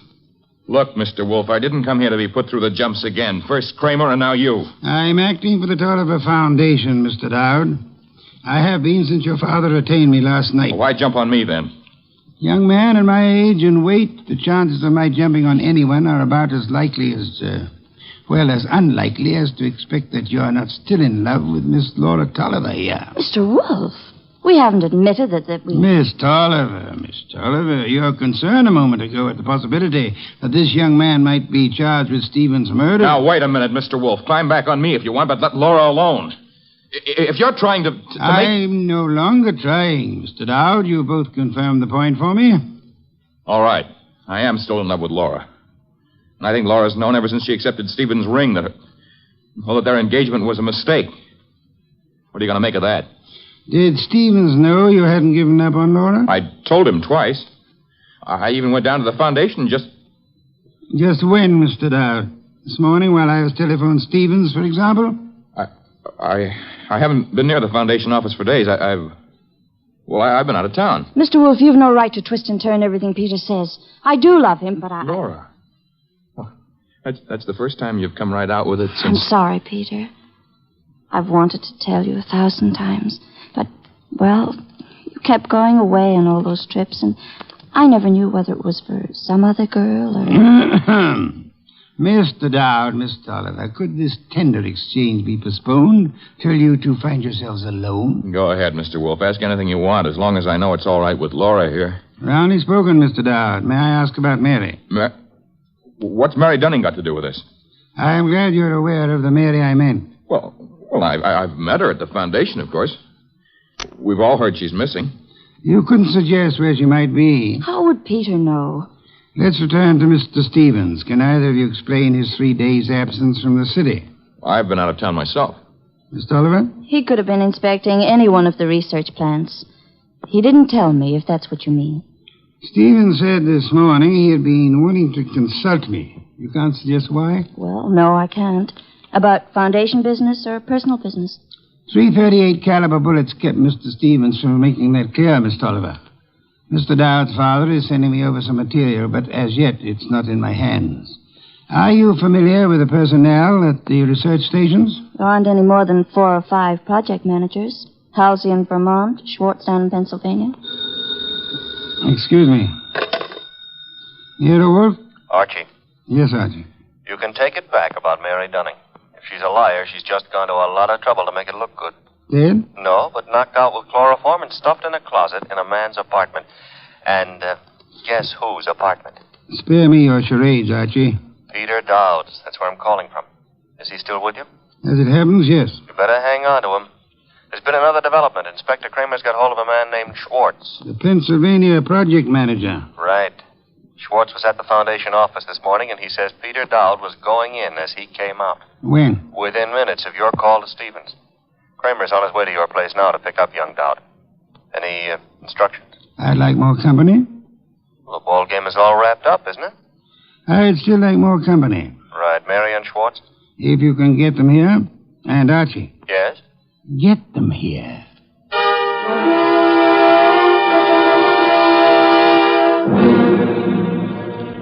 I'll have that 5th bottle of beer, Archie. 7th and quota for the night. And when do you get around to calling in Mary and our friend Schwartz? In a moment, Archie, in a moment. After all that scramble to get him here. I've been studying these project reports that Jonas Dowd sent over. Fascinating field ecology. I know. The factors playing on the development and survival of living organisms. Too bad poor Stevens didn't figure on a factor named Peter Dowd. Archie, I'm ready for Mr. Schwartz now. No Mary? I'll risk you in the next room with Miss Dunning for the time being. Okay. One Schwartz coming up. Oh, come in, Mr. Schwartz. Mr. Wolfe? How do you do, Mr. Schwartz? My apologies for this long wait you've had. And I'll try to make our business brief. Yes, sir. Mr. Schwartz, you managed the Tolliver Agricultural Research Station in Pennsylvania for some time. 2 years. I am not sure I didn't once enjoy a shipment of mushrooms that came from your place. You've experimented with Maya arenaria. Maya arenaria? Yes, of course. Yes, we've done some work with mushrooms. They were excellent. By the way, I understand you saw Mr. Stevens just before he was shot down. If I'd stayed 10 minutes longer, he might still be alive. May I ask the purpose of your call? I was delivering the monthly reports. No special trouble you came to discuss? No, sir. You met Peter Dowd coming in at the Foundation as you were going out. How did he look? In a hurry. How so? He just pushed past with his face turned away. You're sure it was he? Yes, I had seen him at the Foundation maybe 2 or 3 times before. Were you aware that Mr. Stevens and Mr. Dowd were both apparently in love with the same young lady? I'm a research worker, Mr. Wolfe. I wouldn't know about Mr. Stevens' personal affairs. Just an hour ago, before Inspector Kramer took him from here, young Dowd admitted that he'd been there today. I didn't think I could be mistaken. But he said only because Stevens had phoned him to come. Were you there when that call was made? No, there was no call to Dowd while I was there. Excuse me, Mr. Schwartz. Yes, Nero Wolfe speaking. This is Saul Panzer. Yes, Saul, you're still... Yes, still down here at the city market.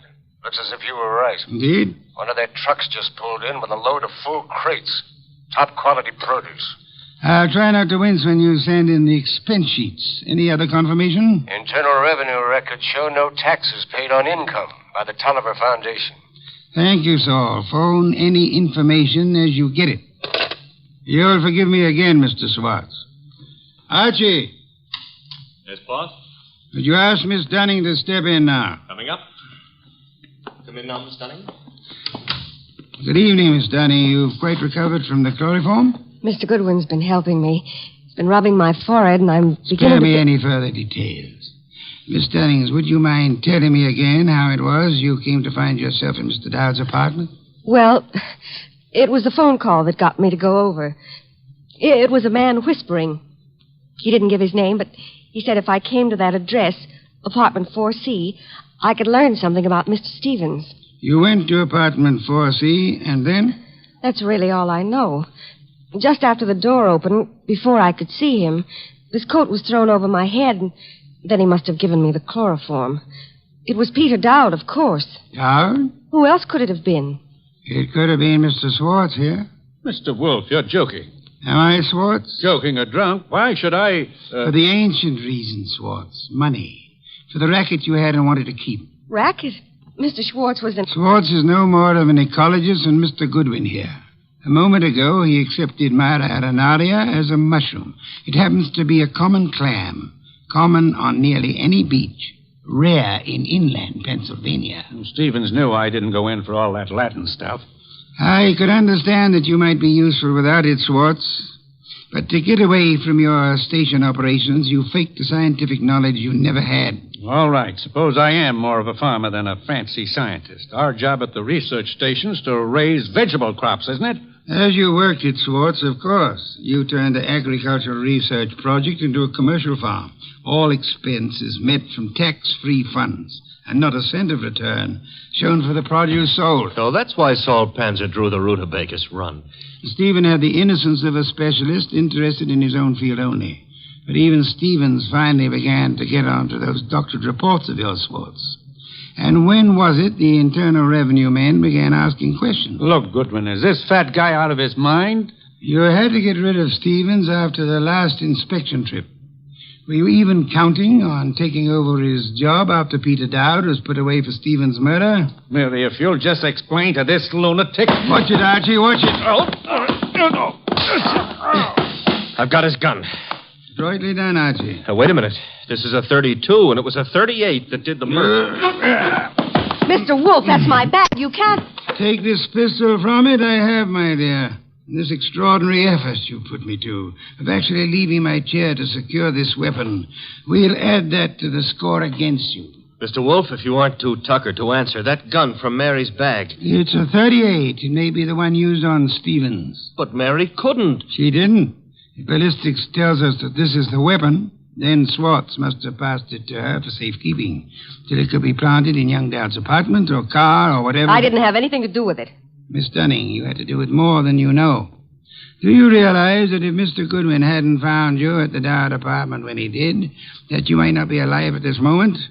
You were the one person who knew Swartz's crime. Mary, don't listen to him. She's listening, Swartz. Miss Dunning, you thought the chloroform scheme was directed solely against Peter Dowd, and so you let Swartz talk you into it. Mr. Goodwin tells me the door of that closet was sealed with Scotch tape. I didn't know that. Schwartz actually tried... Your chloroform sleep was meant to turn into a permanent one, Miss Dunning. And I was trying to cover for him. All right, here it is. Schwartz planned it all. He did try the hit and run, and he did shoot Stevens. He's a liar. Mary, you've been juggling those books since... Say the details for Inspector Kramer, Swartz. There's guilt enough to be divided between you and guilt enough to burn you both.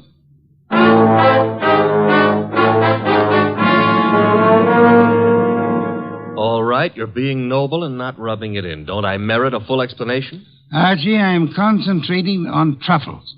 Do we deck out a bird, or shall we have them in an omelet again? Mr. Wolfe, look, I've got a white flag up, and I'm asking. All right, Mary and Schwartz wanted Stevens out of the way. And all right, they tried to hang it on Peter Dowd. But why'd Mary come here and try to get you into it in the first place? As far as she knew that night, Archie, Stevens wasn't to get back to New York alive. Swartz hit and run ambush in New Jersey was supposed to take care of Stevens on his way back from Pennsylvania. By luck, Stevens survived the accident, and Swartz had to follow him here to finish him off. Yes, but I still don't see why. Mary came here to establish her innocence by pretending to seek our help. Oh. And she thought to keep suspicion from Swartz by creating the imaginary figure of a threatening caller at the office several days before. She knew Stevens meant to consult me about Swartz, and she could guess Jonas Dowd would call me in eventually. Well, Stevens said he wanted to consult you that morning when I... That morning when you couldn't hear Stevens out because you were seeing him as Mary Dunning wanted us to see him. Oh, a trick operated with two vanishing acts to explain. Stevens's and Mary's.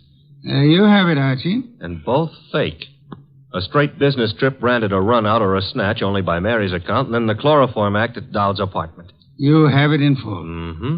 Except how you knew she was lying to start with. Point one, the girl offered no fee, no prospect of a fee. Mm-hmm. Stay at bat. Could anyone claim knowledge of my reputation, Archie, and still seriously expect that I would take an arduous labor for the love of it? Oh, I'm ashamed of myself. Point two, she told us of a caller coming to see Stevens. Of Stevens asking her to fetch a policeman, then changing his mind. When asked to call a policeman, what woman's curiosity would be satisfied by being told not to bother? How utterly brilliant you are. Yes. Archie, a bottle of beer. All right. And now back to a serious problem, you know. I think I see a compromise on these troubles. Between bird and omelet? Archie, why not both? Ah.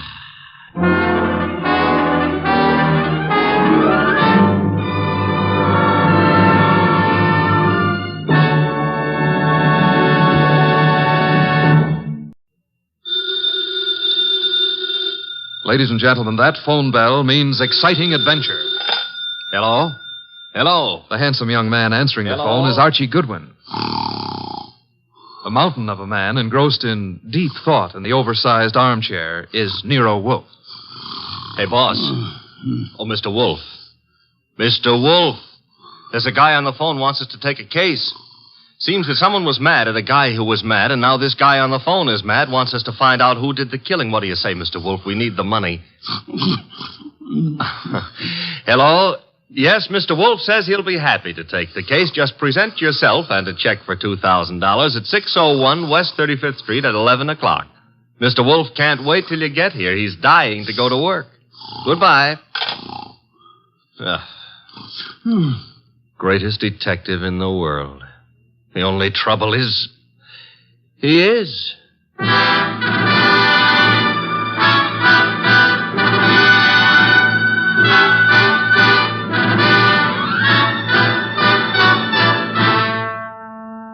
Yes, listeners, Archie is so right. He is the greatest detective in the world, and the fattest, and the least energetic. He's Nero Wolfe, created by Rex Stout, and brought to you over this NBC network in a new series of adventures by Mr. Sidney Greenstreet.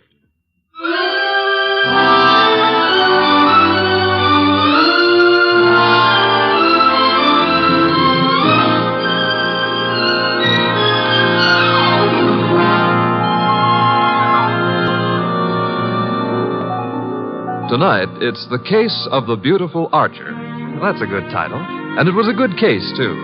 It began in the consulting room of Dr. Raynard Townley of the Townley Sanitarium, skipping a jump north of Nyack, New York, when a very lovely young lovely glared across the desk at the good doctor.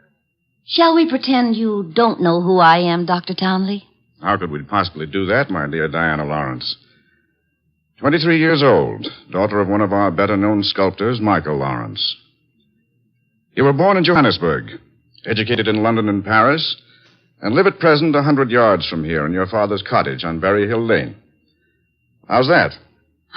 It's intended to be staggering, isn't it? You take no cream or sugar in your coffee, were winner of the Women's National Archery Tournament for 1947, and have an exceedingly high temper. Let's stop the nonsense.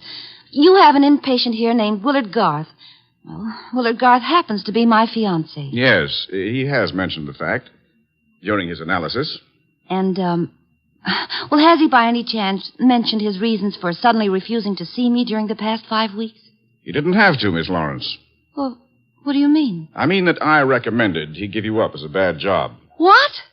Yeah, well, I suppose you had some purpose in saying what you did. Of course. I'm the boy's doctor. You think you're in love with Willard Garth, I know, but actually, you're infatuated with the Garth millions. You take a lot on yourself, don't you, Doctor? I consider it important to relieve Willard of all painful external pressure. You've done well for Willard, Dr. Townley, relieving him of me. I think so. Now, let's see you relieve yourself of me. You, purchased the gun for this occasion, Miss Lawrence? Yes. And what exactly do you hope to accomplish with it? A quick and complete reversal of your decision about me. I'm not as easy to handle as Willard is, you see.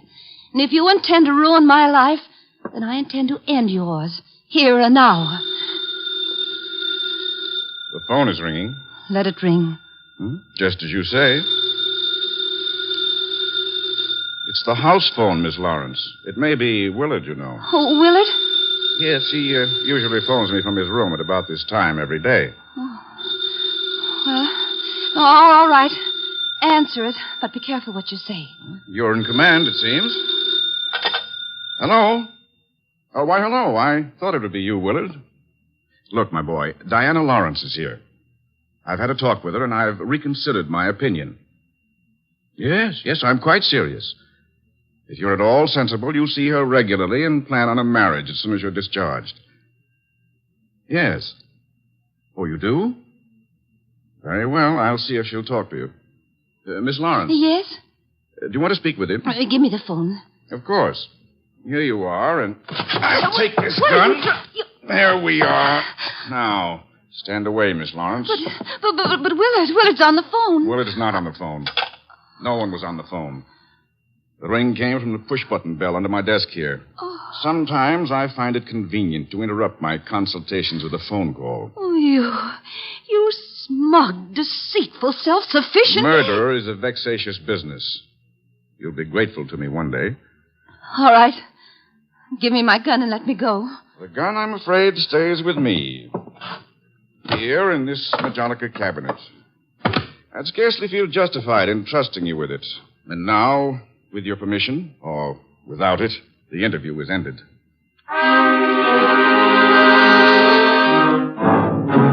Later that day, the phone in the Lawrence house on Berry Hill Lane began to jingle. And this time it was no phony.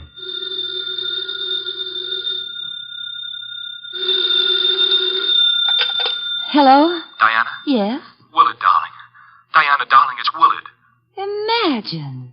Has the doctor let you use the telephone just as if you were a great big adult? Oh, I've got to see you, sweetheart, and I didn't call you to argue. Love, beauty, understanding, that's what matters. Isn't it? Isn't it? Do I hear the overtones of a change of heart? Oh, Diana, what's happened wasn't my fault. He poisoned me against you. Then why don't you walk out of that amateur nut house and stand up like a man? I probably shall, Diana. Now, please listen to me. He's letting me have the limousine tonight from 8 until 12. I want us to go for a ride and talk and talk and talk until everything is clear. Clear as a bell, my baby. Don't tell me he's trusting you to drive. Oh, no. No, one of the handyman here will chauffeur us. Oh, say you'll come, Diana. Will you? Say it. Say yes. Say you will. Well, yes, Willard. I'll be glad to. Oh, 8 o'clock then? 8. Oh, bless you. Bless you, my angel.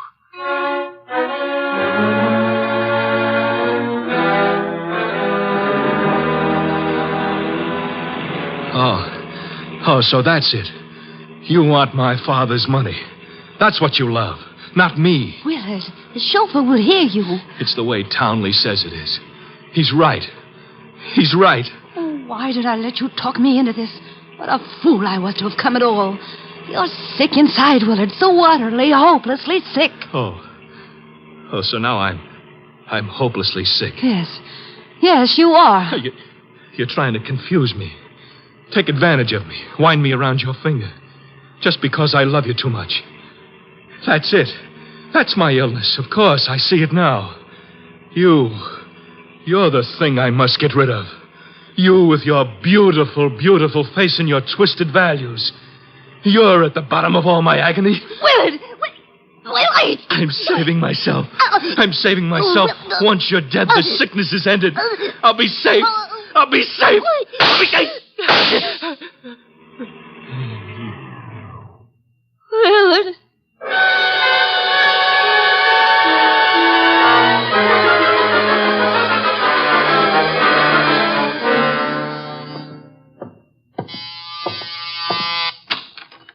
Dr. Townley? Yes. Come in. Mr. Wolfe's been expecting you. Come in, Dr. Townley. Come in. Have a chair. Thank you, Mr. Wolfe. I'm so happy you've agreed to take this case. Have a glass of beer. Oh, no. Never at this time of the morning, thank you. Well, Doctor, the newspapers check with what you told me. The girl and young Garth went out for a ride in your limousine last night. The car was driven by one of your handymen. That's right. Haynes, his name is. And they never came back. Young Garth was found dead in the car with 2 bullets in him. The girl was gone, and also Haynes, the handyman chauffeur, huh? Correct, sir. Have you any idea where he could be? No, sir. And the young lady, tell me about her. She's Diana Lawrence, daughter of Michael Lawrence. The sculptor? The sculptor. She lives with him in a small cottage near my sanatorium on Berry Hill Lane. An extremely aggressive and self-centered female with more than a slight flair for violence. Your description might easily lead me to suspect her of this murder, sir. Well, I'm aware of that. And I don't think you'll be far off the mark.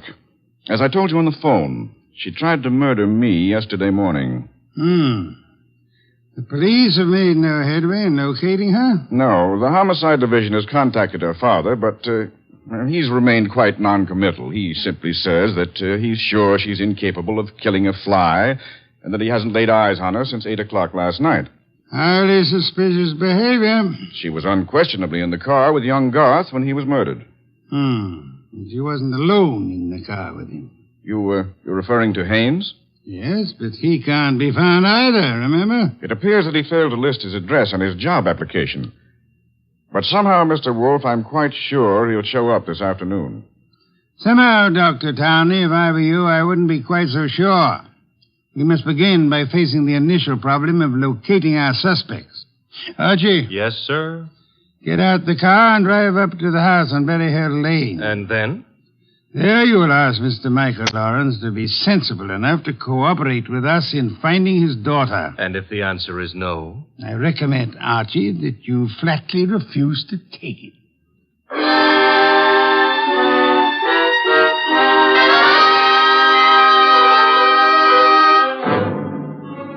Mr. Lawrence was no simple baby to handle. He was in a studio when I walked in, chiseling on a statue of a boy and a girl, both wearing less clothes than the law allows. And before I got a chance to state my name, he commenced giving me a free lecture on the marble work of art. She's good. Really good. She's practically superb. The Ariadne. The what Ariadne? The girl in the statue. Oh. That's Ariadne, tragic nymph of Greek mythology. Don't tell me you're not familiar with Apollo and Ariadne. All right, I won't. The Apollo, on the other hand, is unfinished. The face, you see, it lacks something. The passion of yearning, Olympian desire. And yet, you know, the two figures have motion. Like your daughter? Eh? Your daughter, Diana, she's got motion also. As I hear it, she's been in motion ever since she murdered Willard Garth last night in the back end of a limousine. So you're another flatfoot? Not exactly. I'm paid in private by Nero Wolfe. Nero Wolfe? Yeah. You don't mean that a creditable man like Wolfe thinks Diana killed young Garth? Well, he'd like to talk over the possibility with her. How laughable. Look at that face. Is there anything of the murderess in a face like that? In a face like what? Oh, I'm sorry. Diana posed for the Ariadne, you see, and the likeness is exact. Do you think a girl of this type, classic, sensitive, civilized, could descend to the clumsy, brute level of murder? Well, it's a little hard to imagine. There. Even you agree with me. On the other hand... Shall we discuss the other hand over a cup of coffee? I'm quite exhausted. If you insist. I do. Sit down and inhale the atmosphere of culture at its source. There's a pot warming on the stove. Pot of what? Coffee or culture? Well, wait and see what he means. Should never ignore a phone call. Who knows? Might be something important. Yes? This is Diana, Father. Oh, yes, Diana. It's all over the papers. Yes, I know. Well, I don't think they'll find me where I am, and I'm staying here until things quiet down a little. Where are you, honey? What did you say? I said, where are you? You said honey. Daddy, you never call me honey. I know it's because I'm excited. Where are you, sweetheart? Well, you mustn't let anybody find out. Not a soul in the world. Where are you? Well, you know where Tyne Pike turns off to the left beyond Bardsville? Yes? Well, I'm... Call me later, Angel. But, Father, Oh, get that motorman's number. You will live, my friend, but not long if you don't control your curiosity. You hit me. With that mallet you hit me. What was the big idea? Do you really have to ask that question? Weren't you trying to trick my daughter into disclosing her whereabouts? The police are pretty interested in her whereabouts. Then let them find her. But you can't be surprised, my friend, if I choose to protect Diana's interests.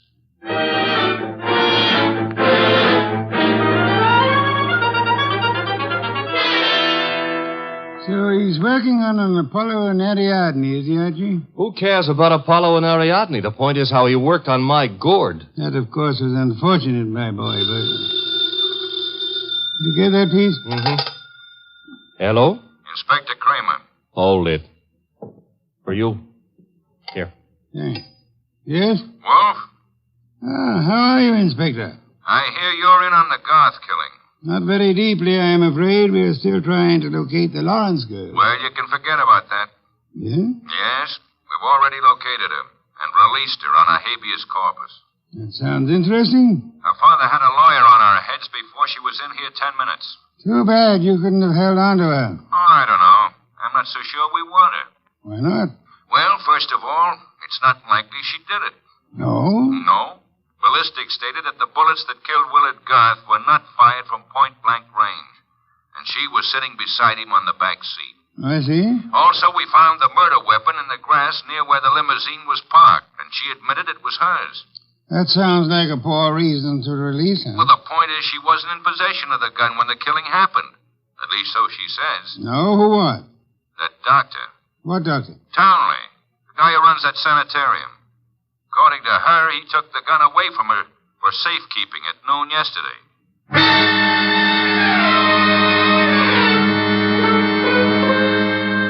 There was a little more talk between them, something about fresh cigar ashes that were found in the dashboard ashtray of the limousine. After that, the boss hung up and exerted himself enough to put a call through to the Townley Sanatorium. I'm afraid the doctor is very busy just now. So am I, and my business happens to be highly important. Well, I'll say you called, Mr. Wolfe, and I'll ask him to contact you just as soon as he has a free moment. Do you happen to have a free moment, miss? Why, yes, sir. Could you spend it by telling me if that handyman, Mr. Haynes, is being located? Why, yes, as a matter of fact, he has. One of the staff just found out where he lives, Mr. Wolfe. Well? He has a little cottage at 206 Dockside Road. That's out near Sheepshead Bay. Thank you. Archie. I'm going someplace, I suppose? You are? You're going to Sheepshead Bay.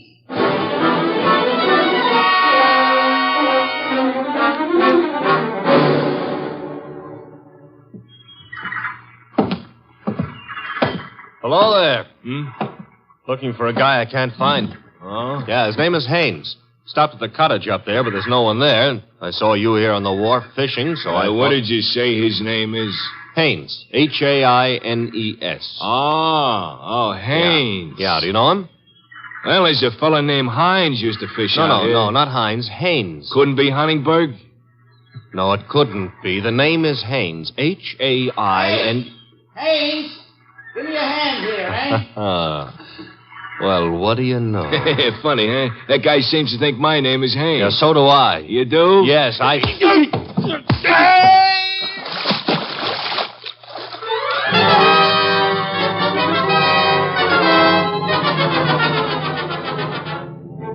I got back to our house soaked to the skin and minus Haynes, and just in time to see the boss in the exhausting process of walking across the room to answer the phone. Hello? This is Dr. Townley. You called me. So I did. About the murder? More specifically, about the statement from Diana Lawrence that you removed a firearm from her possession yesterday morning. That's quite correct. It's here in my Majonica cabinet. Is it? Of course it is. I suggest you check. Just a moment. Mr. Wolfe. Yeah? I'd like to see you at once. The gun, I suppose, has vanished. What? How did you know? Because it is at ballistics, Doctor. It turned out to be the gun that killed Willard Garth. I see. Do you? Yes. I understand everything now. It's all so crystal clear.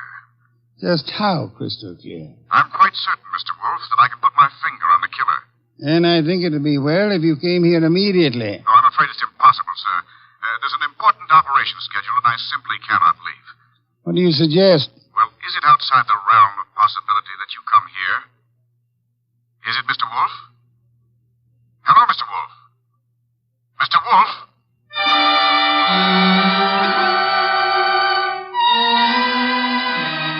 When my boss has to leave the house, it's a major tragedy. Sometimes he rages, sometimes he curses the whole detective business, lock, stock, and barrel. And sometimes he keeps very quiet and grips the side of the car desperately and tries not to inhale any fresh air. This was one of the quiet times. Just go slowly, Archie, but get there as quickly as you can. Oh, you don't want a chauffeur, Mr. Wolfe. What you need is a magician. Keep your eye on the road and don't strain yourself to make superfluous witticisms. Why don't you try relaxing a little? I hear there hasn't been a man-eating tiger sighted on the Sawmill River Parkway in the last 500 years. Your liberty is out of order. Don't try to make light of a deplorable situation.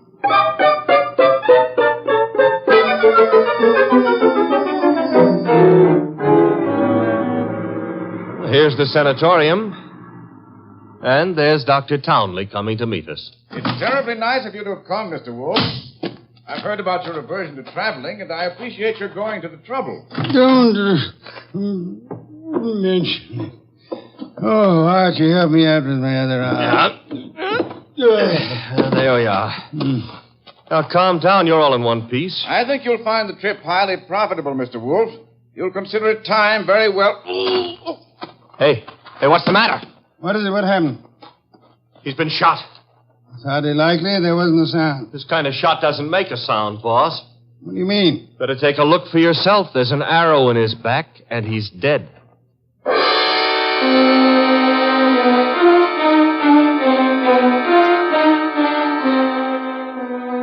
We remembered that Dr. Townley had said Diana Lawrence had won the Women's National Archery Tournament for 1947. The Lawrence house was visible through the trees 100 yards away, so we started for it and the sculptor's studio. There's no one around. So this is his latest effort, Apollo and Ariadne. Yeah.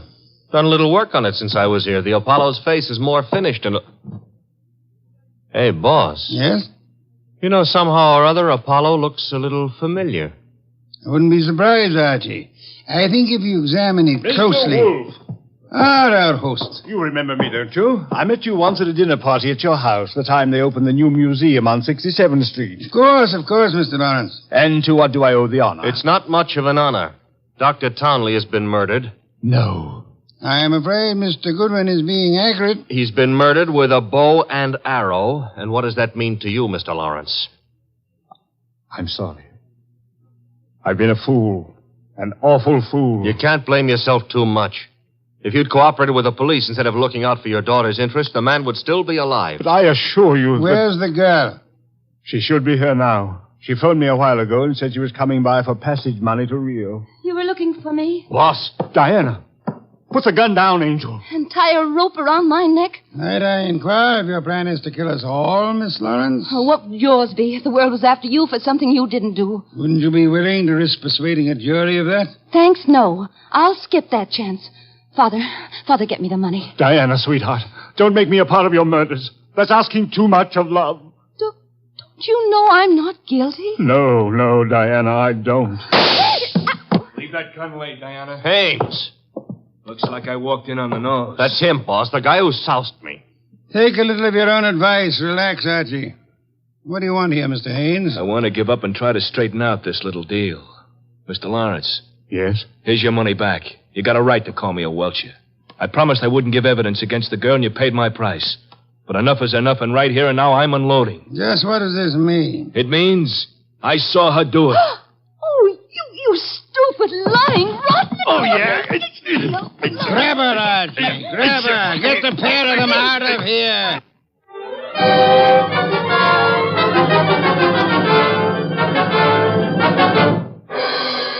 What can I say to myself now?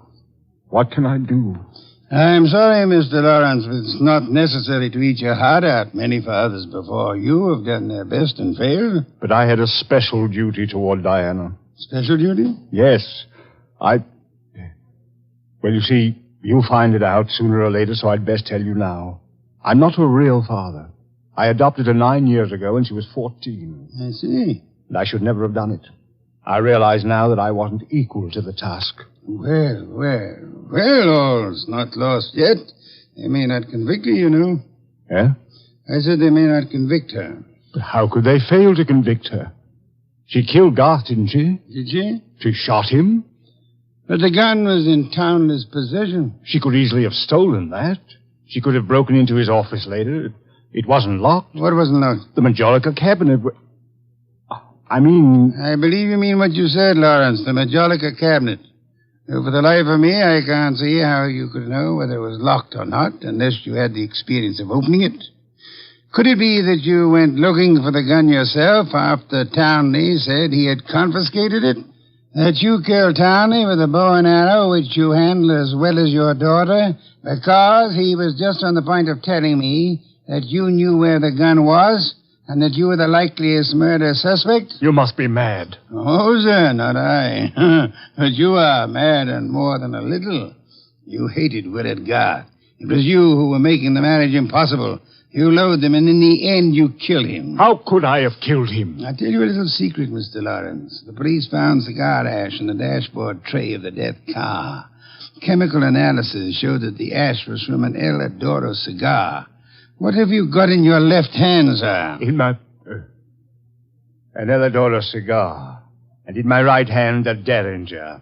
Powerful and admirable little weapon, Lawrence. I suggest you show proper respect for it by dropping all this here and now. You don't wish to hear me say the rest, that you were horribly in love with Diana, your own adopted daughter? In love and hopelessly, eternally frustrated?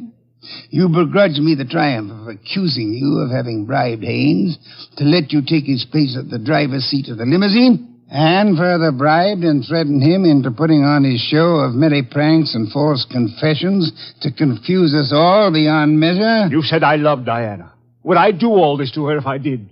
Oh, but of course, such love as yours is really hate. You were content to see her dead rather than relinquish her. Like all miserly, small-hearted men, you would rather kill the thing you love than muster the generosity necessary to seeing it attain happiness. That's enough out of you. I should think it was much too much. It is.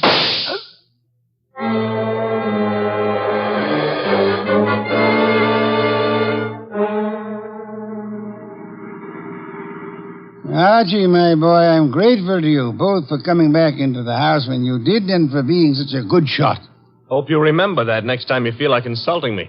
Mm-hmm. Tell me, what's with that cigar ash routine? Who told you the ashes in the limousine were from an El Adoro, boss? I never heard anything about that.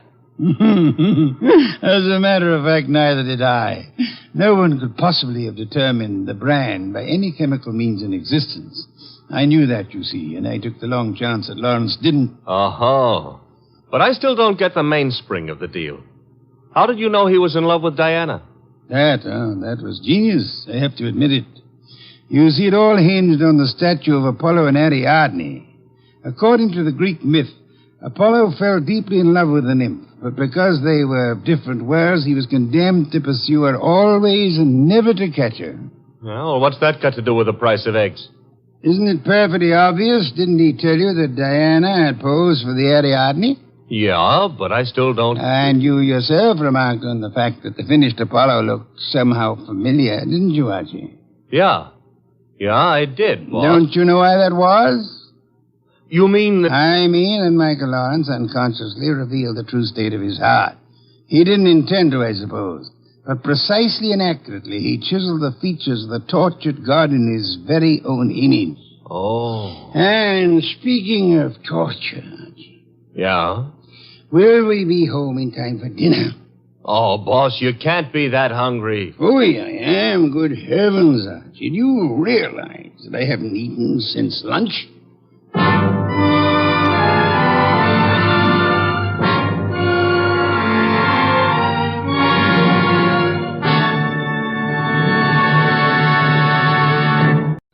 Oh, Mr. Wolfe. Mr. Wolfe. Want something, Archie? Would you be interested in taking on a case involving a woman who was found stabbed to death in one of New York's fancier men's clubs? Can't you see I'm already occupied, Archie? My Oncidium hybrid is ailing. But, sir, cash. C-A-S-H. Remember, you need it to live on. Well, you're actually learning to spell. You'd better learn to count. We're broke. Thank you, Mr. Goodwin. Now, if you'll just go away and stop interfering. Oh, just a minute. Yes, sir? On your way out, switch on the fan.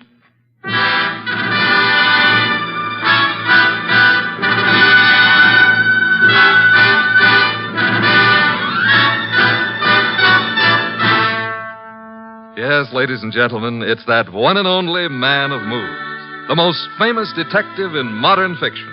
That corpulent, orchid-raising, beer-drinking gourmet who also happens to be a genius. Rick Stout's incomparable Nero Wolfe, starring Mr. Sidney Greenstreet. Tonight, Nero Wolfe's long-suffering assistant, Archie Goodwin, tells us of the case of the careless cleaner.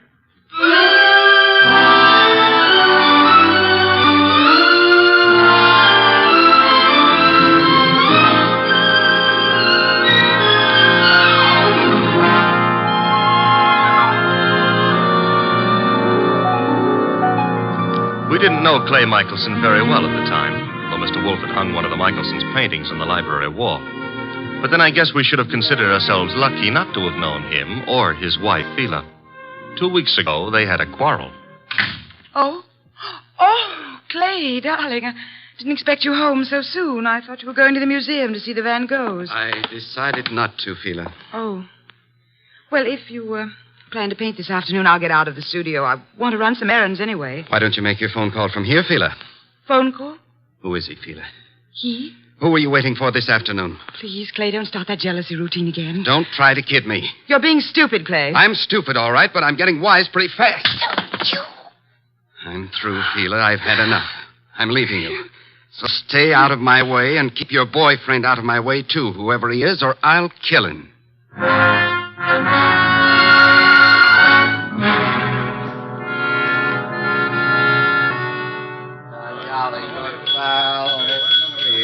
Jolly good fellow. Yes? What can I do for you? Sleepy. I want to have a drink and go to bed. I'm sorry, sir. The Garrison Club's a private establishment. No rooms available to the public. You think I'm drunk? Oh, no, sir. Why do you suppose I came here? And I'm sure I wouldn't know, sir. I'll tell you why. I came here to see my old pal Lou Saunders. That's why. You know Mr. Saunders? Do I know? Look, I paint him. Lou sells them. Mr. Saunders is your agent? I'm Clay Michelson. Just call Mr. Saunders. Clay? What in the world? Lou, tell this guy who I am. But I'm sorry, Mr. Saunders. It's all right, Mr. Martin. You see? Let's go have a drink. Yeah, sure, Clay. Yeah. You know what, Lou? I left Phila. Yep, I walked out on her. Is there something I can do, Mr. Saunders? Yeah, have someone fix a bed in the other room of my suite. Mr. Michelson will be staying with me. At least for tonight.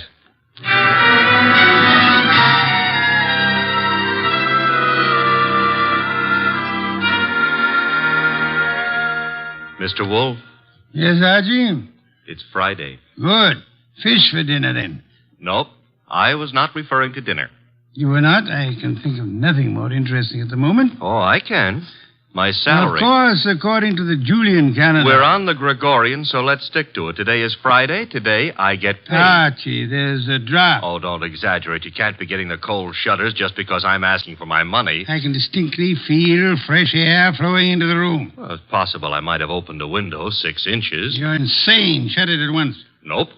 Are you trying to blackmail me? Think it might work? Never. Then the window stays open. You're fired. I accept your offer. All you have to do is pay up. I've hired you again. Oh, Mr. Wolfe, you've cleaned out the bank balance again? Well, that is... Well, had you seen those Miltonians? Would I have voluntarily given up my paycheck for them? Orchids are very beautiful, Mr. Wolfe, but blondes are... The door, Archie. I am unemployed. Found you'd maybe a client, and if it is, and we can extract a fee. You follow me, Archie? I'm already on my way to the door. Mr. Wolfe, I've got to see him at once. Well, come in. Thank you. Mr. Wolfe, this is... My name is Saunders, Mr. Wolfe. We've met before. I remember. As a matter of fact, you sold me a painting of Michelson. Yes, well, that's why I'm here. It's about Michelson, Mr. Wolfe, that I've come. Frankly, I think the man's about to go mad. He and his wife have split up, and such a splendid artist, too. A pity. I don't know what to do. He's drinking like a fish.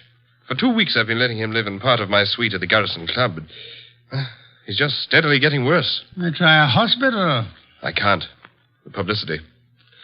Mr. Wolfe, Clay admired you so that time we all had dinner after the painting transaction. I thought maybe you could talk to him.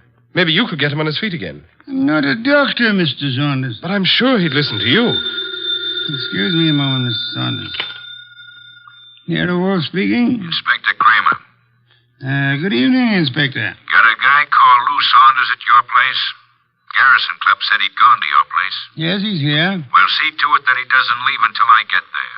I'd hardly do that, Inspector. I have no reason to detain Mr. Saunders. There's plenty of reason. It so happens a woman's just been murdered in his suite. Murdered? Yeah. A Miss Hilda Lundgren. What's happened? Now will you hold him? Do you know a Miss Hilda Lundgren, Saunders? Hilda Lundgren? I've never heard of her. She seems to have chosen your suite to be murdered in. I'd better get right over there. Mr. Saunders says to tell you he'll be right over, Inspector. Now listen, Wolf. Good day, Inspector. Murdered? Murdered in my suite? Mr. Wolfe, you've got to come with me.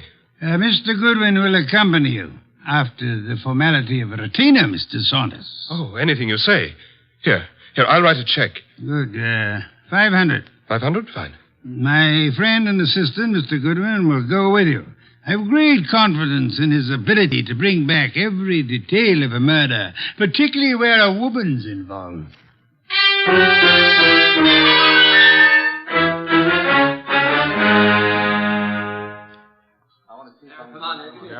Okay, you photographers, picnic's over for tonight. Pick up your stuff and get out of here. You sound real mean today, Inspector Kramer. Well, if it isn't Nero Wolfe's favorite stooge. What are you doing here, Goodwin? I got bored with my knitting. Look, I wasn't asking for humor. I'm Louis Saunders, Inspector. Saunders? Ever seen that woman before? Yes, I believe I have. I can't remember where, but the face looks familiar. Lovely-looking woman. Blonde and really built. Well, she ought to look familiar. She's one of the cleaning women here at the club. She is? Cleaning? Well, since when have gals like this been reduced to cleaning floors? What's happening to the world? There ought to be a law. Yeah, there is. She was killed with a knife, or haven't you had time to notice? That's not a knife, Inspector Kramer. That's one of Clay's Chinese letter openers. What was that? Well, nothing. Nothing at all. Yes, it is a strange knife. What were you saying, Mr. Saunders? Just said that looked like one of the letter openers belonging to one of my friends. Who is this Clay? Clay Michelson, the artist. You can't possibly think he'd do a thing like this. I think everybody did it until we know otherwise. When were you last up here, Mr. Saunders? Me? Why, just a little while ago. I changed my clothes just before I went to see Mr. Wolfe. She wasn't here then? Well, I don't know. I didn't come into this room, just in my part of the suite. Your part? Who occupies this room? Mr. Michelson. He's been staying with me. Strange wound, no blood. What do you think you are, Goodwin, a medical examiner? Oh, but Yeah. The killer probably wiped the blood away. Saunders, have you any idea where your artist friend might have run off to? I haven't seen Clay all afternoon.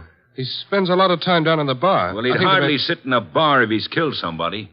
Well, why would he pick on the cleaning woman? Oh, this is no ordinary cleaning woman. Get a load of that figure. Watch it, Goodwin, watch it. You're liable to stretch your brain. But you're wrong. In spite of everything, Clay's still terribly in love with his wife. He wouldn't... Hello, Lou. Where did you get in? Yeah, who's this? Clay. We're your friends, Lou. They won't serve me any more liquor down at the bar. I gotta find my flask. Mr. Michelson, may I introduce you to Inspector Kramer of the police? Who's this guy, Lou? He's Nero Wolfe's assistant. Wolfe? Police? Well, what do you all want? Somebody park overtime? Where's my flask? The one with my initials. I just bought it this morning. Mr. Michelson, do you know that somebody was murdered here in your room? Murdered? Why don't you guys go away and joke with somebody else? Where's my flask? You better get hold of yourself.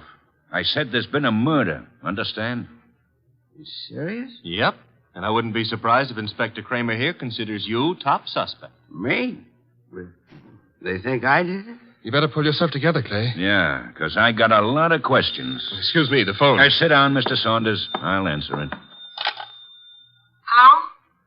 Hello? Hello? This is Fila. Who is this? This is Inspector Kramer. Hello? Hello? Who is Fila? Anyone know? Well, that's my wife. Your wife? I want to speak to her. Come back here, Michelson. Let me alone. You're not going anywhere. Now, stay back there. You're wrong, Inspector. I am going somewhere. Junior's got a gun. Yes, Inspector. You should be more careful about your gun when you shove people. Now, look, Mr. Michelson, I'll see Mr. Wolfe myself. Stay back, Inspector. You haven't got a chance. We'll nab you before you get a block away. Well, then I'll just jerk these phone wires. There. And I'll lock the doors. That should hold you long enough. Good night.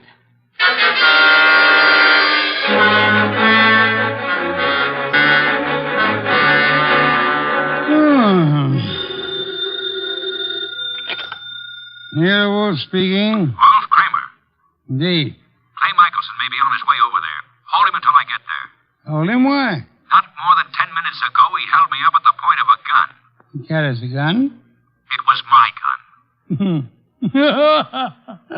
Careless of you, Inspector. Goodbye. Come in.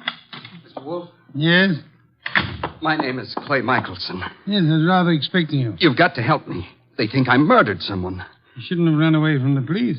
I've been drinking a lot, but I wouldn't murder anyone. Fela'd tell you that. Your wife.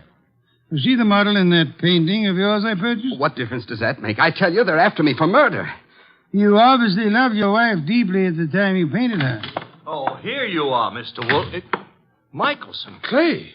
Good Lord, man. The police are on their way over here. He came for my help, Mr. Saunders. Oh, I'm glad he did, Mr. Wolfe. But we left Inspector Kramer talking from a phone booth. He'll be here any minute.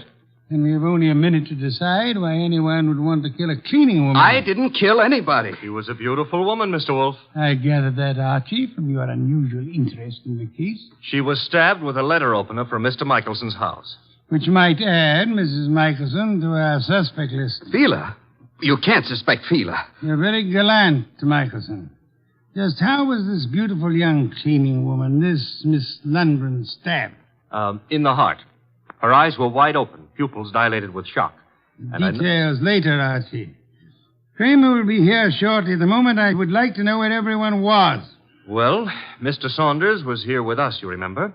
I don't know where Mrs. Michelson was, but I could go see her and find out. No, it won't be necessary, Archie. Mr. Michelson, where were you? Me? Why, I'm not sure. I can't seem to remember. That's hardly what we would call helpful. I was drunk. Maybe I went to Fela's. I've been over there lots this week trying to talk to her. Yes, I must have gone over there. Have you ever seen the murdered woman before? No, I never saw her before in my life. I've seen her before, Mr. Wolfe. Indeed, Mr. Saunders. I seem to remember your earlier statement to the contrary. Well, I didn't know her name, but when I saw her, I remembered her. I understand she was quite an alcoholic. Unfortunate woman. Beautiful and... Well, look who's here, Inspector Kramer. Oh, here you are, Michelson. And as usual, you didn't have the courtesy to ring the bell, Inspector. And give you a chance to get this guy out of here? Nothing doing, Wolf. Now, come on. We're going to headquarters. Mr. Wolfe, you can't let him take me. I didn't do it. I'm afraid there's not much I can do about it, Mr. Michelson. Come on. You come along too, Saunders. I got to get a statement from you. Of course. This way. Come on. Very well. All right. I just got an angle. Really, Archie? Sure, it's simple. Saunders been going for this beautiful cleaning babe. Clay worms in. Saunders kills her. Perhaps there was jealousy somewhere in this case, Archie. Nero Wolfe speaking. Mr. Wolfe, this is Fela Michelson. You don't know me, but you once bought a painting from my husband. I've got to see you, Mr. Wolfe. You've got to help me.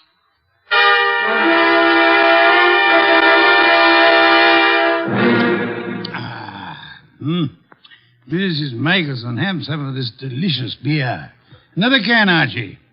And now, Mrs. Michelson, may I ask how you found out there was a murder in the first place? A policeman came to see me. He told me what had happened, that they were looking for Clay. I don't know what to think. He's temperamental, he's jealous, and he's sometimes violent, but can't imagine anything like this, not Clay. Maybe some of those friends of his, but... You don't care for your husband's friends? No, they all live off him. They're leeches. Mrs. Michelson, did your husband come to see you this afternoon? This afternoon? No. You're quite positive? Oh, yes. That was his alibi for the time of the murder. He said he went to see you. Of course, he was fuzzy, usual effect of alcohol on the brain cells, but... Mrs. Michelson, might I be a little indiscreet for a moment? Indiscreet? Have you been seeing some other man? I don't know what you're talking about. Please, Mrs. Michelson, I'm afraid your face gives away more than you tell. I thought we were here to talk about a murder, Mr. Wolfe. Indeed, but your husband's jealousy might well fit into that category. Clay imagined things. You're a very beautiful woman, Mrs. Michelson. Now, if you'll try telling me the truth, perhaps we can accomplish something. But I tell you... All right. So I thought I was in love with another man. Your husband suspected but didn't know, huh? No. Clay didn't know. He wouldn't have given me a divorce anyway. You sound as though you want your husband back. I did, but I didn't even know where he went. Indeed, Mrs. Michelson. Archie informs me that the murdered woman was quite lovely. What are you trying to suggest? You said yourself you wanted your husband back. Yeah, one woman jealous of another, that's always murder. Why, that's stupid. Clay wouldn't play around with a maid. That's stupid. Clay loves me. I'm not jealous of anyone. No one, do you understand? Archie, if you'll see Mrs. Michelson home... Yes, sir. Thank you. I can find my own way. I'd prefer Archie took you, Mrs. Michelson. You wanted my help, didn't you? Thank you. Thank you, Mrs. Michelson. If you will just wait outside for a moment, please. What have you got in mind, Mr. Wolfe? Try exercising your own judgment just once, Archie. You mean she's the one who's jealous? Perhaps, Archie. Perhaps she may want us to think she was jealous. Perhaps she actually doesn't want her husband back at all, only to pin a murder on him. Oh. You see, in this case, it would be simpler than divorce. Yeah? Yeah, she might just be trying to get rid of him. She might, Archie. But then she's a woman, so don't count on anything. She might even be telling the truth.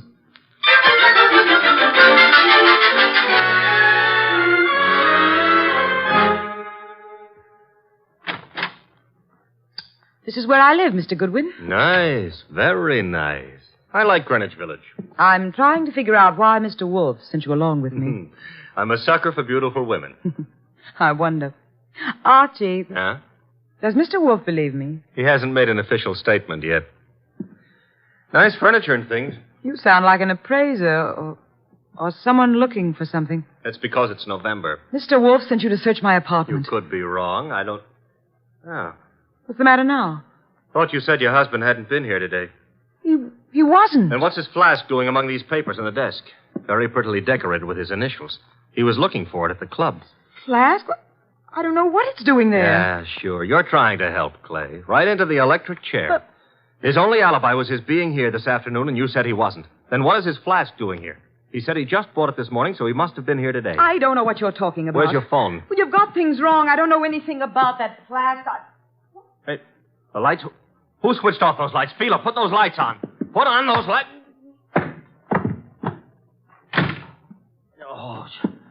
Oh, the lights are... Get to the lights. That flask... Gone.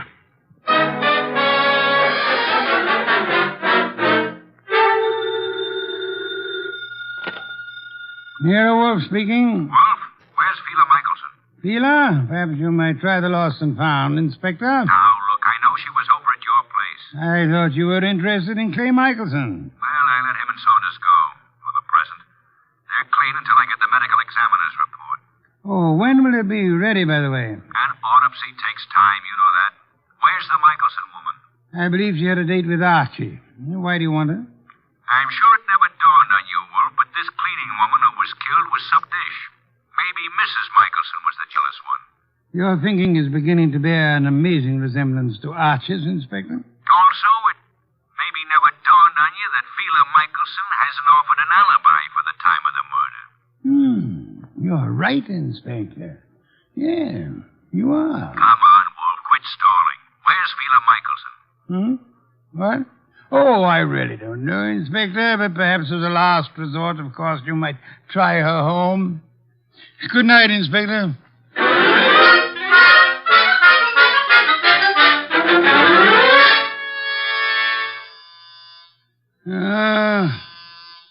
Inevitable. The moment I'm comfortable. Come in. Mr. Wolfe. Oh, thank heavens you're here. I always am. Where's Mr. Goodwin? I don't understand how it happened. I swear I don't. What happened? I haven't got any idea how it got there. Got where? Calm down, Mrs. Michelson. Now, just what got where? Clay's new flask. Your assistant Archie. He came home with me, and that new initial flask was there. He thinks Clay was there this afternoon, and that I'm trying to frame him or something. Oh, here you are. She's here, therefore. This is our gal, Mr. Wolfe. She's been lying right down the line. I tell you, Clay wasn't there. Then why did you give me this clout on the head and grab the evidence and run? I didn't hit you. I ran, but I didn't hit you. And I didn't take that flask either. Oh, next thing she'll say there wasn't any flask. Stop gaping at Mrs. Michelson, Archie, and open the door. Yeah, sure. Well, Mr. Wolfe, they let Clay and me go for the... Sheila, what are you doing here? After your visit this afternoon, Mr. Saunders, she decided to come down and see me. After my visit? What makes you think I was at Felia's? It was Mr. Saunders, not your husband, who came to visit you this afternoon, wasn't it, Mrs. Michelson?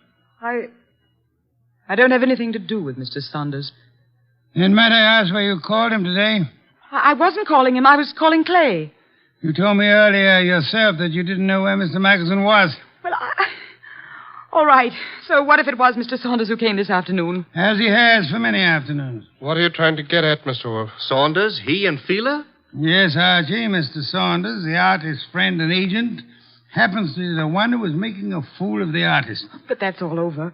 I told him. That's what I was talking to Mr. Saunders about this afternoon. I didn't want Clay to know. Clay would never have come back. All right, so it was Fela and me. I admit it, but that's not murder.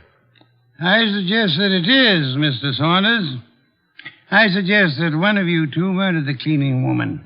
Whichever one of you carelessly left the whiskey flask in Fela's apartment. This is murder, Mr. Wolfe.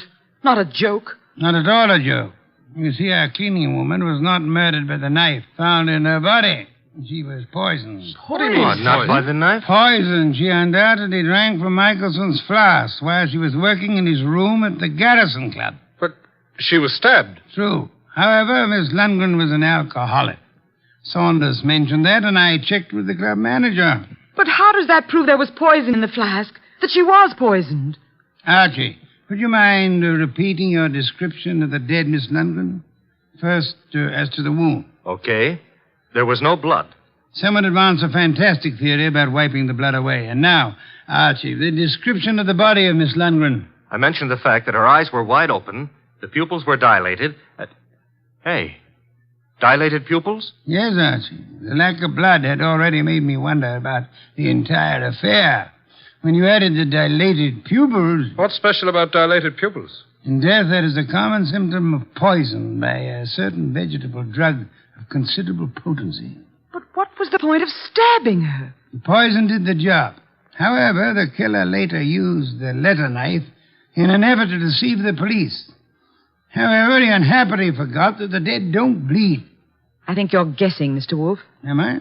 All I can say is that I was at the pool in the early afternoon. You're very certain you were at the club pool when the murder was committed, Mr. Saunders? Certainly. From 1 until 3. Excuse me, please. Wolf speaking. Inspector Kramer, medical examiner's report just came in this minute. And get a load of this, wizard. The dame didn't die of stabbing at all. I know. You know? She died of drinking a fatal dose of poison known as deadly nightshade. What? How do you know that? Inspector, do they know what time she died? Time? The medical examiner says 2:30. Thank you, Inspector. Oh, incidentally, if you care to drop over here, you may pick up the murderer. Goodbye. I heard him, Wolf. She died at 2:30. As I told you, I was in the pool at 2:30. Which is exactly how you prove yourself a murderer, Mr. Saunders. Oh, I proved myself... Even the police didn't know what time she died. Until just now. And the body wasn't found until the evening. How did you know she died between 1 and 3? I didn't know, but... You probably were at the pool at the time. The maid drank the poisoned whiskey you put in the flask of your friend Clay Michelson. I tell you, you're crazy. You planned to get rid of Clay, who stood in the way of your marrying Fela. When you came back to your room at 3 and found that the maid had drunk it instead, you stabbed her with Clay's letter opener to cover up the real cause of the murder and throw suspicion on Clay. Oh, this is nonsense. Ridiculous. And then, when you learned that the woman for whose love you were willing to commit murder was through with you, you took Michelson's new flask to Fela's home, confident that it would be found there. Yes, and then he attacked me and stole that flask again in order to make it look like Fela had done it. Exactly, Archie. Mr. Saunders, the chances are that your fingerprints will be found on that whiskey flask, and they'll be able to trace the poison to wherever you purchased it. The chances are... Oh, no, you don't. Careful now, all of you. Guns bore me, Saunders. Oh, yeah? I'm leaving. You are Clay! Oh! Clay. Yes, Mrs. Michelson, your husband has been there for some time. Clay, are you all right? Yeah, I'm all right. Well done, Mr. Michelson. I think you proved that an artist's life may indeed be exciting. I've been an awful fool, Mr. Wolfe. Mr. Michelson, you might remember for the future that unreasoning and unjustifiable jealousy sometimes creates the very conditions that it fears. You're being very kind to me, Mr. Wolfe. How can we ever thank you? By prompt remittance of your check on receipt of my bill in the morning. Good day, Mr. and Mrs. Michelson. Good day, Mr. Wolfe. Good day. What's the matter with Archie? You look glum. Yeah. I always have the lousiest luck. Meaning? A hectic case with two beautiful dames. Michelson gets one, the undertaker gets the other, and what do I get? Hey, that reminds me. You got a fee. I get paid.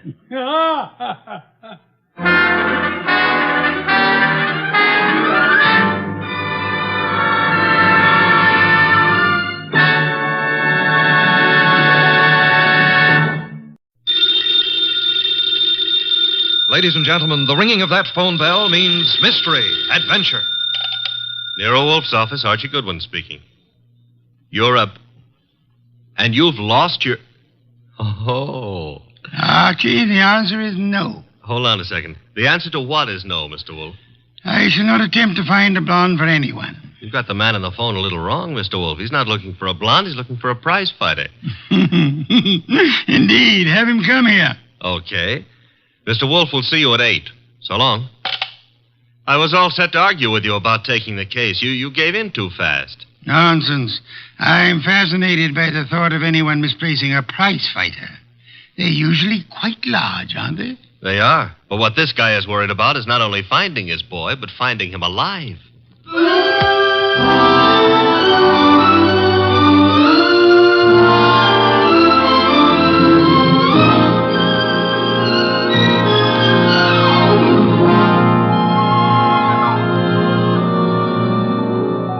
Ladies and gentlemen, it's the bulkiest, balkiest, smartest, and most unpredictable detective in the world. That chair-born genius, Nero Wolfe, created by Rex Stout and brought to you in a new series of adventures over this NBC network in the person of Mr. Sidney Greenstreet.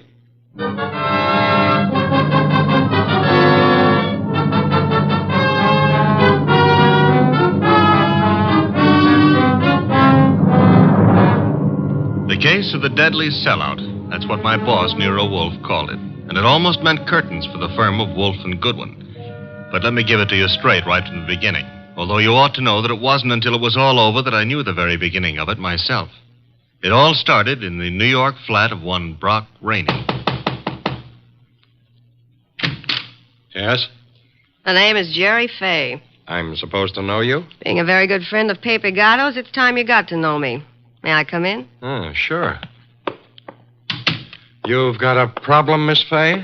Pepe took a fall at the garden last night against a coffee and bum named Eubanks, right? As far as I know, Sister Gatto met his match. Please, Mr. Rainey, do me a favor. Skip the sausage meat. It happens I saw the $1,200 you counted out to him to take a quick dive in the first. You did? How else would I know? Okay, then here's my wrist. Slap it, Miss Fay. I'm a bad bull. Now, look, who's kidding who? I don't care if Pepe makes himself a few deals on the side. I should worry whether he gives those meat eaters on the benches a run for the ducats. What's it to me? If you're not worried, Sugar Plum, then neither am I. Also, I'm a very busy man. Not too busy to pay off, I hope. Pay off? To who? To me. For what? For keeping it to myself that you collected $5,000 from the Eubanks crowd for getting Pepe to take that dive. Certain people might not like to hear it. Miss Fay. Yeah? Drop dead. I don't think we understand each other. Which is just as well. Now get out of here. There's something Blow, else. bimbo. Okay, Mr. Rainey. Have it your way. I'll go find someone with a more sympathetic ear. Someone like Lawson. Arnold F. Lawson. So long. Wait. Where does Lawson come into this? You asking or stalling? Lawson dropped a sizable piece of change on last night's two-step. No. Close the door, Jerry. Oh, yeah. $25,000 to be exact. That's a lot of corn to lose because a cheap fight manager arranges a frame. At least Arnold Lawson might think so. Sit down. Who's tired? Look, Mr. Rainey, it goes very simply in only one way. Lawson at yet knows from nothing except that your boy Gatto lost the fight. He may suspect, but he don't know. And he really don't have to know. Glad to hear you say that. And I'll be glad to see the shade of 3,000 long green banknotes. How much? You heard me, $3,000. Get out. Okay, I'm going. To the next phone and call Lawson. Look, Jerry, give me time, huh? I haven't got that kind of dough right now. Tell it to Lawson. When he gets through with you, you won't need any kind of dough. You know, I've got Gatto set for a go with Mellish, the title contender. Gatto can take him. Please believe me, he's going to take him. So? So after what happened in the Eubanks fight, the odds on Gatto will be like a war debt. We can clean up. Listen, we can make Heel, I wouldn't trust you from 11:59 to midnight. Get it up. Now. I'll give you 6 hours. After that, Lawson. So long.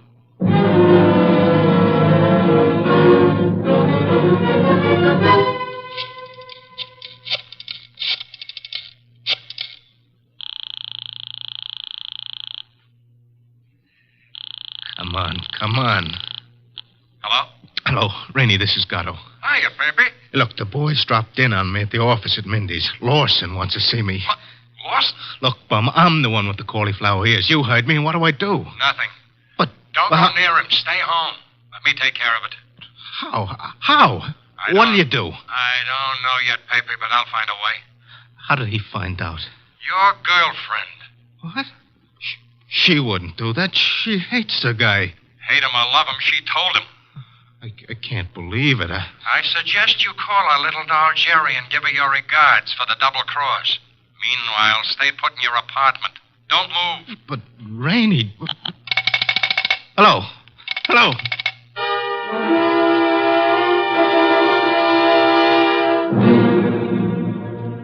75, 3. 319, 3... Archie. What on earth are you mumbling about? The high cost of blonde. Indeed. Oh, you can say that again. I have no intention of doing so. Okay, be smug. But there must have been a time even in your life when knickknacks from Tiffany figured on the budget. Phooey. Not to mention steak dinners and champagne. Or what did you feed your girls? Peppermint lozenges? Nonsense. Nonsense?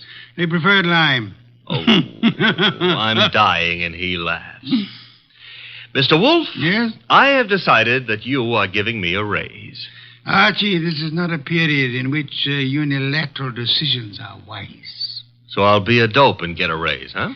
As for your future mental attainments, you may be right. As for a raise... You want to drive me to gambling? Like betting on fights or going... Okay, it's the doorbell, and I'm answering it. The name's Rainey. You're Goodwin? I'm Goodwin. Come in. Is Wolfe in? Mr. Wolfe is always in. Unlike prize fighters, I guess. Come on. Thank you. Mr. Wolfe, this is Mr. Rainey, the man who lost his prize fighter.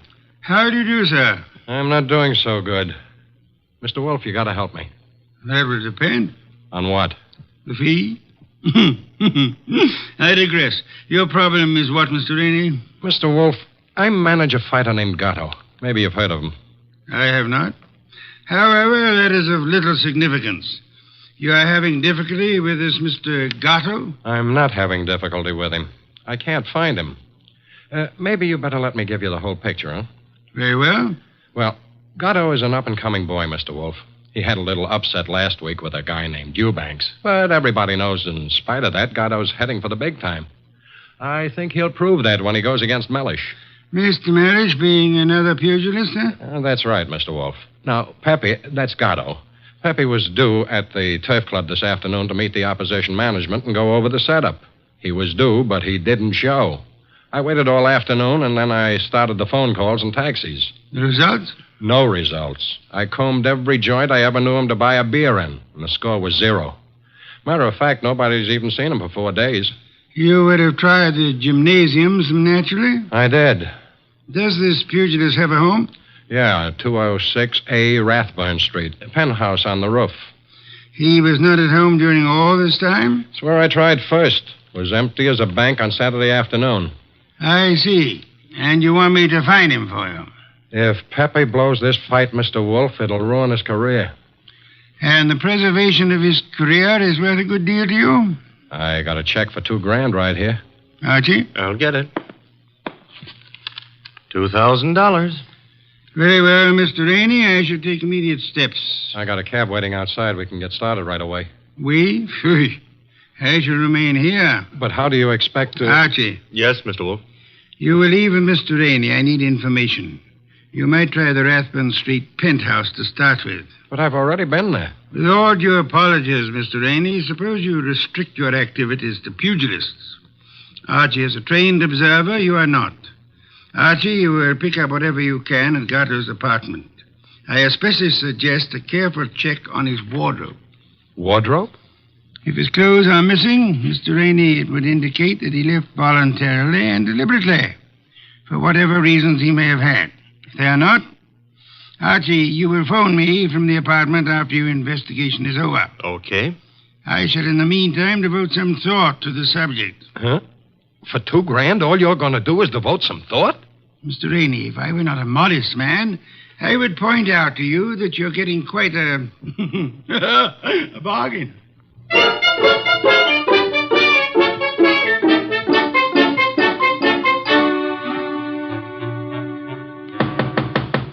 Gatto? Gatto? He's not here. I told you that. I was up here before. He left the door unlocked? I had a key. Guess I forgot to lock up after I left. Now, let's look around. Bathroom? Yeah. Empty. It's a nice penthouse. That a closet? Yeah. What do you think? He's playing hide and seek? Try it. Okay. Anything in there? Nothing I'm looking for. What's that you found? A hat. Well, let's see. A lady's hat. Yeah, smart and expensive. Label reads a Madame Yetta original. That bunch of lace and feathers cost somebody a fast $50. Yeah, probably one of his girls left it behind. And maybe she'll call for it. Come on, we'll take a gander out on the roof. I took a gander out there. It's bare as a bone. What have we got over there with the chimney? Where? Over there. Just an old awning. Got blown down in the storm last month. Be right with you. What are you doing? Looking under it. Oh, brother. You found him? Yeah, we found him, chum. A little late. 2 holes in his dorsal development and dead as a clay pigeon. Yeah. Well, what have you got to say? Well, now at least the bookies will cancel all bets. We both save our dough. Yeah. I got to phone Mr. Wolfe.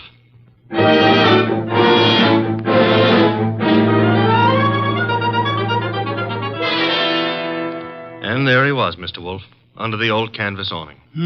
Where's the hat? Oh, this is it. That's it, boss. Snazzy number, no? Where'd you find it? On the floor of the closet. You're right, Archie. Frothy little bit of millinery caprice. Have you any idea whose it may be, Mr. Rainey? I wish I did. You have to find out. Well, how, boss? The hat is an original. See, the label under the band reads a Madame Yetta original. Tomorrow morning, Archie, you will interview Madame Yetta. Yes, boss. And discover in your inimitable fashion for whom she made this chapeau.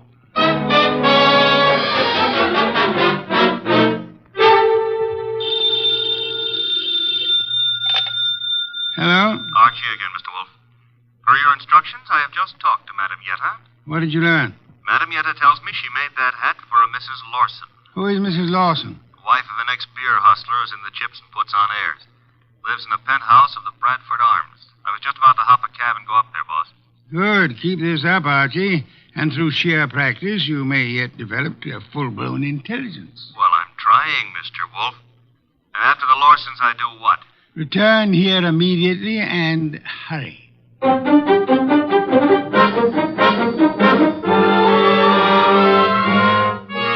do you do, Mr. Lawson? Oh, Mr. Goodwin. My secretary tells me you're a detective. My boss might argue with you on that, Mr. Lawson. Your boss? It happens I work for Nero Wolfe. I see. And you wish to see me about... About this hat. Hat? Oh, I see, yeah. Well, Mr. Goodwin, please believe me, I never wear hats like that. Would your wife be likely to say the same? My wife?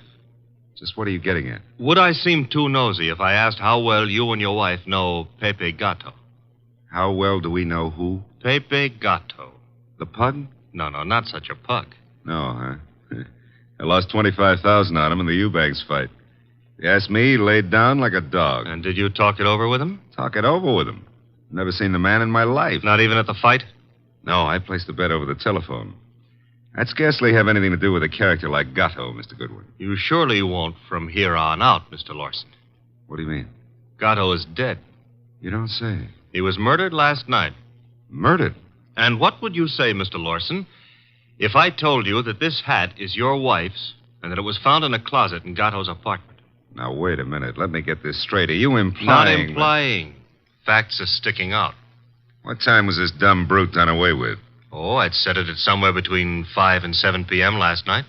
Well, you said it very conveniently. Thanks. Why? My wife and I drove out of the city at 4:30 yesterday afternoon. Didn't get back until 2 this morning. And this hat? It took wings and flew into Gatto's closet? Is that the answer? No, that's not the answer. Then what is? This is. A month and a half ago, I was with Celia on a bus top. She was wearing that hat, and the wind blew it off her head. I see. And from there, we figure that somebody picked it up, and it finally wound up at Gatto. You can figure anything you please. Personally, I don't feel in any way obligated to figure anything. Darling, I was just on my way out, and... Oh, I'm sorry. I didn't realize you were busy. Yes, I am busy, Celia. Wait a minute. He's not all that Run along busy. now, dear. You'll be late. But I want to talk to you. Run along, Celia. Yes, darling. Sorry. I'll see you later. Beautiful. Really beautiful. I've always thought so, Goodwin. You, didn't give me much of a chance to talk to her, did you, Lawson? If I didn't, it's for your own good. My good? I don't get it. Celia's a sensitive person, and I won't have her bothered.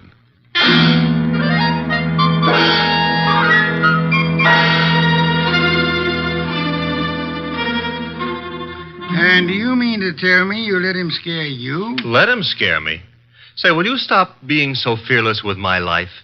The guy said don't bother my wife, so I didn't bother his wife. It was that simple. Apparently his wife is not blonde. Answer the phone, Archie. No, you answer it. Now you've hurt my feelings. Oh, well. Hello? I want to speak to Mr. Nero Wolfe. Mr. Wolfe speaking. Oh? Is it true that you're interested in the Gatto murder? Who are you, and how do you know he's been murdered? The second question is none of your business. And as for the first, call me Jerry. Jerry. How do you do, Jerry? Jerry. Where do you call? Would you like to come to an auction? An auction? You know, going, gone, to the highest bidder. And what are you placing on the auction block, Miss Jerry? A few facts. All in good condition and guaranteed to make it a cinch to snag the Gatto killer. Sounds promising. Only you'll have to bid against real money. May I have the address of the auction room? You'll have no trouble finding it. Your assistant was there last night. Where? The penthouse on top of 206A Rathburn Street. The big item goes on at 4 bells.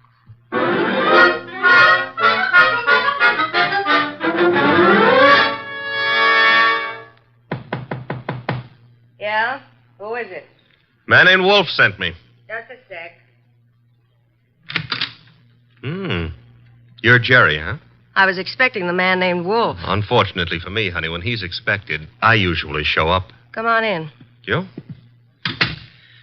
See, I'm the legs of the combination. He's the brains. It makes a nice division of labor. I see. You came in plenty of time. On the nose is our custom. Where are the rest of the bidders? Any second now. Mm-hmm. How many besides me are coming? 1. Small auction. But big action. How'd you happen to decide on this? I knew Gatto pretty good. And you were fond of him pretty good, huh? How did you guess? Well, you've got a key to this place of his, or you couldn't let yourself in. It adds, no? Gee, you should have been a detective. Just what I keep telling Mr. Wolfe. Look, tell me, Jerry, darling, this other person who's coming to the auction, who? The killer? You don't say. You sure the killer isn't here already? Look, I didn't kill him. The story you would like me to believe is that you witnessed the killing, huh? Called the killer and Mr. Wolfe and said, come on, kids, you can get me either to talk or shut up, depending on who pays the most. That it? Something like that. Mm-hmm. Okay.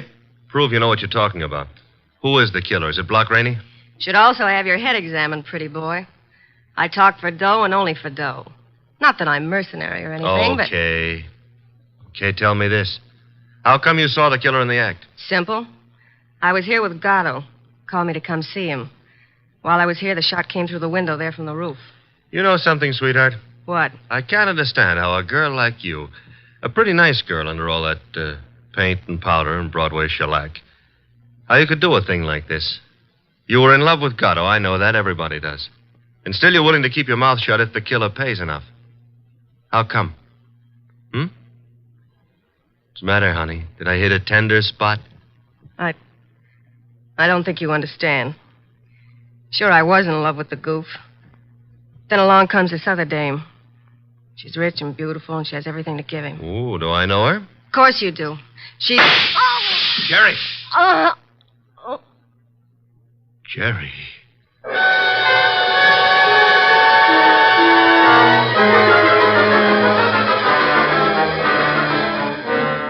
She was just about to tell me, and then the shot came through the window from the roof, boss. It's a flat roof outside. You didn't, I suppose, see the murderer? No. I caught Jerry in my arms. By the time I laid her down on the couch and got out on the roof, the killer was gone. Get right over here and bring our client with you, if you can find him. Rainey? That's right. He has a right to be in on the kill. Okay, boss. But keep away from that beer till I get there. Don't be impertinent. I shall be busy phoning Mr. and Mrs. Lawson. Meanwhile, I want them here, too. Besides, one bottle won't do any harm.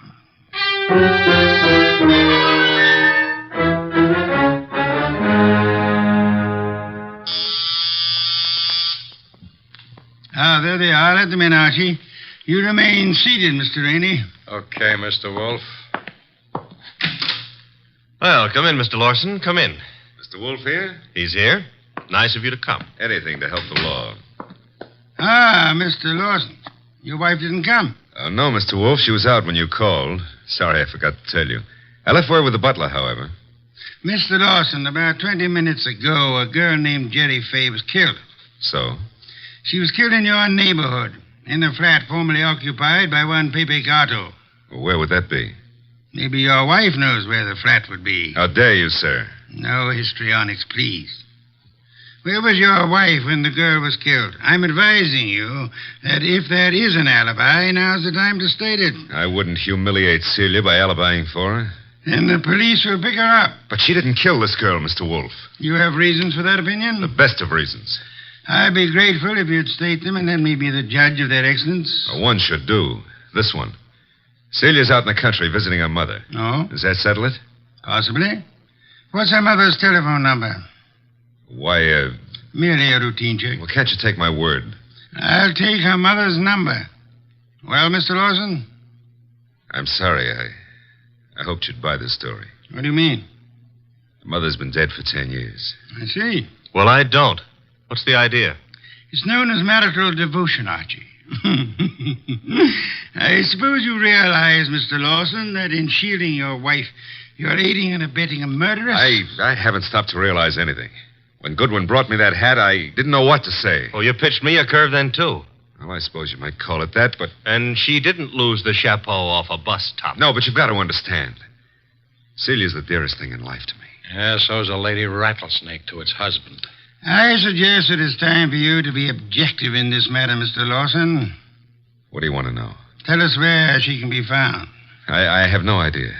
When is she expected to return home? Never. Oh? You see, we had an argument. I doubt that I'll ever see her again.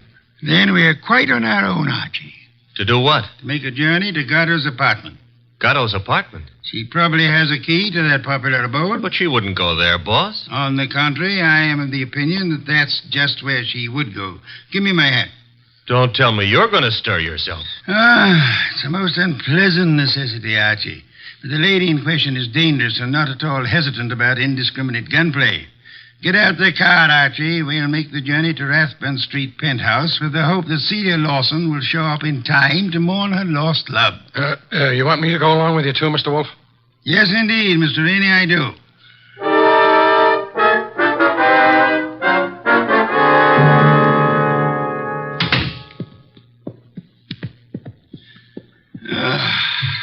I trust this chair will hold me. Should. Biggest chair in the house. Mr. Wolfe. Yes, Mr. Rainey? Mr. Wolfe, am I to understand that the way you have it figured is that Mrs. Lawson killed Gatto, and then to keep the girl from pinning the crime on her, she killed her too? What's the matter, Mr. Rainey? Don't you think the theory holds water? Well, yes. I mean, of course it does. Thank you. On the other hand, there is room for doubt. I'm glad to hear you say that, Mr. Wolfe. Would you mind explaining? I'll explain, Mr. Lawson. Mr. Goodwin was in this room when Jerry Fay was killed. Right, Archie? Right, boss. He ran as quickly as he could out onto the roof, but your wife was nowhere in evidence. What difference does that make? A good deal, I'd say. Wouldn't you, Archie? Yes, a detail like that would give a jury room for doubt. Oh, don't be a fool. How so, Rainey? Well, I was about to agree with Rainey. I mean on sheer logic. I'm afraid I miss your point, Mr. Lawson. Well, what if Goodwin didn't see her? That proves nothing. She fired the shots, and then she ran down the fire escape. What fire escape? The one a few feet beyond the chimney. Mr. Lawson. Yes? Who told you there was a fire escape there? Why, Yeah, who did? You can't see it from here, Lawson. Well, I just imagined there might be. Sensationally accurate imagination, Mr. Lawson. Allow me to congratulate you. I don't know what you have in mind. You have in mind to see your wife convicted of the murder of Pepe Gatto, and so punish them both for having dared to fall in love. I love Celia. I worship her. Yes, that's what you expected me to believe, hoping, meanwhile, that a hat would convict her. You worshipped her until she became fascinated by a young savage animal known as Pepe Gatto. No. At that point, the worship shifted into reverse, and you went green with hate. Hate that drove you to climb that fire escape that you know so much about and shoot him in the back. You're dreaming. Jerry Fay saw you in the act, and when she was about to divulge your identity to Archie, you killed her too, meaning to hang her murder on your wife along with the other killing. That's a lie. Mr. Lawson, I didn't bring you here to apprehend your wife. There's really no reason why she should come here.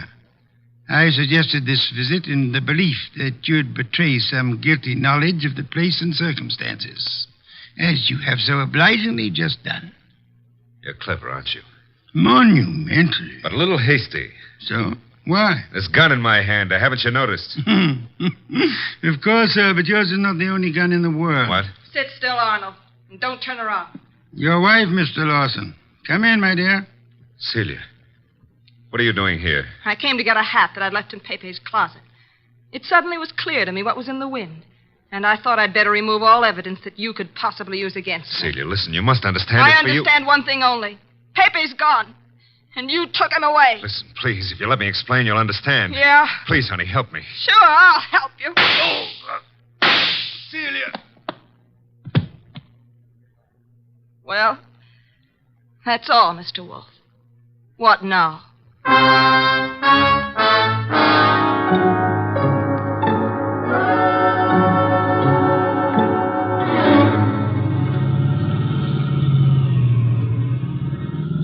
Archie, why is it when you drive it always gets so crowded outside? Will it go tough on her, boss? Why not? She killed a man in cold blood, though she actually saved our lives while doing so. I hope that helps her at the trial. I hope so, Archie. After all, if she hadn't done what she did, what would have happened to the lobster bisque? What lobster bisque? The lobster bisque that Fritz is making for dinner. Hurry, Archie. It really can't be appreciated unless it's eaten hot.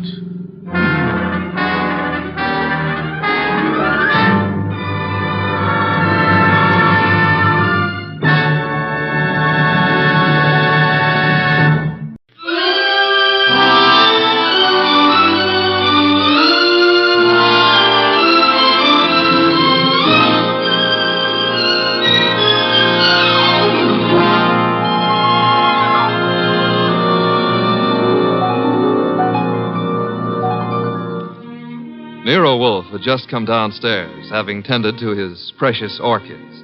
He was, as usual, seated in the library, which served as the office. He had just dialed a phone number, and, with his eyes closed, was leaning back in his specially built chair, which was big enough for two, but not two of him.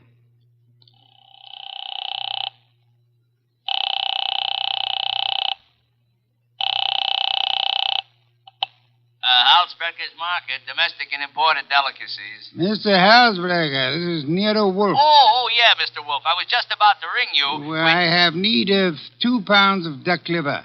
I do not, of course, refer to the commercialized Strasbourg pate. Well, I appreciate the order, Mr. Wolfe, but... Next, my cook Fritz informs me that we require 3 fine fat geese. Look, Mr. Wolfe, there's a little matter of an unpaid You bill. might add 12 cases of beer, a bushel of Vermont apples, green for stuffing, and a gallon of Marquesa Patrisa Roman oil.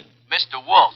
In addition, Fritz has listed 6 dozen eggs, 4 braces of Sussex woodcock, and a few pounds of Westphalian ham. You have all that? Well, I can get it, Mr. Wolfe, but my bookkeeper... Thanks very much, Mr. Halsbrecher. That will be all. Now, now then, Archie. Yes, boss? You seem to be worried. Oh, I am. This means naturally that I'm supposed to handle Halsbrecher's delivery boy when and if he shows.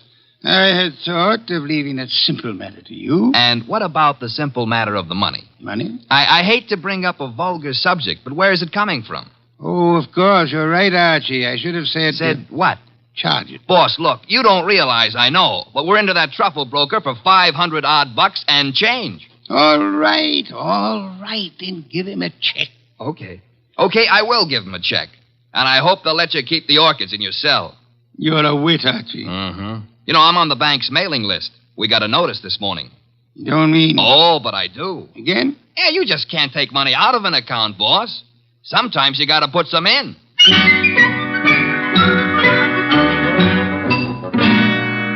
This is the only way to deal with the man I work for, and if I hadn't thrown him that scare, he wouldn't have been willing to listen when the door buzzer rang, and a prosperous-looking young guy in the kind of clothes that don't grow on trees came in and stood in front of the boss's chair, fiddling with the brim of his pork pie.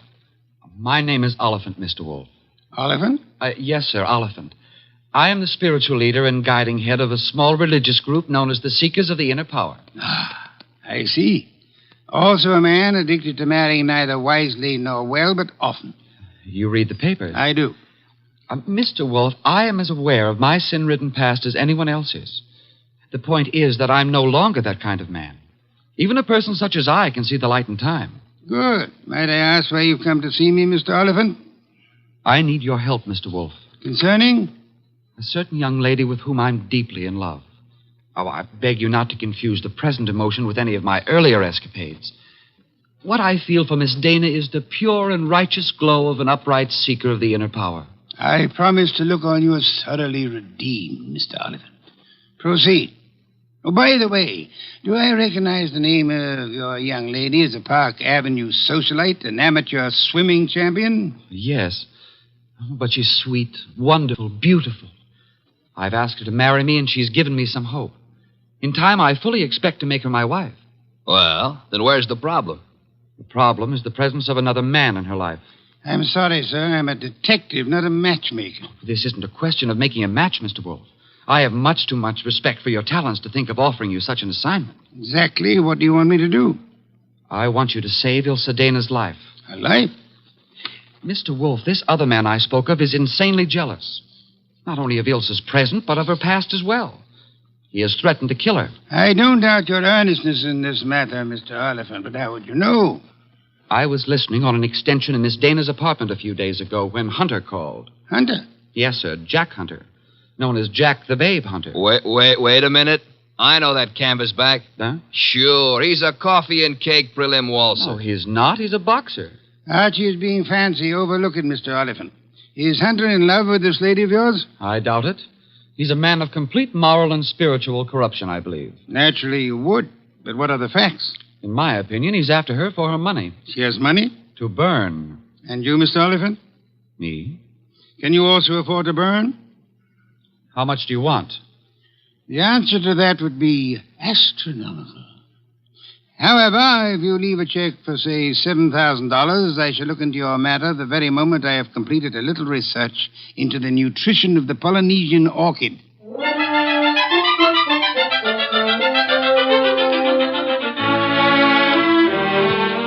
Oliphant's check gave our bank account a slight blood transfusion.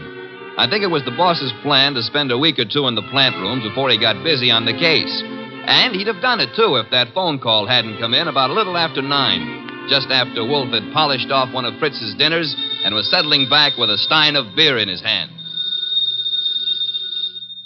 Don't disturb yourself, Archie. I'll get it. Now, well, look out you don't strain yourself, boss. You got to straighten out an elbow to reach that receiver. You have an unfortunate flair for mixing humor with impertinence, my friend. Hello, Nero Wolfe speaking. This is Ilsa Dana, Mr. Wolfe. How do you do, Miss Dana? We were discussing you only this morning. So I've heard. Through whom? Ted Oliphant. I see. The young man seemed to be quite worried about you. The young man should tend to his own affairs. Said you were in some danger. I know what he said, and not one word if it was true. Oh? I'd like to talk to you, Mr. Wolfe. I'm sure it'll be an immense pleasure. Where do you live? I have an apartment at 22 Blanton Street. Could you be here soon? I could be there in a quarter of an hour, Miss Dana. By proxy, of course.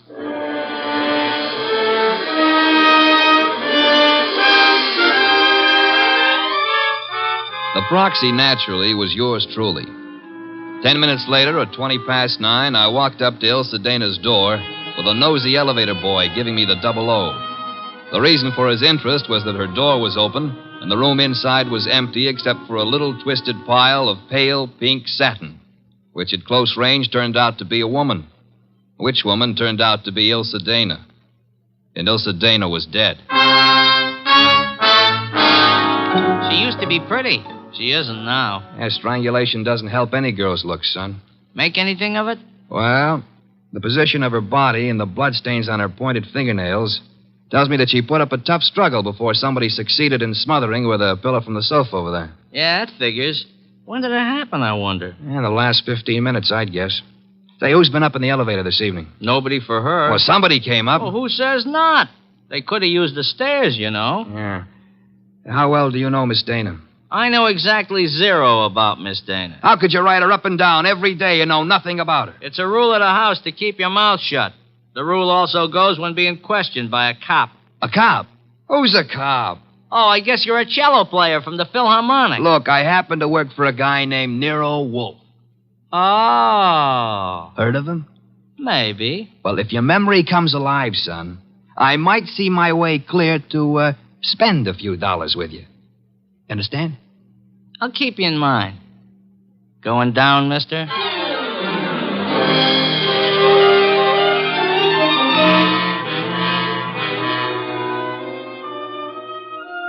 I spent time trying to get sense out of the superintendent and a set of chambermaids, but they were as quiet as a ballpark on Christmas Eve.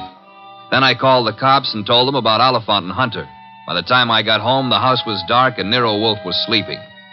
Next morning, I gave him the details while he drank 3 bottles of beer. When I finished, he sat for a long time and then started another bottle. The prize fighter. What about the prize fighter, Archie? Hunter? Well, I phoned the hotel he lives in before you got up. And? They told me he wasn't in. You know, I begin to think that Mr. Oliphant brought us a more absorbing case than he suspected. You know, I'm glad you like it. I don't like it. I don't like work of any variety. But this thing has its points. Well, what do we do next? Next, we investigate my client. What? Merely because the reformed playboy employs a detective doesn't exempt him from suspicion, Archie. Oh, now who's that? I'm afraid we have no choice but to open the door and see. My name is Young. Barstow Young. It's nice meeting you, Mr. Young. What do you want? I want to see Nero Wolfe. About? About a certain young lady with whom I am deeply in love. What? Will you repeat that? I want to see Mr. Wolfe about a certain young lady with whom I am deeply in love. Her name, please? Ilsa Dana. Is it possible that you entertain plans of making her your wife? Why, yes, but there's a problem involved. Another man? Yes. Well, do come in. Do come in. I think we've been waiting for you. Oh, Mr. Wolfe. Here's another one. Ah, Mr. Wolfe. You've come to me about Miss Ilsa Dana, sir? I have come to you, more specifically, about a man who has threatened her life. How unusual. He's the treacherous kind. Mild-mannered, you know. As we say in my profession, he underplays it. Your profession, then, is the stage. It is, sir. Go on, you interest me deeply. I was present recently when he told her that he would certainly kill her unless she mended her sinful ways. Sinful?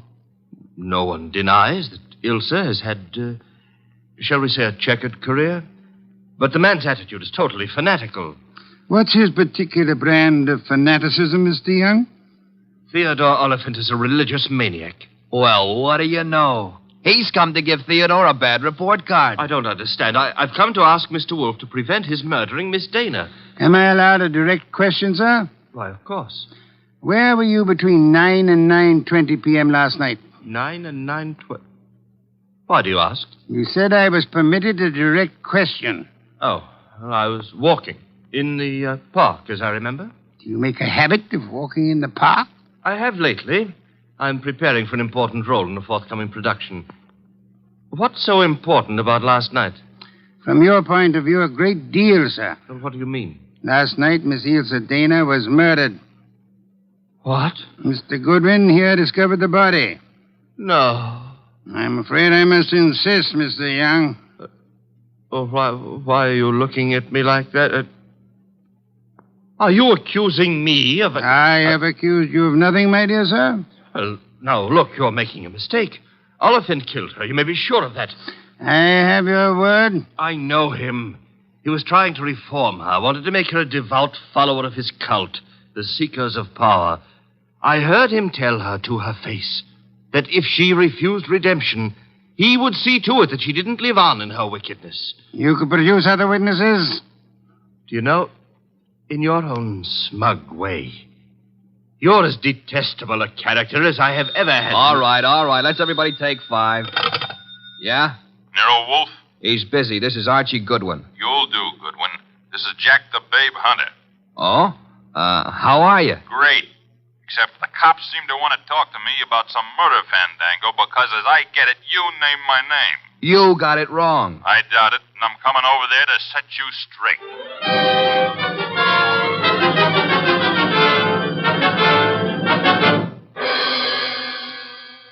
Why'd you ring me in on this mess, Wolf? You knew the girl pretty well. Me and how many more? Besides, what time was she murdered?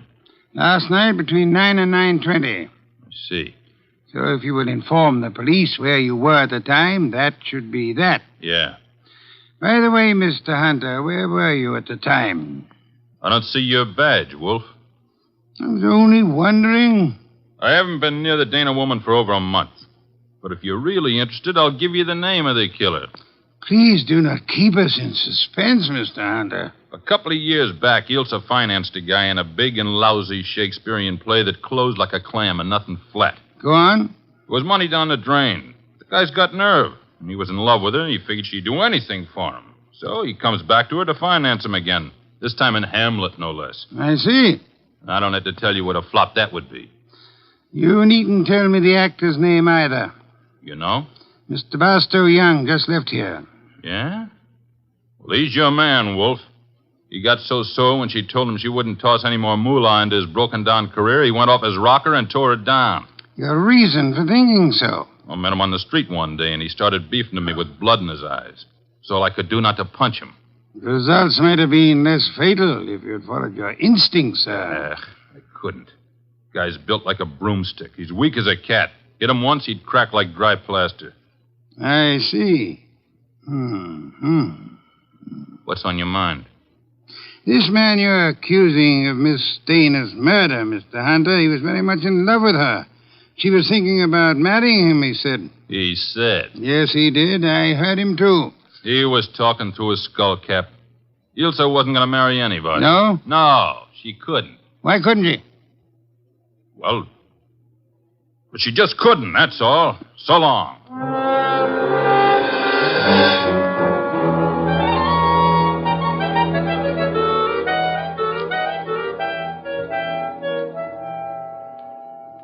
Well, now we got a perfect circle with everybody pointing at everybody else and nobody able to prove a thing.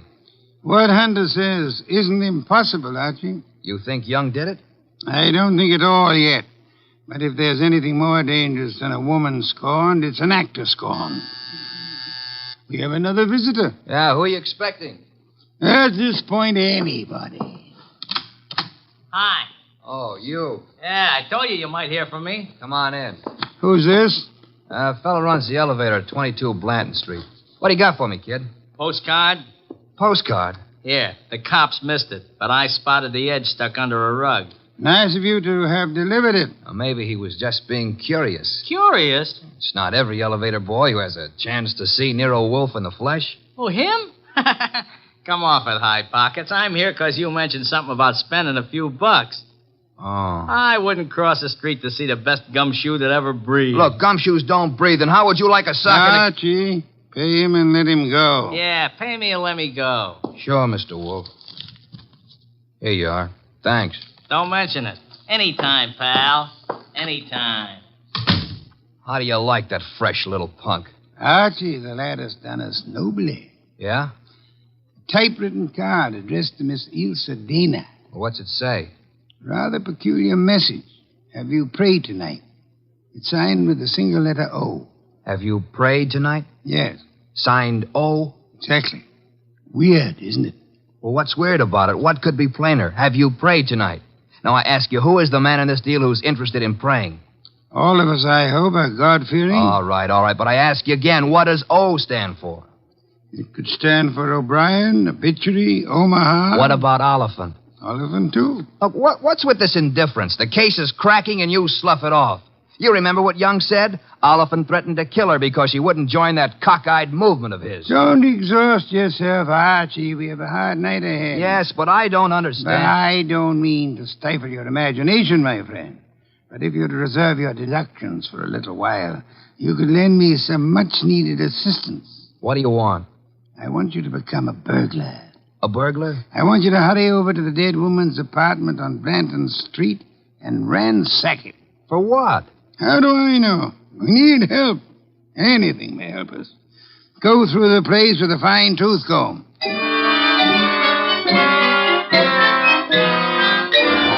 I tore the late Miss Dana's apartment to shreds, but I saw nothing. Then, just as I was about to give it up as a bum job, I noticed a little writing desk in the living room.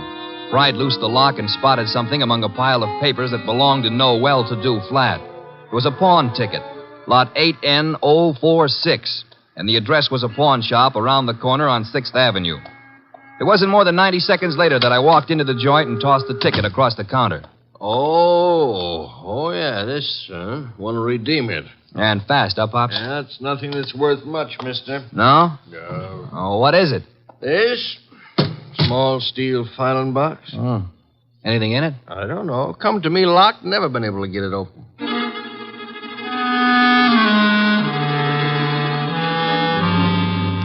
We got it open, Wolfe and I. Smashed the front end with a poker. There were some odds and ends inside, old earrings, some thumbtacks, a cigarette lighter, just trash. Then the boss stuck his fingers in and pulled out a plum. This is it? What do you mean, this is it? You fail to recognize this classic document? Huh? A marriage license, Archie. A marriage license. Yeah, well, whose marriage license? The wording is self-explanatory. Listen. This is to certify, etc., thus licensing on this 3rd day of May, 1946, the marriage of Miss Ilse Dana to Mr. Johann Jaeger. Johann Jaeger? Exactly. Well, who in the world is Johann Jaeger? We'll soon see. I don't get it. I can understand. It's a befuddling little puzzle. It'll be very easy for one to make a fatal mistake here. But, of course, you won't. I won't. 3 hours later, I'd herded all the suspects into the office, and he sat in his chair and glared at them. Oliphant, Young, and Hunter. It was tense and tight, and the boss let it stay that way, saying not a word to anybody while he calmly sipped his beer. It was Oliphant who cracked first. I didn't kill Ilse. I couldn't have. Jealousy is a very compelling motive, Mr. Oliphant.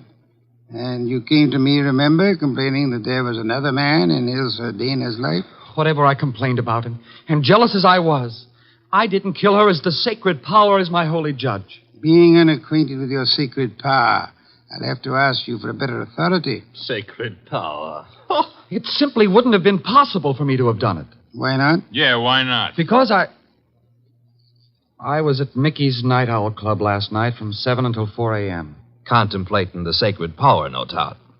That can be proved, Mr. Oliphant? Let me call now. Let the head waiter tell you. Well, you take your embarrassment as an indication that you're telling the truth. Hey, wait a minute. You can't let him off like that. Don't be bothersome, Archie. Yeah, but we got that card he wrote, the one about have you prayed tonight, signed with his initial. He didn't write that card, Archie. Now, look.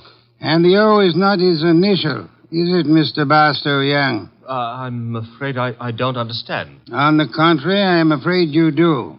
But for the record, I'll explain. Oh, Archie. Yes, boss? Hand Mr. Young that large red volume off the shelf behind Mr. Hunter's head.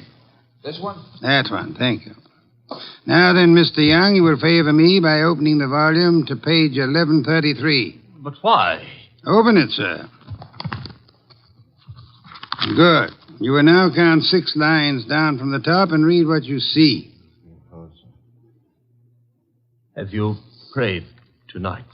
Thank you, Mr. Young. What the devil is going on? Mr. Young has just given us a reading from a tragedy. The line, have you prayed tonight, is spoken by the hero to the heroine just before he murders her. The name of the heroine is Desdemona. And the hero, as I'm sure you all know, is Othello. Othello? Yeah, the O was not Oliphant, Archie. Othello, I think, was a Shakespearean play which Miss Dana financed for our Mr. Young. And knowing she would recognize the quotation as well as the threat behind it, he sent it to her to warn her that he meant to murder her. You won't have the unmitigated gall to deny that, will you, Mr. Young? No. No, I don't deny it. Do I call the police? But I didn't kill her. The fact that I sent the card doesn't mean I killed her. Well, it'll do for my money. But not for mine, Archie. What? Mr. Young couldn't have killed Miss Dana. Why not? Because he lacks the strength to strangle such a healthy young woman, a champion athlete. Wide awake and full of fight. He's rather a frail person, as we know, and smothering Miss Dana with that pillow was no easy task. She struggled. Therefore, she clawed the wrists of the murderer. I'm sure that if you examine Mr. Young's wrists, you will find no scratches or scars. Here, let me see that. Go ahead. Well, Archie? Yeah, you're right. Nothing. I was sure there wouldn't be. The person who actually killed Miss Dana was a powerful physical specimen. Yeah?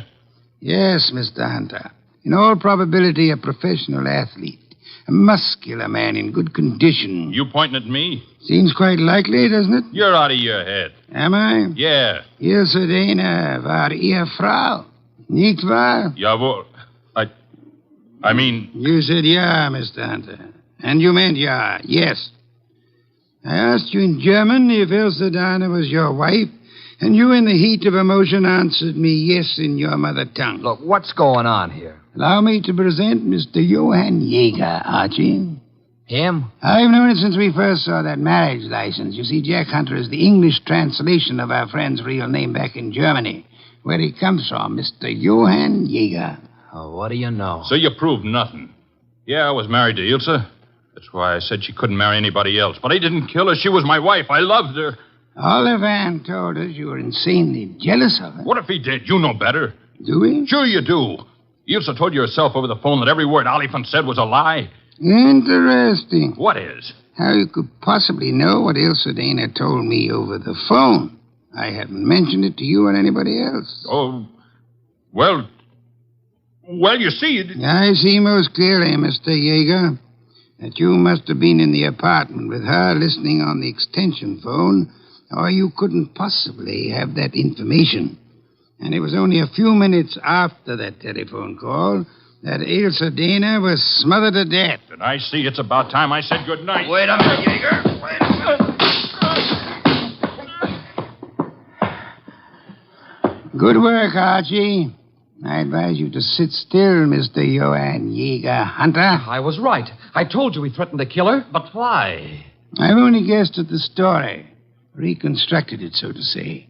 But I think you and Mr. Young ought to be congratulated. On what, sir? On not having won your fair lady.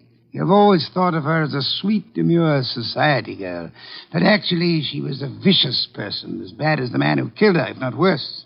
She tortured him cruelly for 4 long years. How can you say that about her? How can you doubt it, Mr. Oliphant? There must have been a great many men in her life. We know at least 2 definitely, you and Mr. Young. But she was in love with me. She was in love with me. I'm sorry to shatter your illusions, but she was not in love with either of you. She was using you for her purpose. What was her purpose? Tormenting the man she married. That was her preoccupation day and night. She delighted in tyrannizing over him. as one might in breaking a bull or taming a wild mustang. Do I come near the truth, Hunter? Yes. Until I couldn't stand it any longer.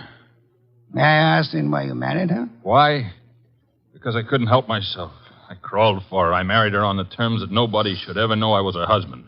She was too good for me, she told me that to my face over and over. But we belonged to different worlds.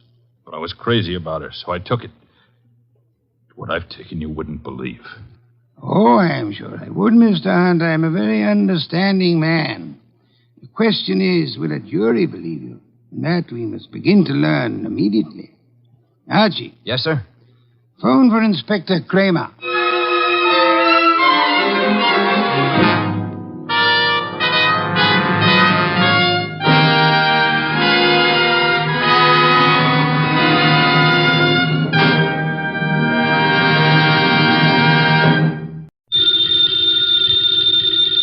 Ladies and gentlemen, the ringing of that phone bell means mystery, adventure.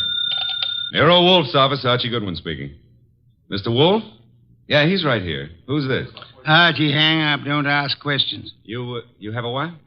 Archie, it's past your bedtime. Well, I'm afraid, Mr. Wolfe, it's past his bedtime. Your bedtime. It's a client, boss. That's what I was afraid of. Foolish. Hello? Hello? Well, why do you look so bewildered? He's coming right over.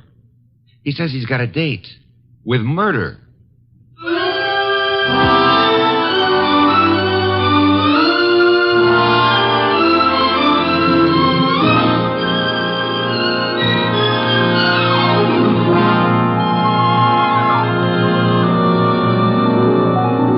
Ladies and gentlemen, it's the detective genius who rates the knife and fork, the greatest tools ever invented by man.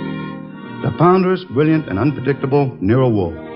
Created by Rex Stout and brought to you in a new series of adventures over this NBC network in the person of Mr. Sidney Greenstreet.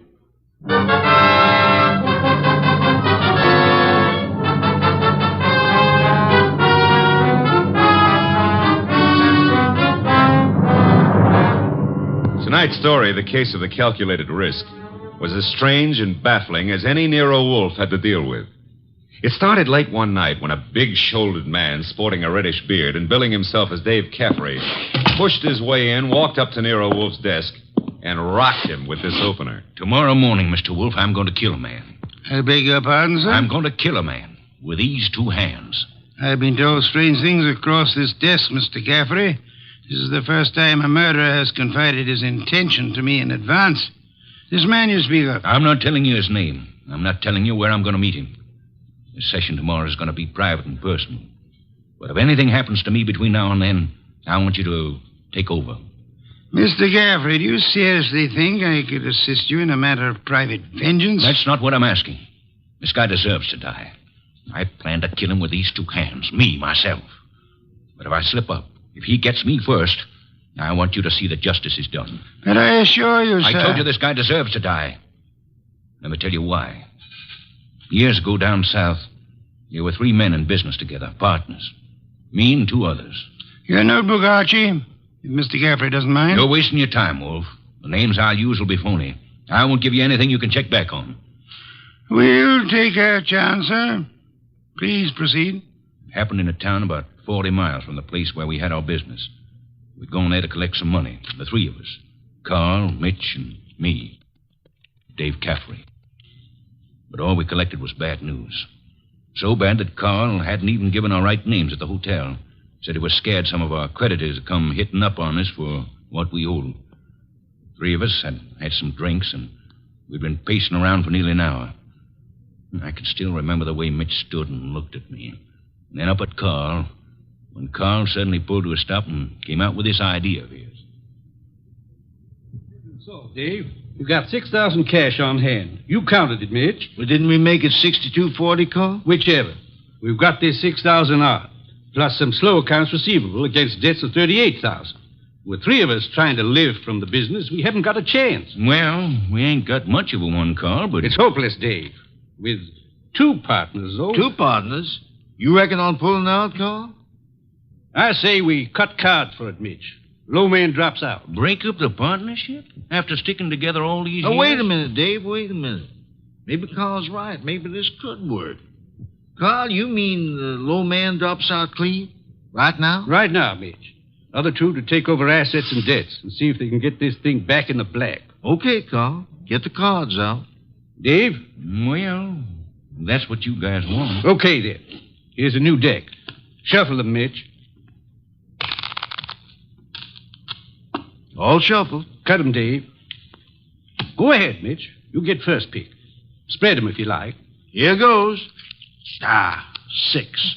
Your turn, Dave. Okay. 9 of clubs. Lucky guy, Dave. That puts you in whatever Carl pulls. I'll pull it fast. There she is. An ace. Sorry, Mitch. That leaves you elected. Well, Mitch, I'm sorry, too. I guess we all had a fair whack at it, but... Hey, wait a minute. Let me see that ace again, Carl. Easy, Mitch. I said I was sorry, Look, but... Dave. Yeah, what is it, Mitch? All the aces are marked. Carl, I'm going to cram this deck right down your crooked throat. Look out, Mitch. He's got a knife. Sure. Oh. Carl, you... All right. I've cut him for keeps. What do we do now? What do we do? Look, Carl, I didn't mark those cards. I didn't kill Mitch. And what's more... Shut up, Dave. We're both in and out now. Come on. Let's get out of here.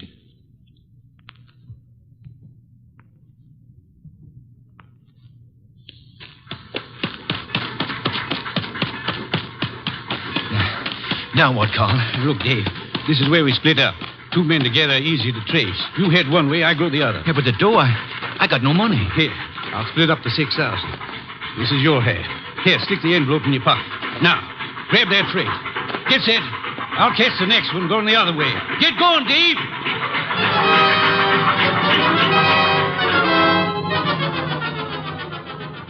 That's how it was, Mr. Wolfe. It all happened so fast that I... This man you call Carl, he would seem to be one of the world's choice creatures, Mr. Geoffrey. When I thought to look in that envelope he gave me, I found $40 and a few folds of wrapping paper in it. I was mad enough to... Well, I got off the freight and intended to go back, but... Then I picked up a paper. And read all about the murder of your friend Mitch with the statement that Carl had accused you of the crime and that the police believed him in view of your escape. That's it. Classical, but not at all original. Well, I was young then and stupid. And I'd had those drinks to start with. And you spent the intervening years hunting down the man Carl, am I correct? Yeah. I tramped the country from east to west, from north to south. Tramped it for years, searching for him. And yesterday I located him. He's a big wheel these days up on that 37th floor of his. But tomorrow when I get... Yes, Mr. Caffrey, the 37th floor of... Never mind what building. Now, wait a minute, Caffrey. If you expect Mr. Wolfe to help you... I don't want him to help me. I'll help myself. But if I slip up, I know Wolfe's reputation well enough to know that he'll never rest till this rotten, chiseling murderer is sitting in the chair. That's why I've come here. Just to provide a backstop in case my dear friend of long ago manages to get the best of me. How will we know? You see this envelope? Read what it says.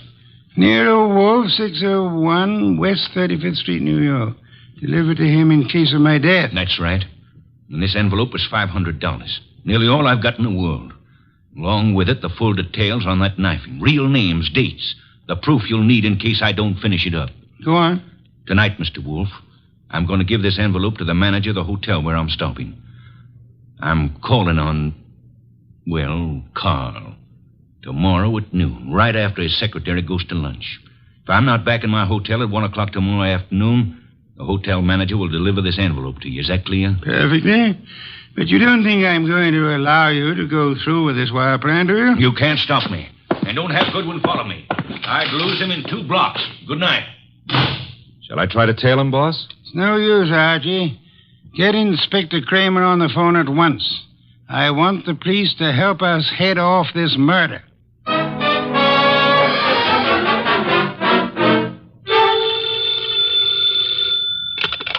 Nero Wolfe speaking. It's Archie. I'm calling from the morgue. And? They found Caffrey's body in a subway washroom, mugged and stabbed. Wallet gone, pockets cleaned out, no envelope. Just 2 hours ago he was here. No envelope, eh? Gone. Witnesses? None so far. Homicide's calling it straight mugging and robbery. As it well might look, except for... Except for a guy named Carl. How much do I tell Kramer? All of it. Ask the inspector to start queries throughout the South on the original killing. The original killing?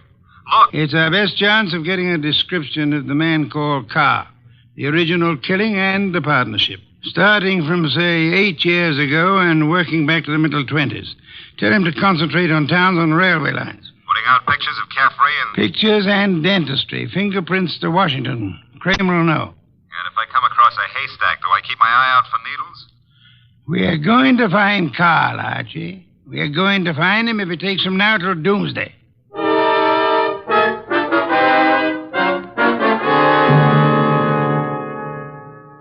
Mr. Wolfe, let's face it, we're licked.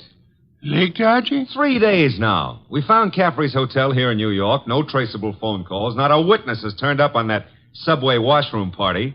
And Kramer says he's getting nowhere with those answers from the Southland. The original story is bound to come slowly, Archie. We are asking a check on the unsolved killings of a dozen states over a 20-year period. And what now? You start trudging, Archie. Trudging? Through office buildings, through 37th floors of many office buildings. You keep trudging till we find him. Oh, now, wait a minute, Mr. Wolfe. This is a big city, remember? I might have to go through hundreds of buildings. This morning, Archie, the Municipal Reference Library informed me that there are exactly 34 buildings of 37 floors or higher in Manhattan. Now, when you rule out the United Nations building, hotels, Okay. Maybe not so many 37th floors, but lots of offices per floor. Maybe 40 or 50. Call it 30 times 40, and you've still got 1,200 to start with.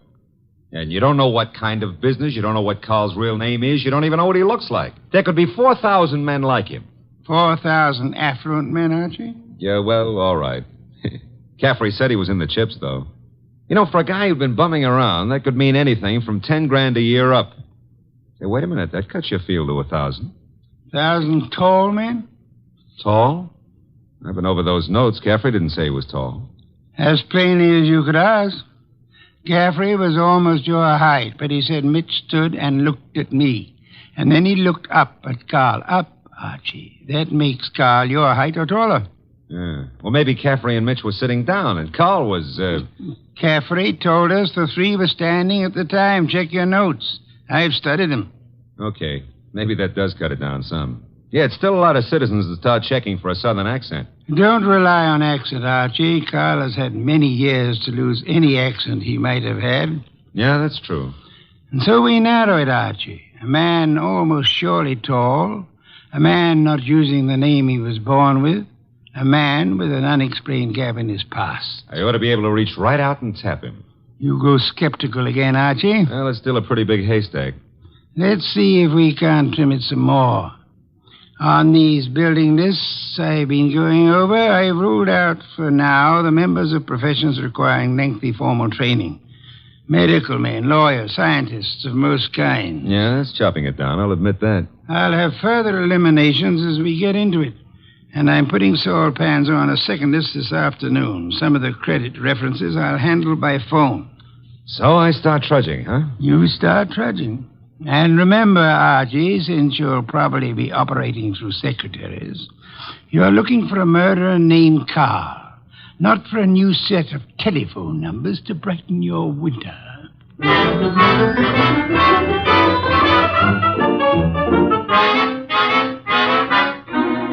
Tall? Well, I don't know what you're peddling, Goodwin, but if my boss put his elevator shoes on and stood on a box, he'd still be down somewhere around my necktie. If he stood on his money, though, we'd need a helicopter to get up near his shoelaces.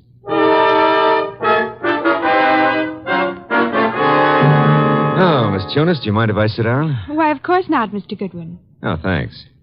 You know, I've been in 12 offices on this floor, and you're the first girl who's seen the importance of this survey first crack out of the box.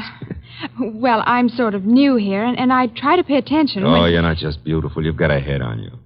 Is Mr. McLean in? Well, he's at lunch right now. Lunch? Oh, that reminds me. Know any good restaurants up this way? Well, I was just going to the downstairs drugstore myself, but I wouldn't say Well, come on. Put your bonnet on and let's skip the drugstore. This meal is on the Executive Resources Survey.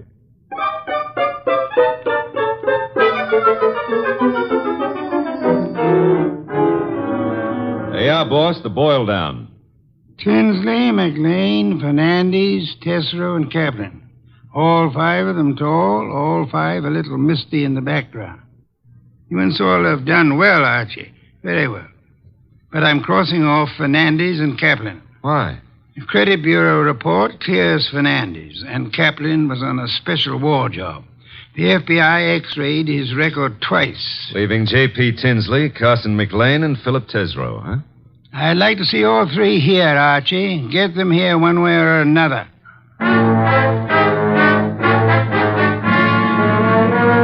And so you do admit that Tinsley isn't your real name? Mr. Wolfe, are you a blackmailer or what? I'm a licensed private investigator, sir. Any disclosure you make will be kept in confidence, provided it doesn't touch on the case I'm engaged on. You haven't said what the case is. I don't intend to. If you prefer to explain this mysterious gap in your background at the district attorney's office... Well, I'm using the name Tinsley because I've got an undivorced first wife out on the coast. We broke up 20 years ago, but she said she'd see to it that I never married again. And she knew where I was today. Well, I don't say I'm a saint, but she's a vindictive woman. I see. May I have names, dates, and places starting 1924?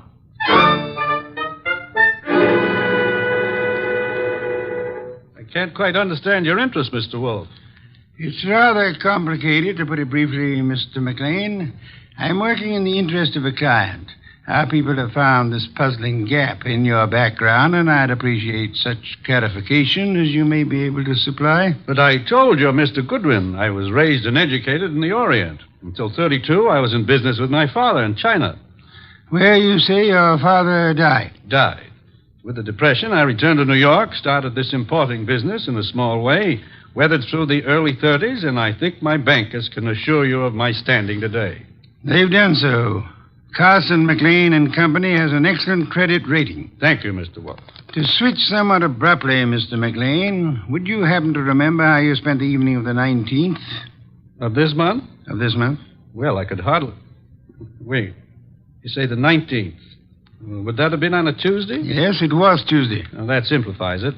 I'm nearly always at the office on Tuesday nights dictating the revisions in our weekly wholesalers' lists. Let me see.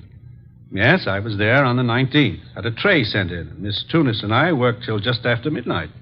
Miss Helen Tunis, the secretary Mr. Goodwin spoke of. She's been with me for 2 or 3 months. Miss Tunis can confirm this dictation on the night of the 19th? Of course.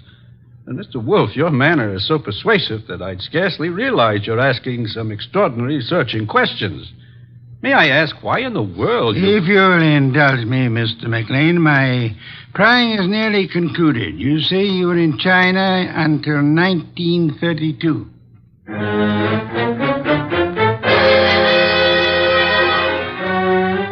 Mr. Tesoro, I'll be brutally frank. We know that your name's not Tesoro. And we know that you served a prison term from 34 to 38 for arson. I'd like some straight answers. I didn't say I wouldn't answer your questions. The past can remain your own, provided... Now, look, Mr. Wolfe, I've been going straight for 12 years, and this business of mine is on the level. Now, if this is a shakedown... I'm asking where you were on the night of the 19th. And I'm telling you I stayed in town. I ate alone, and I went to a movie. I caught the 11:35 for Stanford, and that's all there is to it. You're denying that you were ever in business in the South? I was born in the South, but I haven't been back there since I was a kid. What about the arson? I put in 4 years squaring for that mistake. Let's start again, Mr. Tesoro. You say you were in Cincinnati in 1931.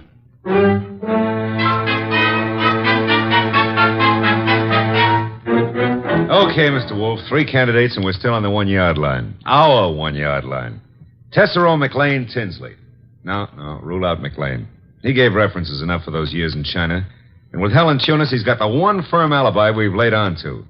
Caffrey was killed before midnight. With conditions as they are in the Far East, Archie, it'll be weeks before cables came back on McLean's claims. Claims? You figure the whole Chinese background's a fake?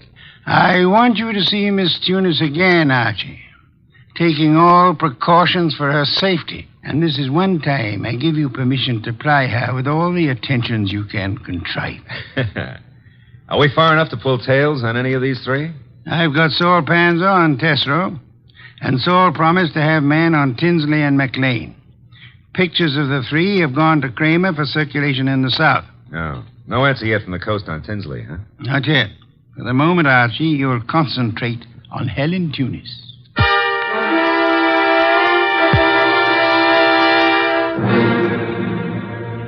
Helen, I've got to see you tonight. I'd love to, Archie. Now, look, but... Helen, I phoned you to come out in the corridor this way because I didn't want McLean to know we're talking. Do you still say you got that new mink coat on your own money? Mr. Goodwin, I don't know what right you Helen, have if you to... get 5 guys to buy you stuff, it's your business. Mr. McLean said his wife might be sent detectives around. You can go right back to your old Mrs. McLean and tell her that Easy, Helen, easy. He was dictating to me. You know, baby, the harder you lie, the prettier you look. But if this is a fake alibi, and if you keep propping it up, you're going to find yourself in trouble. Bad trouble. Now, how about it? Do I see you at your apartment tonight, or would you rather come down with me to Nero Wolfe's right now? Archie, All right. I can't go with you now, and I've got a dinner date with my aunt tonight that I can't break, but I'll try to be back at my apartment by 11.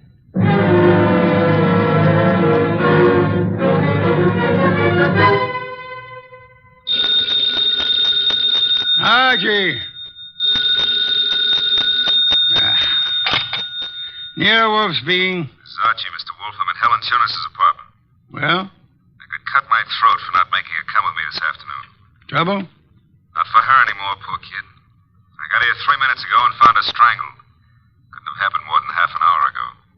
McLean. Didn't Saul Panzer say he was getting a tail on him? He was a new man, and he lost him. I should have left you on McLean, Archie. No, we were both wrong. What do you want me to do? Phone the police immediately. This is 32nd Street. I'm only 3 blocks in a job from the office. What if I come back and call from there? Come back, then. I'll phone Kramer myself. Mr. Wolfe, I'm still kicking myself for that. Look out, Archie. Too late, Mr. Wolfe. Keep coming right in, Goodwin, with your hands up. No, I wouldn't try that. McLean. And keep your hand out of that desk drawer, Wolfe. This time you're too late, McLean. My hand's in the drawer, and I think I'll leave it there. You don't think I'd shoot? I'm sure you would. But you've got 2 of us to cover now. No, Archie, don't try to draw yet. How'd you get in here, McLean? He surprised me after making his way in through the area way below, and of course it had to be Fritz's night out. I caught your fat friend just 2 seconds before he could get in his call to the police, Goodwin. I overheard his talk with you from the hallway here. My apologies for not crying out sooner, Archie. Get your hand out of that drawer. Pull it out without the gun, Wolfe, or I'll let you have it now. I refuse to, McLean. Seems obvious that you mean to kill us in any case. I'm afraid that's true, Wolfe. But when you called me here and Goodwin started making dates with Helen Tunis... Poor kid, I told her not to talk to you. She didn't, Goodwin. I've been scared of you and Wolfe since I followed Colby here that first night. Colby? You knew him as Caffrey. I caught up with him afterward in that subway washroom. No, keep that hand up and watch that gun of yours, Wolfe. When I found that envelope on him and read the letter to you contained in it, I knew he hadn't spilled the whole South Carolina story to you. South Carolina? Would the original knifing have been taking place anywhere near Hampton or Jasper counties? Hampton County. But our business is over the line in Georgia. Doesn't matter now. Pity, Archie. We learned this afternoon that we were growing warm on South Carolina. Mr. McLean, may I ask what you hope to achieve by this insane project of disposing of Mr. Goodwin and myself? I'm buying time, Wolfe. I've $90,000 in small bills in that bag there, plus a plane ticket to Buenos Aires. I've got a silencer on this gun. If you 2 aren't found till tomorrow morning, I'll be out of the country before they start looking for me. You don't think the police will put out an alarm for you when they find the body of Helen Tunis? Goodwin left it to you to report that. Remember?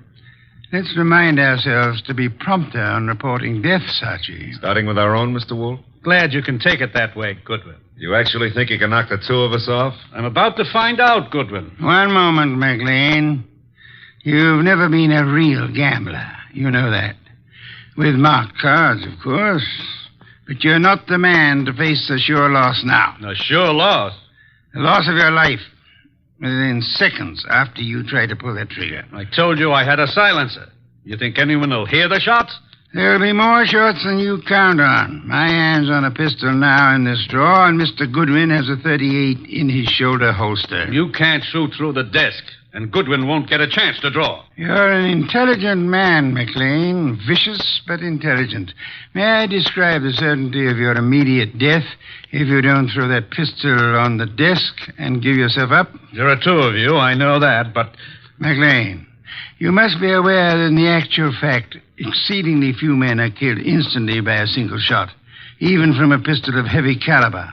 The one you hold is a .32. And it's a .45 in that drawer, McLean. I assure you, McLean, that neither of us will surrender the weapons we have. Should you start shooting, we'll both do our best to draw and keep firing till you're dead. You're stalling, Wolf. What have I got to lose by trying for you both now? Your life? I'll correct that. The loss of some 6 or 8 weeks of your life, possibly months. Whatever the time necessary to bring you to trial and to convict you and execute you for the murders you've committed. Suppose I cancel you out and then take my chances with Goodwin. A better choice, but still a dubious one. I'm fat, exceedingly fat. And for perhaps the first time in my life, I'm thoroughly grateful for that. My bulk affects the calculation, McLean. McLean, you could pull off all 7 shots and still not hit Mr. Wolf where it counts. You have to start, you better start on me. You exaggerate, Archie, and I thank you for the gallantry of it. No, it's quite likely that with 2 or 3 shots, McLean might well dispose of me, but not with your first shot, McLean, and we'll not permit you many more than your first. Look, if I promise to do no more than tie you two up to give me my head start, will you toss in your guns? Of course not. Do I speak for us both, Archie? Check.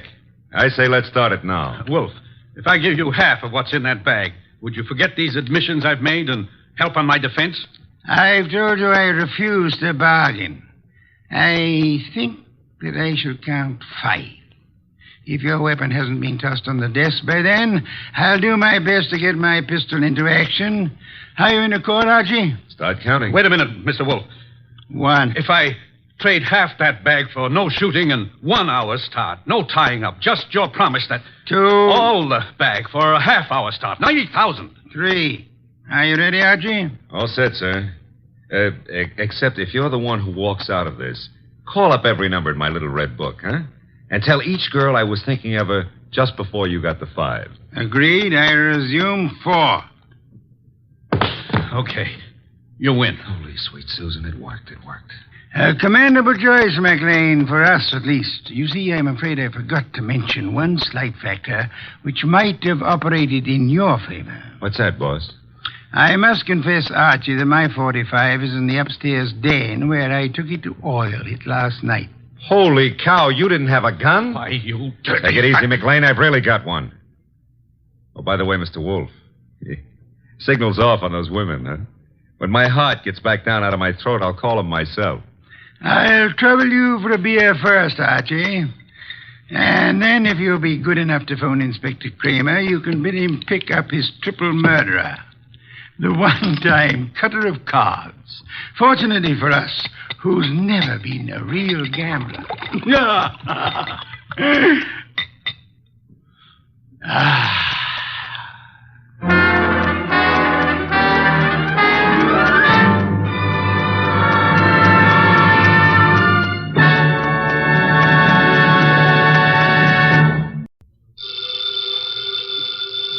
Ladies and gentlemen, the ringing of that phone bell means mystery, adventure.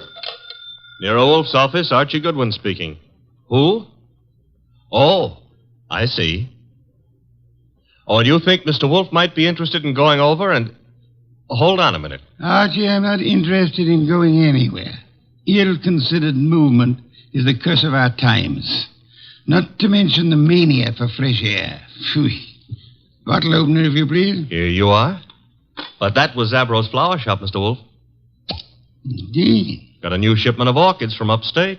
In that case... Mr. Wolfe, remember the curse of our times? Not to mention the mania? I'll be there. He'll be there. After all, a man must risk his life sometimes.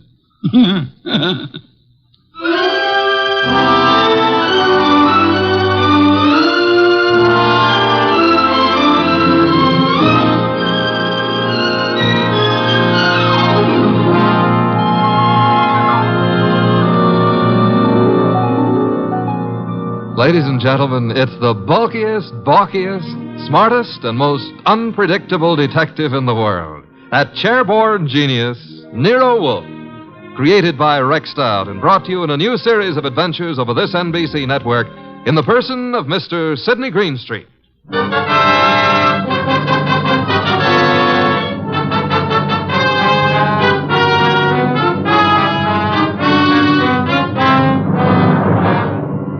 Orchids don't grow up overnight. They have to be carefully planted, tended, watered, and watched. And the same thing goes for murder. Take Zabro's flower shop minutes after we got that phone call. Zabro! Mr. Hansen, I did not notice you are here. I'm here, and what's more... You like the way I display your orchids, I don't like the way you've been avoiding meeting your obligation. Please, it is better not to shout. It'd be still better if you paid me what you owe me. Mr. Hansen, business has not been so good. I will pay. You'd better. I intend to... My lawyers aren't going to be satisfied by intentions. Your lawyers? I've no particular desire to own a flower shop, but it looks as if I'm going to, unless you raise some money. Mr. Hansen, I have worked years. I have given of my blood to make a success of this establishment. You cannot take him from me. You are a rich man. I intend to stay rich, too. You've got 24 hours, Zabro. A man can accomplish a lot in 24 hours. Yes, Mr. Hansen. Even maybe murder.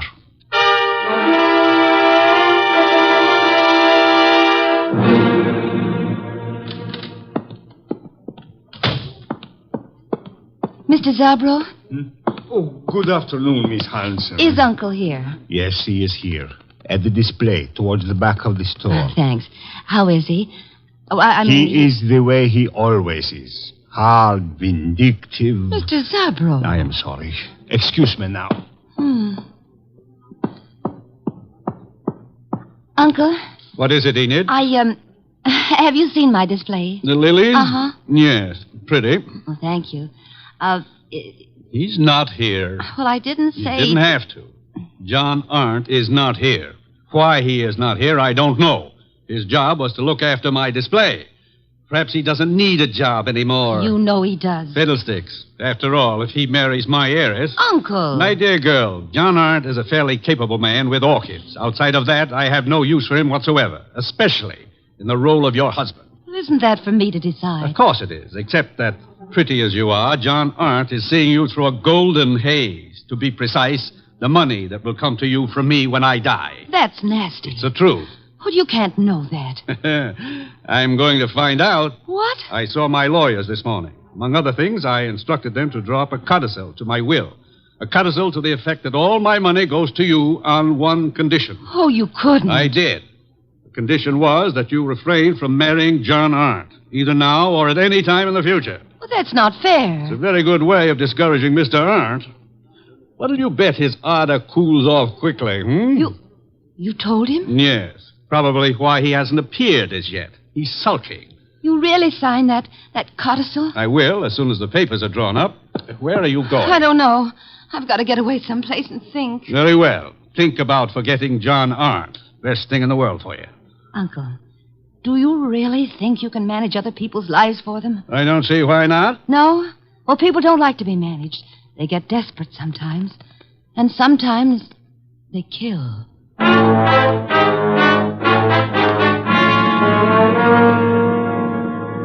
Mr. Wolfe, what are you doing? Getting up. I'm up. Well, that makes you eligible for the Explorers Club or something. My coat and muffler, Archie. I got him here. Thank you.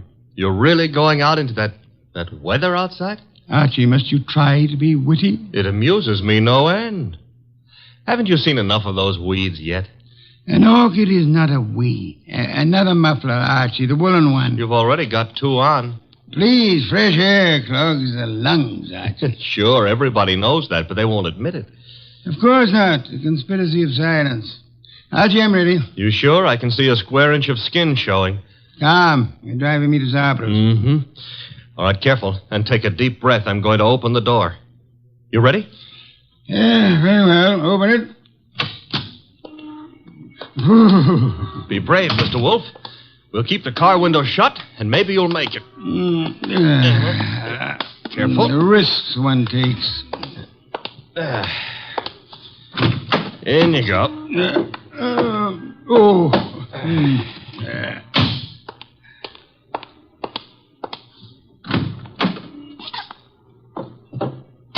Well, okay, boss. Now, where is Zabro's? 45th Street. Gee, 10 blocks. Grit your teeth, Mr. Wolfe. We're off.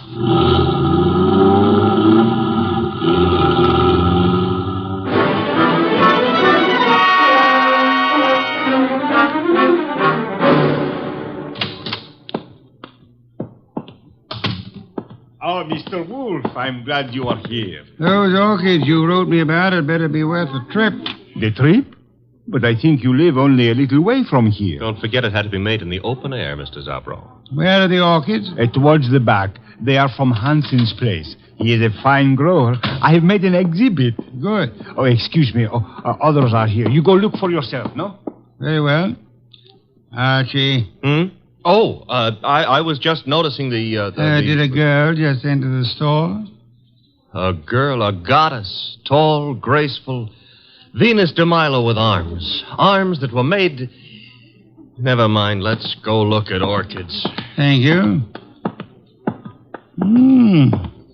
Very fine. The exhibit is laid out like nature, huh?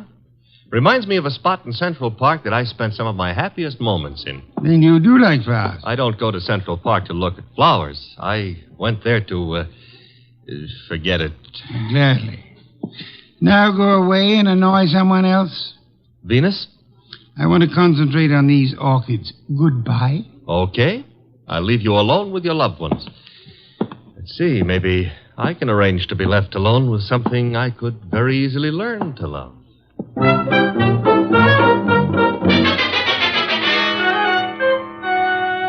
Hey, boss. Don't bother me, Archie. Oh, this is serious. There's a lily display just like this one over at the other end of the store.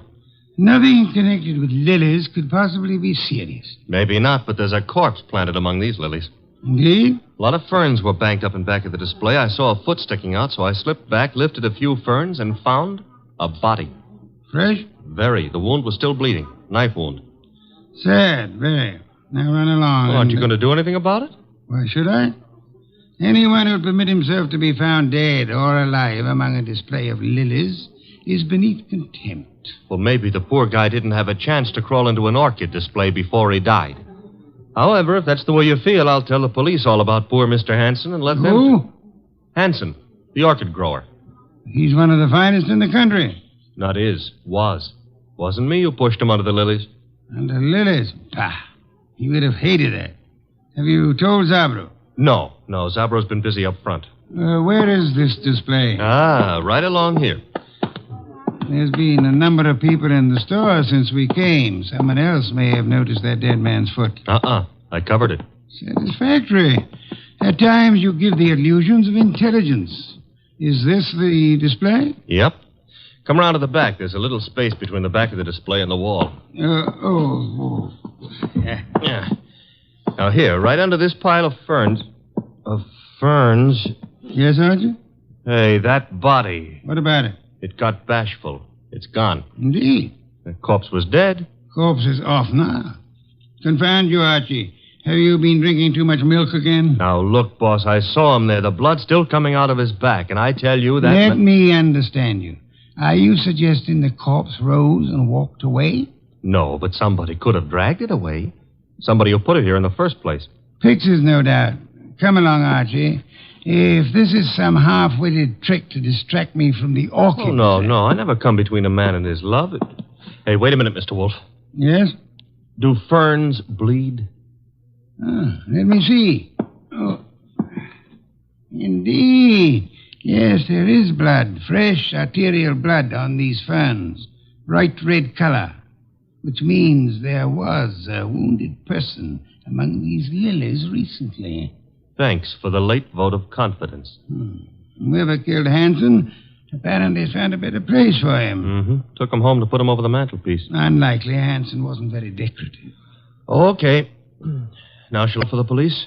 You have nothing to show them except a fern leaf covered with blood? No. Don't tell me you smell a fee among all these flowers. Hanson was a man I admired. Good heavens, Archie. The number of first-rate orchid growers is small enough without one of us being murdered. Mm-hmm. Unsportsmanlike, huh? Okay, we won't stand for it. What next? The body was removed from the building. How? Well, I wouldn't swear to it, but there's a window here that leads out to an alleyway. Could the alleyway be seen from the street? I don't think so. There's a bend in it. Wide enough for a car? Yep. Bring Zabro to me. Oh, don't bother. He's coming himself. Well, Mr. Wolfe, what do you think of the...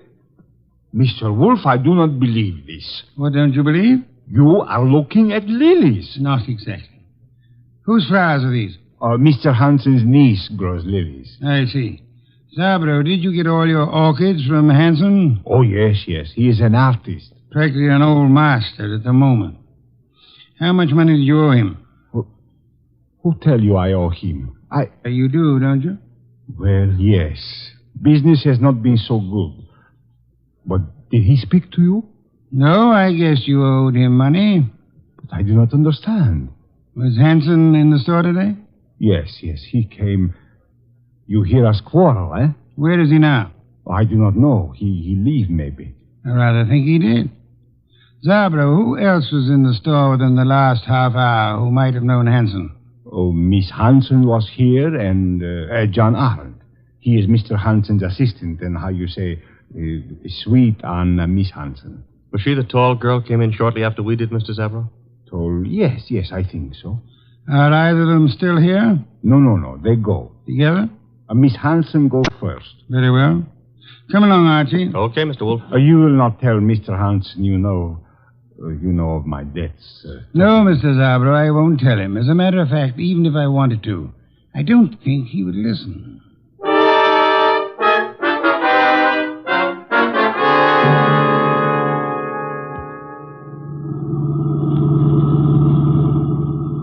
I love these long drives in the country.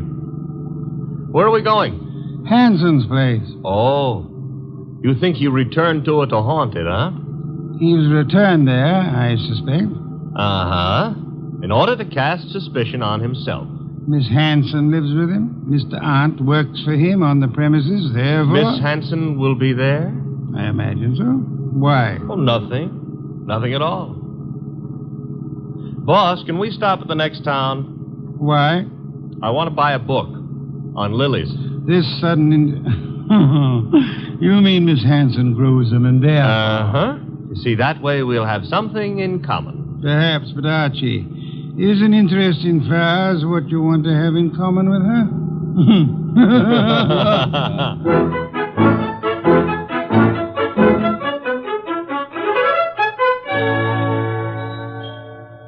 So this is the house that Orchid's built, huh? Snazzy. Very handsome country home. For streamlined zombies. Hello. I take that back. Miss Hanson? Yes. I'm Nero Wolfe. The person ogling you is my assistant, Mr. Goodwin. Oh. Well, Uncle's spoken of you, Mr. Wolfe. Oh, come in, please. Thank you. I was not ogling. I was merely tracing a resemblance. Oh, between Uncle and me? Between you and my heart's desire. Archie, stop being poetic. It doesn't become you. In here, please. My uncle isn't at home yet, but... Oh, John, this is Mr. Wolfe, Mr. Goodwin. John is Uncle's assistant. How do you do? How do you do? Mr. Hanson hasn't returned from town yet, Mr. Wolfe.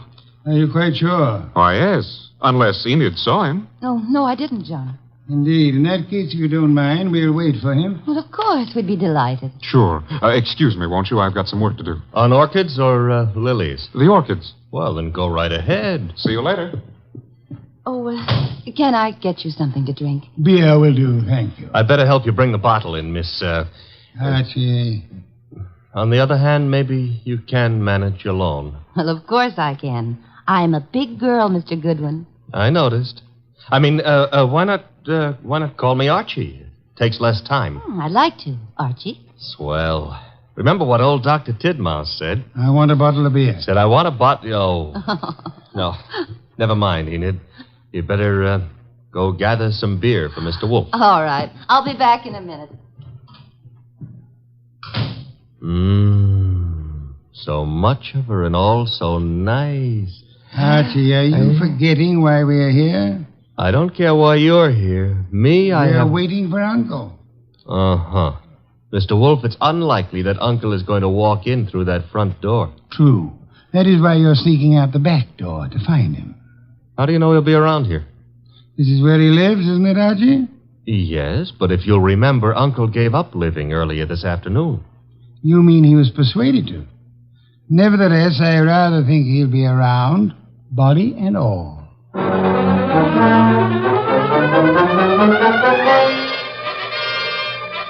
He wasn't in the house, so I tried the conservatory, hothouse, what have you. It was hot in that steam-heated orchid paradise. Also, it was full of orchids. Unfortunately, it wasn't full of Miss Hanson. I wandered hither and yon for a moment, dreaming of her, until I noticed a foot. Same foot I'd seen back at Zabro's, and peculiarly enough, the same corpse was attached to it. Uncle's. I was bending over to take a closer look when I felt a thud. I realized that thud was the sound of something hitting my head, and I began to realize, too, that I'd been knocked almost unconscious, which the second blow did.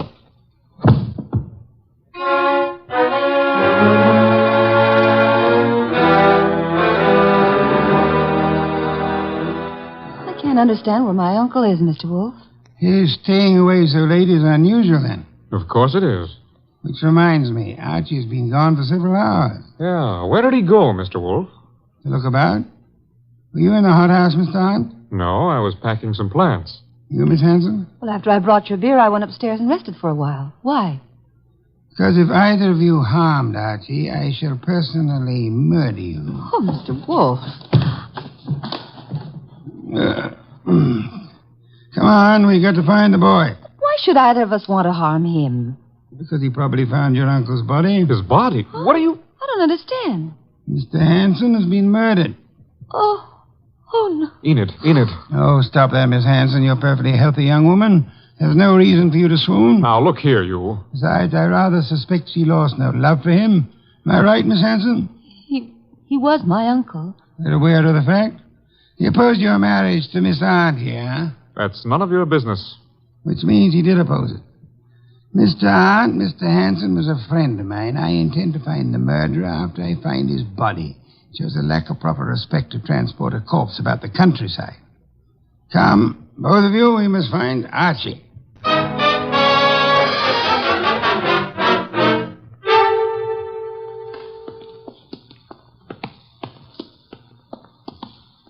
This whole thing's like a nightmare.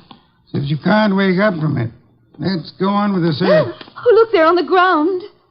Archie. I'll see if he's all right. Why, this is fantastic. Mr. Hanson stabbed to death, and now Goodwin. He's just been stunned, thank heavens. He's coming to. Oh, I died. Oh, correct me if I'm wrong, but I'm dead. Archie, speak to me. Oh, I went to heaven. Are you all right, Archie? Uh-oh, the other place. Get up. Sure, if somebody will hold my head. Oh, are we having an earthquake? You poor boy. Take my arm here. I'll take both. Ooh, he's normal. What happened, Archie? Somebody hit me when I wasn't looking. Yeah? Why? I don't know. Oh, yes, I remember. Yes? I found Uncle lying right there. Right there. The poor boy's delirious. Don't tell me he's gone again. I'm afraid he has, Archie. Are you sure you saw him? I'm positive, and then somebody slugged me. That corpse is the shyest one I've ever met. Blood would have dried. There'll be no signs of his having been placed here. Bad. Why? Your testimony would be valueless, especially since you were found unconscious.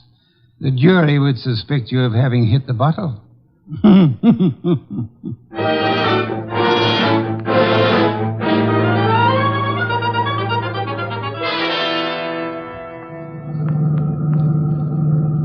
Why didn't we stay the night? I'm a sick man. Enid would have nursed me. You're not sick. And I won't have you taking advantage of that girl. In my condition, I couldn't have. But maybe she would have taken advantage of me. Ooh. Is that what they called it in your day? We're Zabros. Stuff the car. Okay. Dum-ba-dee-dum-dee-dee-dum. Here we go. No, I can manage. I'm not entirely helpless. Place is closed. Dark. I was afraid it might be. Don't tell me Zabro's gone traveling, too. Possibility, Archie. You mean he killed Hanson to cancel the debt he owed him and then followed us out to the country house and dumped Hanson there, hoping to pin suspicion on Enid and John? Perhaps. Uh-huh. Slugged me when I found the body too soon, and then... Guess we better get into the joint. Door's locked?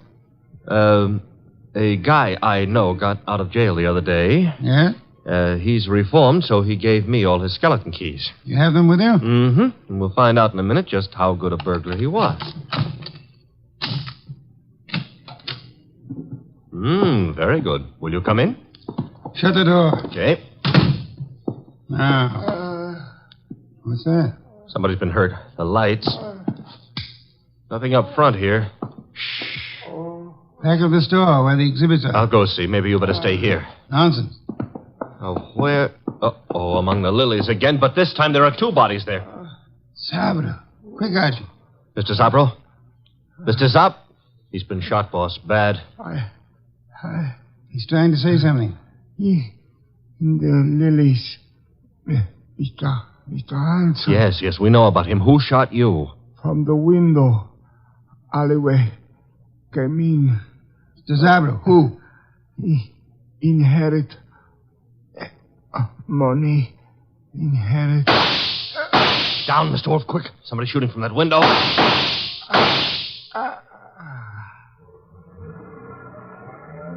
Archie. All in one piece. Are you all right? Yes, that car. It's gone. Brought the body here and... Zabro. He couldn't duck. He's dead. Yes. Police, boss, this time we've got more than a fern leaf smeared with blood to show them. Not yet, Archie. I'd prefer handing the murderer over to them along with the victims. I'm going home. Archie, get Miss Hanson and Mr. Arndt there as soon as you can. Well, suppose they don't want to come. Knock them unconscious and drag them there. Not Enid, boss. Enid's... Hey, what Zabro said about inheriting. Don't anticipate, Archie. When you get them to my office, we'll identify the murderer then.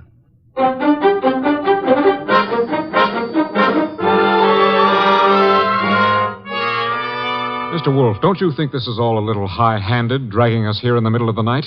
Murder is even more high-handed, Mr. Arndt. Please, John.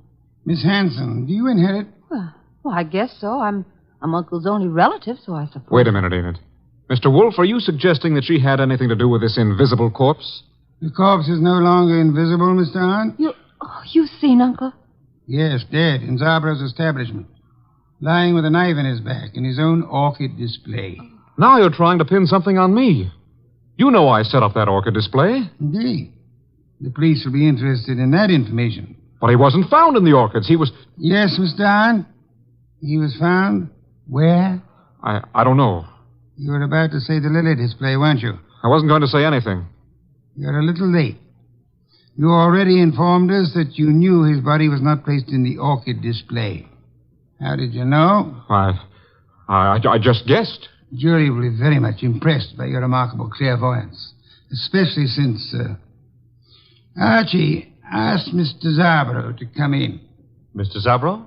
Okay. Don't bother, Goodwin. John, that gun. Shut up, you little fool. Enid's a big girl. I don't know how you tumbled, Wolfe. Lucky guessing, maybe. Oh, come now. Neither of us has indulged in guesswork. You killed Hanson, placed his body in the lily display to attract suspicion towards Miss Hanson.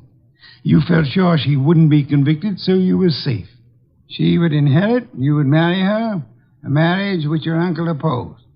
When you saw that Archie had discovered the body too early for you to establish an alibi for yourself... Then he sneaked the body out of the window into his car and then dumped it in the hothouse.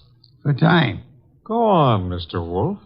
He didn't intend it to be discovered there, which was why he knocked you unconscious, Archie. Oh, I'm so glad he had a good reason for it. He had a body on his hands. He decided to double back, put the body in its original place, and carry through his plan. But Zabro caught him at it, poor fellow. I thought Zabro was in the other room. Lost you fool. Do you think I, too, am addicted to carrying corpses about? Zabro is dead. And you've given yourself away unnecessarily. Archie? All right. Archie, quick. Let go, Enid. I've got his arm. I'll give him mine with a fist attached. Oh. Very satisfactory, Archie. Now call the police. Inform them you have 2 corpses and a murderer for them.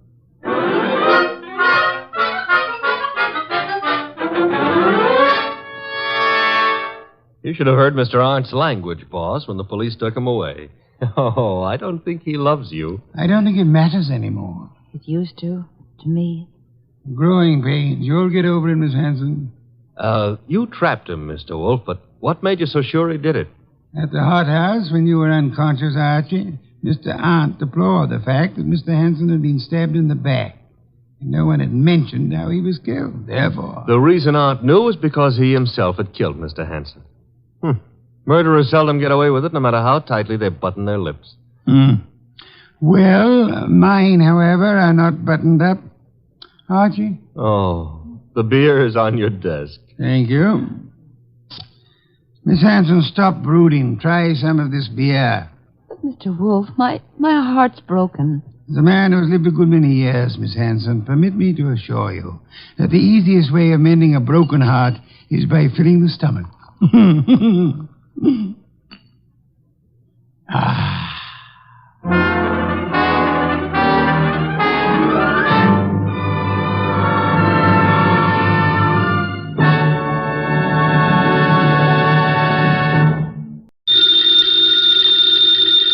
Ladies and gentlemen, the ringing of that phone bell means mystery, adventure. Nero Wolfe's office, Archie Goodwin speaking. Mr. Wolfe? No, he isn't. Huh? Oh, well. For you, maybe he is. I'm not here. Oh, yes, yeah. He's always here. I've gone out. No. He seldom ever goes out. I won't start on anything tonight. Oh, sure, he'd love to start on a case tonight. What's your name? Oh, that's a beautiful name. Address? Archie, it's another woman hang-up. No, honest. I'm not Mr. Wolfe, but I'm his agent. Yeah, I'll be right over, miss. Goodbye. What's her trouble? Where are you going? Well, she said she's received some threatening notes and she's afraid to leave her hotel. So long, boss.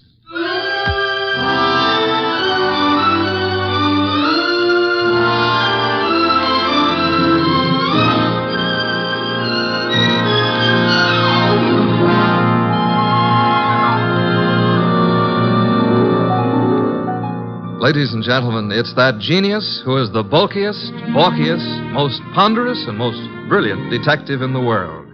Yes, none other than that chair-borne mass of unpredictable intellect, Nero Wolfe. Created by Rex Stout and brought to you in a new series of adventures over this NBC network in the person of Mr. Sidney Greenstreet.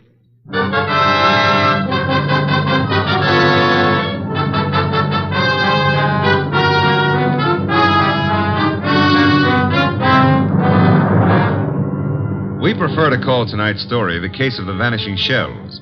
It didn't seem to be difficult at first, but, well, I'm not a stupid individual, but so often I allow myself to become mesmerized by beautiful women. Heaven bless them. Doris Murray was such a woman. She phoned us first late one afternoon about 5 o'clock, then again at 5:30. Very well, Mr. Goodwin, but I would prefer to see Mr. Wolfe. Well, I said I'd be there at 6, Miss Murray. I don't want to talk any longer on the phone. Please hurry. There's someone at the door. I'll see you in the cocktail lounge at your hotel. At 6 o'clock. That's half an hour. Don't fail. Who is it? Emil Stoner. Oh, come in, Emil. You got my call, darling. Here, let me take your briefcase. I'll just put it here on the piano, Doris. I'm terribly upset about those threatening notes, darling. I know it's upset you, too, but I'm determined to find out who it is. I'm not going to let them bluff me out of my first chance to play the star part in one of your shows. But look, Doris, there's that other part. Is that all I mean to you? Well, what can they divulge that'll harm us? What? Several things. And I can't afford... I mean at this time... You're frightened, Emil. Doris, I'm going to give the star part to Paula. Paula? You've been divorced for 4 years. Why? Because I feel she can... play it better. Is that what you're going to say? Well, I can act rings around her. Now, look, Doris. I know it's a big disappointment to you, but that's the way it is. Get out. Get out. Go on across the hall to Paula. Give her the part. Louse up your show. She and that playwright of hers. Get out, Emil. But, Doris... You frightened little... Get out! out!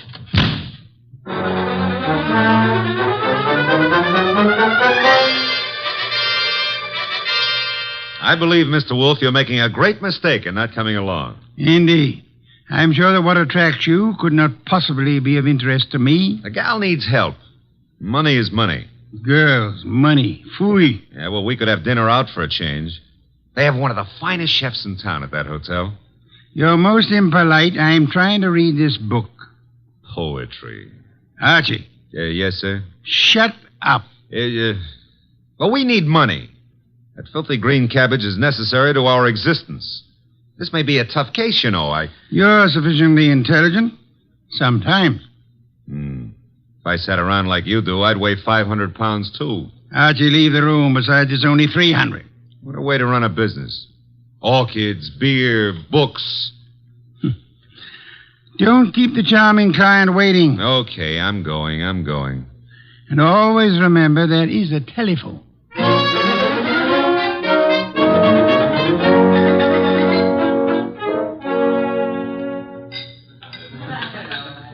Thank you, waiter. Oh, good evening, Miss Moray. I'm Archie Goodwin. Well, I didn't expect... please sit down. Well, I think I should explain the absence of Nero Wolfe. There's so much of him that it's not too convenient to transport it about. I do all the outside work. And I'm sure you do it well. Mr... Well, you know, some women call me Goodwin and some call me Mr. Goodwin, and, Yes? the unattached call me Archie. Hello, Archie. Oh, splendid. I'm glad to hear it. Now we can get right down to the nasty old business that's troubling you, Doris. First, here's the 500 retainer fee. We thank you. Now, what's the note about? Well, there are 2 notes, both printed by hand. Uh-huh. Will you hand me my purse, please? Oh, sure. Thank you. Oh, I see. Doris Moray. If you fail to withdraw from the cast of Stoner's next production by start of rehearsals Monday, both you and Stoner will have a blasted reputation and perhaps other injuries from which you will be unable to recover. The other one is like it, only more vehement. Someone or a group of someones are intent on keeping you out of Stoner's shows, huh? It's too bad. His next one is said to be a sure smash hit and a star-making part for the leading woman. Yes, Emil Stoner wants me to play it. He's been planning on it ever since David Banning wrote the play. What does David Banning think of you playing the part? Well, I don't think he's too enthused about it. You see, Mr. Stoner and Paula Kenyon have been divorced for 4 years, but she has continued to be his top leading woman. Now she's engaged to David Banning, who wrote this play. Oh? Makes things a bit difficult. Well, of course, Rick Hunter, Stoner's director, is... Hunter's somewhat in favor of your playing the part. Well, Rick Hunter is very fond of my work. And very fond of you as well, huh? Yes, unfortunately. I like Rick Hunter tremendously, but Emil Stoner has been of greater interest to me.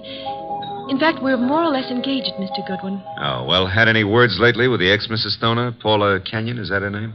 Paul and I were great friends when I first joined the Stoner Productions, but I don't know, I don't think she appreciated the fact that Mr. Stoner and Rick Hunter, the director, took such an interest in me. Tell me, did you ever think you were in love with Rick Hunter? Yes, at first I was thrilled by his artistic imagination. And then as time went on, I realized that he was subject to melancholia. Mr. Stoner was more stable, and I needed someone older to advise me. Well, what's wrong with your reputation of Mr. Stoner's? Well, there's nothing I fear, but I'm afraid Mr. Stoner is somewhat disturbed by these threats. He feels there's something in his past of sufficient import to really harm him. I think it's nonsense. Well, then what we have to do is uncover this person or persons before you end up with ruined careers on Broadway. Where does the ex-Mrs. Stoner live? Well, as a matter of fact, she lives just down the hall from me. Lived here for years. Oh, well, I think it's advisable, honey, that you stay close to your room until we solve this thing. Oh, but I'm not afraid for my life, Archie. No? Well, I am. I'll see you into your room, Doris. Oh, now, please, Mr. Goodwin, if you... Oh, you don't trust the boy, huh? Oh, well, Such beautiful eyes. Oh, Lovely red hair. Yeah. You could have the lead in my new play. I never wrote one, but for you, I'll try anything. Come along. Here's your bag. Well, hello, Doris. Oh, hello, Rick. Mr. Goodwin, this is Rick Hunter. Hiya, Hunter. Nice shows you've been putting on. I've just been admiring your work, Goodwin. Oh, well, that's nice. I'm glad. Nothing like encouragement for a beginner, Mr. Hunter. You're ready for the big time from what I saw. Heard from Emil Stoner today, Doris? I talked to him once this morning.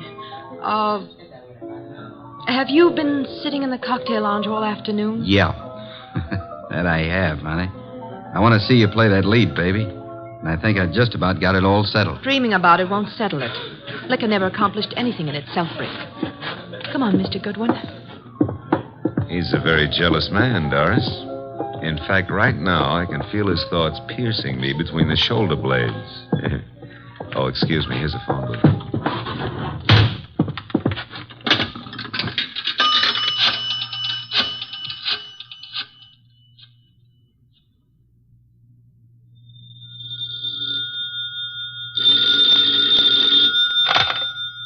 Yes, Archie? How do you know it's Archie? I felt the time was exactly right for you to call. I wish you felt it was time to earn some money. Is this a worthwhile case? Well, she's a beautiful redhead, and, That, of course, makes it very worthwhile. Yeah, well, I got 500 as a retainer. Phooey, a pittance, and probably all you'll ever get. What do you mean by that? She's probably guilty. Now, look, boss, she's the victim. Received notes threatening her reputation and her health if she plays the star part in Emil Stoner's new production. Also, they threatened Emil Stoner likewise. The playwright, Dave Banning, is engaged to Paula Kenyon. Incidentally, she lives here at the hotel, too, just down the hall from Doris. I remember her. And the playwright wants Paula Kenyon to play the part. Well, Archie, you have only the beginning. It is probably too late to prevent whatever is going to happen. Like what, for instance? Have you found a body yet? Call me after you find the body. What body? There's no body. But there will be, Archie. There's always a body where you're concerned. Either a body beautiful or a dead one. Right?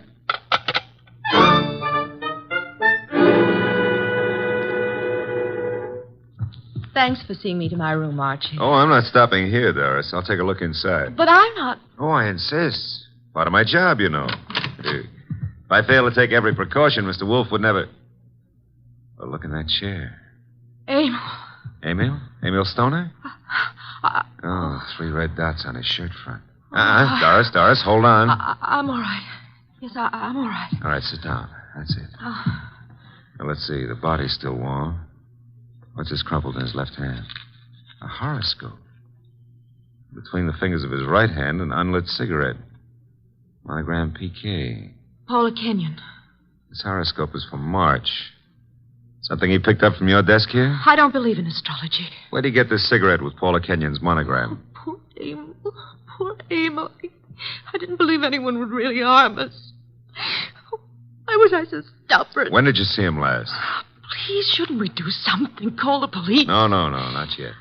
When did you see him? Why, I saw him this morning. I'm so shocked I can hardly think clearly.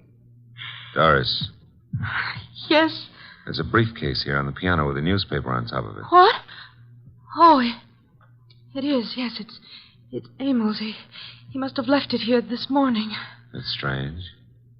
Emil Stoner was bald, but... But what? Well, I'm sure he's a man who always wore a hat, but I see no hat. He must have come up the elevator as I went down to meet you. Who would know he'd come up here? Your director, Rick Hunter, he said he'd been in the bar all afternoon. What else was it he said? Thought he had everything just about settled. Oh, no, Rick couldn't. He just... Oh, Mr. Goodwin, I couldn't believe that. I can believe anything about anybody. I learned that the hard way. In my book, everybody's guilty until proved otherwise. Even you, baby. What? Even you. Yeah. A Herald Tribune newspaper. Are you sure you haven't seen him since this morning, Doris? What are you doing? Absolutely nothing. Someone came in here and shot him. Call the police. I insist. Maybe... What? Maybe I did leave my door unlocked. Why did I do that? Well, they couldn't have opened the door otherwise, could he? No. Give me the check room, please. Oh, hello. Do you know Mr. Emil Stoner, the producer? You do? Well, tell me, did he check his hat with you this afternoon or this evening? He didn't, huh? All right, thanks. He must have carried it up here to this floor. Doris, do you have a gun? I own a gun. A small .25 automatic. But it's not here. Where is it? I had the handle repaired, and it's been in my dressing room for a week or two. I hate to do this, Doris, but I'm going to move the body away from the back of that chair. Oh. There. Yeah, 3 wounds. 1 bullet went through the upper part of the chest, out the middle of the back. I'd say right through the heart. By the angle of the wound, he was shot while sitting down. Please, Mr. Goodwin, must we stay here? I want to give this room a thorough going over. We'll go down to the lobby. I want to use that phone booth again. And, Doris, I hope... I know what you're going to say. You hope that gun of mine... is still in your dressing room at the theater.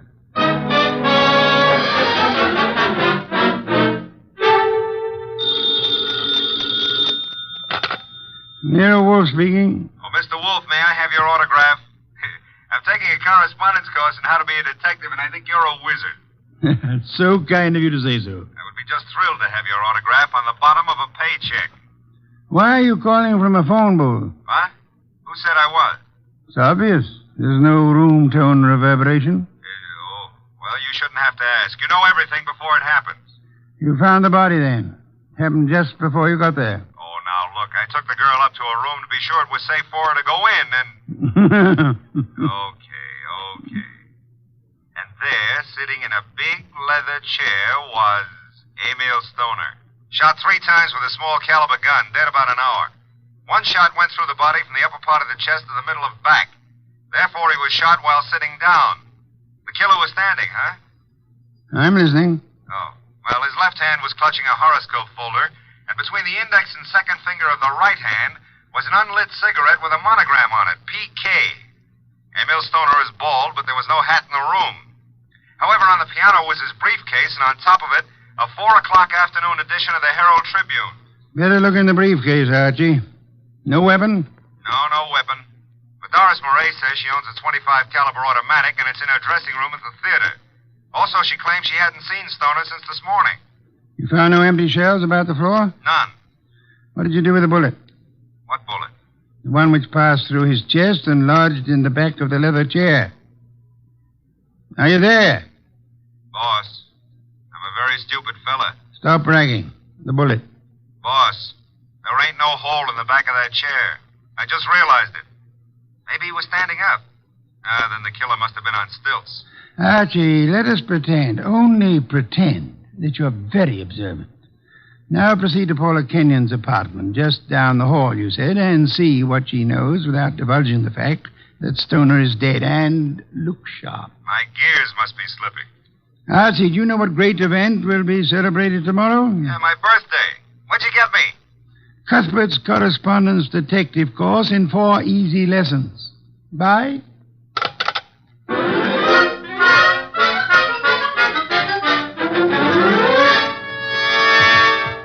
This is Paula's apartment.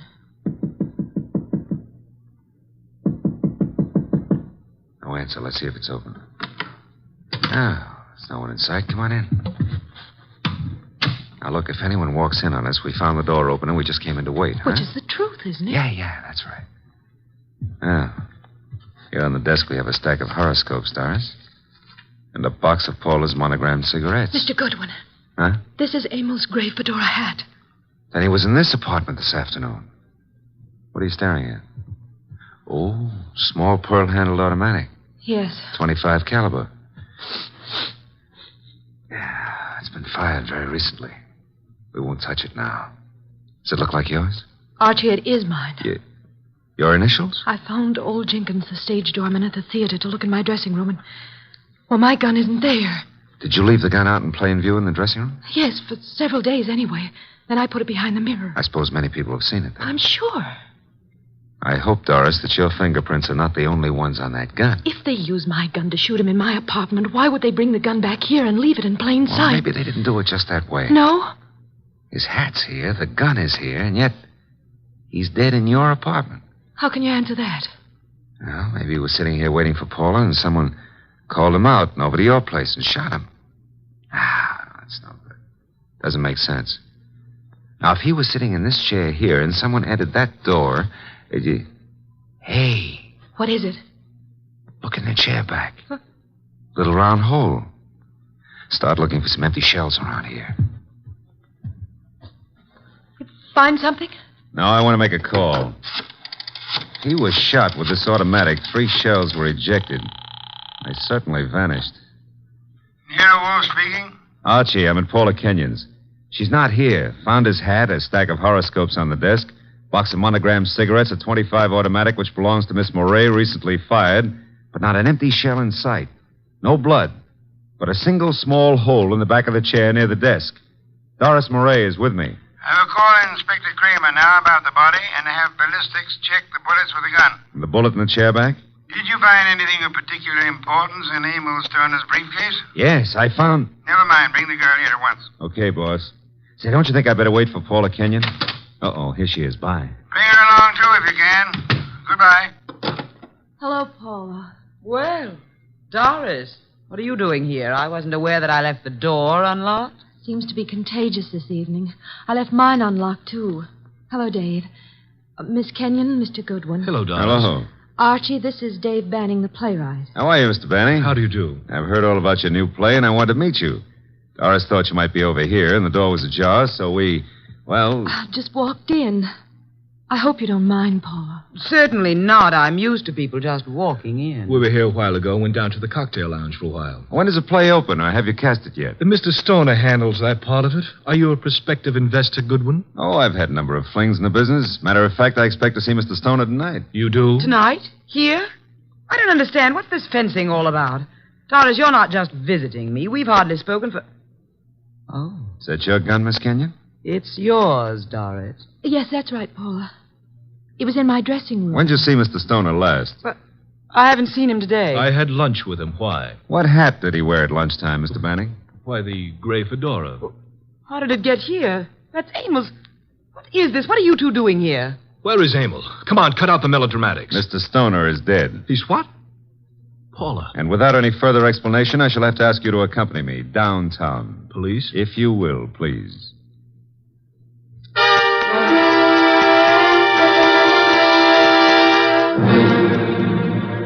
They're still in the front room, boss. I'll bring them into your office when you're ready. Yes, Archie. I'm sure they're all anxious to talk. They've been sitting there for an hour now. Maybe we ought to make some sort of explanation to them, huh? Why? This sort of technique should work very well in this particular instance. Yeah, but I don't know about that director, Rick Hunter. He may be difficult. Does anyone know that you found the completed and signed contract in the briefcase? No one. Mm-hmm. Good. Now we have the threat notes, the contract, the afternoon newspaper, the briefcase, the fedora hat, the gun, no ejected shells, the horoscope, the cigarette, and the 2 chairs. One with a small hole in it. Come in. Ah, Inspector Kramer at last. What have you? Well, we covered every inch of that place and didn't find a single empty shell. There were 2 bullets in the body and the one that passed through him into the chair back in Paula Kenyon's place. They were all 3 fired from Doris Murray's little automatic. Any fingerprints on the gun? None but Doris Murray's. Not unexpected, to say the least. The bullet that was lodged in the chair in Paula's place went through his heart. Now, he was apparently shot in her room, but... But how did he get into Doris Murray's place? I'll be able to explain that when we locate those 3 empty shells, Inspector. Bring our guest in, Archie. Come in, please. Ladies and gentlemen, Mr. Nero Wolfe. Miss Paula Kenyon. Hello. Miss Doris Murray. Hello, Mr. Rick Hunter, the director. How do you do? David Banning, the playwright. How do you do? Won't you be seated, please? May I present Inspector Kramer of Homicide? How do you do, Inspector? Mr. Wolfe has asked you here to give such details as you recall, which might be of assistance to him in the solution of the murder of Emil Stoner. Mr. Hunter, as the director, whom did you favor as the star of your next production? Why, Doris Murray. You have been deeply interested in Miss Murray? Hasn't done me much good. But you do love her? I do. And you are deeply interested in the progress of her career? I am, most assuredly. Did you know that Mr. Stoner had made out and signed a contract for a certain woman to play the lead in the new show? No. You knew that Doris Murray had a gun in her dressing room? Yes. You were in the hotel cocktail lounge all afternoon until you met Doris and Mr. Goodwin? Yes. And you could have seen Emil Stoner enter the lobby and go to the elevator? I could. Could you prove that you never left the cocktail lounge until you met Doris and Archie? Maybe not. Did you see Mr. Stoner go into the elevator? I did. Mr. Banning, you wrote the new play. Were you in favor of Miss Murray playing the part? Why, no. I felt Paula Kenyon was better suited for it. You and Miss Kenyon are engaged to be married? Yes. If anything happened to Mr. Stoner, you, as next in line, could assign the role as you saw fit. That's correct. Did you know that Mr. Stoner had made a final decision on the part? I did not. He didn't tell you anything about it at lunch today? No, I made a strong plea for Paula. You know about the gun in Miss Murray's dressing room? Everyone did, apparently. Very well. Miss Kenyon, did Emil Stoner visit your apartment often? Not often. We were not on too friendly terms. Did you phone him to visit you this afternoon? No, who said I did? No one? I merely asked. Were you, by any chance, still in love with Emil Stoner? Now, see here, I don't appreciate that kind of talk. Just relax, Mr. Banning. I was not in love with Mr. Stoner. That was over. You and Doris Murray were at one time very friendly. Yes. Well, I found out how two-faced she was. Emil was a fool to fall for her, but you couldn't tell him anything. All she's interested in is a career. You're not interested in your career, Miss Kenyon? Well, yes, in a way. You wanted the star part. You phoned Stoner this morning. Yes, but he said he was going to give it to her. You knew about Doris's gun? No, I didn't. You recognized it immediately, boss. Well, yes, I knew. What if I did? Then you wrote these threatening notes to Miss Murray. I did not. I did not. You didn't know the contract had already been signed? No. Then you still had a motive to kill him. I wrote those notes. She had nothing to do with it. You can check them on my typewriter. We know, Mr. Banning. We've already done it. I know how it looks, but Paula didn't do it. I knew he was coming to her place. I called him. I knew Paula was out. I did it. If so, what did you do with the ejected shells? I threw them away. How many? 3. Oh, no, David, please don't. I don't believe you, Mr. Banning. Miss Murray, did you know the contract had been made out and signed? No. You're lying, Miss Murray. You said you didn't see Stoner this afternoon. I didn't. You called him and asked him to visit you. You did get the threat notes and they frightened you. But you didn't know they would frighten Stoner. I did not phone him, nor did I see him. Yes, you did. His briefcase was on the piano. And he was there in the late afternoon because he brought with him a 4 o'clock edition of the Herald Tribune. What if he was there?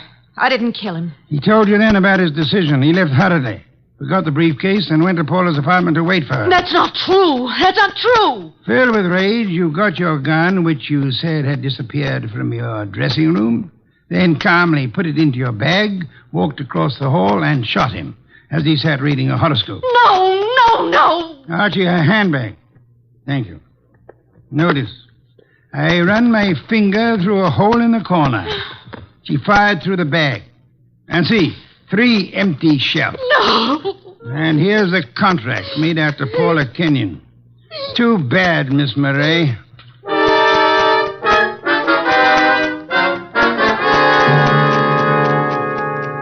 Well, that's a good day's work, boss. Some beer, Archie. Right. Say, tell me, how did Stoner, if he was shot in Paula's room, get back to Doris's room? She couldn't carry him. Oh, now, Archie, that's not too difficult. He walked. Shot through the heart? Impossible. That's a fallacy, Archie. Official medical records show that people have walked a block in such instances. No wonder Doris was so shocked when she saw him back in her room. The shooting took place after she called us, and it seemed unbelievable that anyone would leave the gun and not the ejected shells. Ergo, the gun must have been concealed when fired. Yeah. Paula would have no reason to do that, because she was in her own apartment. And these men are not the type who would have fired through their coats. And Doris, before she started down the hole, would naturally conceal the gun, huh? In her handbag. Where else? Boss, midnight. It's another day. I'm a year older. Yes. Cuthbert's correspondence detective course in 4 easy lessons. Happy birthday, Archie.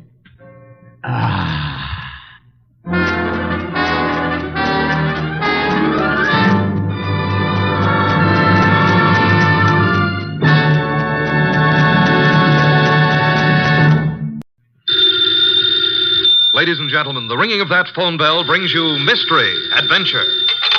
Nero Wolfe's office, Archie Goodwin speaking. Yes, who's calling? Mr. John Blake? Well, is this a matter of business? That's fine, Mr. Blake. I'll just call him. Archie, I'm not here. Tell him I'm up in the plant room with the orchids. I was going to call him to the phone, but he's up in the plant room with his orchids. What sort of a case is this, sir? Really? Really, is that so? Is it a man or a woman? Oh, I understand perfectly. It's a man. Well, at least that's something different. Yes, sir. Very urgent, I understand. And I assure you, Mr. Wolfe will be here waiting for you. The fee? Shall we say about, 1,000? I will not see any client until after dinner. Fritz is having mountain quail on toast. Yes, Mr. Blake. Come at once.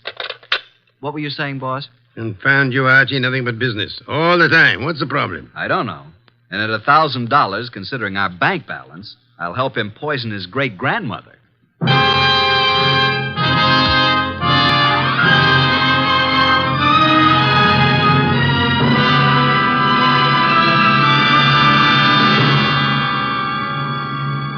Ladies and gentlemen, it's that renowned genius who is the bulkiest, balkiest, most ponderous, and most brilliant detective in the world. Yes, none other than that chair-borne mass of unpredictable intellect, Nero Wolfe, created by Rex Stout and brought to you in a new series of adventures over this NBC network in the person of Mr. Sidney Greenstreet.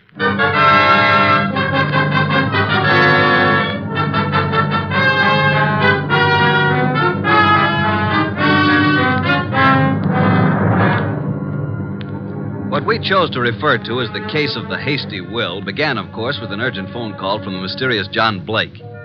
At the moment, Nero Wolfe was seated in his chair, which was specially built for his 300 pounds, and I was giving him a lecture on the importance of money. Archie, that will do. I'm not interested. You will be when you learn you can make no more purchases of beer and Skittles. You've passed up 2 cinch cases now. Each would have meant a healthy fee. Let us hope this Mr. Blake has a nice, fat problem that will take us days to solve. Archie. Yes, sir? Answer the door. Good evening. I'm John Blake. Oh, yes. Come in, Mr. Blake. You have no idea how welcome you are. Archie, show Mr. Blake in and close the door. That draft is unbearable. This way, sir. Mr. Wolfe doesn't care for anything resembling air. Oh, I'm Archie Goodwin. Good evening, Mr. Blake. Mr. Wolfe, I have a little business for you. Now, before you say anything, I know you're not a lawyer. I'm not a member of the bar, let us say, Mr. Blake. Of course. What kind of business, Mr. Blake? I have here a short will, which I have typewritten myself. I haven't signed it yet. Also, I have here a sealed envelope containing a letter which I want you to be prepared to deliver to the addressee. A will and a letter. Very well. Yes. Do you know who I am? Seems that I've certainly seen you before. Same here. I just can't place you. Well, I'm John Blake, president of the Plymouth Building and Loan. Oh, of course. I've seen your picture many times. You have a staff of the best attorneys in the city, Mr. Blake, and this is most assuredly the business of attorney. Perhaps. But in this particular instance, I wanted an individual who had no interest in me, nor previous knowledge of my affairs. I see. Also, I wanted a person who was, shall we say, not too well fixed. Well, you certainly couldn't Archie. Imagine Mr. Wolfe being in need of money. Just why can't your attorneys handle this? You'll know in a moment. But when I leave here, I want you to forget the whole thing, for the time being. Indeed. You have said it. Here's the will. You may read it. Archie. January 25, 1951.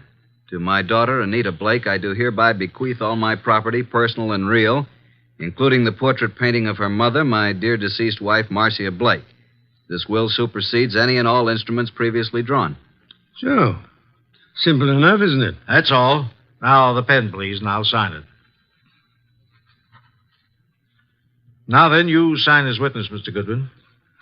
You retain the will, Mr. Wolfe, and the envelope here, which is addressed to Hilary Blake, my brother, who is now living in this city. Your brother? He's just recently returned from 25 years in Australia.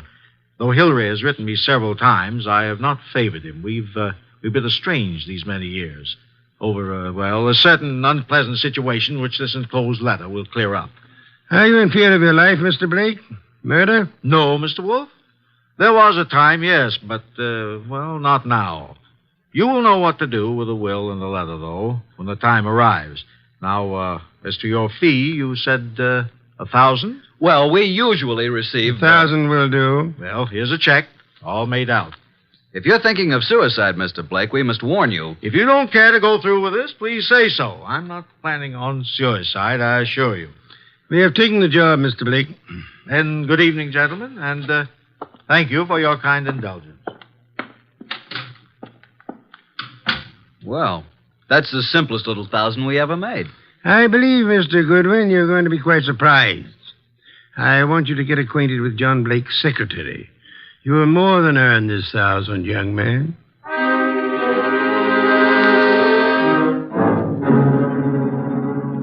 Archie.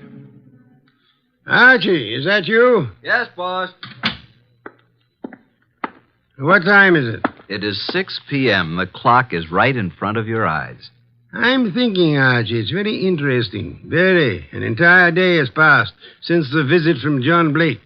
Did you learn anything from Blake's secretary? I did. He left his office late yesterday, she said. His daughter Anita is quite upset because he didn't come home. Check his club? Yup. I didn't talk to the daughter, but I learned that she's engaged to a young fellow named Wilbur Martin. She told the secretary that her father had been acting strangely of late, a bit morose. And what does the daughter feel has happened? Anita's afraid he's been kidnapped. You haven't met nor talked to any other than the secretary? Not yet. And so far, no one's called the police. Good. We must, for the time being, prevent that. What did you learn of Blake's brother from Australia? He's been here only a year. They've met only once or twice since his return. The secretary thinks the breakup was because of their love for the same woman. Hillary became very wealthy in Australia. Very well, Archie. It is time for you to visit Miss Anita Blake at her home. I'd love to, boss. She's a mighty purty gal. Phooey. Archie, you can do me a great service. Anything. Be sure to close it tightly as you leave. Close what? The coal chute, of course.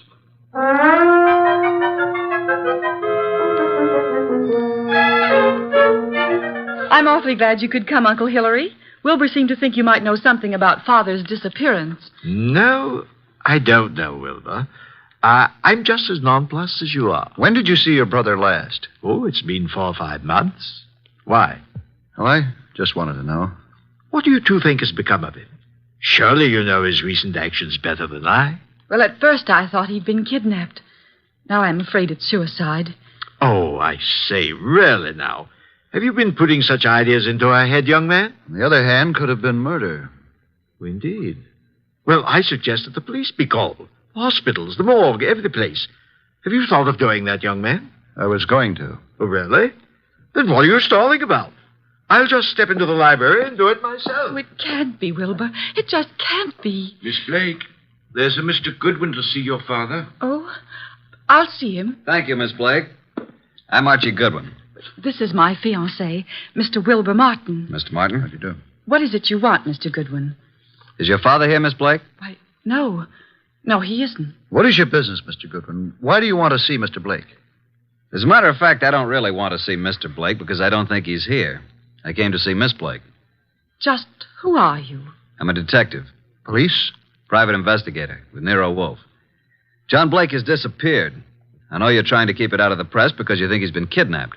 We have called the police. Oh, what do you think has happened to my father? I think he's dead. Oh, dear. Why do you think that?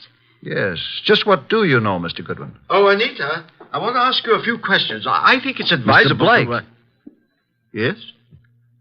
I thought you were done for. That is. I don't think This chap is a detective. I'm sorry about this, Mr. Blake, but curiosity got the better of me. I hope I haven't wrecked things. What are you talking about? You remember the agreement. What agreement? Mr. Goodwin, do you know who you're talking to? Why, yes, John Blake. Oh, no, Mr. Goodwin. This is my Uncle Hillary, my father's brother. Hillary? Hillary Blake? Yes, my father's twin brother. John and Hillary were twins. Of course. That's news to me. I didn't know that. What did you know about him? Well, now that I look at him, now that I can recall his speech, there is a difference. And now, why do you think John Blake is dead? I've just come from police headquarters. You mean he's been murdered? No. From all indications, he's committed suicide. Suicide? Are you sure? Poor father. Oh, I was afraid of this. This morning, a hat and an overcoat were found on the East River docks near Pier 9. In the coat was a typewritten copy of a will made yesterday. The hat bears the initials J.B. There was a will? Yes. Could you identify the hat and coat, Miss Blake? Well, yes, of course. Very well. Come in, Sergeant. This is Sergeant Hanlon. Miss Blake, do you recognize this coat and hat? Yes. Oh, yes, I do. They were father's. Oh, Wilbur. Suicide? I can't understand it. But the hat and coat are not conclusive evidence. What about the will found in the pocket? Show them the will, Sergeant. Read it, miss. You read it, Wilbur? To my daughter, Anita Blake, I do hereby bequeath all my property, personal and real, including the portrait painting of her mother, my dear deceased wife, Marcia Blake. This will supersedes any and all instruments previously drawn. But no signature. I have the original. Here you are. Where did you get this? Notice the signature of the witness? Archie Goodwin. You witnessed his signature? In Nero Wolfe's office. But Mr. Blake had his own attorneys. Nevertheless, he came to Mr. Wolfe to take care of the will. If we hadn't recognized him from his photos in the papers, I wouldn't have witnessed the signature. Anita, is this your father's handwriting? Yes. Yes, it's his, all right. But this still isn't proof that he's dead, nor that he committed suicide. No corpus delicti. And the body may not be found for days. But this evidence we have here certainly indicates that a body will be found eventually. Maybe not, Mr. Goodwin. It's possible they could have... What were you going to say? Nothing. Miss Blake, in a way, I blame myself for your father's death. How do you mean? I had a sort of premonition. It's obvious now why he came to Nero Wolfe. Is it? He wanted someone who didn't know him personally. His own attorneys would have been able to see through his plan and prevent his carrying it out. But he made a will. Why did he draw this new one? Yes, that's what I don't understand. Well, I still am not convinced that he committed suicide. Mr. Blake, here is a letter he asked to be delivered to you. Oh, well, now. Perhaps it will shed some light on the problem. What does it say, Uncle? Jove. Says, Hillary, 25 years now, jealousy and bitterness have kept us apart. I know why you stayed in Australia all these years. I know you loved Marcia. She was rightfully yours. But I loved her, too, and I couldn't go on without her. I know you've despised us both, and I've pretended to despise you. I had to pretend, because I lied to Marcia. I told her you were engaged to marry a woman in Sydney. Marcia was innocent. I was to blame. When Marcia died last year, and you wrote that you were coming back, I knew then that your resentment had faded, but I didn't answer you, and I've kept away from you because I couldn't face you. I've told you all this because things have happened which you will learn soon enough that have decided me to close my book and write fini. I have made a new will, leaving everything I possess to Anita. Anita is young, Hillary, and I beg you to watch after her as though she were your own, which, but for my selfishness, she might well have been. Forgive me, Hillary. Well, this certainly indicates suicide. But what does he mean by things have happened? That, Miss Blake, is the motive, for which we'll just have to wait. Yes, for that and the body.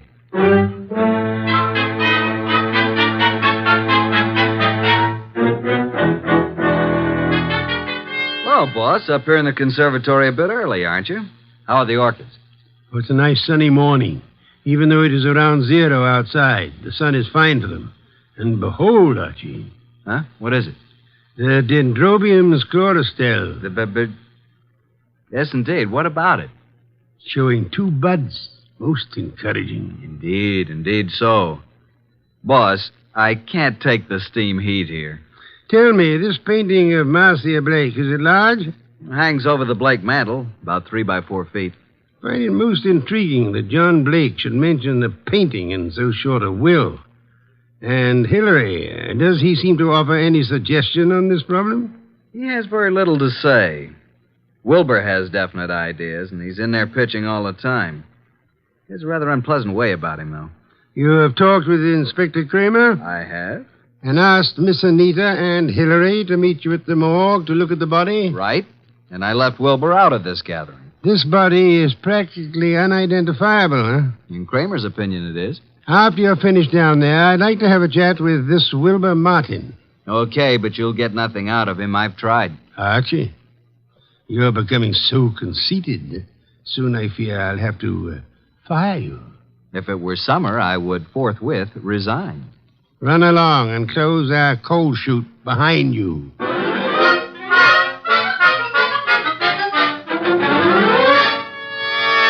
Morning, Inspector Kramer. Up early. Yeah, Goodwin. I just love to come down to this morgue. This is Miss Anita Blake and her Uncle Hillary Blake. Howdy do. Good morning, Mr. Goodwin. I hope you don't object too much to my joining the proceedings. Oh, I know, Wilbur. I suppose it's all right. Please, Mr. Goodwin, what's happened? There's a body here. Rather badly bruised and cut and in a bad condition, but I think you should look at it. Oh, I'm sorry, Miss Blake, but I'm afraid it's necessary. Very well. I'll be all right. I'd like to come along. Oh, yes, Wilbur, you must. Well, come on. This way.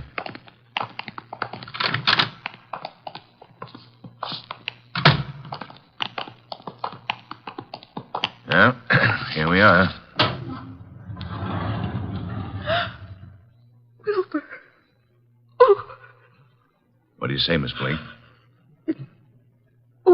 Now get hold of yourself, Anita. Please, you must. Yes.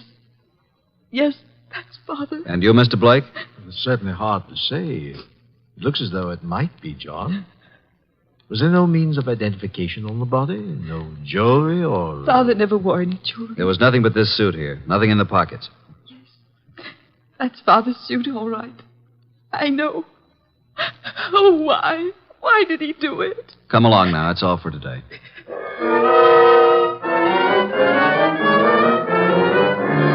Mr. Wolfe, this is Mr. Wilbur Martin. Ah, yes. How do you do, Mr. Martin? Sit down. Thank you, sir. No. Take the red leather chair. That's right. So glad you could come. Archie, beer first. Tell me, Mr. Martin, you saw the body? I did. Whether it was John Blake or not, I'm not sure. But Anita feels positive enough. You are skeptical about the suicide theory, eh? Well, yes, I am. Are you trying to cast suspicion on someone else? No. He thinks he was murdered. I do. But not by you, of course. Certainly not. But who would know that John came here, signed the will, and gave us the letter to his brother? He must have contemplated suicide, don't you think? Are you positive it was John Blake who signed the will? How interesting. You think it was his brother Hillary who came here, posing as John, huh? It could have been. But the man was quite gray and had no Australian accent. Hillary could have dropped the accent for a short while and grayed his hair, and they were twins. It's so enlightening, Mr. Martin. Do go on.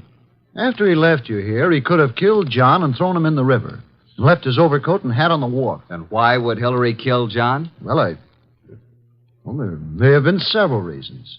Maybe because of Marcia. Several reasons. Tell me, did John Blake object to your engagement to Anita? No, why should he? I don't know. Amelia asked. Anita Blake identified her father's handwriting. She identified the body. You still believe it's murder? Maybe she only thought it was his handwriting. You had best be careful, Wilbur. In trying to make a murder out of this, you might place yourself in a most unhappy position. I checked the letter and the will with papers at John's office, and the handwriting is identical, in my opinion. Maybe Hillary is clever at forgery. Maybe. Did you have the experts check the writing? Not yet. Then how can you tell unless you had a bona fide sample of Hillary's writing? I take it that you found a sample of Hillary's writing? Some letters from Hillary to John? Yes. I found a package of them in John's desk at his home. That, Wilbur, is most encouraging. Here they are. Several of them tied together. Some written in 1928 and a couple in 1948. Now, we'll tell you something. We never thought John committed suicide either. You didn't? No. And before you go, Wilbur, write your name here on this pad. Very well. Thank you so much. I hope we shall see you tomorrow.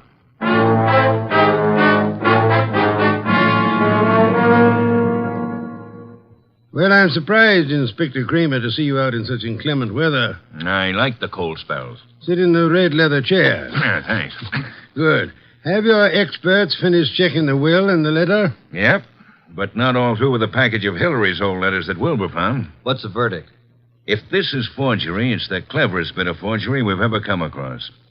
My men say the will and the letter you received appear identical with the specimens from John's office. Indeed. The will and the letter then do seem to have been written by John Blake. Yes. But on the other hand, and this is unusual, by comparing this letter from John with a letter Hillary wrote from Australia in 1948, we found characteristics in both men's letters which were definitely similar. Then, Inspector, you feel that Hillary might have written the letter and signed the will. That it was Hillary who came to my office?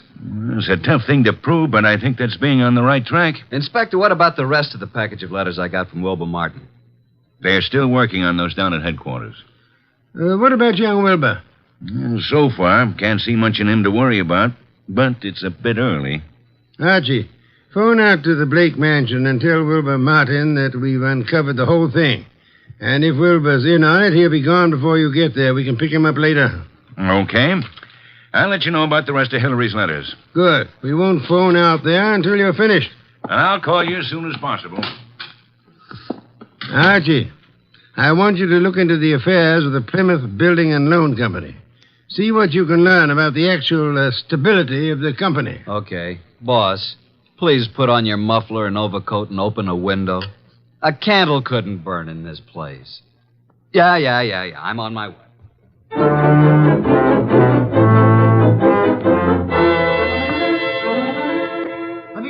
Anita! What is it, Wilbur? What's happened? I came out as soon as I heard. Well, what's happened? Speak up, man. You haven't heard? You don't know? No, what? Look at these headlines. Plymouth Building and Loan crashes.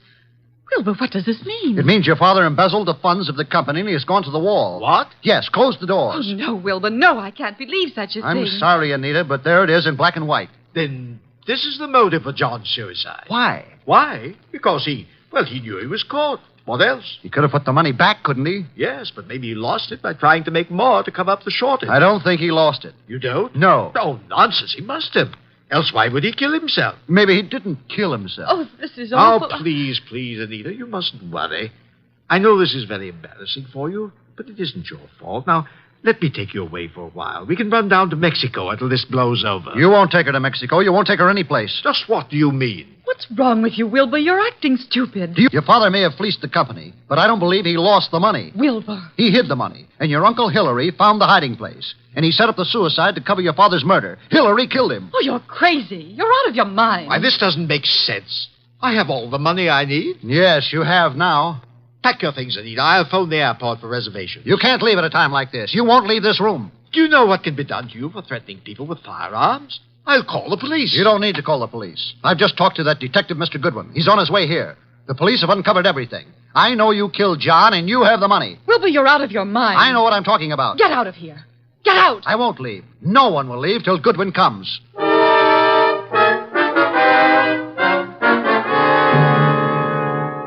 Archie, come in, Miss Blake.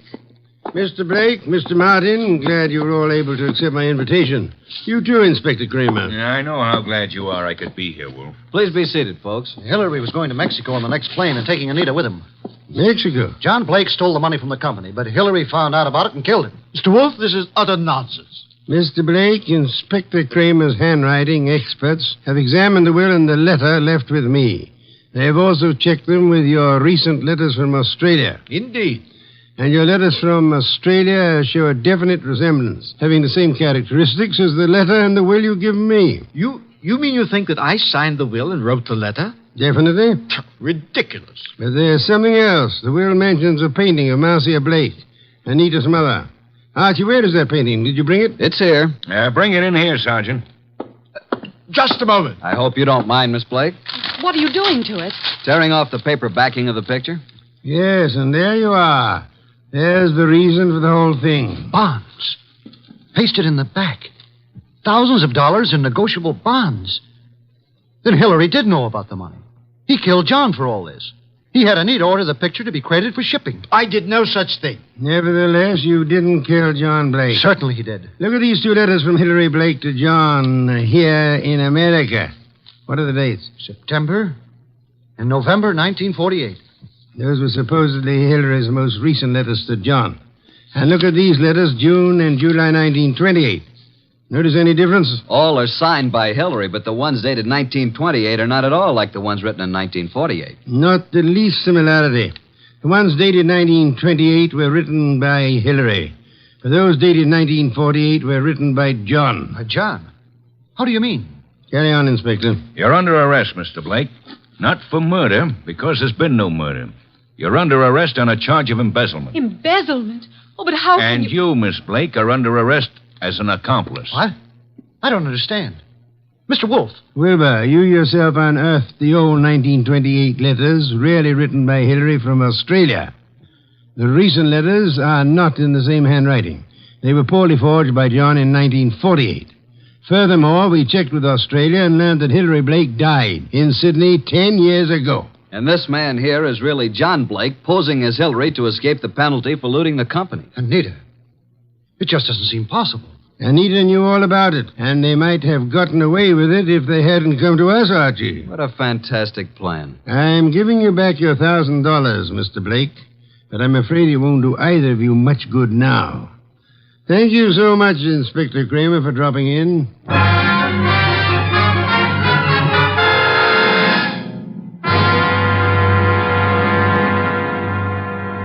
Well, boss, that was a clever bit of deduction. You really think so, Archie? It was quite a blunder for so clever a man as John Blake. Why did he make the mistake of coming to us?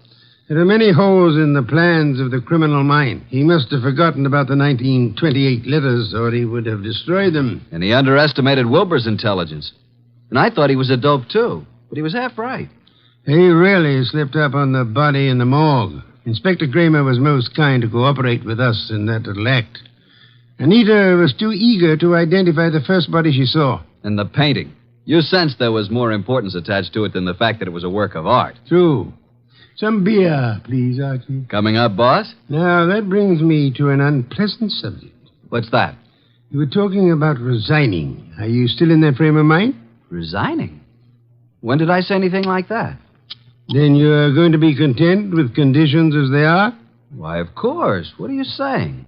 And you don't mind it a bit as long as this dreadful weather continues? Well, not at all. Don't mind what? Going in and out of the house through the coal chute.